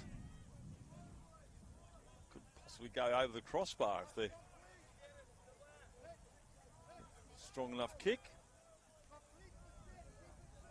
No, it's going to be a tap restart. Well, perhaps Kennedy decided to take it himself. He had 3 props there ready to have a rumble, but he decided to run in the forwards himself. I'll think twice about that next time.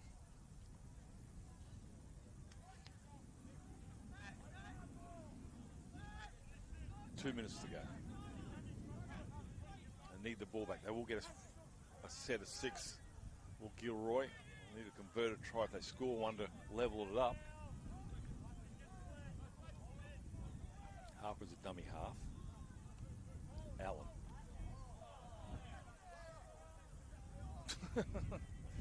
So he stopped to play so he didn't get charged with an obstruction, and there was an easy target. A little bit of confusion out here. Play on, says referee Boddington. Oh, the big fella with a charging towards the try line goes over a lovely swan dive, and he's going to score the try.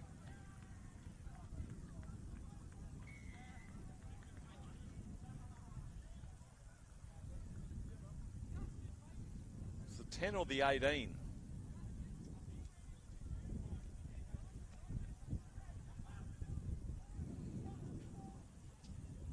Either way, a forward scoring a try. How good. 1 minute to go. That will be the contest. 19.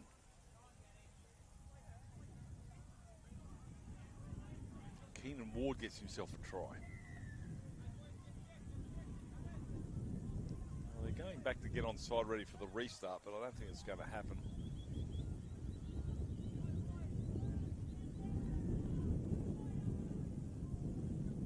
Tyler Allen trying to convert this try.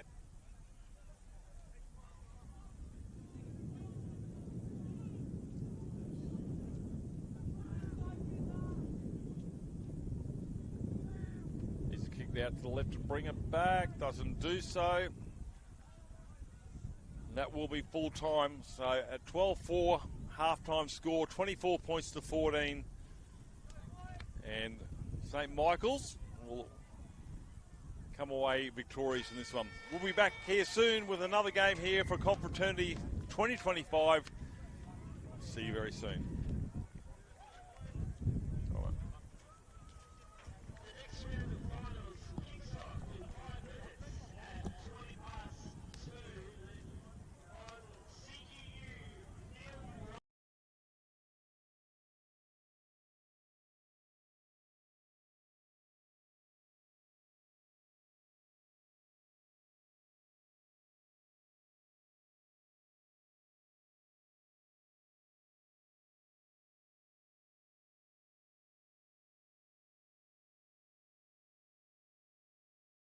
Excellence.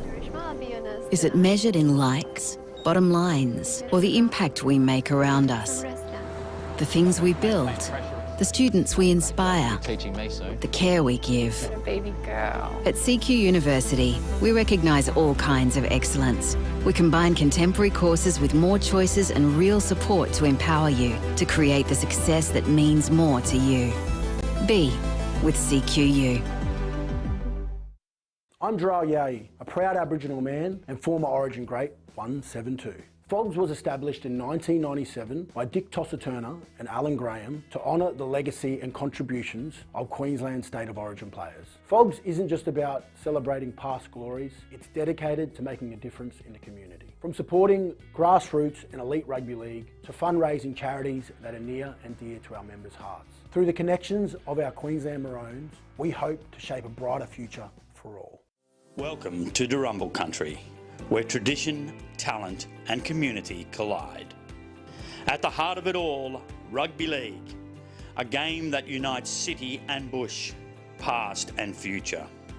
This is the CQ University Confraternity Carnival. Here we play with heart, faith and the spirit of confraternity.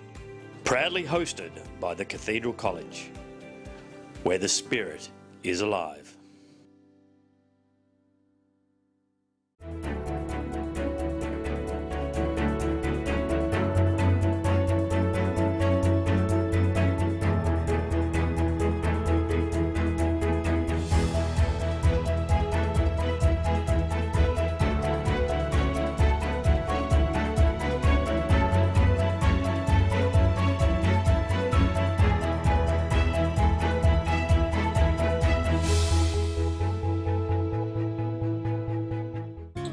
You might not see them at first, but they're there.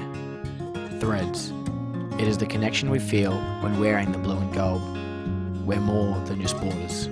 We're brothers, bound by the values of presence, simplicity, family spirit, and love of work. These are the threads that connect us, past, present, and future.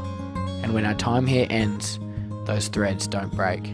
They travel with us in the choices we make, the friendships we keep, and the faith we carry forward. We're stitched into something greater, because at Marist College Ashgrove, every thread matters.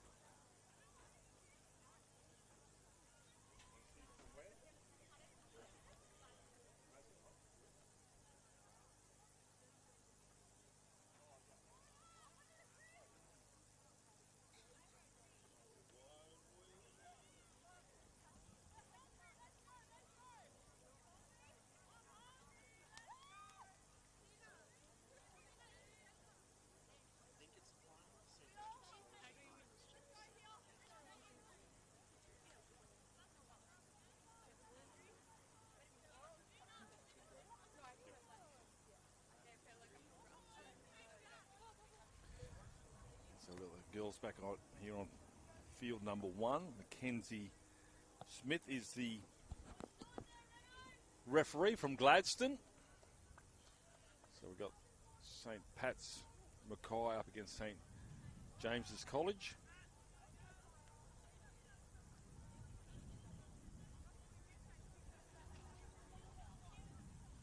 St. Pat's on your right of screen.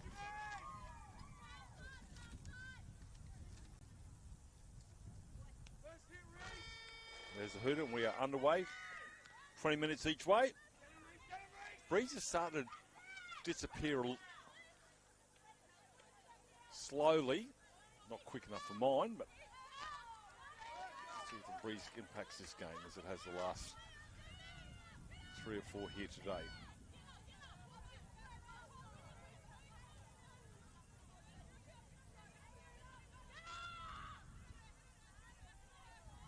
So that's Sophie Searle. I'll play there from Meredith. Tackler of his Gore. Oh, that's a good carry across the halfway line. Good stuff there from Ebony Temple. Now another forward running through is Meredith, her second carry in this set. Referee Smith says last. 35 metres out from the try line. St. Pat's looking for a kick through Todeki into the sun now. The Sun's favouring the team on the right now. And Breeze favouring the side on the left. Tackler around there is Meredith. Now Searle is involved.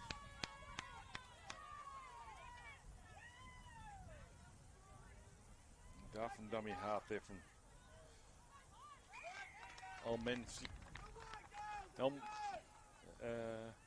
Athena Elmanikon. So a penalty here for the Nora Georgetown, a fine touch on the far side. It's a pretty good touch finder. Real good.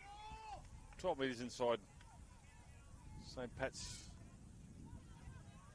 side of halfway, so yeah, good touch finder.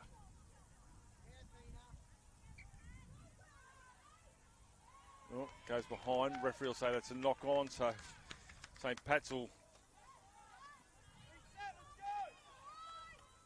be very happy about that. Looking to defend for majority of that set, close to their own line. So St. Pat's McKay pack this one.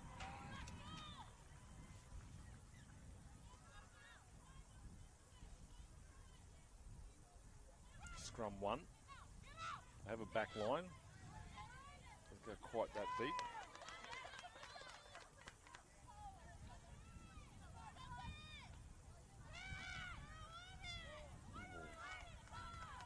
Good contact there. So St. Patrick's College from Mackay, coached by Imogen Healy.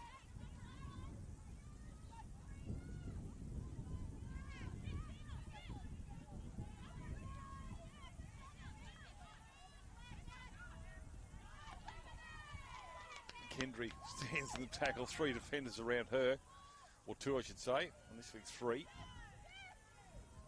Out the back, Harris. Ball onto Logan. Harris probably had an opportunity to go through the gap there, but gives it off to the winger.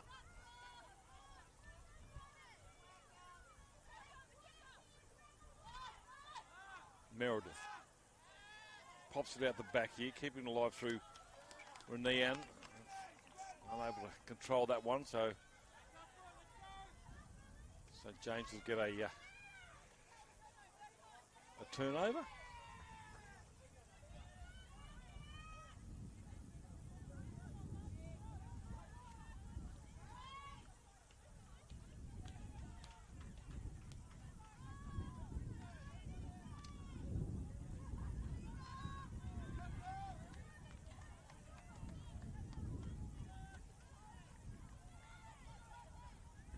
St. James College, Bella Satui is the coach for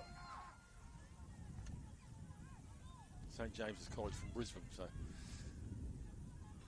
0-0, 5 minutes gone. Bit of an arm wrestle. Middle third of the park's been the dominant position for play from both sides. That's the 40-metre line. Going crossfield, half a gap opens up here for the halfback there, and Georgetown still going as Georgetown, and Georgetown is going to lose the footy out the back. Last tackle, referee says it's gone backwards.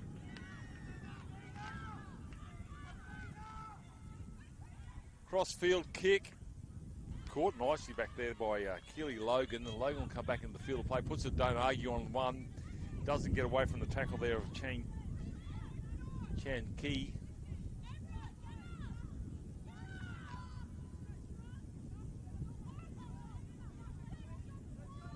Get over the 20. Tackle there from Lalasi. Satui, and there's a penalty. High shot against St. James. It's the middle of the park here. I'm not really sure whether Renahan will worry about the touch finder. So he'll just throw it forward at the line. Does so. Still back. Waiting there for Meredith. Taylor Meredith will get up.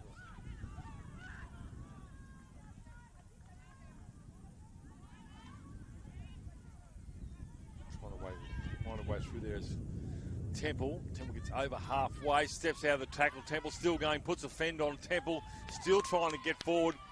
Finally going to be wrapped up in the end there by Harmony Harris. Not before she gets almost to the 30-metre line.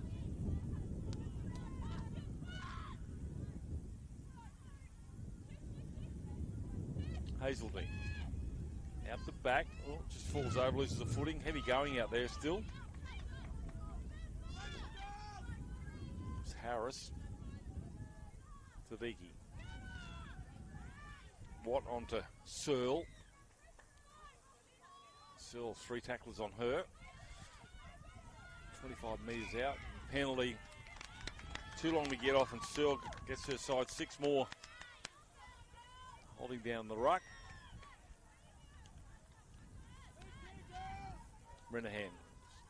Again with tap restart. Hazeldine rolls over in the tackle, gets to the 10. Renahan gets it off to her other front rower, Meredith. A few good carries is Meredith. Numbers to the right. Just need to get through the hands. Opportunity, try in the corner for the winger, and she'll go over Will Meredith. And Kobe Meredith will open the account after 7 minutes.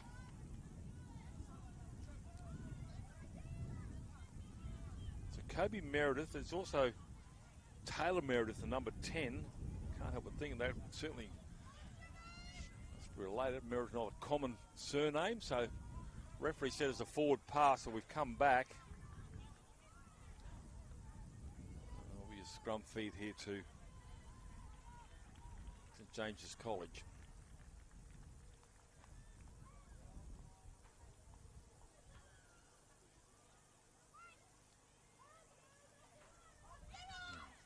Good carry from the back of the scrum. Lock forward. Pina Valinga.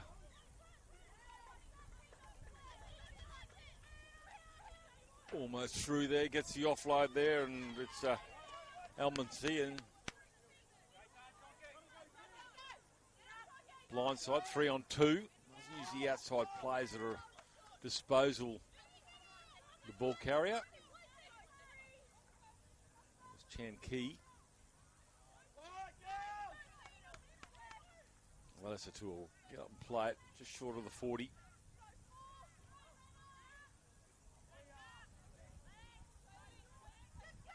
Tina Gore. Needs to be careful. Last tackle.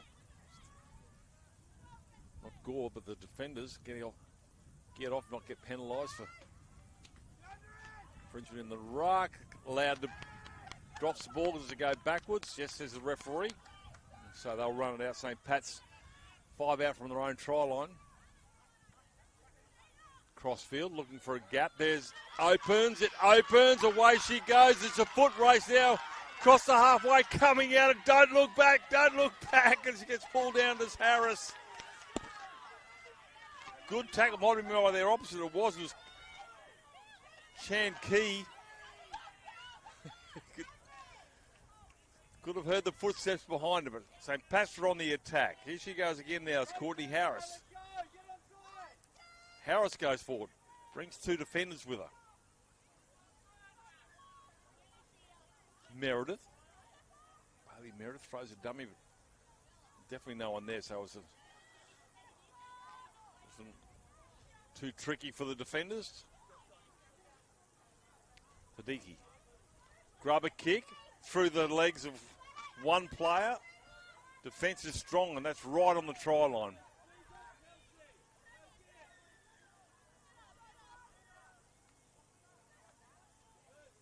St. Pat's to defend now. 0-0 still after 10 minutes.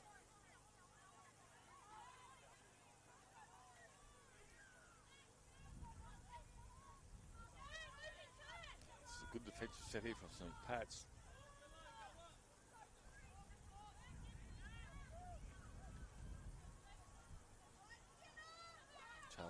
Involved in the tackle around the ankles there. Sophie Searle. A little bit of help there from Jade Williams.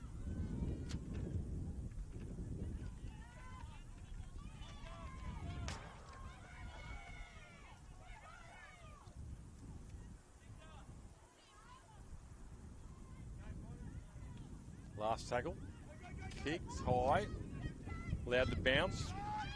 Courtney Harris will have to go back there. The chasers are coming through. Harris will pick it up. Tries to get away from the chase, but doesn't do so. It might have been...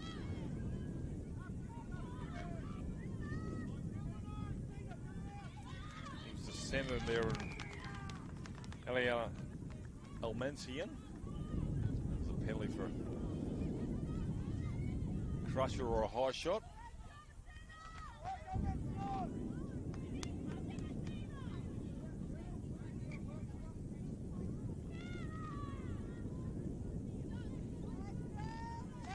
Break first, still 0-0, 8 minutes still remaining in this first half. For the girls here, field one.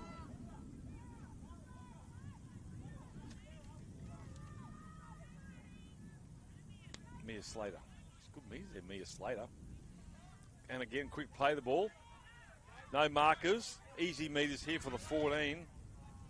Jade Williams gets across the 40. Dummy half is Slater.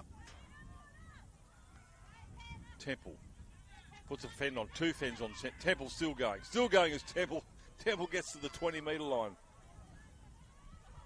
Last tackle, says Mackenzie Smith, the referee. Pops it out the back here. It's going to be dived on. That will be a change over 10 metres out from the try line. So didn't end that set at 6 the way they wanted to, St. Pat's, but still 80 metres to the other end for St. James's College.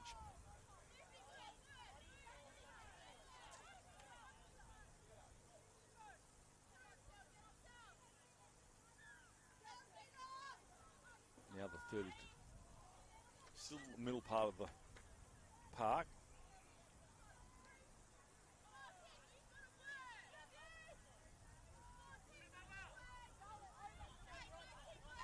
Chan Key with a carry.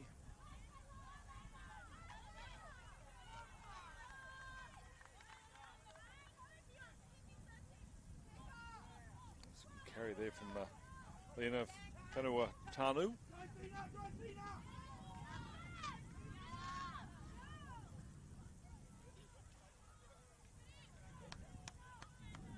Courtney Harris been sold at the back, full back. Swirling conditions, not ideal. He's a good scoot from Kobe Meredith.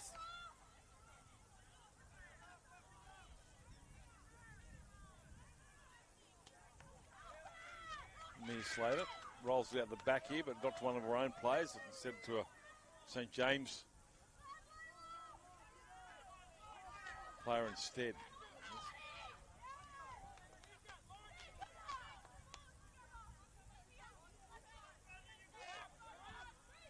Pacquiao will get up and play it. Made a bit of a dart there, did the centre in Elmensian. Oh, lost the footy, no, still going. Whenua Tanu, 20 out from the try line. St. James with an opportunity here and play on. Chan Key.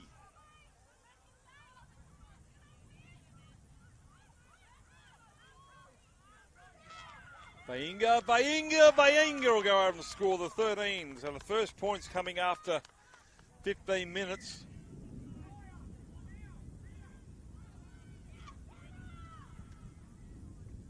Try to number 13. Conversion should be okay. But every time I say the conversion should be successful, it goes left, right, hits the upright, one of the two. So 4.5 minutes remaining.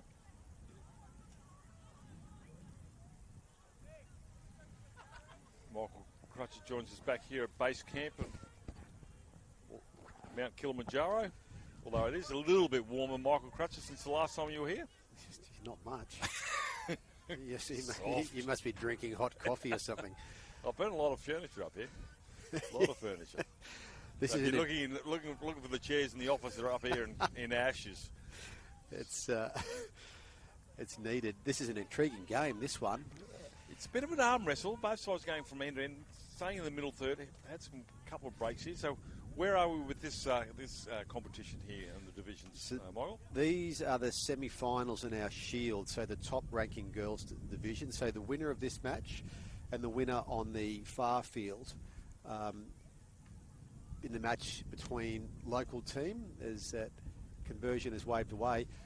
The winner of this match and the winner of St Margaret Mary's versus the local team, the Cathedral College, will play on Thursday morning in the girls' Shield final. Okay, yep.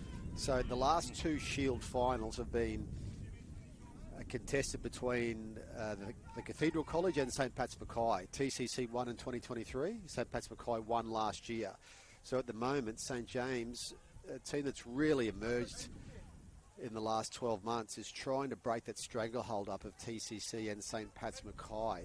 So this is the really interesting part. I think everyone has, in this competition, we've got 16 teams, and the girls this year has realised that St James are a force. And it's reshaped this competition in many ways. So St James's will see that. Well, going to 40, so some good meters here, good carry. Busting run there from Harmony Harris. She'll stand in that tackle.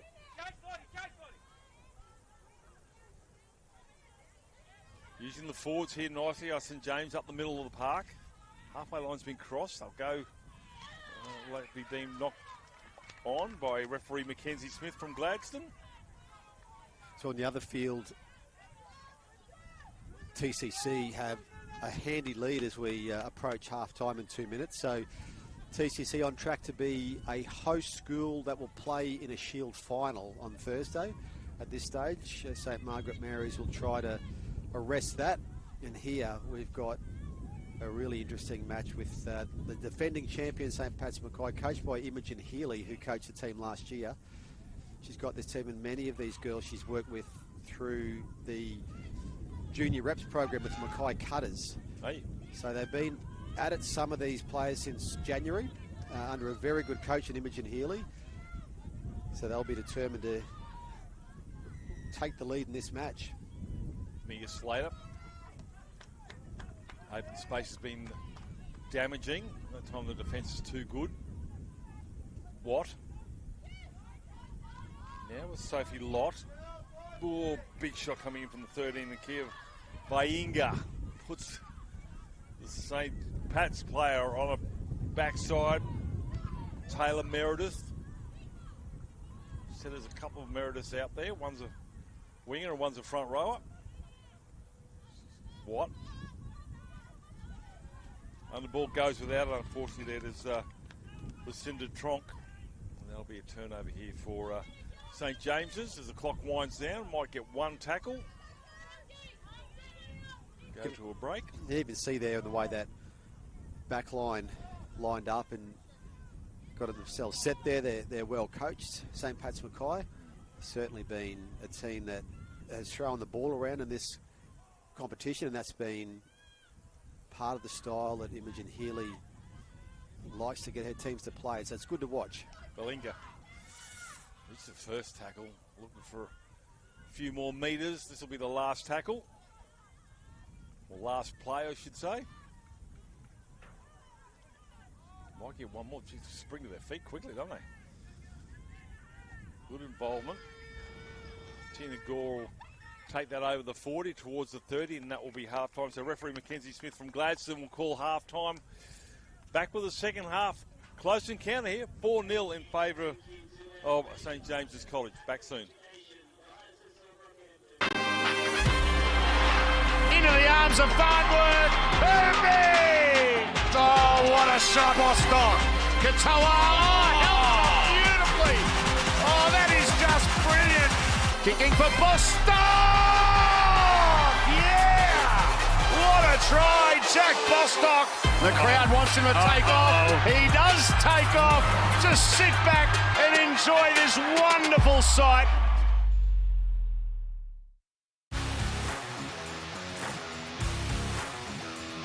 tackled the poking kick, and it's a try. Sam McIntyre poaches one. Robson's away. What a tackle!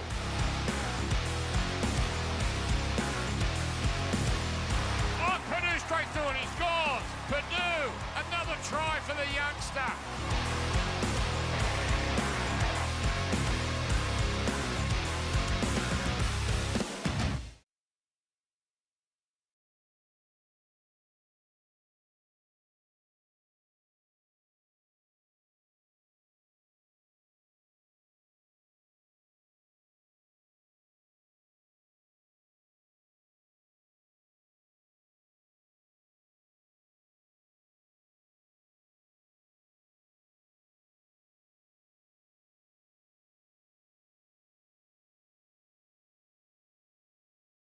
For more than 160 years, Brisbane Catholic Education has educated generations of families in our schools. Covering the city, coast and country, our 140 plus schools across southeast Queensland are united to deliver an innovative and holistic education, one that nurtures students' minds, hearts and spirits, all with the aim of forging a brighter future. Brisbane Catholic Education, an education to believe in.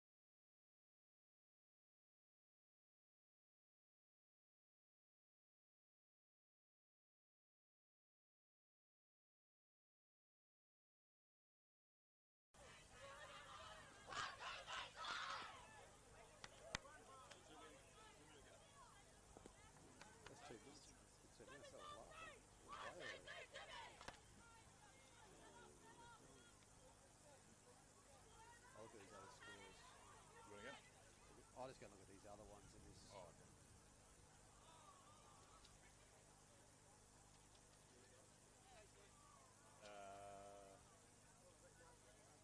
No, I'm not hurry. I'm in a hurry.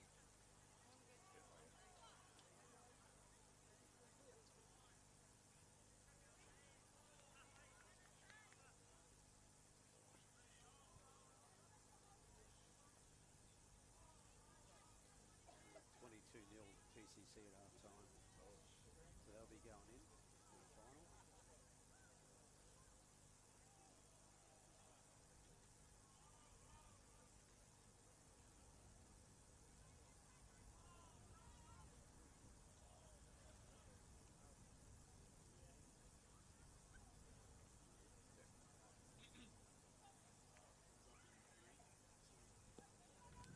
Waiting for the hood, and there it is.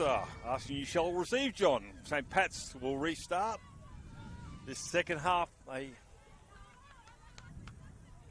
down 4-0. Try to Ginnivainga.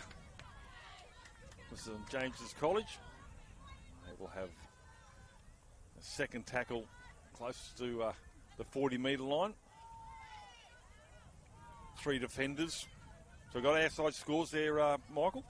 Yeah, as we said, this is one of 2 Shield semi-finals. The winners go. Half a chance here from dummy half. Or not, wasn't actually dummy half, but I'll get across the halfway line. That's a try scorer there in Bayinga. Come back to it in second. Michael's developing play here on the right-hand side, trying to beat the first tackle. Cover defence coming across is nice and strong from Tadiki. Tadiki hanging on. Referee Mackenzie Smith says play on. Finally gives a penalty for a ruck infringement. So that'll be good field position. I don't think they'll kick for touch. So I'll just throw a couple of forwards at the line there. Sorry, Michael, yeah? Yeah, so this is the Shield semi-final. The winner of this match goes into the Shield final Thursday morning. So that's the major prize in the girls' competition. So the other semi-final is between the host school, Cathedral College, against St Margaret Mary's and TCC, leading 22-0 at half-time. So they are on track to have one of those rare moments when a host school is in the Shield final. So at the moment, unless St Margaret Mary's can turn things around, and TCC scored again to start the second half, it looks as though the winner of this match will meet TCC on this field Thursday morning at 10:20. Ball out the back here, the referee will say, no, that's been raked out. So they'll get 6 more here, Will St James. So St Pat's is struggling with their discipline. 2 minutes gone, they're still yet to see the footy.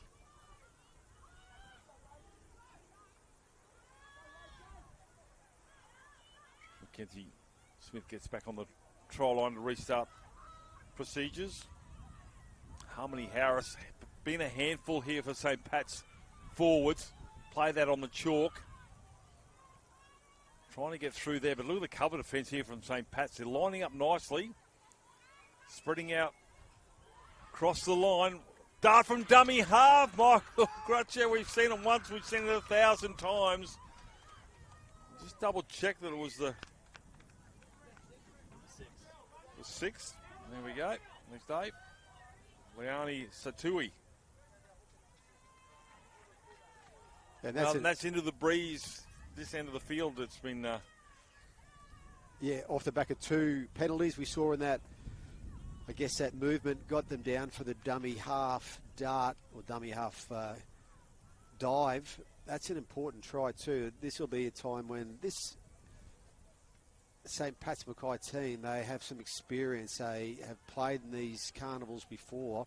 What they need to do now is, as you said, John, get that discipline going and get to the other end of the field, because points are going to be not easy to come by, you'd think. And this St James team, they've been the team that everyone was watching before the carnival started. And we know that, you know, some of the other schools didn't really know what to expect from them, but when they saw them yesterday morning, they realised they had a serious contender on their hands. And now they're leading 8-0 in a Shield semi-final in the second half. So they are making strong progress towards a Shield final berth.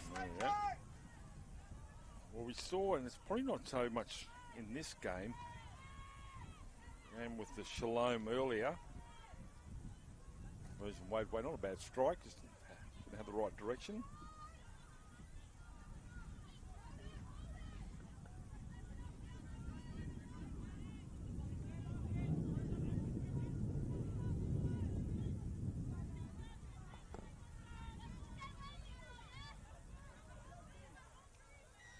Can't find it there, but anyway. Where the wind actually was like a 10-point advantage. And this one here, well, the side running into the breeze is scoring the... Doesn't seem to matter too much. Obviously, they score a try there, St James. So St Pat's can't really rely on the breeze to get themselves out of jail here. As you said, as I alluded to, discipline needs to be better. That's what lost them field position and conceded that try. That's going to be knocked on in the in-goal area and won't get out. So that'll be a line dropout. Without getting the ball back, that's about as good as you could hope for. Pretty from close. A restart to kick it deep with the aid of that breeze. So this will be on Thursday morning the 4th Shield final in Confray history. Our first one was scuppered by COVID pandemic. Then we've had titles that have gone to Marymount, TCC and St Pat's Mackay. So it's been a really good start to the history of the Girls' Shield, and St James have made it more interesting this season. I'm trying to I was just saying in another game, I think it might have been a Marymount girls game that we were calling at Iona when the sirens went off. And it was the end of the carnival there, and it was what an epic venue it was out there at Iona. Unfortunately, COVID ruined that one, but it was we didn't get a winner out of that. As we see Courtney Harris, here's a chance here for the Mia Slater. Mia Slater reaches out and scores, and Mia Slater gets St Pat's back into this game. She's, as I said, as you came on, Michael, she's been dynamic out there has the 4. And this time she's been rewarded with a try. Yeah, great step too, just a bit too elusive and a good lunge at the end to make sure of it. So that's a good fight back. There's still 13 and a half minutes to go on this match. So a lot of footy, and they're now within a conversion here, 2 points maybe if they can put this over. She's going to try and convert her own try. Mia Slater. Yeah, it's herself, Kobe Meredith have been dynamic. Courtney Harris at the back. Their back line's been quite good, but they've been led up the middle with Taylor Meredith. Now, look, I'm not going to be one to assume, but I would imagine Kobe and Taylor would be related. And then, obviously, we've seen the other efforts here from the forwards as well. Renahan also at the number 9, directing traffic nicely here for St. Pat's, but for St. James's College, they have to reset here. Lenora Georgetown was almost scored earlier. Their fullback, Saley Chan Key. So we're right behind this kick. Get the elevation, I think. Ourselves 2 points and golden points too. And doesn't get the elevation. Disappointed with herself, but tough conditions. So 12 and a half minutes still remaining. 8-4, anybody's ball game. And St. Pat's would have learned a valuable lesson, I think, Michael Crutch, about discipline right there. 4 points that they conceded could possibly have been a locked-up ball game. Not for that. That's right, and it's a game you think will come down to maybe some very small moments in these next 12 minutes, as finals often do. And this is a semi-final. They can often come down to small things. We've seen some of those in the last few hours in different games that have been decided very late. Georgetown. Oh, that's ideal here for St. James. And we talk about it in every level of rugby league. You don't want to concede points after scoring them. And that was just a unforced error. No heat. Right in the bread basket and just dropped it cold. So now they'll have to defend here, St. James, on the attack. How about this? I'm not sure if you can see it on camera. We've got an orthodox back line here from the back of the scrum. Let's see how far it goes. It's going to be a Duff from the lock forward. Valinga, the try scorer, gets within 8 of the try line. Options left and right here for the dummy half.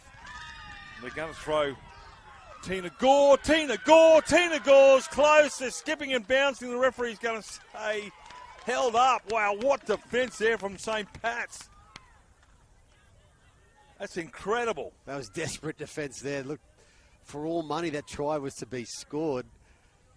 Goodness, that was determined from St. Pat's and also from St. James. Yeah. Well, they've got to do it again. Keep it up. See Chan Key trying to get through there. Cover defences coming over nicely. They're scrambling.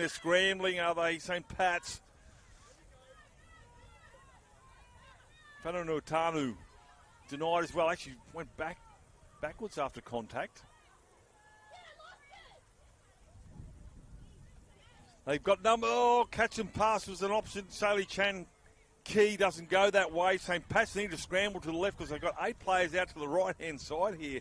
Have St. James. Oh, good scrambling defence. Might be Meredith over there. Dar from dummy half. Look out. Again, has to be Taylor Meredith. Defence, that's a change out. That's good line defence there from St. Pat's. They're desperate. They know there's a lot at stake here in the next 10 minutes remaining in this semi-final. Yeah, good defence, and St. James had a couple of just straight one-out runs there to bust the line, and then went to their edges. But this is a very handy penalty for St. Pat's Mackay. Tough spot to kick from, though. Yes. Well, it's right in the middle, isn't it? I don't think it's right between both uprights. Could possibly argue you could go this side, but that might be dangerous. High shot. Going against Tina Gore. Ebony Temple with the headgear. It's going to tap restart.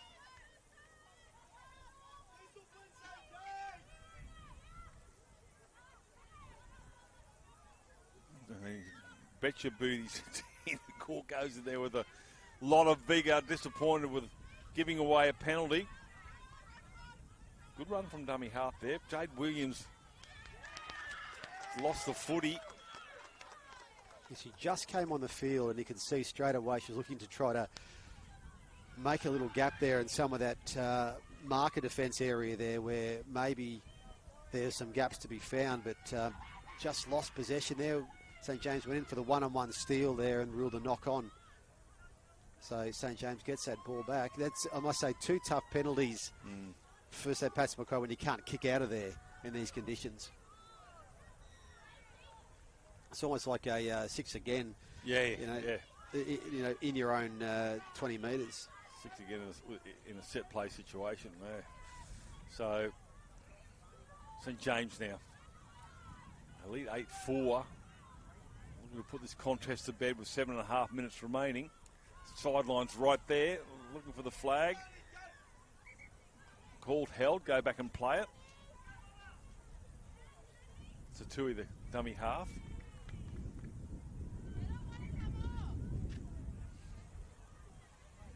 Wow, she stole a lot of metres. Almost to the try line. Pacquiao, driven back. Oh, that's solid stuff for St. Pat's, trying to dislodge the footy.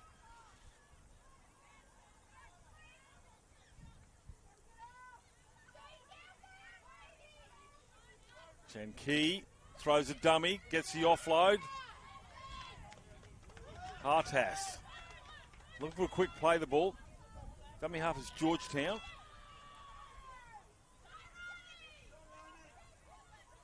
Towards the uprights there, but towards two defenders. Last tackle now here says Mackenzie Smith, the referee from Gladstone. Georgetown puts a kick over. There's a lot of players coming through here. She caught that in the in-goal area, so that'll be a 7-tackle restart on the 22. Going on with it. I don't think the players from St. James were aware. There's a restart, 6.5 to go. So even in that section there, there's been about 3.5 minutes chewed up there from that previous those previous penalties. So that's very handy now. We're down to the last 6 minutes of this match, and St. Pat's McAuley just have to get to the other end of the field. Try scorer Mia Slater now takes the first carry. That's easy metres there. Good carry. Might be the winger there and Kobe Meredith. What St. Pat's McAuley will have to do here is start to have players to push up. That was a one-out run here. Oh, they're going to early. kick. I'm not sure that there was anyone on this side ready for that. They're kicking at the ball. Going to bounce the right way. The footy's favouring, and she's going to dive on it and retrieve it. I'm going to say it's a knock-on, maybe by St. James. I think St. Pat's might have the scrum feed here, Michael. I think she's... No, incorrect, this John. is a St. Pat's knock-on. So maybe that the ball went into a St. James player there because it didn't hit the ground. So maybe ruled that it touched the St. James player. Still a good field position here for St. Pat's. They defend well. I'll be in good field position to run towards the line because St. James will have to kick into this breeze on the last, if and when they get to that opportunity. St. Pat's will need to have a good defensive set and don't give away a relieving penalty. Oh, good tackle around the ankles by Ruby Watt. That was a fullback, I think, in Harris. Harris moves back to fullback. See the determination here from St. Pat's defence. They know they need good field position for one last throw of the dice. That's the 40.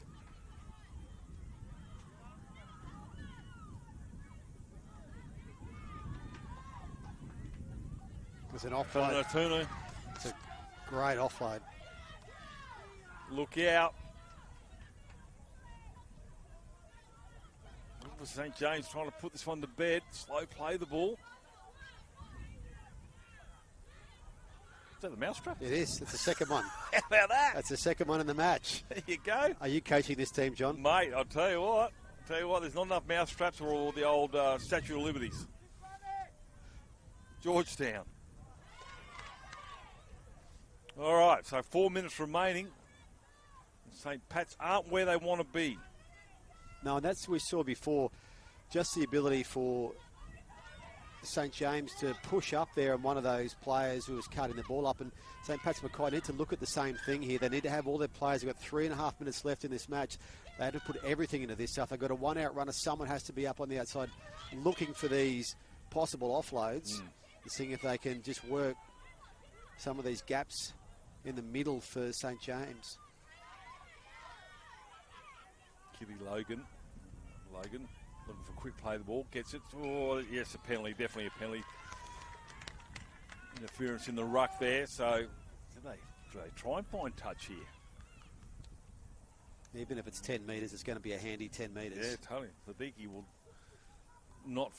find touch. Yeah, briefly there for a second, I thought that wasn't going to make it. It's about a 15-metre gain there, so that's really handy at this stage. Gold.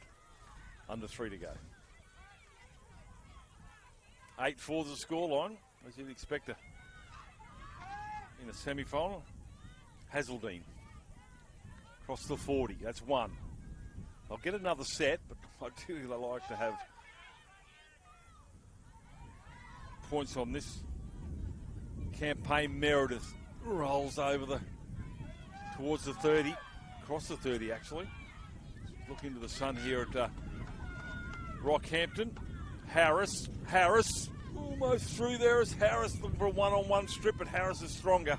Hangs on to the footy, 20 metres out from the try line. St. Pat, still 2 tackles to go. They go the blind side, steps off the right. The lock forward goes in Ebony Temple within 8. Still a couple of tackles to go. Numbers to the left-hand side here for St. Pat's. They go the other way. The 5-8 trying to get through, rolls it out the back here as a knock-on. Referee Mackenzie Smith will say so. And that'll be a scrum feed here to St. James. If it was on the last, and maybe a turnover. And they'll just run it out and perhaps they'll play it down. Yeah, we've got a minute 45 left here as well. So St. Pat's Mackay want to get this scrum set. There's no time off in this Shield semi-final, so the clock's ticking. If St. James can hold this for the set, they'll go a long way towards winning this semi-final, and in their first year in the competition, perhaps making a Shield final. Cinderella story. Well, we saw Marymount in the previous game against Shalom actually pushed 3 times in the scrum. I thought there might have been an option there for St. Pat's, but tackle number 2 coming up. Go the blind side. Loose carry is what St. Pat's looking for in defence. Good shot there from Lucy McKendry, 13. 50 seconds here. Need to be careful. Oh, they've come away with the footy now, St. Pat's. Hazeldine, pulled down. Rolls over in the tackle, commando roll. Trying to get herself a penalty. Doesn't get one. Don't think she needs one. It's with Watt. Now with Mia Slater. Picks up the crumbs in the end there. There's Meredith, and that's Kobe Meredith. Penalty. They'll take a quick tap. It'll need to be quick with 20 seconds. Yep. I don't think that was a penalty that favoured St. Pat's Mackay in No, the end. I agree with you, Michael. They would have liked a bit more momentum. 6 to go would have been better. That's a big shot there coming in on Kobe Meredith. She'll get to her feet eventually. Now it's with Williams. Not sure whether she knows it's the last play. Slater, Mia Slater doesn't get through. Full time. St. James's College progress with an 8-4 win. Michael Crutch, what a finish. A great finish. Credit to both teams. They played really hard. Both teams are defending champions. St. Pat's Mackay gave it their all. We've got a new finalist this year, their first season in the Confraternity Carnival, and St. James College from Spring Hill in Brisbane's inner city are heading into a showdown with host school, the Cathedral College, here on Thursday morning at 20 past 10. So that should be a great showdown. TCC in really good form, but St. James have been, as we said, John, the danger team that everyone was talking about, not sure what they would do. Well, they've got themselves into a final in their first tournament. I'm sure both sides will be looking at the videotapes tonight for preparation, or tomorrow anyway, for preparation. Michael Crutch, thank you for your time. We'll take a break here. This is Confraternity 2025 on field number 1. Back with some more action very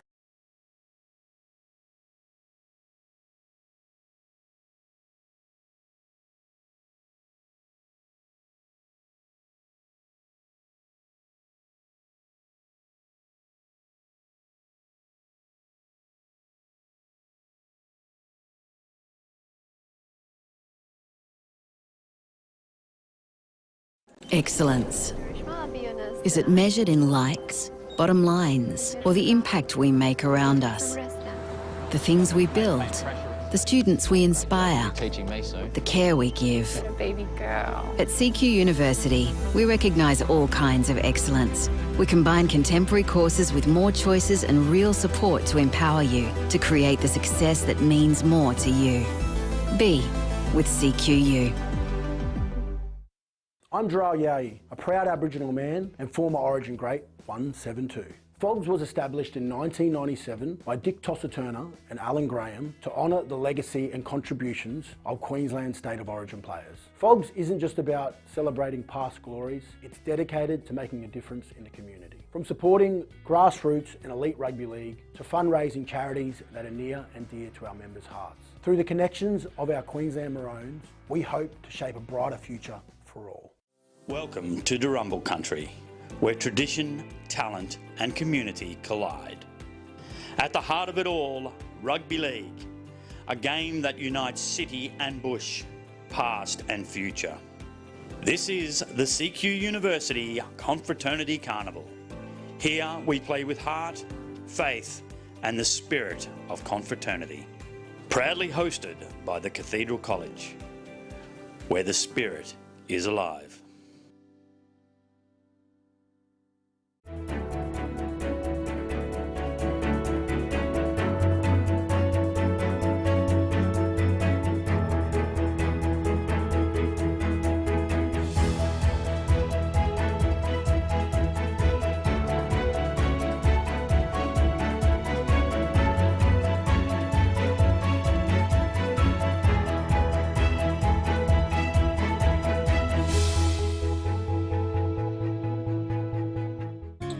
You might not see them at first, but they're there.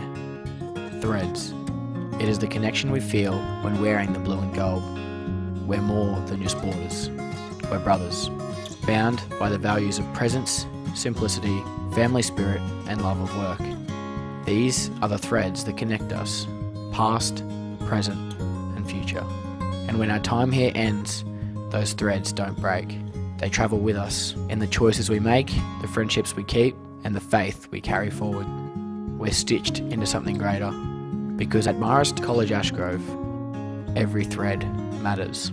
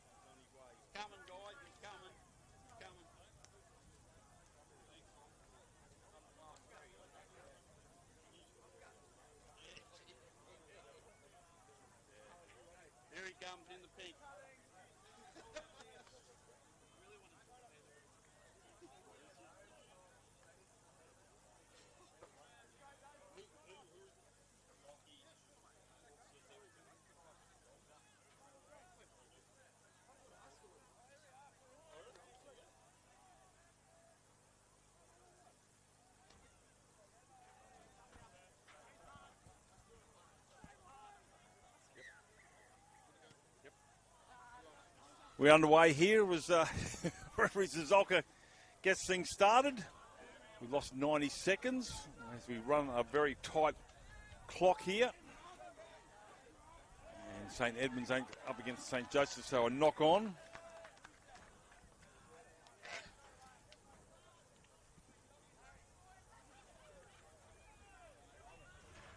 St Edmunds College from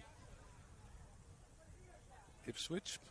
Yep. Peter Elmore joins us in commentary here. And St Joseph's College Toowoomba. Second time on field one. Yeah, they'll got looking for a more favourable day here. They were strong in the second half against Laurie, so they'll bring that energy to this, their fourth game in 2 days with Wilson. Wilson trying to get through there, but the defence is stronger. Harry O'Neill. It's all right up there. No, neither do I. Ball's viewed out the back here, so Wilson will play it. Not a great pass. Now with Isoline. So St Edmunds first time on field one for the Carnival. Lovely stuff, cut out ball. Catch and pass stuff, turns back in the field of play, should go over and score the try, and he opens the account here. So St Edmunds through Coda Cuthbert, score in the first, well, ends up 3 minutes, but first minute of the play. Just a weight of possession, and obviously an error obviously coming from St Joseph's as well. So they'll come back and hard conversion right into the teeth of this breeze.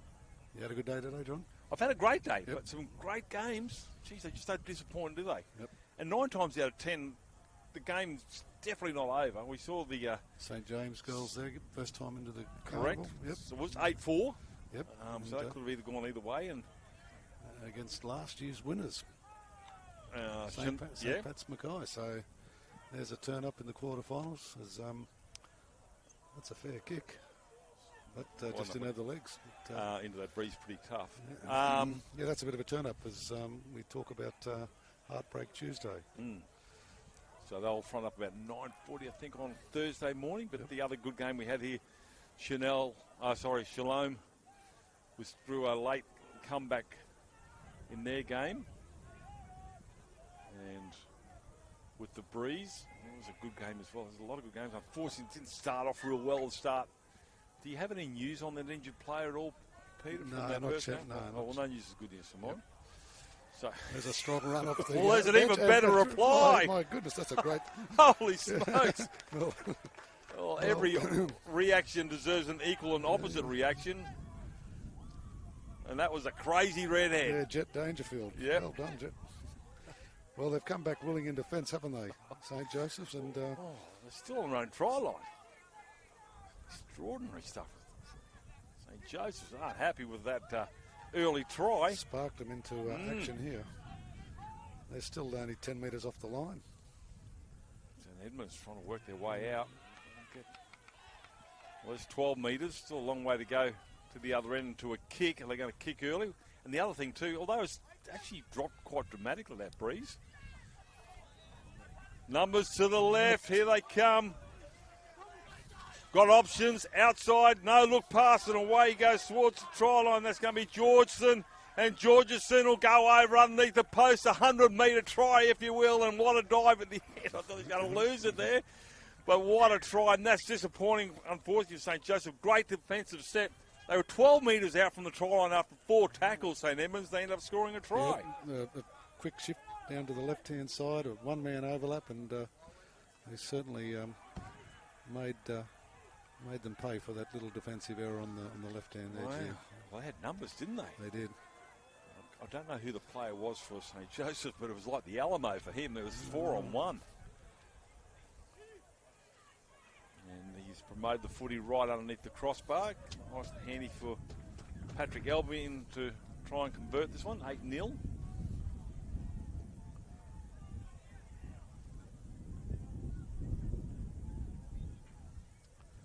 Strike that one straight over the crossbar. And you got the last game here? Last game on field 2, I think. Oh, not on this no, one? I didn't make field 1. What's disappointing there? Well, Well, it is. For me. Well, I'm More to be disappointed. perfectly honest, I don't mind who plays out there. They're always going to be great contests. Is that semi-final? Yeah, the semi-final. We've got Iona on the quarter-final we have to this afternoon. So still alive? Still alive. We go one better. Peter Elmore joining us here on Confraternity TV, if you will, brought to you by CQ University. That's been dabbed at, not to mention Struddies, Fogs, and also the NRL. Yep. And, we had some royalty here today. Melbourne and the Premier as well. Oh, yeah, I forgot about the Premier. So that was good of you. I mean, he's a busy man. Well, the Premier was 1996 with Gilroy Santa Maria. Actually brought his old jersey along. I saw that. Yeah. Michael Crutcher got a photo. Yeah. We had Gilroy Santa Maria out here. Had a good challenge, good contest. Almost got back into that game, but just didn't quite have enough. But good effort. Here's a chance down the right-hand side here from St Edmunds. Close to the chalk on the far side, and I'm calling it the Struddy side of field one. Oscar Graves. Bodies in motion, crossfield kick. They're all flying through here. That's a good kick. Allowed to bounce.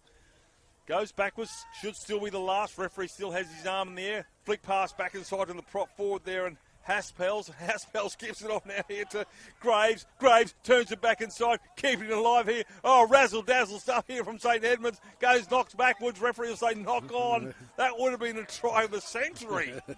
Unbelievable. Well, the ball was allowed to bounce, and it was always going to be a problem from there, wasn't it? Well done to St Joseph's. How did they defend that? They kept turning up. Didn't they? Now with some footy, they are a dangerous side with the football in hand, St Joseph's. 10-0, definitely not out of the realms of possibility to make a comeback. Still 11 and a half minutes to go in the first half. They need to get to a kick, don't they? They need to get... That's it, and even if it's one out stuff to get to that. Absolutely, yeah. Under ball here, and that's a good carry. Don't want to give away a penalty here, St Edmunds, late in the tackle count. Great little run. It's a 7. Will be Darby Reid. Darby Reid, nice feet. Now it's the last. They're on their 40, but the breeze is just starting to disappear for the afternoon, and a little knock on. That'll be changeover 40 metres out from the try line, so didn't quite get to that kick. Chet Dangerfield might be injured there.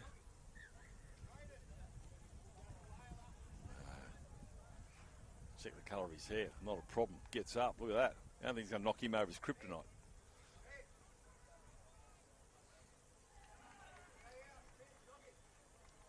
Chet Dangerfield. He's getting a drink of water. That magic water. Yeah, and he's looks at St Edmunds. Is that the best you got? So 40 metres. So now St Joseph's to defend again inside their own half. Big body at the line here through Haspels. Oh, that's a gutsy effort. Knocks him off balance there to Sullivan. Dummy half is Albion. Slow play the ball. Line defence comes up nicely. Georgeson's already got one try. Has he got a second? Yes, he has. Well, he looked like he blew up to say, what are you talking about? And then he realised he was pointing the spot. Yeah. So he's got a double. Just on the back of that. Didn't get to complete their sets, Pete. And yeah, well, it's all made pay. It's a percentage game, and you just need the footy.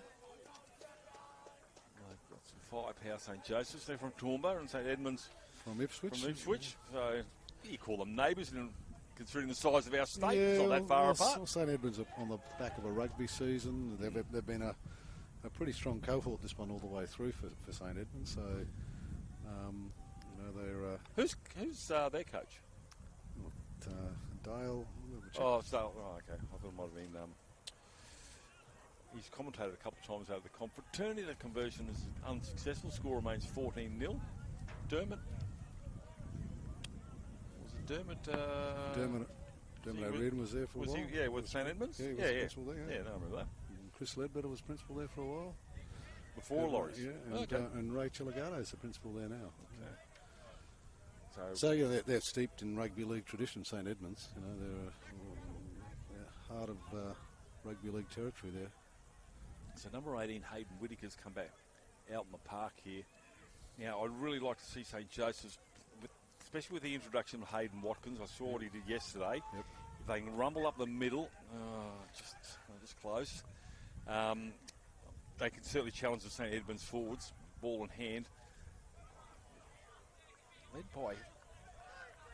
Now, he's wearing number 4 here is Harry O'Neill, the redhead. Playing like a crazy mid. He's playing middle. Middle, yeah. Yeah, looks like he's playing middle. And he's just been crazy in the tackling department. He took on that ball charging run there from Marcus Zealand to start the game. There he is again. Yeah, tackle all day. This is a good defensive set here from St Joseph's. They need to just maintain that without giving away a penalty. They go to the right-hand side. Numbers are coming across nicely from St Joseph. That's the halfway line there. He'll get up and play it there with Hallam Cooper. They want to tackle a penalty on this last couple of plays. Banana kick not going the way it's supposed to. It's going to be caught in the end there by Cuthbert. Cuthbert. Oh, he's nimble-footed, Cuthbert. He'll go towards the try line. He'll score. Jeez, he's got a step on him. Set of wheels on Cuthbert. Yeah. Take him to Brisbane in 2032.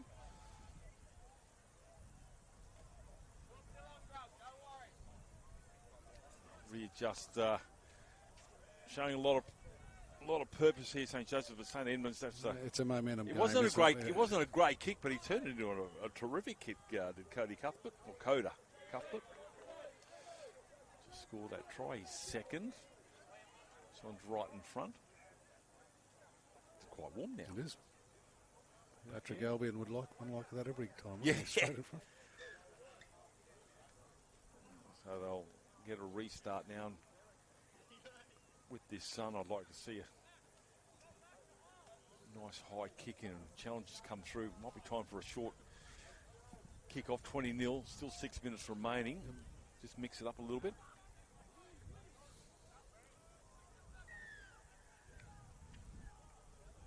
Send it wide. They just need some footy, St Joseph's. And yeah, it's hard to win the game without it. I remember asking a co-commentator of mine, you might know, here's a big carry coming back. That's fearless there from Robert Fuller. Got in the way of that freight train that came off the back fence. There's a good carry in itself from big fella, might have been Rutherford. To the right they go. Hitting the advantage line. Support players. Here's a run down the right-hand side. Players inside. Throws a no-look pass. This is the beauty. Comes off the toe here of Harry Vidler. Picks it up and it's going to go over and score underneath the crossbar. Well, they're putting on a show this afternoon, aren't they, St Edmunds? And, you know, when all is going your way, the ball just seems to bounce, doesn't it? You know, and the last 2 tries have been off kicks and the ball's landed exactly where, yeah. So he's spot on. That could just go easily the opposite direction. I saw that the other night in the Cowboys-Titans game. A kick went through, landed on the point, came 20 metres back towards where it came from. 4.5 minutes remaining. First half.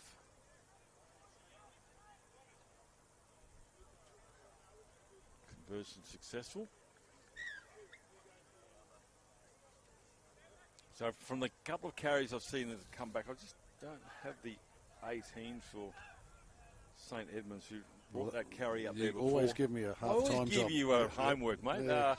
But what I'm trying, my point being, I think it might be an option here for St Joseph's to go for a short kick-off and don't give those plays, because those sort of carries lift aside, don't they? They do, yep. You know, yeah. so if you take away that momentum, this one doesn't need to go quite as deep. There's a big gap in the middle between the front line and the back. Here we go for big carry down the sideline here.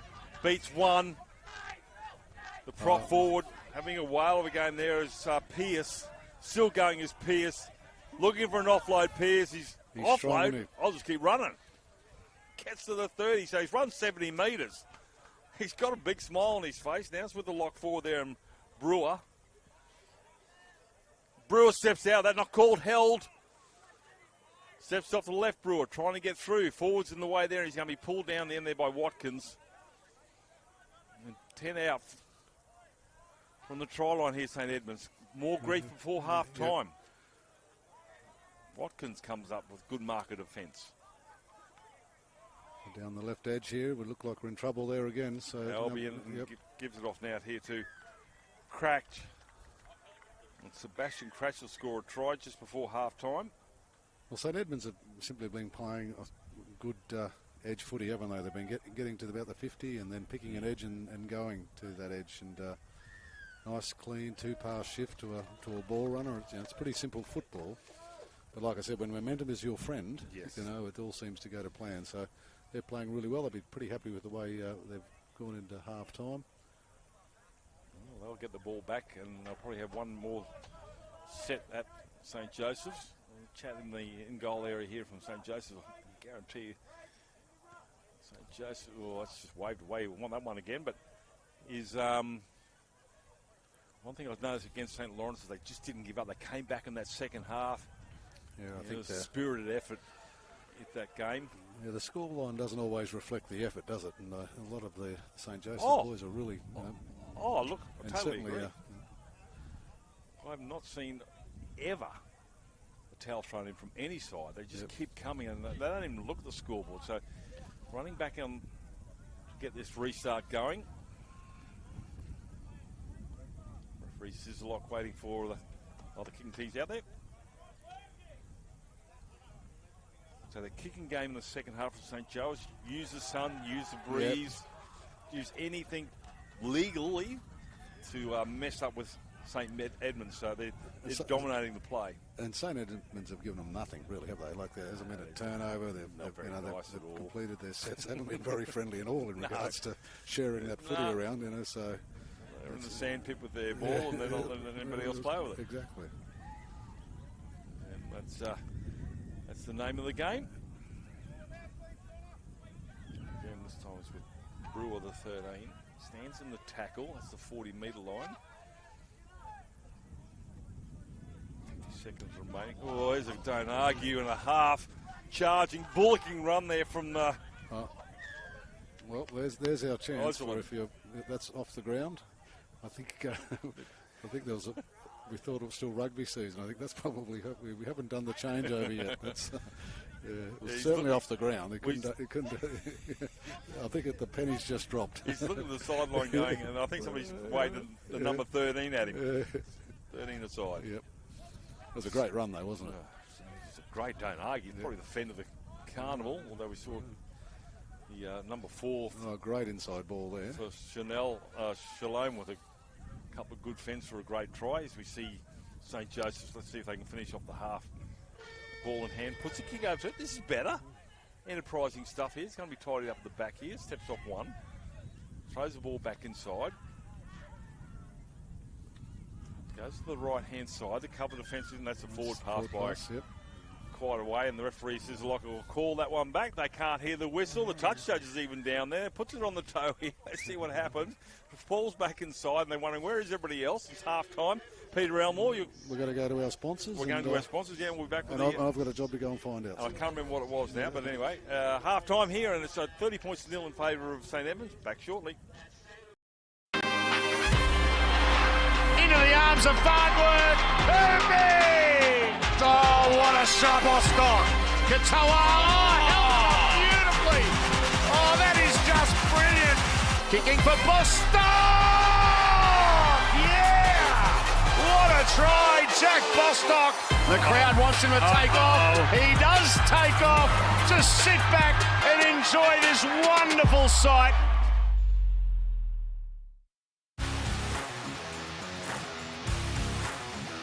Last tackle, the poking kick, and it's a try. Sam McIntyre poaches one. Robson's away. What a tackle.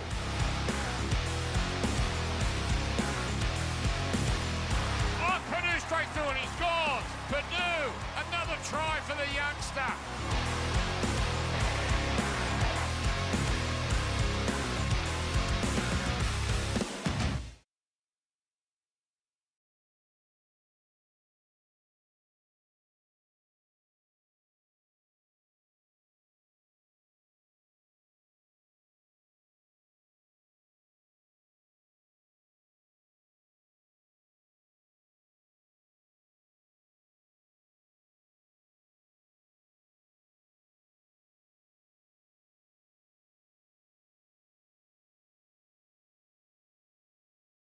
For more than 160 years, Brisbane Catholic Education has educated generations of families in our schools. Covering the city, coast and country, our 140 plus schools across southeast Queensland are united to deliver an innovative and holistic education, one that nurtures students' minds, hearts and spirits, all with the aim of forging a brighter future. Brisbane Catholic Education, an education to believe in.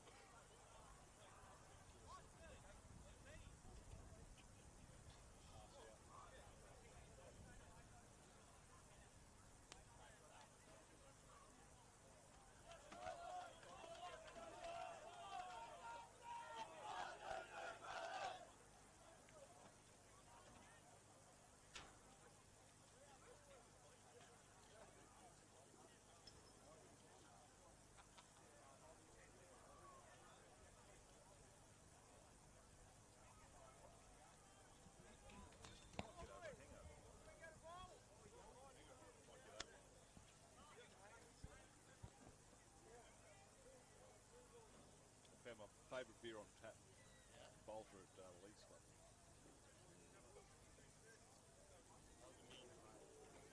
Yeah, yeah. Hey? He was over on 5 and he was getting a report read to him, and then because he didn't see the appointment phone, he just come through. He had to run from there to get to here. Mate, he's fitter than I am. Alrighty. Yep.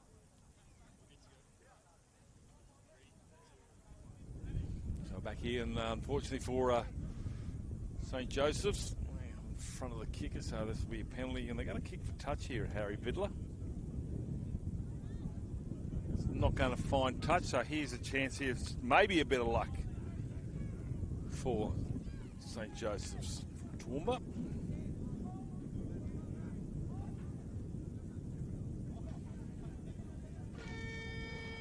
I thought we started early. So, referee says Loka got things underway for the Hooters, so they're going to end up playing 21 minutes of footy bargain.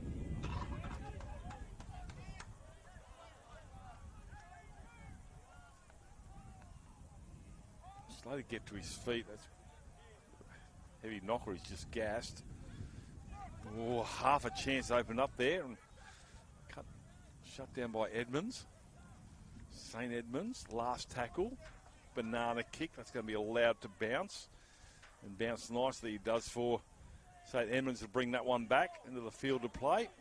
Flick pass, keeping it alive here, St. Edmunds. Trying to get through, gets across the halfway line. He's going to stand in the tackle. Wait for a... I mean, Chad O'Connell, it was. Brewer. 25 out from the try line. Big charging run here from Iserland. Loses the footy, so St. Joseph's will have the ball.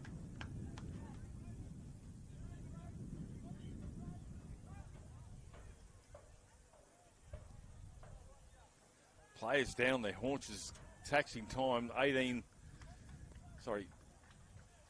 4th game for these players. Peter Elmore joins me back on comms.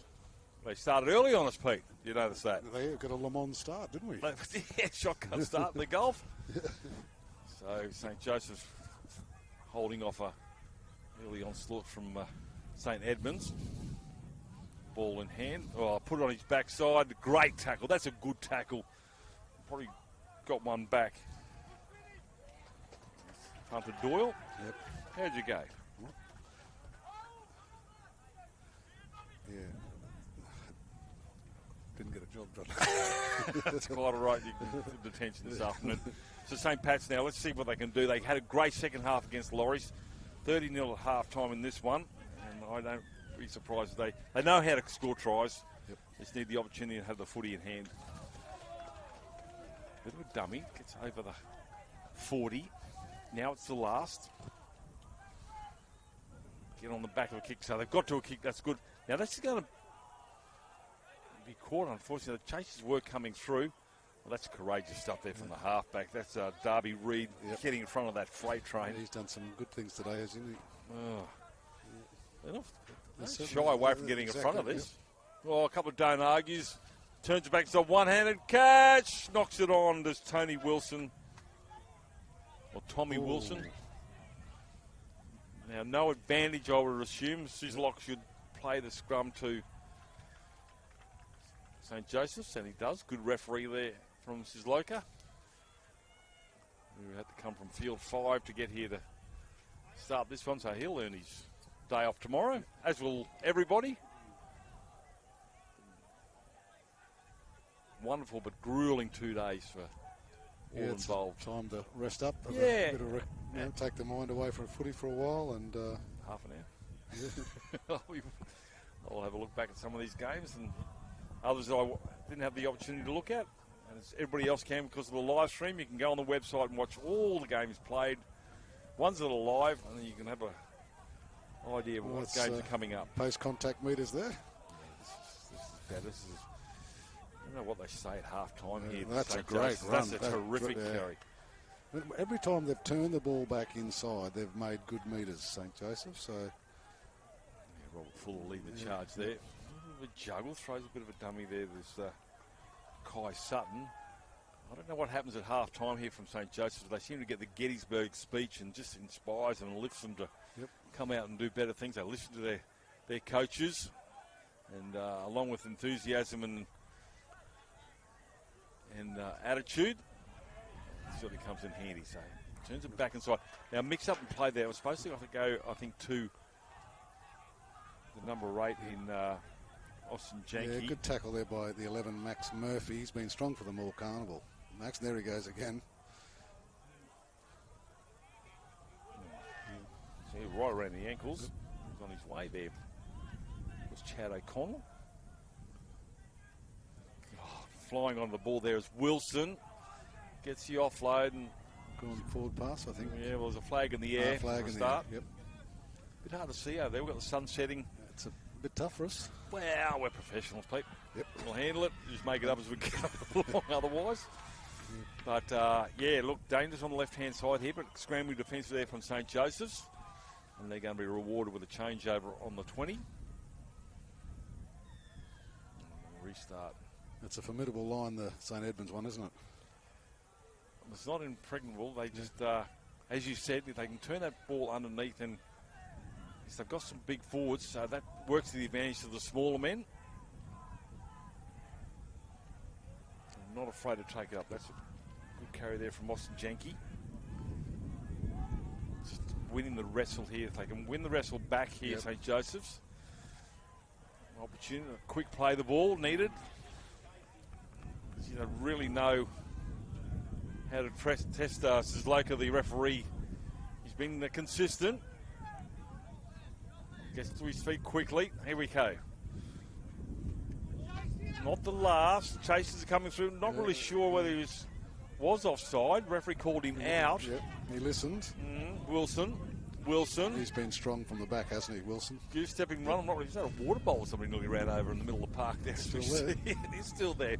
So St. Edmunds. Coming to the right-hand Come side. back this way.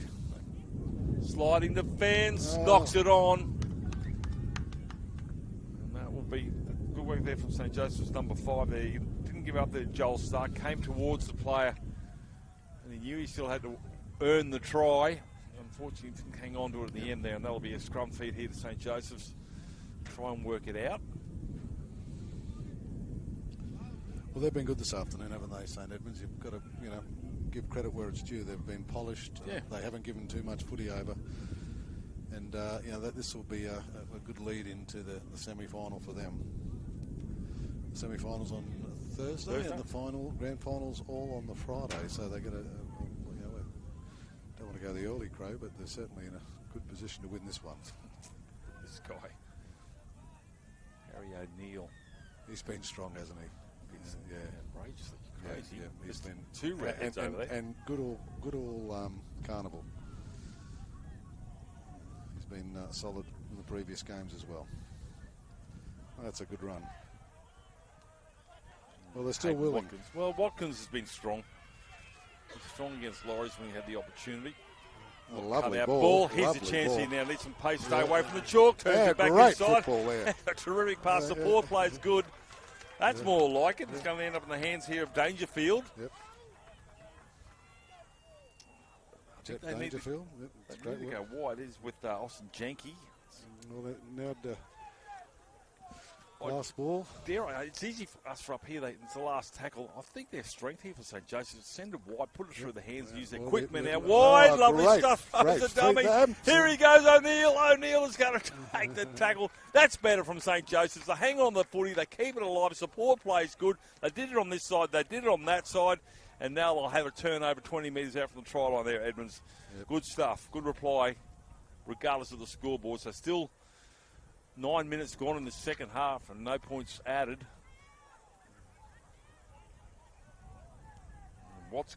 Watkins and Janke, along with O'Neill and Dangerfield, those 4 been very, very strong in the forward pack. Four's been strong for Ipswich as well, hasn't he? Yeah. Yep. Oh, look, it's... they're a well-balanced side. And I don't really know where he's playing before. I don't know if he's playing 13 or not. There's a chance here Great to go run. through. And this is a good try through. And William Tat, I should say, will score underneath the crossbar. Yep. That's to a degree against the run of play. Yep. And I'm just having a look at Joey's bench. They don't have where they got the full 21 involved complement. Yep. There, so they're really running on fumes now. And Ticker.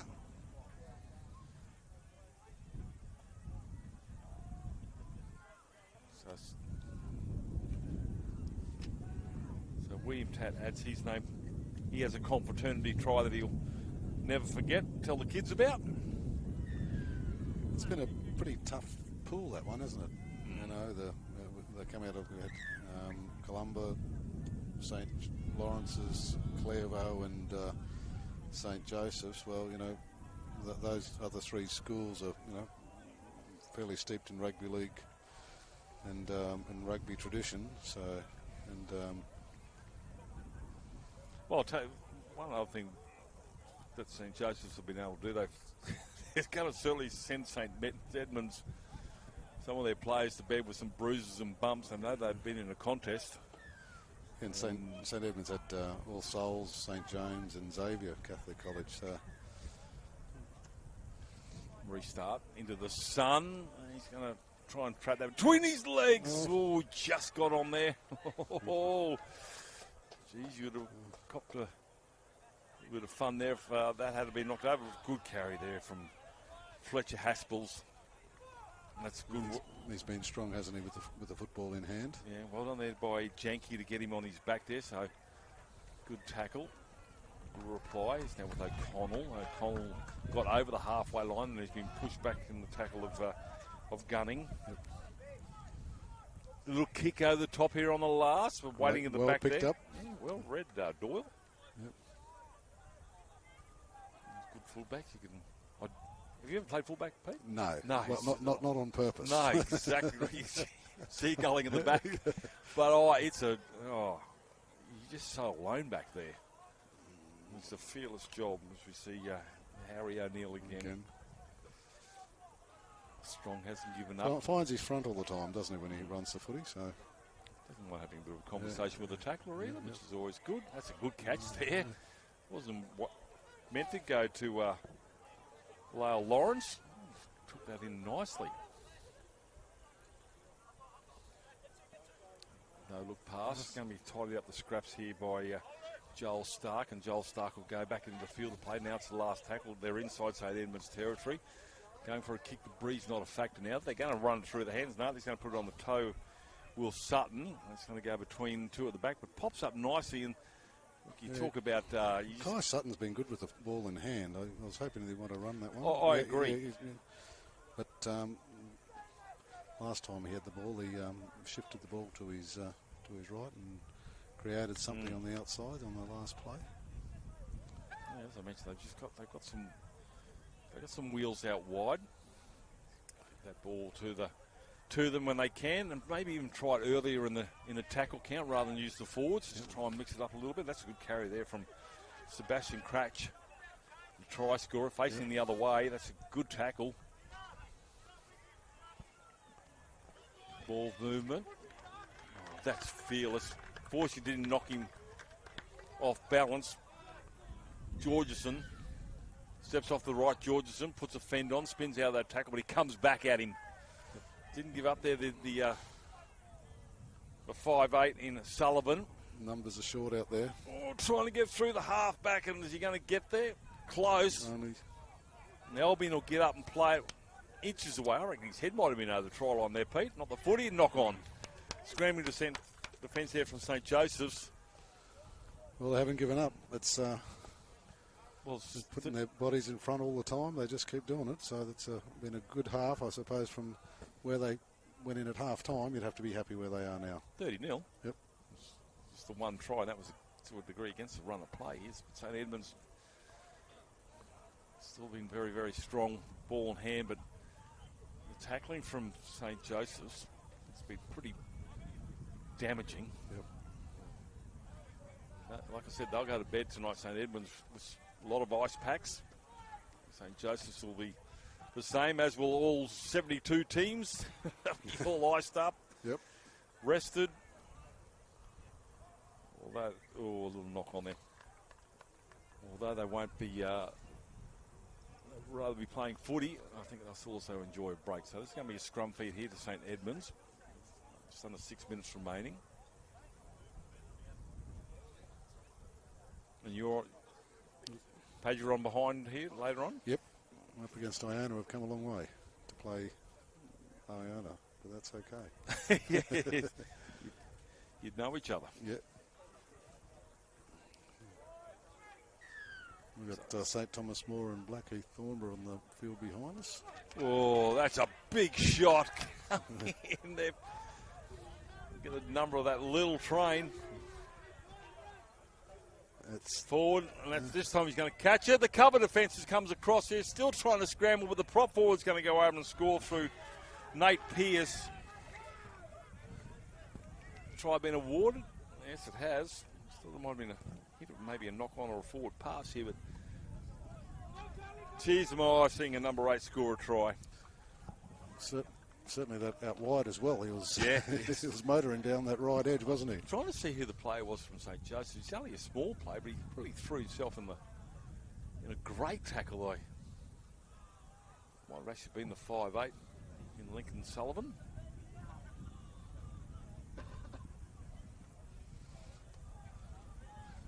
Four minutes remaining. Conversion here for the 5'8" in Polkinghorne. Sorry, not the halfback. It is actually in Albion, and Albion goes to the left-hand side. So, let's see what can St Joseph's do here to finish off their pool game. Austin Janke out there cheering up his Chargers.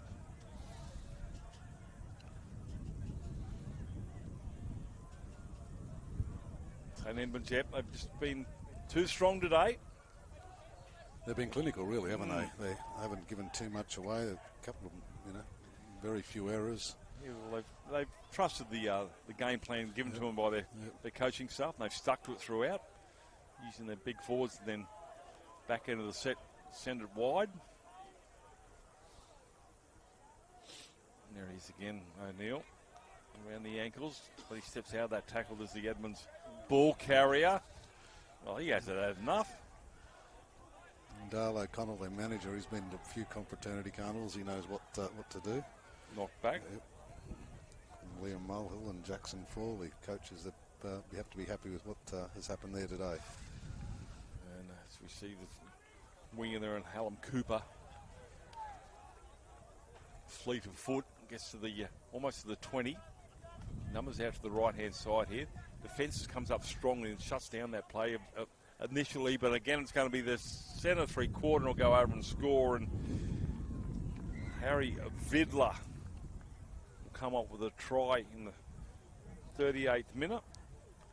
Harry Vidler, V-I-D-L-E-R. We had this conversation when a young Vidler made his Sheffield Shield debut, whether it was Vidler or Vidler. Yep.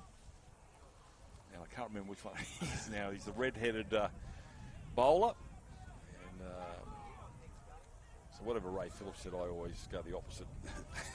So try there to Harry Vidler or Vidler.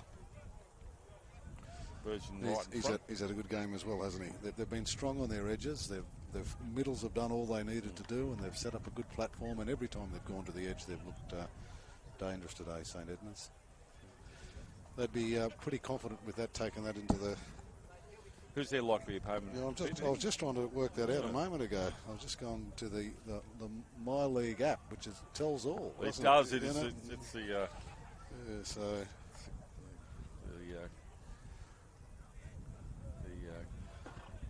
almanac for Confraternity, so you can go on there and check out the app. Gives you all the results and upcoming games. Shortage kick-off. Chases come through. One of those is led by Kai Sutton. They'll go down the left-hand side, coming across in cover defence. That's a good tackle, but not before the offload and the ball inside of the support player, and they've come up with a try will St Edmunds. With less than a minute on the clock. So try and get the number of that player with the headgear. Well, the good news is that St Joseph's get a chance to have a day off. They get a chance to restock and get ready. And the great thing about the carnival is they get to play similar sides as the carnival goes on. And like I said earlier, St Joseph's in a pretty tough pool there. And St Edmunds obviously play another winning side in the semi-final on Thursday for Division 2. So as I know that St Lawrence's were playing over there on Field 4 today, so there's every chance they could meet them. Try scored there by Hallam Cooper, the number 5, and that will be full-time, 52-0 to St Edmunds. Well, Peter Elmore, wish you good luck with your charges over on field number 2 coming up soon. Yep.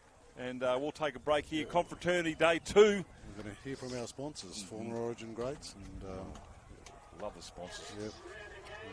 And Strutties, just remember, if you're looking for some apparel, the boys are over there ready to accommodate you and dress you up. Back soon with more action here from Confraternity.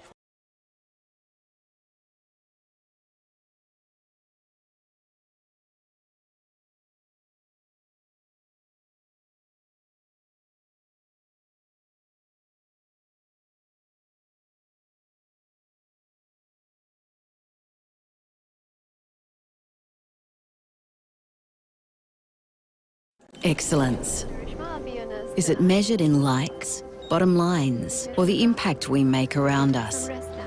The things we build, the students we inspire, the care we give. Baby girl. At CQ University, we recognise all kinds of excellence. We combine contemporary courses with more choices and real support to empower you to create the success that means more to you.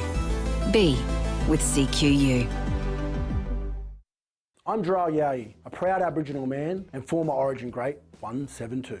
FOGS was established in 1997 by Dick Tosser-Turner and Alan Graham to honour the legacy and contributions of Queensland State of Origin players. FOGS isn't just about celebrating past glories, it's dedicated to making a difference in the community. From supporting grassroots and elite rugby league to fundraising charities that are near and dear to our members' hearts. Through the connections of our Queensland Maroons, we hope to shape a brighter future for all. Welcome to Durumble Country, where tradition, talent and community collide. At the heart of it all, rugby league, a game that unites city and bush, past and future.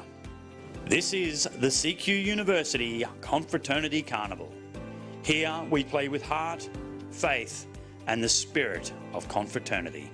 Proudly hosted by the Cathedral College, where the spirit is alive.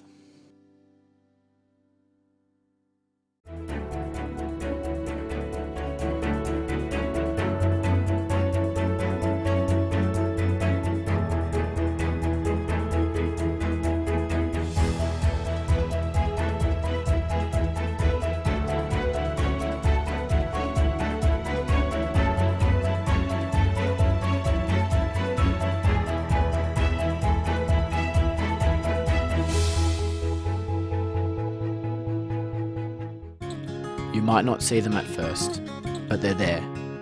Threads. It is the connection we feel when wearing the blue and gold. We're more than just borders.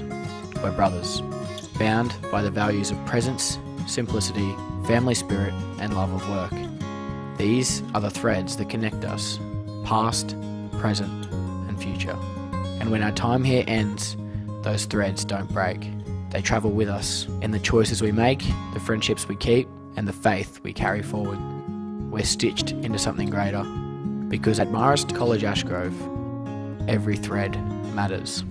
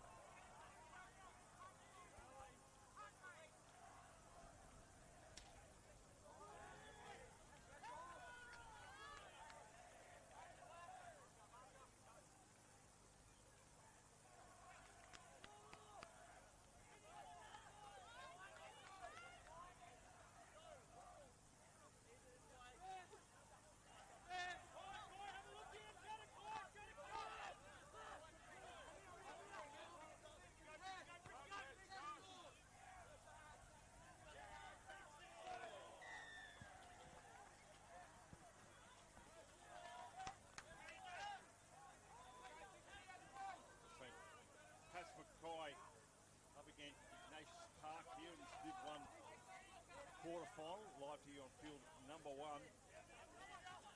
Yeah, big contact there. Rule. Through the forwards. That's a big shot coming through from Norman Campbell. Centre of the park. In. Third. Not the last. They pull on toe here. Into the sun. Nicely the back there. It's Lachlan Brown. Brown will run back into the...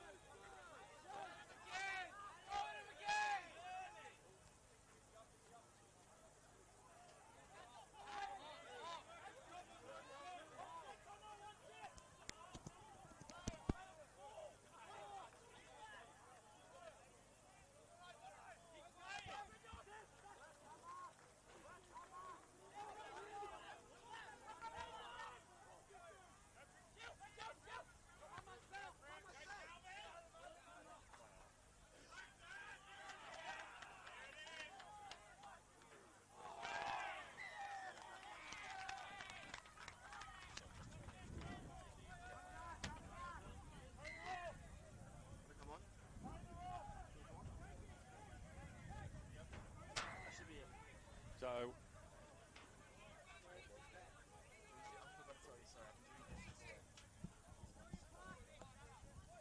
all right,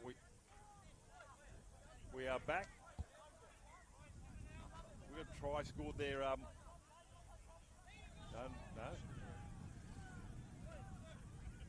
So, referee's going to call out. Referee's going to call out a couple of Ignatius Park players. We are back on air here. Michael Crutcher and myself, John Devine, here in this Div 1 clash. Ignatius Park up against St. Pat's from Mackay. And I've got to go back to one of the biggest crowds I think I've ever seen at Confraternity when we were at Mackay when St. Pat's played under lights at BB Prince Stadium on day 1. It was massive.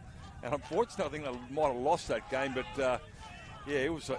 and then they made the final. From memory? They did, and Ignatius Park College beat them in the final that year. So these are great rivals. They played only a few weeks ago in the Aaron Payne Cup. St. Patrick's Mackay won that match. Of course, past form when it comes to Confra, we know that doesn't mean a whole lot. Nope. And we got as good as it gets on a Tuesday afternoon at Confro. 2 of the real heavyweights here. Last year's champions, Ignatius Park College, against a team that is desperate to reclaim the title it had so many times. It's been about 20 years since St. Pat Mackay won the boys' shield. They won the girls' shield last year, so you know that there's a real hunger there in the St. Pat's Mackay setup. They've had some great players over the years. Both clubs have had wonderful players, and it gets to Tuesday afternoon. Ooh. And after this match here, only one of these 2 teams will be alive in the Shield race for 2025. Sidavani Afu comes up with a handling error. And we were just off air there when there was a chance for St. Pat's to score in the corner there. Michael, you might have better vision than I did, but it was denied. Yes, Ignatius Park College got the ball, and there was a penalty for a high tackle down there. So that's... got them out of jail. It did. They're on the attack again here, getting to halfway. So 12-0. Breeze just minimal compared to what we've had during the day here. And now... Don't forget last year's semi-final between these 2 teams up in Townsville. It was a 6-0 win to Ignatius Park College, and that was an epic clash that was decided by a try to Lincoln Baker, the fullback. He scored the only try, and he's back out there today in this game. We said earlier he came back from injury. Only last Tuesday he got cleared, so this is a return from an ankle injury, and he's part of this Iggy Park team. And behind us we've got another Shield final, quarter-final. That's St. Brendan's Yeppoon, who topped the same pool as Ignatius Park against Shalom College, and Brendan's on the board early there. So we're seeing on slaught here coming Caleb O'Brien from St. Pat's. Referee for this match is Callum Devine, Casey Jeffries and Mitch Berg are your touch judges for this quarterfinal blockbuster. This is, at the end of the day, it doesn't matter whether it's under fives or something like this. You don't know who's going to win the game, so it's going to be a great contest. And here's a penalty inside the 10. So St. Pat's will go back. Do you take the 2? How precious are these points? Well, they're going to take the tap restart. They're going to throw their prop forward in a Callum O'Brien towards the chalk. That's one tackle. So Ignatius Park have to defend. Almost getting through there is Campbell. 3 defenders stop him. Dummy half is McFarlane.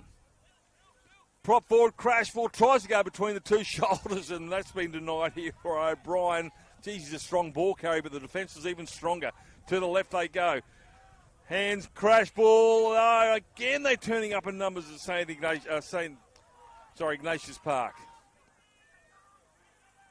This time, no way through there either for the back rower in Bone. Ignatius Park is holding on strong. Now it's the last tackle.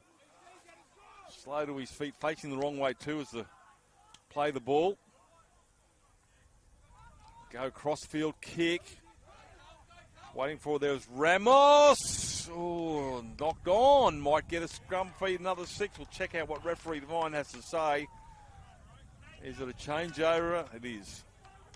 Now, my apologies for saying St. Ignatius instead of Ignatius Park. I went to St. Ignatius, so troubling days back then, troubling days. You'd be on the honour board there for sure, wouldn't you? I got an honourable discharge. See you later.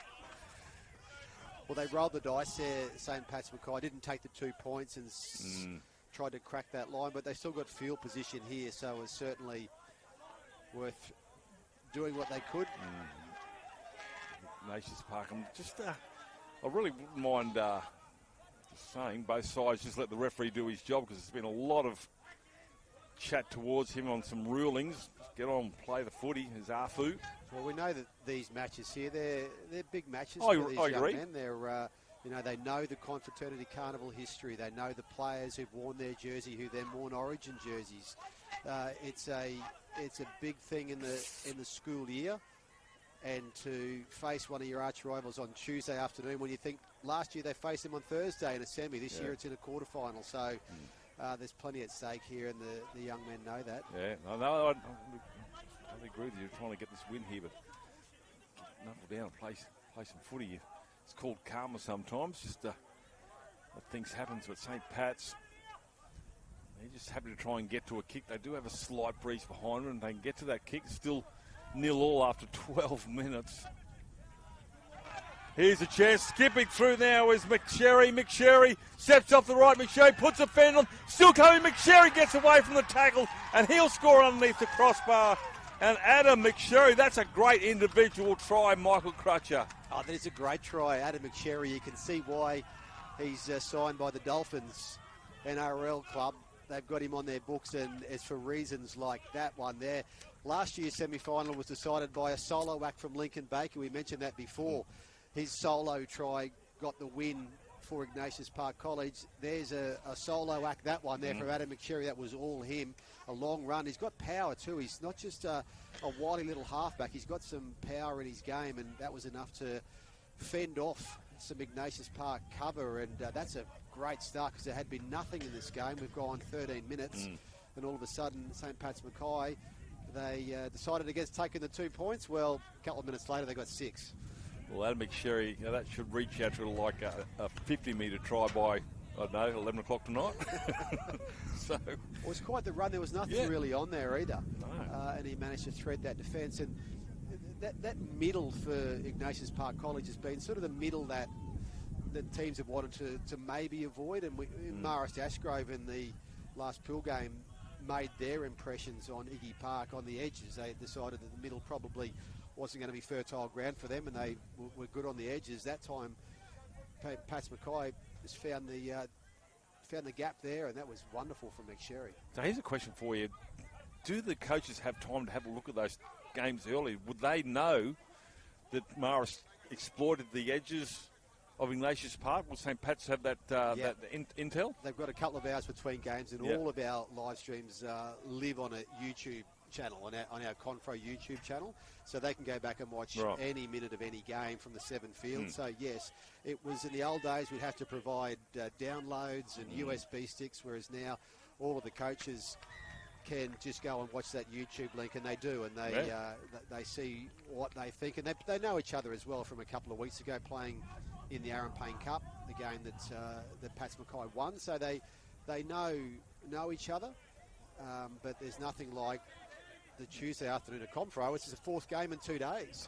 The things that you might expect to see at a midday game when everyone's fresh in the Aaron Payne Cup don't always work out when you're playing game 4 on day 2. It's a whole new scenario here, and things happen that you just don't expect. Restart here for Ignatius Park, and that's a good kick, but in an even better take. Well, that's a sort of the winger, That's a sort of win where the winger takes it and does a hit up too. No time to offload. No, that's a pinpoint kick too by Ignatius Park to have that winger have to do that, play that role. First carry.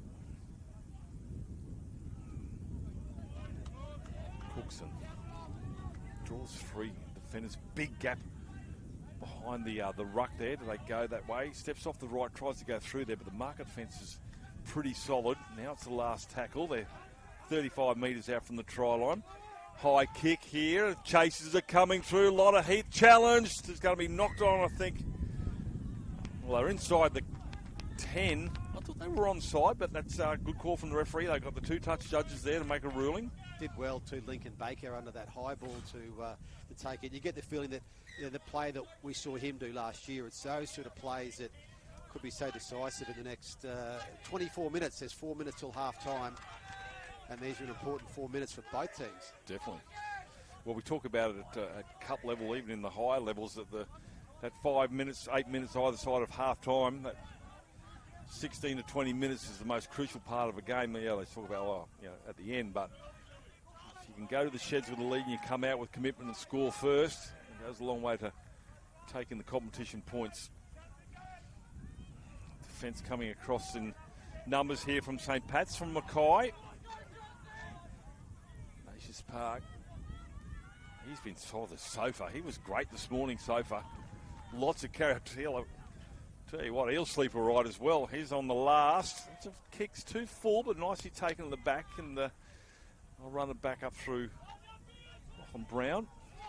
Yeah, they're really winning the field position battle here over the last 10 or so minutes, St. Pat's Mackay. And they've got 3 minutes until half time, and they're starting to bring the ball out again now. Last thing St. Pat's want to do is cough up a penalty in defence. 3 minutes remaining. That's the 30-metre line. Slow play the ball, winning the wrestle here, Ignatius Park.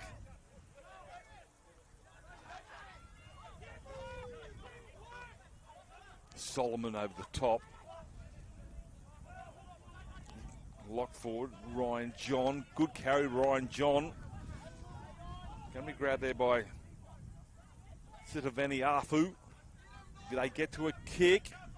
Gee, that's a high crossbars coming into play. That's a good take. He didn't have no idea where that upright would have been behind him there, Michael Crutcher, and that's good vision, and he kept his eye on the ball. He did take. I don't think Lincoln Baker was pretty sure that he had his foot planted on that line when he caught it, but he had a referee and a touch judge who weren't able to run as fast as the ball, so he didn't have what was it, little gap. He didn't have a great jury there to help him.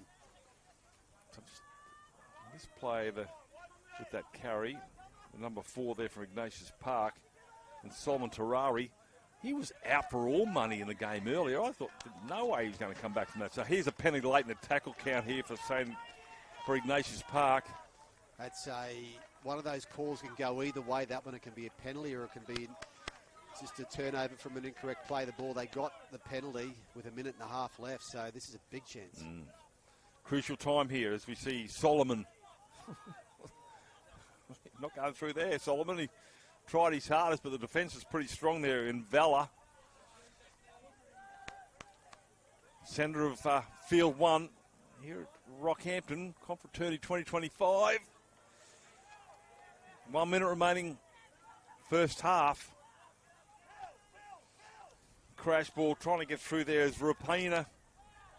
Michael Crutcher mentioned, go and check out the highlights. Great individual try. Prop forwards close to the try line again. We talked about the defence at the other end from Ignatius Park. Well, St. Pat's are just doing what you can do better, we can do as well. Ramos. Oh, they're just so hard to pull down those smaller plays. It's Byron Pigott that's got to put the finishing touches on that tackle. He's involved in this play as well. 12 short of halfway.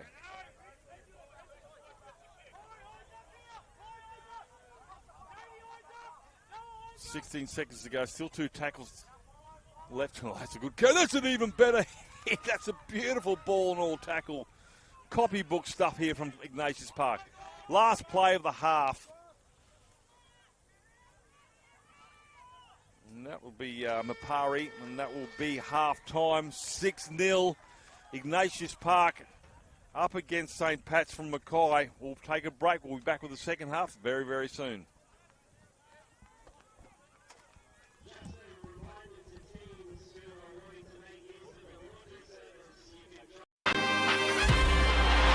Into the arms of Farnworth. Irving! Oh, what a shot, Bostock. Katoa, held beautifully. Oh, that is just brilliant. Kicking for Bostock. Yeah! What a try, Jack Bostock. The crowd wants him to take off. He does take off. Just sit back and enjoy this wonderful sight.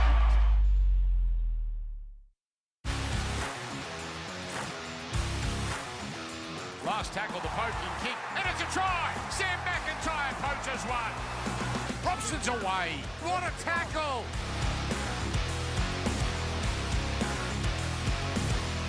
Oh, Purdue straight through and he scores! Purdue, another try for the youngster.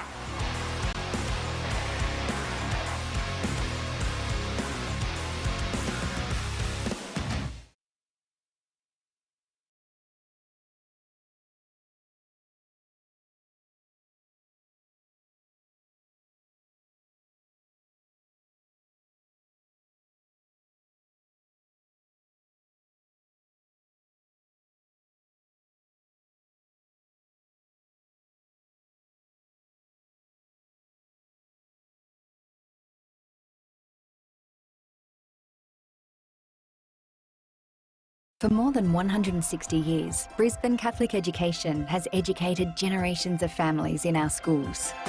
Covering the city, coast and country, our 140 plus schools across southeast Queensland are united to deliver an innovative and holistic education, one that nurtures students' minds, hearts and spirits, all with the aim of forging a brighter future.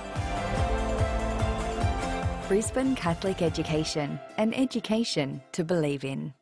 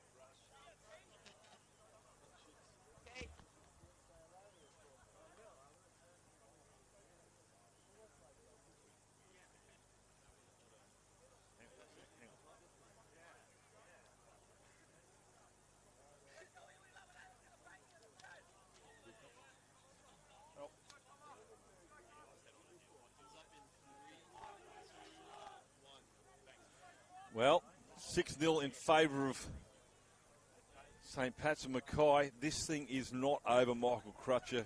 We are in for one hell of a final 20 minutes in this quarter-final Div 1 clash here at Confro 2025.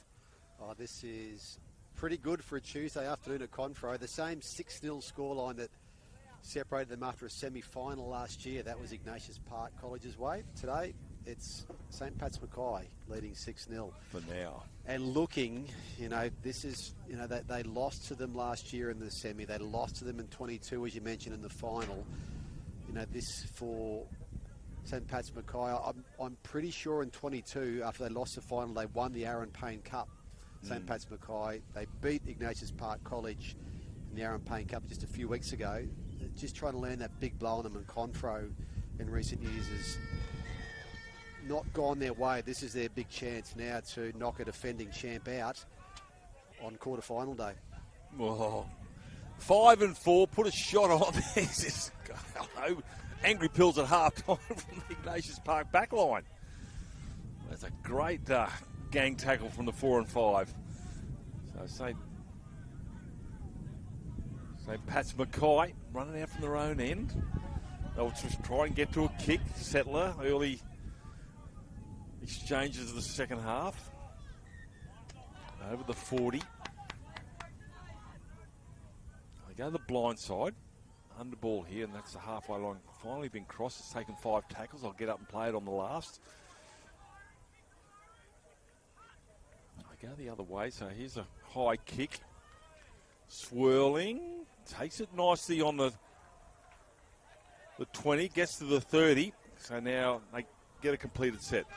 Doing the other Shields quarterfinal on right now behind us. Same scoreline. St. Brendan's College, Yeppoon 6. Leading Shalom College, Bundaberg 0. So we've got 2 very tight Shield quarterfinals, and after this we've got 2 more to come. We've got the host college on this field, TCC, Cathedral College against St. Augustine's, and on the field behind us, field 2, we'll have the All Brisbane battle, Padua College and Iona College. So really good mix of teams in the 8, the Confraternity Shield 8. We've got a Bob Linder Trophy final on another field. It's Marist College Ashgrove versus St. Pat's College at Shorncliffe. So this is the sort of afternoon segment when the Div 1 teams slug it out. And as we say, it's called Heartbreak Tuesday for a reason. Sometimes 4 games in 2 days and your Shield dreams are cooked on a Tuesday afternoon, or you live to get into Thursday semis. So St. Pat's there, number 12. And Keenan Bones come off, and he's holding his rib cage, and I really hope it's not rib cartilage damage for him and just a bruise, because that's one thing you don't want around that rib cage. Oh, it's a good carry there from Afu. We saw him earlier today, Michael Crutcher, 70-metre run down the sideline to open the exchanges earlier today. That's allowed to bounce. Bounces fortuitously for the St. Pat's player at the back there. Still waiting for some players to get back on side. St. Pat's, there's a little bit of a rugby union move. Bit of a ruck forming there. Almost turned into a maul. This is a field position that Ignatius Park College didn't really have at vital times in the first half, so they've made a good start here on tackle 4 for St. Pat's Mackay. Slow play the ball, winning the rest here, Ignatius Park. That's half a break. Oh, if he kept his feet, could have gone further, but he's been pulled down from behind there by Byron Piggott. Gets to the kick. End over Wren. Lincoln Baker, look out. He's going to pass it off. Oh, look at this. Straight away on the attack here, Ignatius Park, and cover defence is strong, and they're going to get a knock on. Jeez, that looked ominous. Yeah, that little break that was made before by St. Pat's Mackay, one of the casualties of that was the Ignatius Park College halfback Chase Shepherd. He looked like it was hit in the elbow area, in the throat area, sorry, but tough as nails, just got straight up. You could tell he was gasping for air, but went straight back into that line. So that's a tough play. probably just wanted to lie down there and have a few deep breaths, but he kept playing. So we've got an injury over the back at St Brendan's. One of their props has just come off. So this is it's a tough few days of football, and rib injuries, and others. These are big bodies, and there's a lot of courage with these young men. Yeah. Certainly ribs and sternums, they're the ones you don't want. Just can't breathe or anything. But anyway, this contest continues 6-0. But an ominous signs on the left-hand side there from Ignatius Park. Not for the first time they've challenged the right-hand defence of St Pat's with that sojourn towards the Struddy side of Field 1. I think the other thing too that St Pat's Mackay would like is they have busted that line a few times now, poked their nose through or made a clean break there, and they'll be encouraged by that because we didn't see that much yesterday in the 0-0 Ignatius Park Brendan's game. It was pretty, as 0-0 would suggest, there wasn't much happening there in terms of breaks. But just a couple of times that line of Iggy Parks just buckled a bit, so they'll want to tighten that up in this last 14 minutes. Yeah, that was tough conditions yesterday for both sides. All sides, day one, different conditions here today. Very favourable for rugby league, especially for the speedy men. That's just the halfway line there. So Brennan's have scored in the field behind us now to extend their lead over Shalom. Still got 14 and a half minutes to go in all games, all 7 grounds here at Rockhampton. A little bit of a goose-stepping run there from Joshua Toby. And Sherry, the try scorer, puts that high. The chase has come through. It's been challenged there at the back from Lachlan Brown. And there's going to be a knock-on, I would think, from St Pat's, and it is. And that will be a changeover to Ignatius Park 10 metres out. Yeah, so the other position goes to the other end of the field. So St Brendan's with a 10-0 lead, kick to come in their game.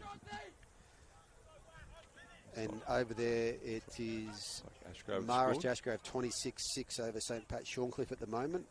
And on another field, Marymount College is a trophy matches. Marymount College 14, Aquinas 6. And in the local game, Rocky Grammar 8 leading Emmaus, Rockhampton 6. Hey, that's a nice tight encounter. As in this, that would have been like tackle 4 maybe. And St Pat's come up with an error. Do they make?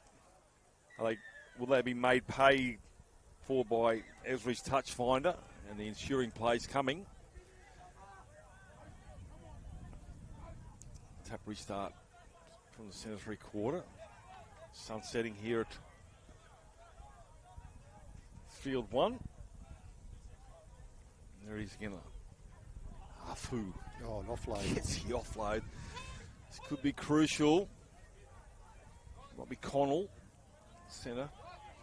Get up and play. They've got a back line out to the right. Flat pass. Here they come to the right-hand side. Sweeping play here, but instead it goes back inside to Shepherd. And Shepherd's going to be cut down there initially there by Grady. He goes back in the defensive line. Here he comes now. It's a big fella, Rapina. And Rapina also denied access to the in-goal area. No look pass. Picks it up on the half volley, and Terrari will go over and score. Good hands there from the centre. And Solomon Terrari will come up with 4 points. Brings them back into this 6-4. It does, and probably not the pass they were looking for, but the pass that gets the results. One of those ones where it hits the ground and everyone sort of pauses because they don't know where that ball's going to go, but it bounced up beautifully, and as you said, lovely hands to pick that ball up and race in good speed into the corner to make it 6 points to 4 with 11 minutes to go. Well, you talk about the luck of the bounce of the ball, and that thing could have gone left, right, sideways. Just sat up nicely, positioned himself nicely. Also did Solomon Terrari to pick that up. And he was able to pick it up at speed too. Yeah. And he had the momentum just to break that as we just went to ground, just confused everyone. But he had momentum and did very well to get to the line. So there's a few twists and turns in this game. Don't worry. This carnival has twists and turns every year. Something funky happens. Go back to even Bundaberg when Padua were down 16-0. That conversion has got enough legs. No. 16-0 in that encounter and end up 16-all. That's true. That was extraordinary. We've had a few epic comebacks over the years. Haven't we just? On field 2, St Brendan's have scored again to go up 14-0 against Shalom with 9 minutes left. So St Brendan's looking promising to earn their Shield semi-final berth on Thursday. It's less certain here, 6-4 with 10 to go. Conversion unsuccessful, so Ignatius Park. Solomon with a try in the 29th minute, and Adam McSherry in the 13th minute for St. Pat's. We'll get things underway. A lot of open space here to the left. Breeze will hold that up. Need to be careful. Comes onto it with pace, and here we go. Rapana, I think it is. No, it's actually Yafu. Rapana from the other side. Rapana wants to have a crack. Here he comes. Goes without it. And he puts his head in his hands. He knows this is vital, Michael Crutcher, and this great field position here for St. Pat's to respond after leaking points. Yeah, you just want to... You've won the field position battle in the last few minutes. You want to continue it, and this lets St. Pat's just take a breather and see what they can do from a scrum, almost centre field. And 20 metres out, so big test here. Campbell. There's 10 metres off the account. Now for the lock forward, and John. Turn gives it away to the 17 in Cookson. Oh, the back rower goes over and scores. There's jubilation on the sideline as Declan Grady goes over. And they take back the deficit of that 4 points 2 minutes ago. Yeah, we just mentioned before, just some of those line breaks that Iggy Park would be a little bit worried about, that we'd seen a couple of those Pats Mackay players just work themselves through that defensive line, and when you work yourself through that close to the line, there's no second chance. And Declan Grady, he's on the North Queensland Cowboys books. He's got a contract with them, and he's big and strong, and was enough to get through there for a really important try. 8 minutes to go.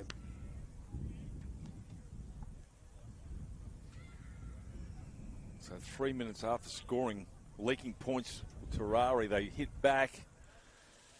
And we just go back to that healing era. Rapana. Oh, sorry, not Rapana. Rapina. Yes, Rapina. Don't you know, when you do that, don't you just, you're just on the edge of your seat for the next 6. Yeah. You're just desperate for a try not to come out of your mistake. And they're able just to split them on that left side. Yeah, you got to feel for the, I mean, the Rapino, as we mentioned, great try on day one, and then rugby league can just take it away from you, and it just gets a knock on there. I'm not saying that's going to end the game here for Ignatius Park, but he'll lift, he'll learn. This is a really important kick here. It's a 6-point deficit with 7 minutes to go. This can put St. Pat's Mackay 2 scores ahead. So into the slight breeze. Strikes it pretty good, but goes out to the left. 10-4, score remains, 7 minutes remaining. St. Pat's need to try and stave off what Ignatius will throw at them now, and it will be everything. It will be, and, you know, we talk about making mistakes, but, you know, even though there was a mistake there, there's still 7 minutes left in this game, so there's enough time to, you can't say that that's going to be the difference in the game, because there's enough time to... Well, as you mentioned, Marist scored 3 tries. Or 2 tries in the space of no time, just before half-time. One of them right as the siren went. There they are again, these two. Terrari, along with Mapari, bully boys. Yeah, and Pats Mackay just went straight to that left edge where those two normally defend and almost got away there. They did. Good vision. He drops back in the line here. He's lost the footy. Grabs the head. Does Darcy McFarlane. Oh, what have I done? Ay. Talk about the 50-50 calls We had one very similar in the first half that went to the person playing the ball. This time it goes against the person playing the ball, but their line ball calls. So set play out to the left here. The formation here for Ignatius Park. Probably nothing too unorthodox. They give it off to the Lincoln Baker, their strike weapon out wide. Gets manhandled to the ground. He'll get up, quick play the ball. Now through Solomon. Holy smokes, how good's that? I could watch that all day. That's a terrific hit. Afu. They need to start winning the rest of these. St. Pat's, some big meters being made here by Ignatius Park. Here, this time here from the Hensby. Hensby, get up. Hardy towards the crossbar. Last tackle here, says Cullen Devine, the referee. To the line, the halfback tries to get through there, and Shepherd, and that'll be a turnover, and that's a great tackle there by Declan Grady. Yeah, Grady had eyes only for Shepherd there. Regardless of what Shepherd did, he was going to get tackled by Declan Grady. He held onto the ball, and the number 11 was up to it. So here we go again, though, still working it out with 4.5 to go. Arthur got out there in a hurry.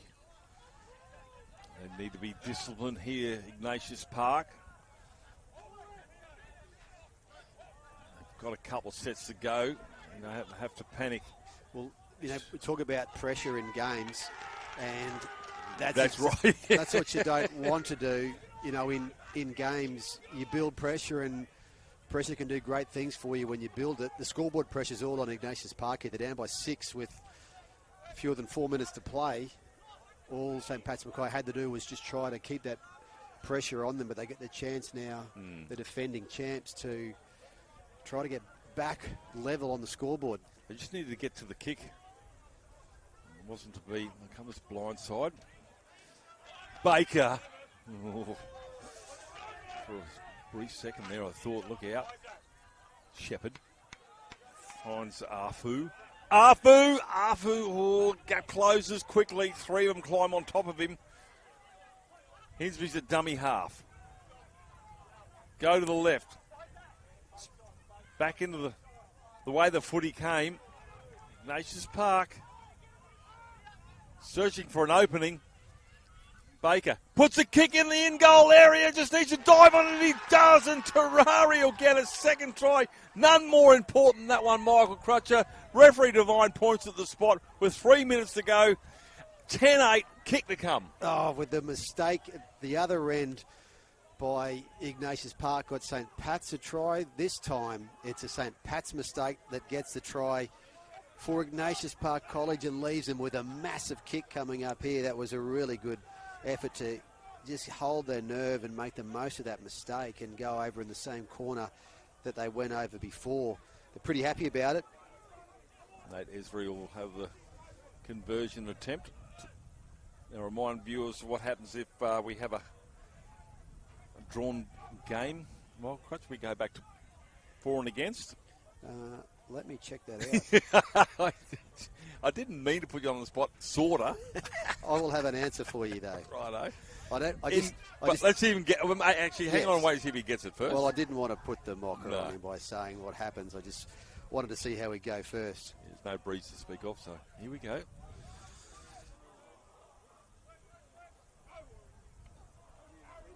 Nate Esri. This is a level all up. Esri strikes it, coming back. Conversion successful. Holy Toledo. Got ourselves a 10-all ball game with less than 90 seconds to go on the clock. Well, we said it'd be a crackerjack game, 10-all. And that man, Solomon Terrari, with 2 tries. The 38th minute and the 29th minute. Tries to McSherry in the 13th. McGrady in the 32nd. Okay. If at the end of normal time in quarterfinals and we have a level score, the winner is the team who scored the most tries. If the tries are level, the team who scored the first try is the winner. Ooh, so the first try was scored by St. Pat's. Adam McSherry with the first try with less than a minute to go. Here we go. Well, don't know how the breeze has gone for a 90-metre field goal. Arms in the air looking for a penalty. Just get on with it. Afu. 30 seconds remaining. 10-all. It's been a crackerjack game of rugby league. And didn't have to pay and come and watch this. This is the outstanding thing about that. So page 19 of the Confraternity Carnival program. If tries are level, the team who scored the first try will be declared the winner. And we have 15 seconds to see if that rule will come into force. Above our pay grade. Terrari tackled. Last play of the match. Turns it back inside. High kick. Is it too big? Takes it in the back there. There's Hennessy.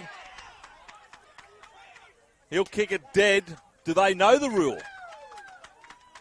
Well, if they know the rule, that is genius. St. Patrick's College Mackay advancing to the Shield semi-finals. As the rule goes, we have a whole bunch of games to follow this. We don't have the time to have extra time in these extra timers for the semi-finals and the final in all divisions. That is a win to St. Patrick's College Mackay in terms of advancing. They've just found out they get their Confraternity Carnival revenge in the most bizarre way. And the cruelest of ways, but they're the rules. Everybody knows it before they turn up here at Rockhampton. We'll take a break here. We've got one more game to go here. Quarterfinals on field number 1 here. We'll be back soon, and what a contest we are in for once again.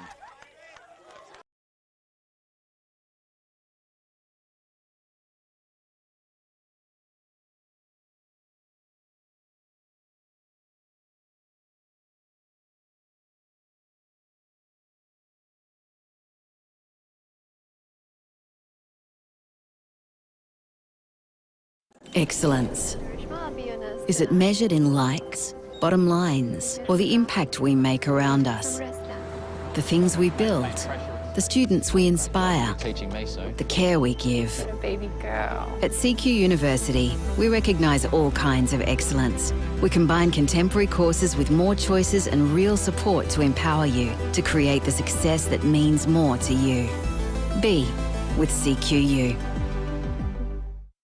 I'm Dral Yayi, a proud Aboriginal man and former Origin great 172. FOGS was established in 1997 by Dick Tosser-Turner and Alan Graham to honour the legacy and contributions of Queensland State of Origin players. FOGS isn't just about celebrating past glories, it's dedicated to making a difference in the community. From supporting grassroots and elite rugby league to fundraising charities that are near and dear to our members' hearts. Through the connections of our Queensland Maroons, we hope to shape a brighter future for all. Welcome to Durumble Country, where tradition, talent and community collide. At the heart of it all, rugby league, a game that unites city and bush, past and future. This is the CQ University Confraternity Carnival. Here we play with heart, faith and the spirit of confraternity. Proudly hosted by the Cathedral College, where the spirit is alive.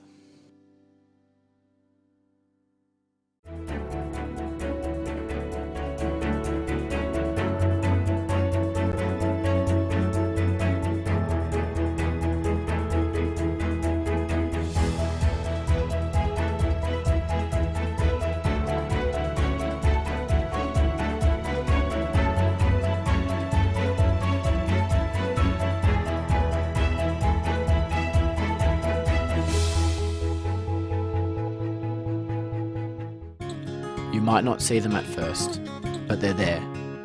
Threads. It is the connection we feel when wearing the blue and gold. We're more than just borders. We're brothers, bound by the values of presence, simplicity, family spirit, and love of work. These are the threads that connect us, past, present, and future. And when our time here ends, those threads don't break. They travel with us in the choices we make, the friendships we keep, and the faith we carry forward.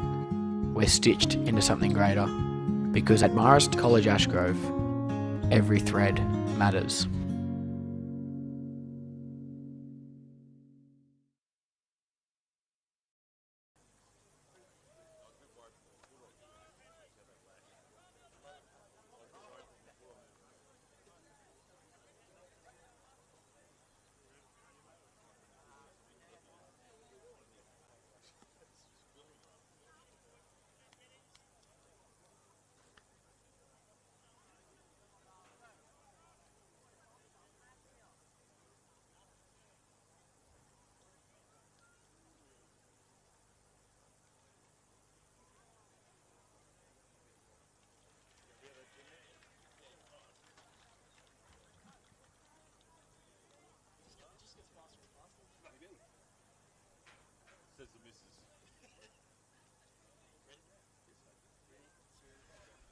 Final game here on Field 1, Day 2, Confraternity 2025. We had a 10-all draw between St. Pat's and Ignatius Park. The first try scorer being St. Pat's. They win the game with Ignatius Park out. St. Pat's to play in the semi-final, one of the semi-finals tomorrow. So we've got St. Augustine's from Cairns here on the home side of the Cathedral College. Out in the middle here. Carry there from Cade Miller. Shadows starting to come across here. We didn't have those shadows yesterday because it was cloud cover. Club stands in the tackle. 8 short of halfway. They go the blind side. Good shot there. Put on Fatafihi. Last tackle. All on side. Taken on the sideline there, and the tackle there coming through is Williamson. Our referee today here for this clash, Jacob Brown from the Gold Coast, Ethan Garton from Toowoomba, and Blake Douglas from the Gold Coast. Sunny Coast. Gold Coast, Sunny Coast, and Toowoomba. 3 points to the globe, and Jacob Brown wearing the Gold Coast referee strip. And touch finder. Ooh, just.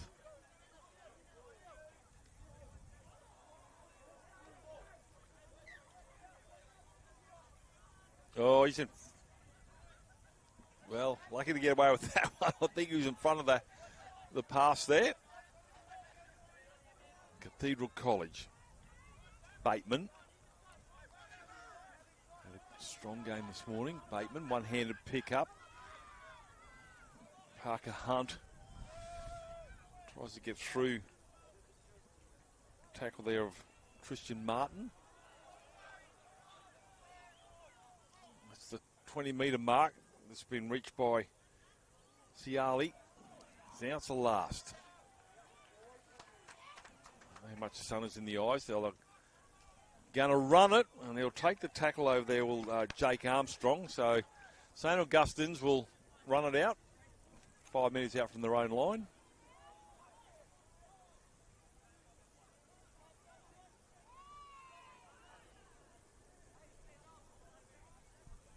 Slow play the ball. Referee Brown happy with that.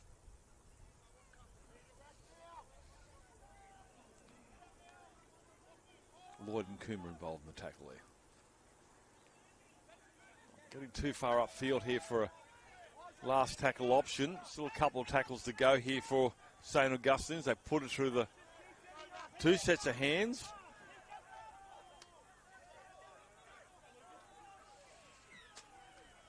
Go the blind side.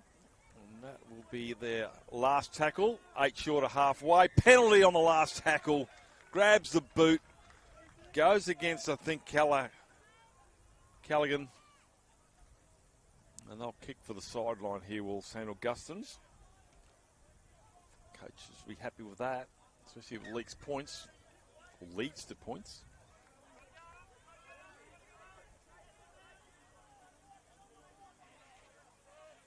Mears.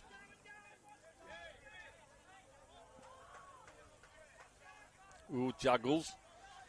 That's been touched and grabbed here by the Cathedral College player. And he'll get up and play it. Will Kuma, just short of the halfway line. Right place at the right time and gets a penalty. So all of a sudden, St. Augustine's had great field position. And now Ignatius and the Cathedral College will make pay. That's going to find touch. It's going to find touch deep inside. Augustine's from Cairns, end of the field. Seabold. Face plant there. You get up with some spinach between the teeth. Ciali. The stranger taking the big hit ups is the 13. Scored a try yesterday, and now it's with Biles. Take the tackle There will balls of Jake Morris.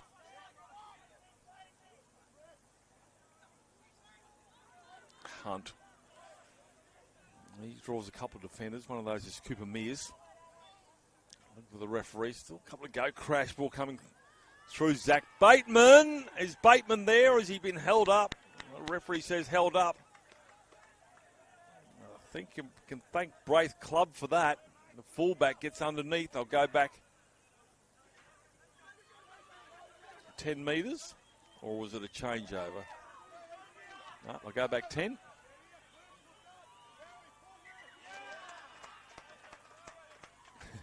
Wants to play that again. Busby to Lloyd. Lloyd gets the carry on to Seabold. Changeover. Bit of a nothing end of the play there, but that may have been the plan, just to get St. Augustine's to run it out from their own end. Jake Morris with the first carry. Gets the tackle there from Zach Bateman. Long pass in front of the goalpost. Courageous stuff.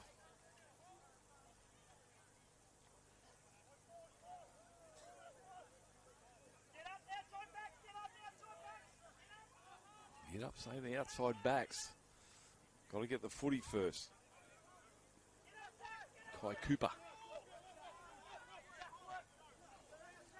They come to this broadcast side, kicking not on the last.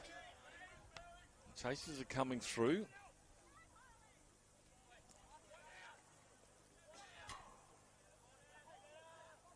Riley Wells, good chase there. Goose-stepping run from Isaac Darla. Scored a try this morning, Darla.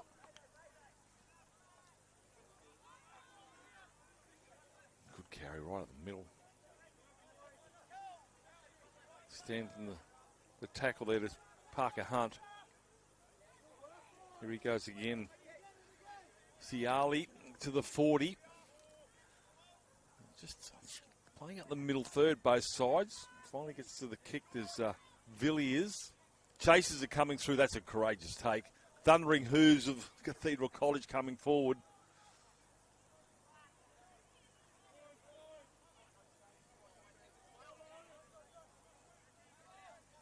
Has that been knocked? No, play on.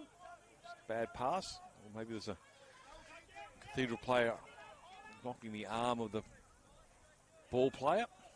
Oh, there's a gap that opens up here. The big 13 goes for a run, gives it off to the winger, and Linehan will go all the way to the try line, and Linehan will score. You can thank the efforts of Riley Wells, the 13, and St. Augustine's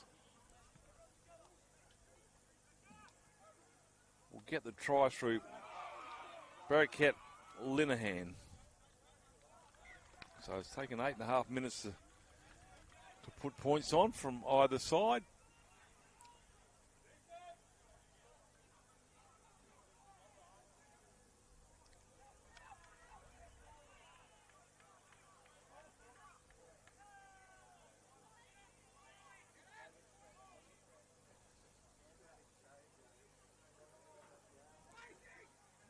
In the hands of Lucas Russell to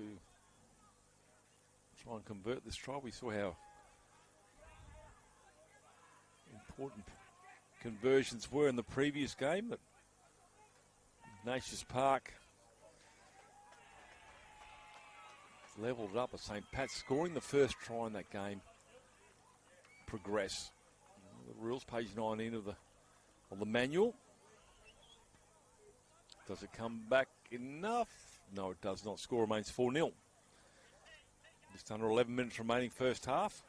Last game, day 2, Confraternity 2025. Big thanks to Central Queen University, Struddies, Fogs, former Origin greats, and the NRL for their sponsorship of this carnival. Has a rest day tomorrow. Villiers puts it deep into the corner. Players they're going to crash into each other. And Seabold won the tacklers. Get some assistance from Kuma.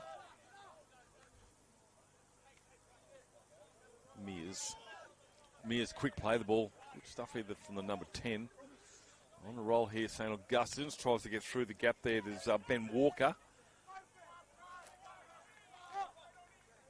Gets over halfway. Walker, good run. It's early. Biles is at the back. Takes it, solid. And a penalty, high shot. So that's welcoming by the Cathedral College. They'll find touch.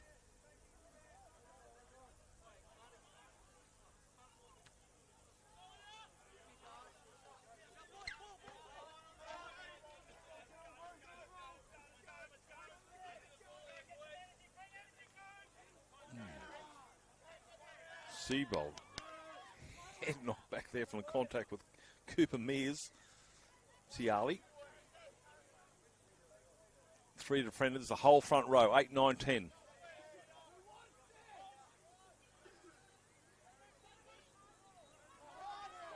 Kanak, that's good carry as well from Kanak. So good set of 6 here coming from the Cathedral College. Bateman goes without enough to offload. So St. Augustine's from Cairns.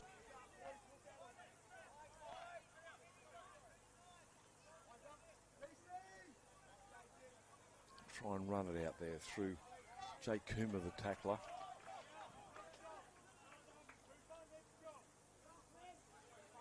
There's no way through there with Ciali. Ball and all tackle on the fullback in club.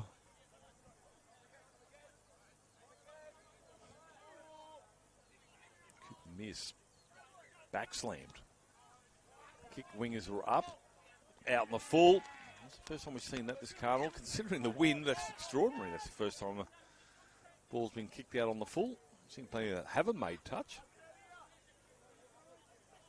So Cathedral Park with a commanding field position here. 8 minutes still remaining. Busby's a dummy half. Kanak. Crawling. Had Cade Miller on his back. Now with Aiden Price. So played on the mark. Shimmy's left, goes right. Again with another carry here is Kanak.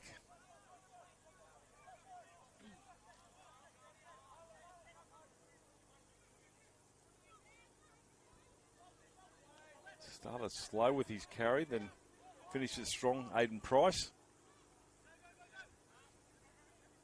Biles for the corner. Can he spin around and get it across? Now it's the last.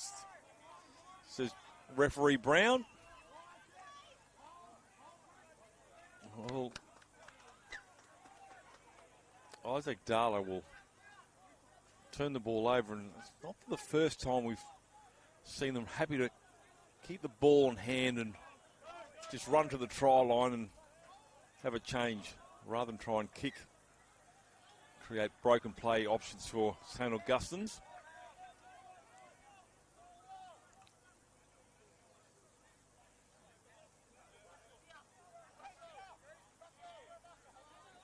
Then Walker get up and play. They come to this blind side. Trying to find a way through there is Brennan. Wobbly old kick.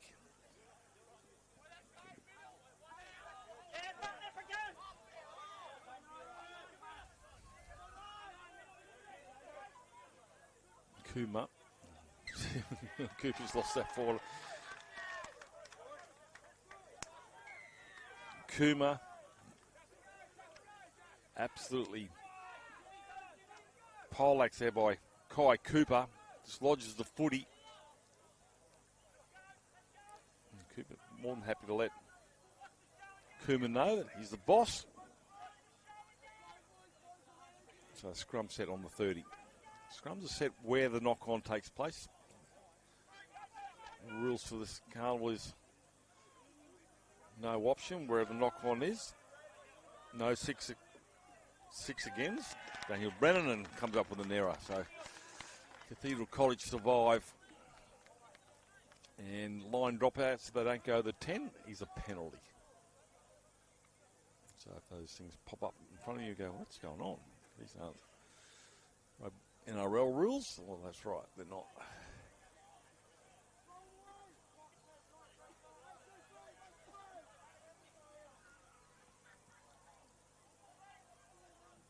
High school, Cathedral College. Behind on the scoreboard 4-0.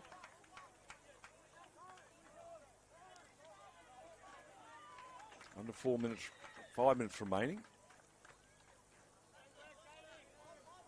Oh, thinks about an offload. Thought better of it.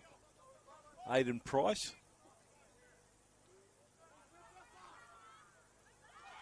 Noah, big fella, charging forward, knocked off balance there by the fullback there in Club. Play back on the mark. Busby. Here he goes again. That man, Aiden Price.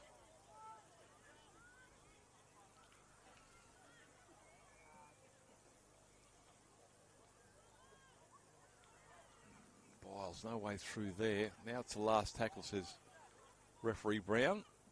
Blindside, goes left, right. Tries to get through there, gets the offload to the halfback there on Villiers, and Villiers will take the tackle. And once again, it's the norm. They don't go to the kick. Cathedral College decide to take the tackle.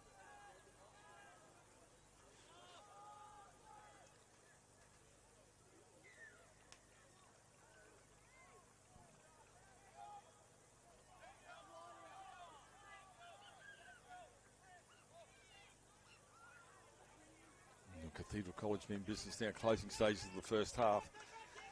Looking to restrict St. Augustine's field position for the last tackle option. Darla involved in the tackle.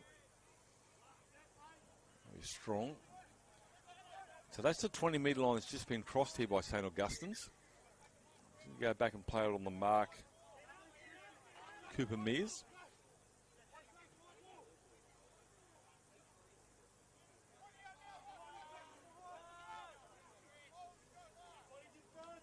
Last puts it on the toe. Nicely taken the back here by the winger in Law.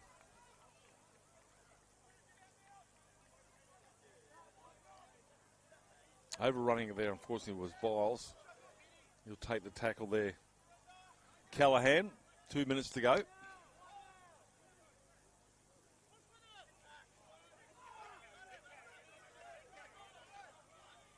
Good carry, hasn't been called hell, still trying to climb forward. Aiden Price, that's a good carry from Aiden Price. Wobbly old pass here, picked up the ankles there by Noah. Noah again promotes the footy another 10 metres, good carry. Lloyd puts that high, chases come through. That might have been knocked on there by Braith Club.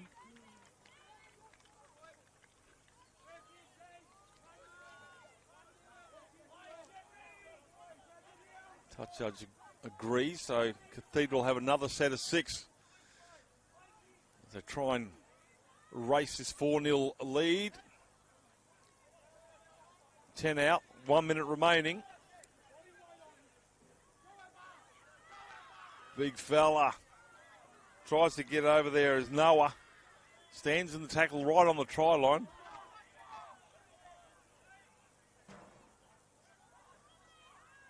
Tries to get through. Does he get there? He does. Keelan Callahan, right on half-time, has gone over and scored. Keelan Callahan, well, you remember that one.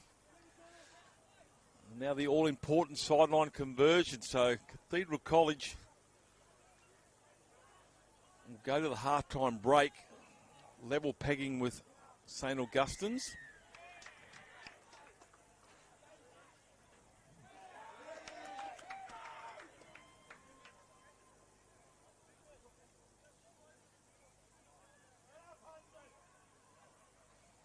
This will take us definitely to half-time. The Hooter about to to go.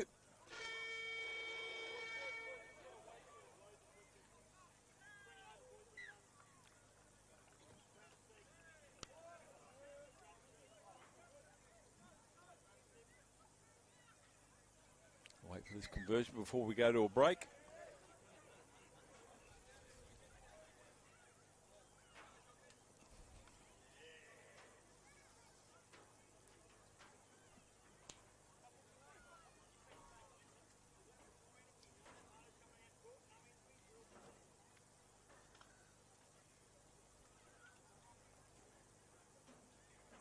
Strikes it. Looks pretty solid too.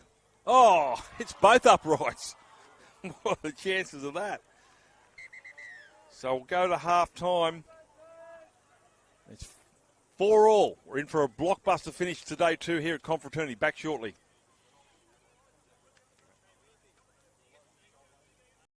Into the arms of Farnworth. Ubi! Oh, what a shot, Bostock. Katoa, held beautifully. Oh, that is just brilliant. Kicking for Bostock. Yeah! What a try, Jack Bostock. The crowd wants him to take off. He does take off. Just sit back and enjoy this wonderful sight.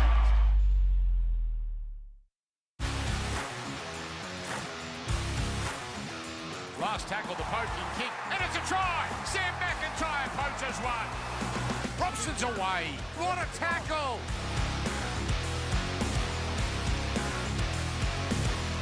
Oh, Purdue straight through and he scores. Purdue, another try for the youngster.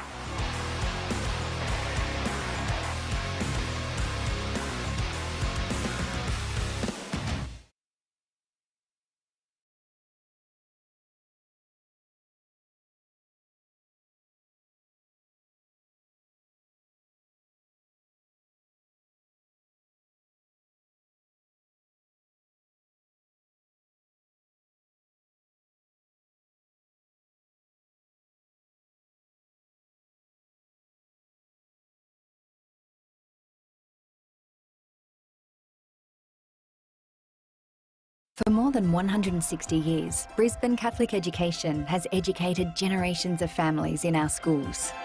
Covering the city, coast and country, our 140 plus schools across southeast Queensland are united to deliver an innovative and holistic education, one that nurtures students' minds, hearts and spirits, all with the aim of forging a brighter future. Brisbane Catholic Education, an education to believe in.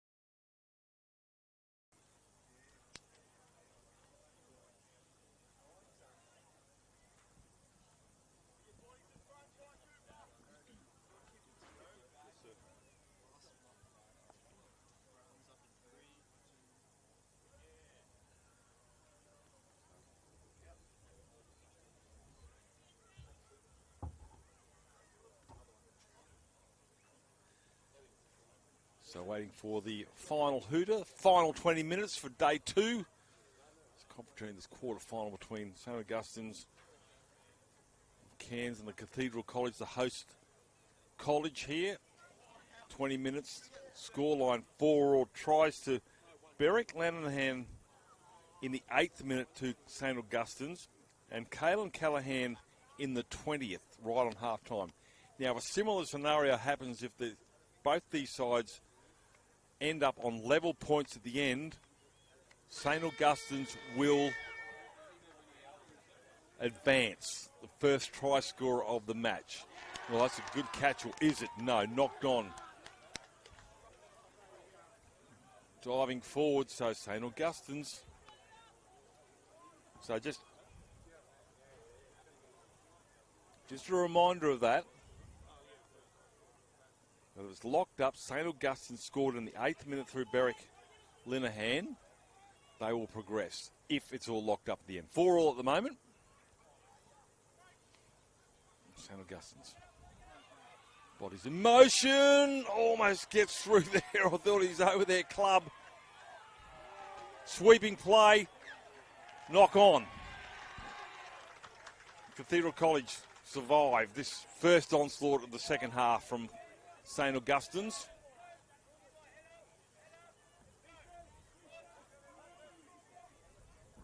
Sunsets here on day 2. Lights are on.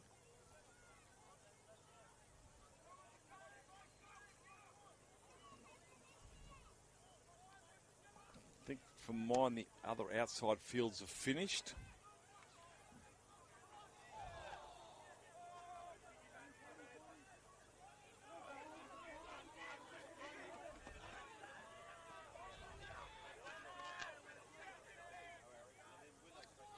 Outside field behind me between Padua and Iona College. Padua went to half-time leading 10-6. We've got a bit of a head clash here happening with the number 10 and Zach Bateman. Or is he grabbing at his knee?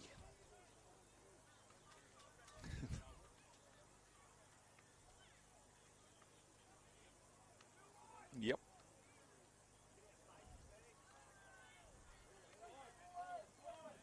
Bateman in a world of hurt at the moment. As you mentioned, rest day tomorrow. Also, I'd like to thank Central Queensland University for their sponsorship. They've been doing it for a long, long time. I'm very grateful. Strutties, plenty of apparel over there. Snap it all up. Got footies, water bottles, beanies, bucket hats, socks, you name it. Get over there, Struddies are your buddies. They'll sort you out. Ross Strudwick. I don't want to notice whether Ross is over there or not. This player's going to come to the sideline. That's a knee problem there for that player. Also, former Origin greats, their involvement for the first time this year in their sponsorship. Thank you very much to Gene Miles and all the boys there. And also the NRL. This is their nursery. This is where players of today, stars of tomorrow are found and sought after and signed. Just a reminder, Jacob Brown from the Gold Coast is the touch judge. Ethan Garden from Toowoomba and Blake Douglas from the Sunshine Coast are our officials for this clash. 16, clock keeps rolling here at Confraternity.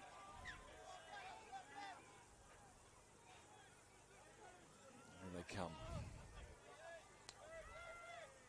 Trying to make a wish out of Kanak.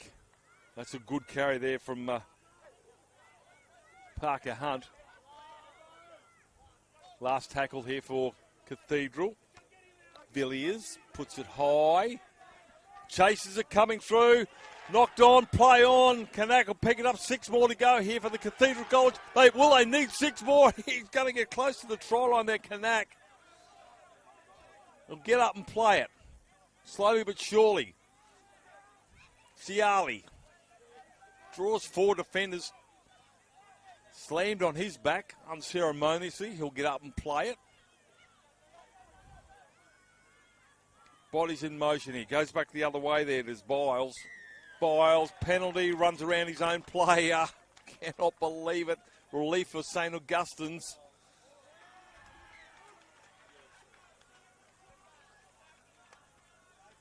They'll find touch on the far side.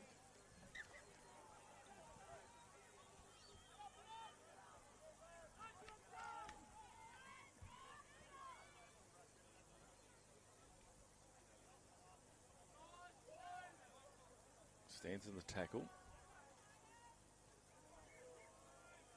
Mears draws the attention of Armstrong and company. Driven back, Ciali involved as well.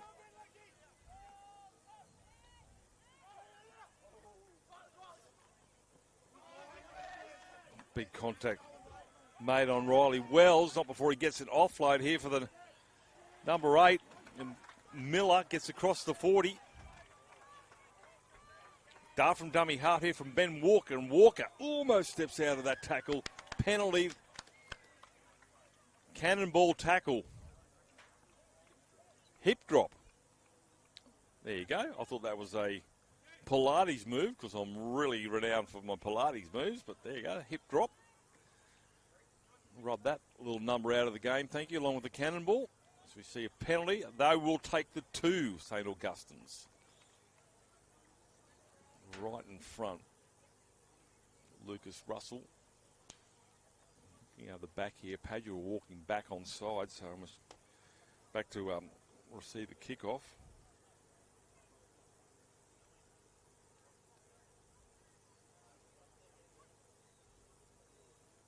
$14-6 kick to come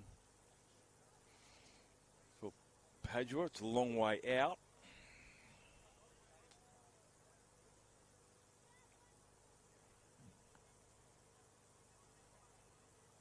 Waiting for this penalty attempt here from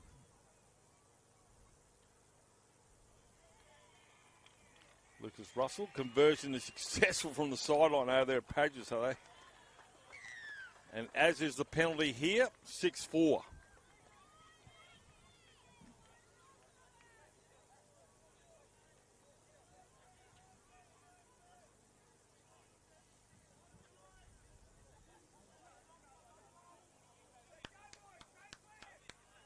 So 16-6.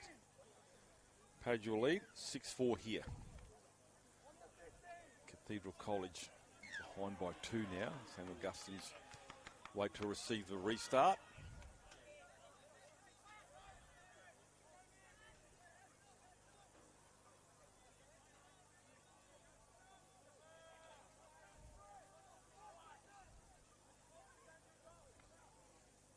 So again, they head towards the forward pack of Cathedral College, St. Augustine's.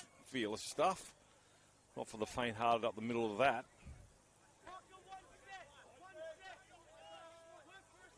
Miller looks at his tackler and Ciali gets up and plays it. Come to this blind side and broadcast side right underneath our noses here. St. Augustine, Fatafihi. Riley Wells cross field. Still going Riley Fields. Riley Wells, I should say, straightens up, heads upfield. Kicking not on the last, Lucas Russell. Challenges coming through.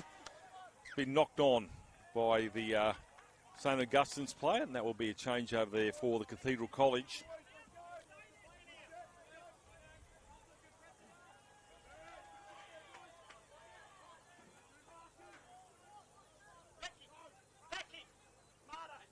There's a lot of tired players out there.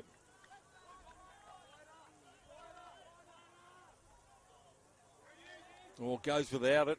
Knocked back. Referee will say it's a knock on. St. Augustine's will have an opportunity.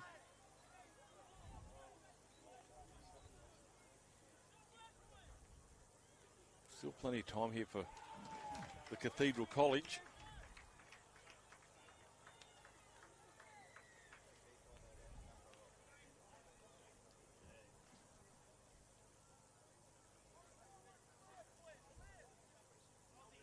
Looks like Iona College might have scored in the corner behind us. 16-10 kick to come. That's not over there either.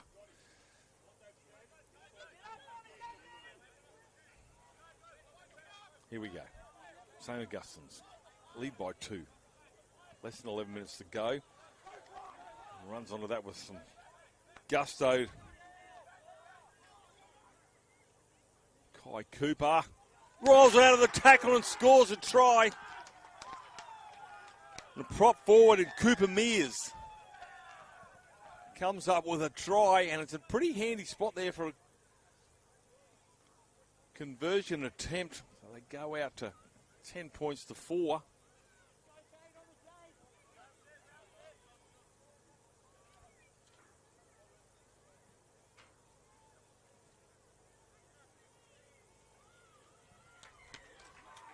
Conversion might have been successful over there, so this was a conversion attempt here from St. Augustine's. 10 minutes remaining in day 2. 10 minutes remaining for the Cathedral College to find an answer.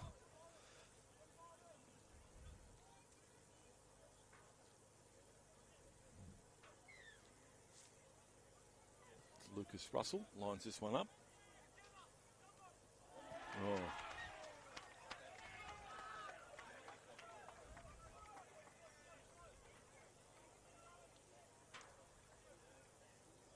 No breeze to speak of now. Very happy about that. Here comes a conversion attempt.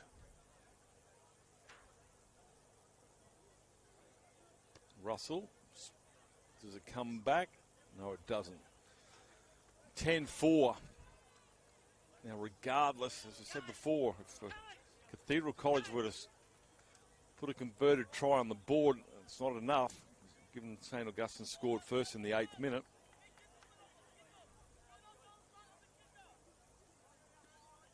They've got to score.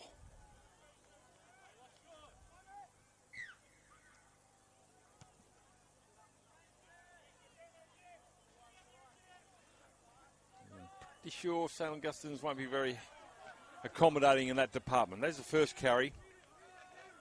Gets to the 20. They come to this blind side. Trying to get through. Big shot there coming from Callahan, the try scorer, but the offload's successful. It has to be Jake Armstrong to put the tackle on. Miller. Centre of the field. Kicking early, the wingers are up. Chasers are coming through. Put it in the corner. Didn't want it. Knocks it on fortuitously there for St. Augustine's. Oh, the Cathedral player there, Tarek Law, will breathe a huge sigh of relief. He needed to be a little bit more committed to getting that ball, because all of a sudden there's an opportunity for a try to be scored from the kick.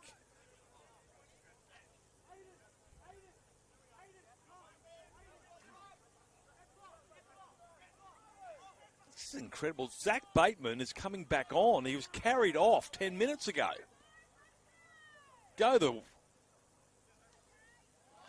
sponge. Unbelievable. And he's about to have a carry. Doesn't need to. It's going to be penalty and a little bit of a discussion with the referee. Leaks another 10 metres. Cathedral College now looking to find touch on the Strutty side of field 1. Has it gone out? It has, and that's a monster kick. 15 metres inside St. Augustine's territory. Contact put on there on Seabold. Taj Seabold will get up with another bruise. Siali high with the knees, still driving forward, but the arms come down in the lock around the ankles from Kai Cooper. Middle of the tackler. Cathedral thought about going through. They had numbers out to the left here. With Archie Lloyd. Decides to take it to the line. Siali throws it out the back here. It's with Bateman now, and Bateman will try and drive with the legs. Crooked legs at that. Drives in. Gets the offload. Mickey Busby, the number 9. Goes over right underneath the crossbar. Now, just a reminder, they may square it up here, but because St. Augustine scored first, we may have the same scenario with the game beforehand, where the first try scorer will progress. Ignatius Park knocked out by St. Pat's because of that ruling.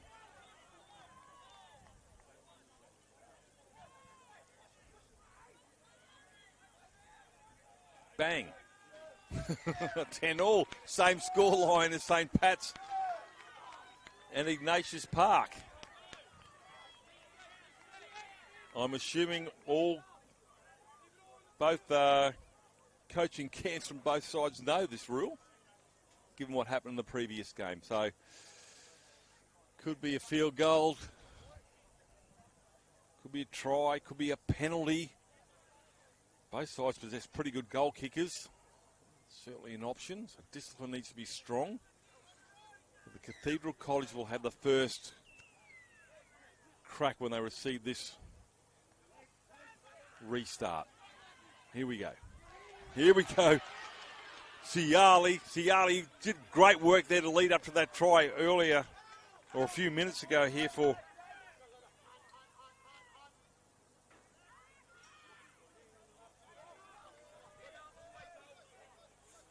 try for Busby earlier.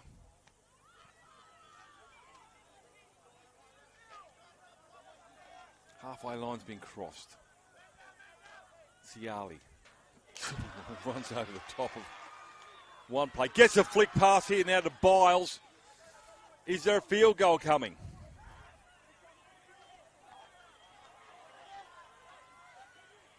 Another ball runner. This time they throw Parker Hunt at the line. Is there a field goal this time? Setting up here is Villiers. Villiers with a field goal attempt. Villiers puts it through the uprights. Not over yet. Still 3 minutes to go. Field goal. Henry Villiers.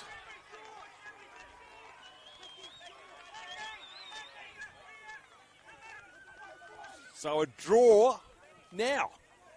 St. Augustine's could return serve with a field goal, lock it all up, and take the chocolates because they've scored the first try. This is extraordinary stuff here to end day two. Chase is coming through, a lot of heat. Throws a dummy. It might be actually Biles himself. St. Augustine's will have that's above the horizontal. That's probably one of the ugliest ones. Need to settle it down here. Wasn't on purpose. It's just a case of momentum and just fatigue last day.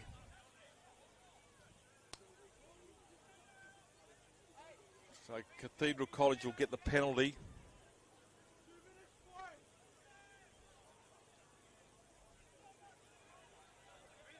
Score was 6-4 half time.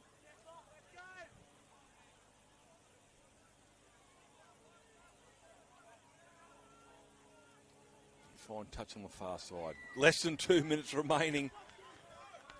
The Cathedral College coming back.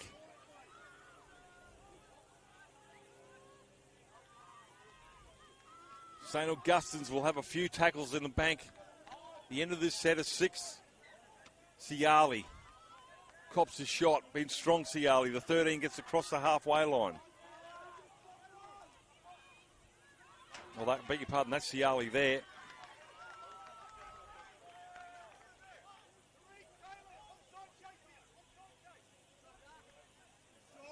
Zach Bateman. Incredible. Drew another leg. Must have a spare one in the trunk. It's Ciali now. Again with the second carry in this set. 1 minute remaining. Last tackle, so they'll get a pretty healthy set. Villiers puts it high. Midfield bomb. Two of them go up for it. Knock on. St. Augustine's because the two players went in the air. Knocks it onto his own player. And therefore, knock on. And that, with 30 seconds remaining, ladies and gentlemen, should be a ball game, and the host college will progress to the semi-final.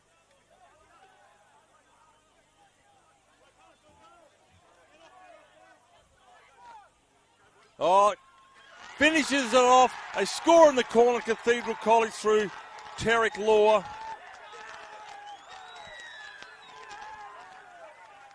And the Cathedral College will advance. They were down 6-4. Padua College is also come away with a win, as do the Cathedral College.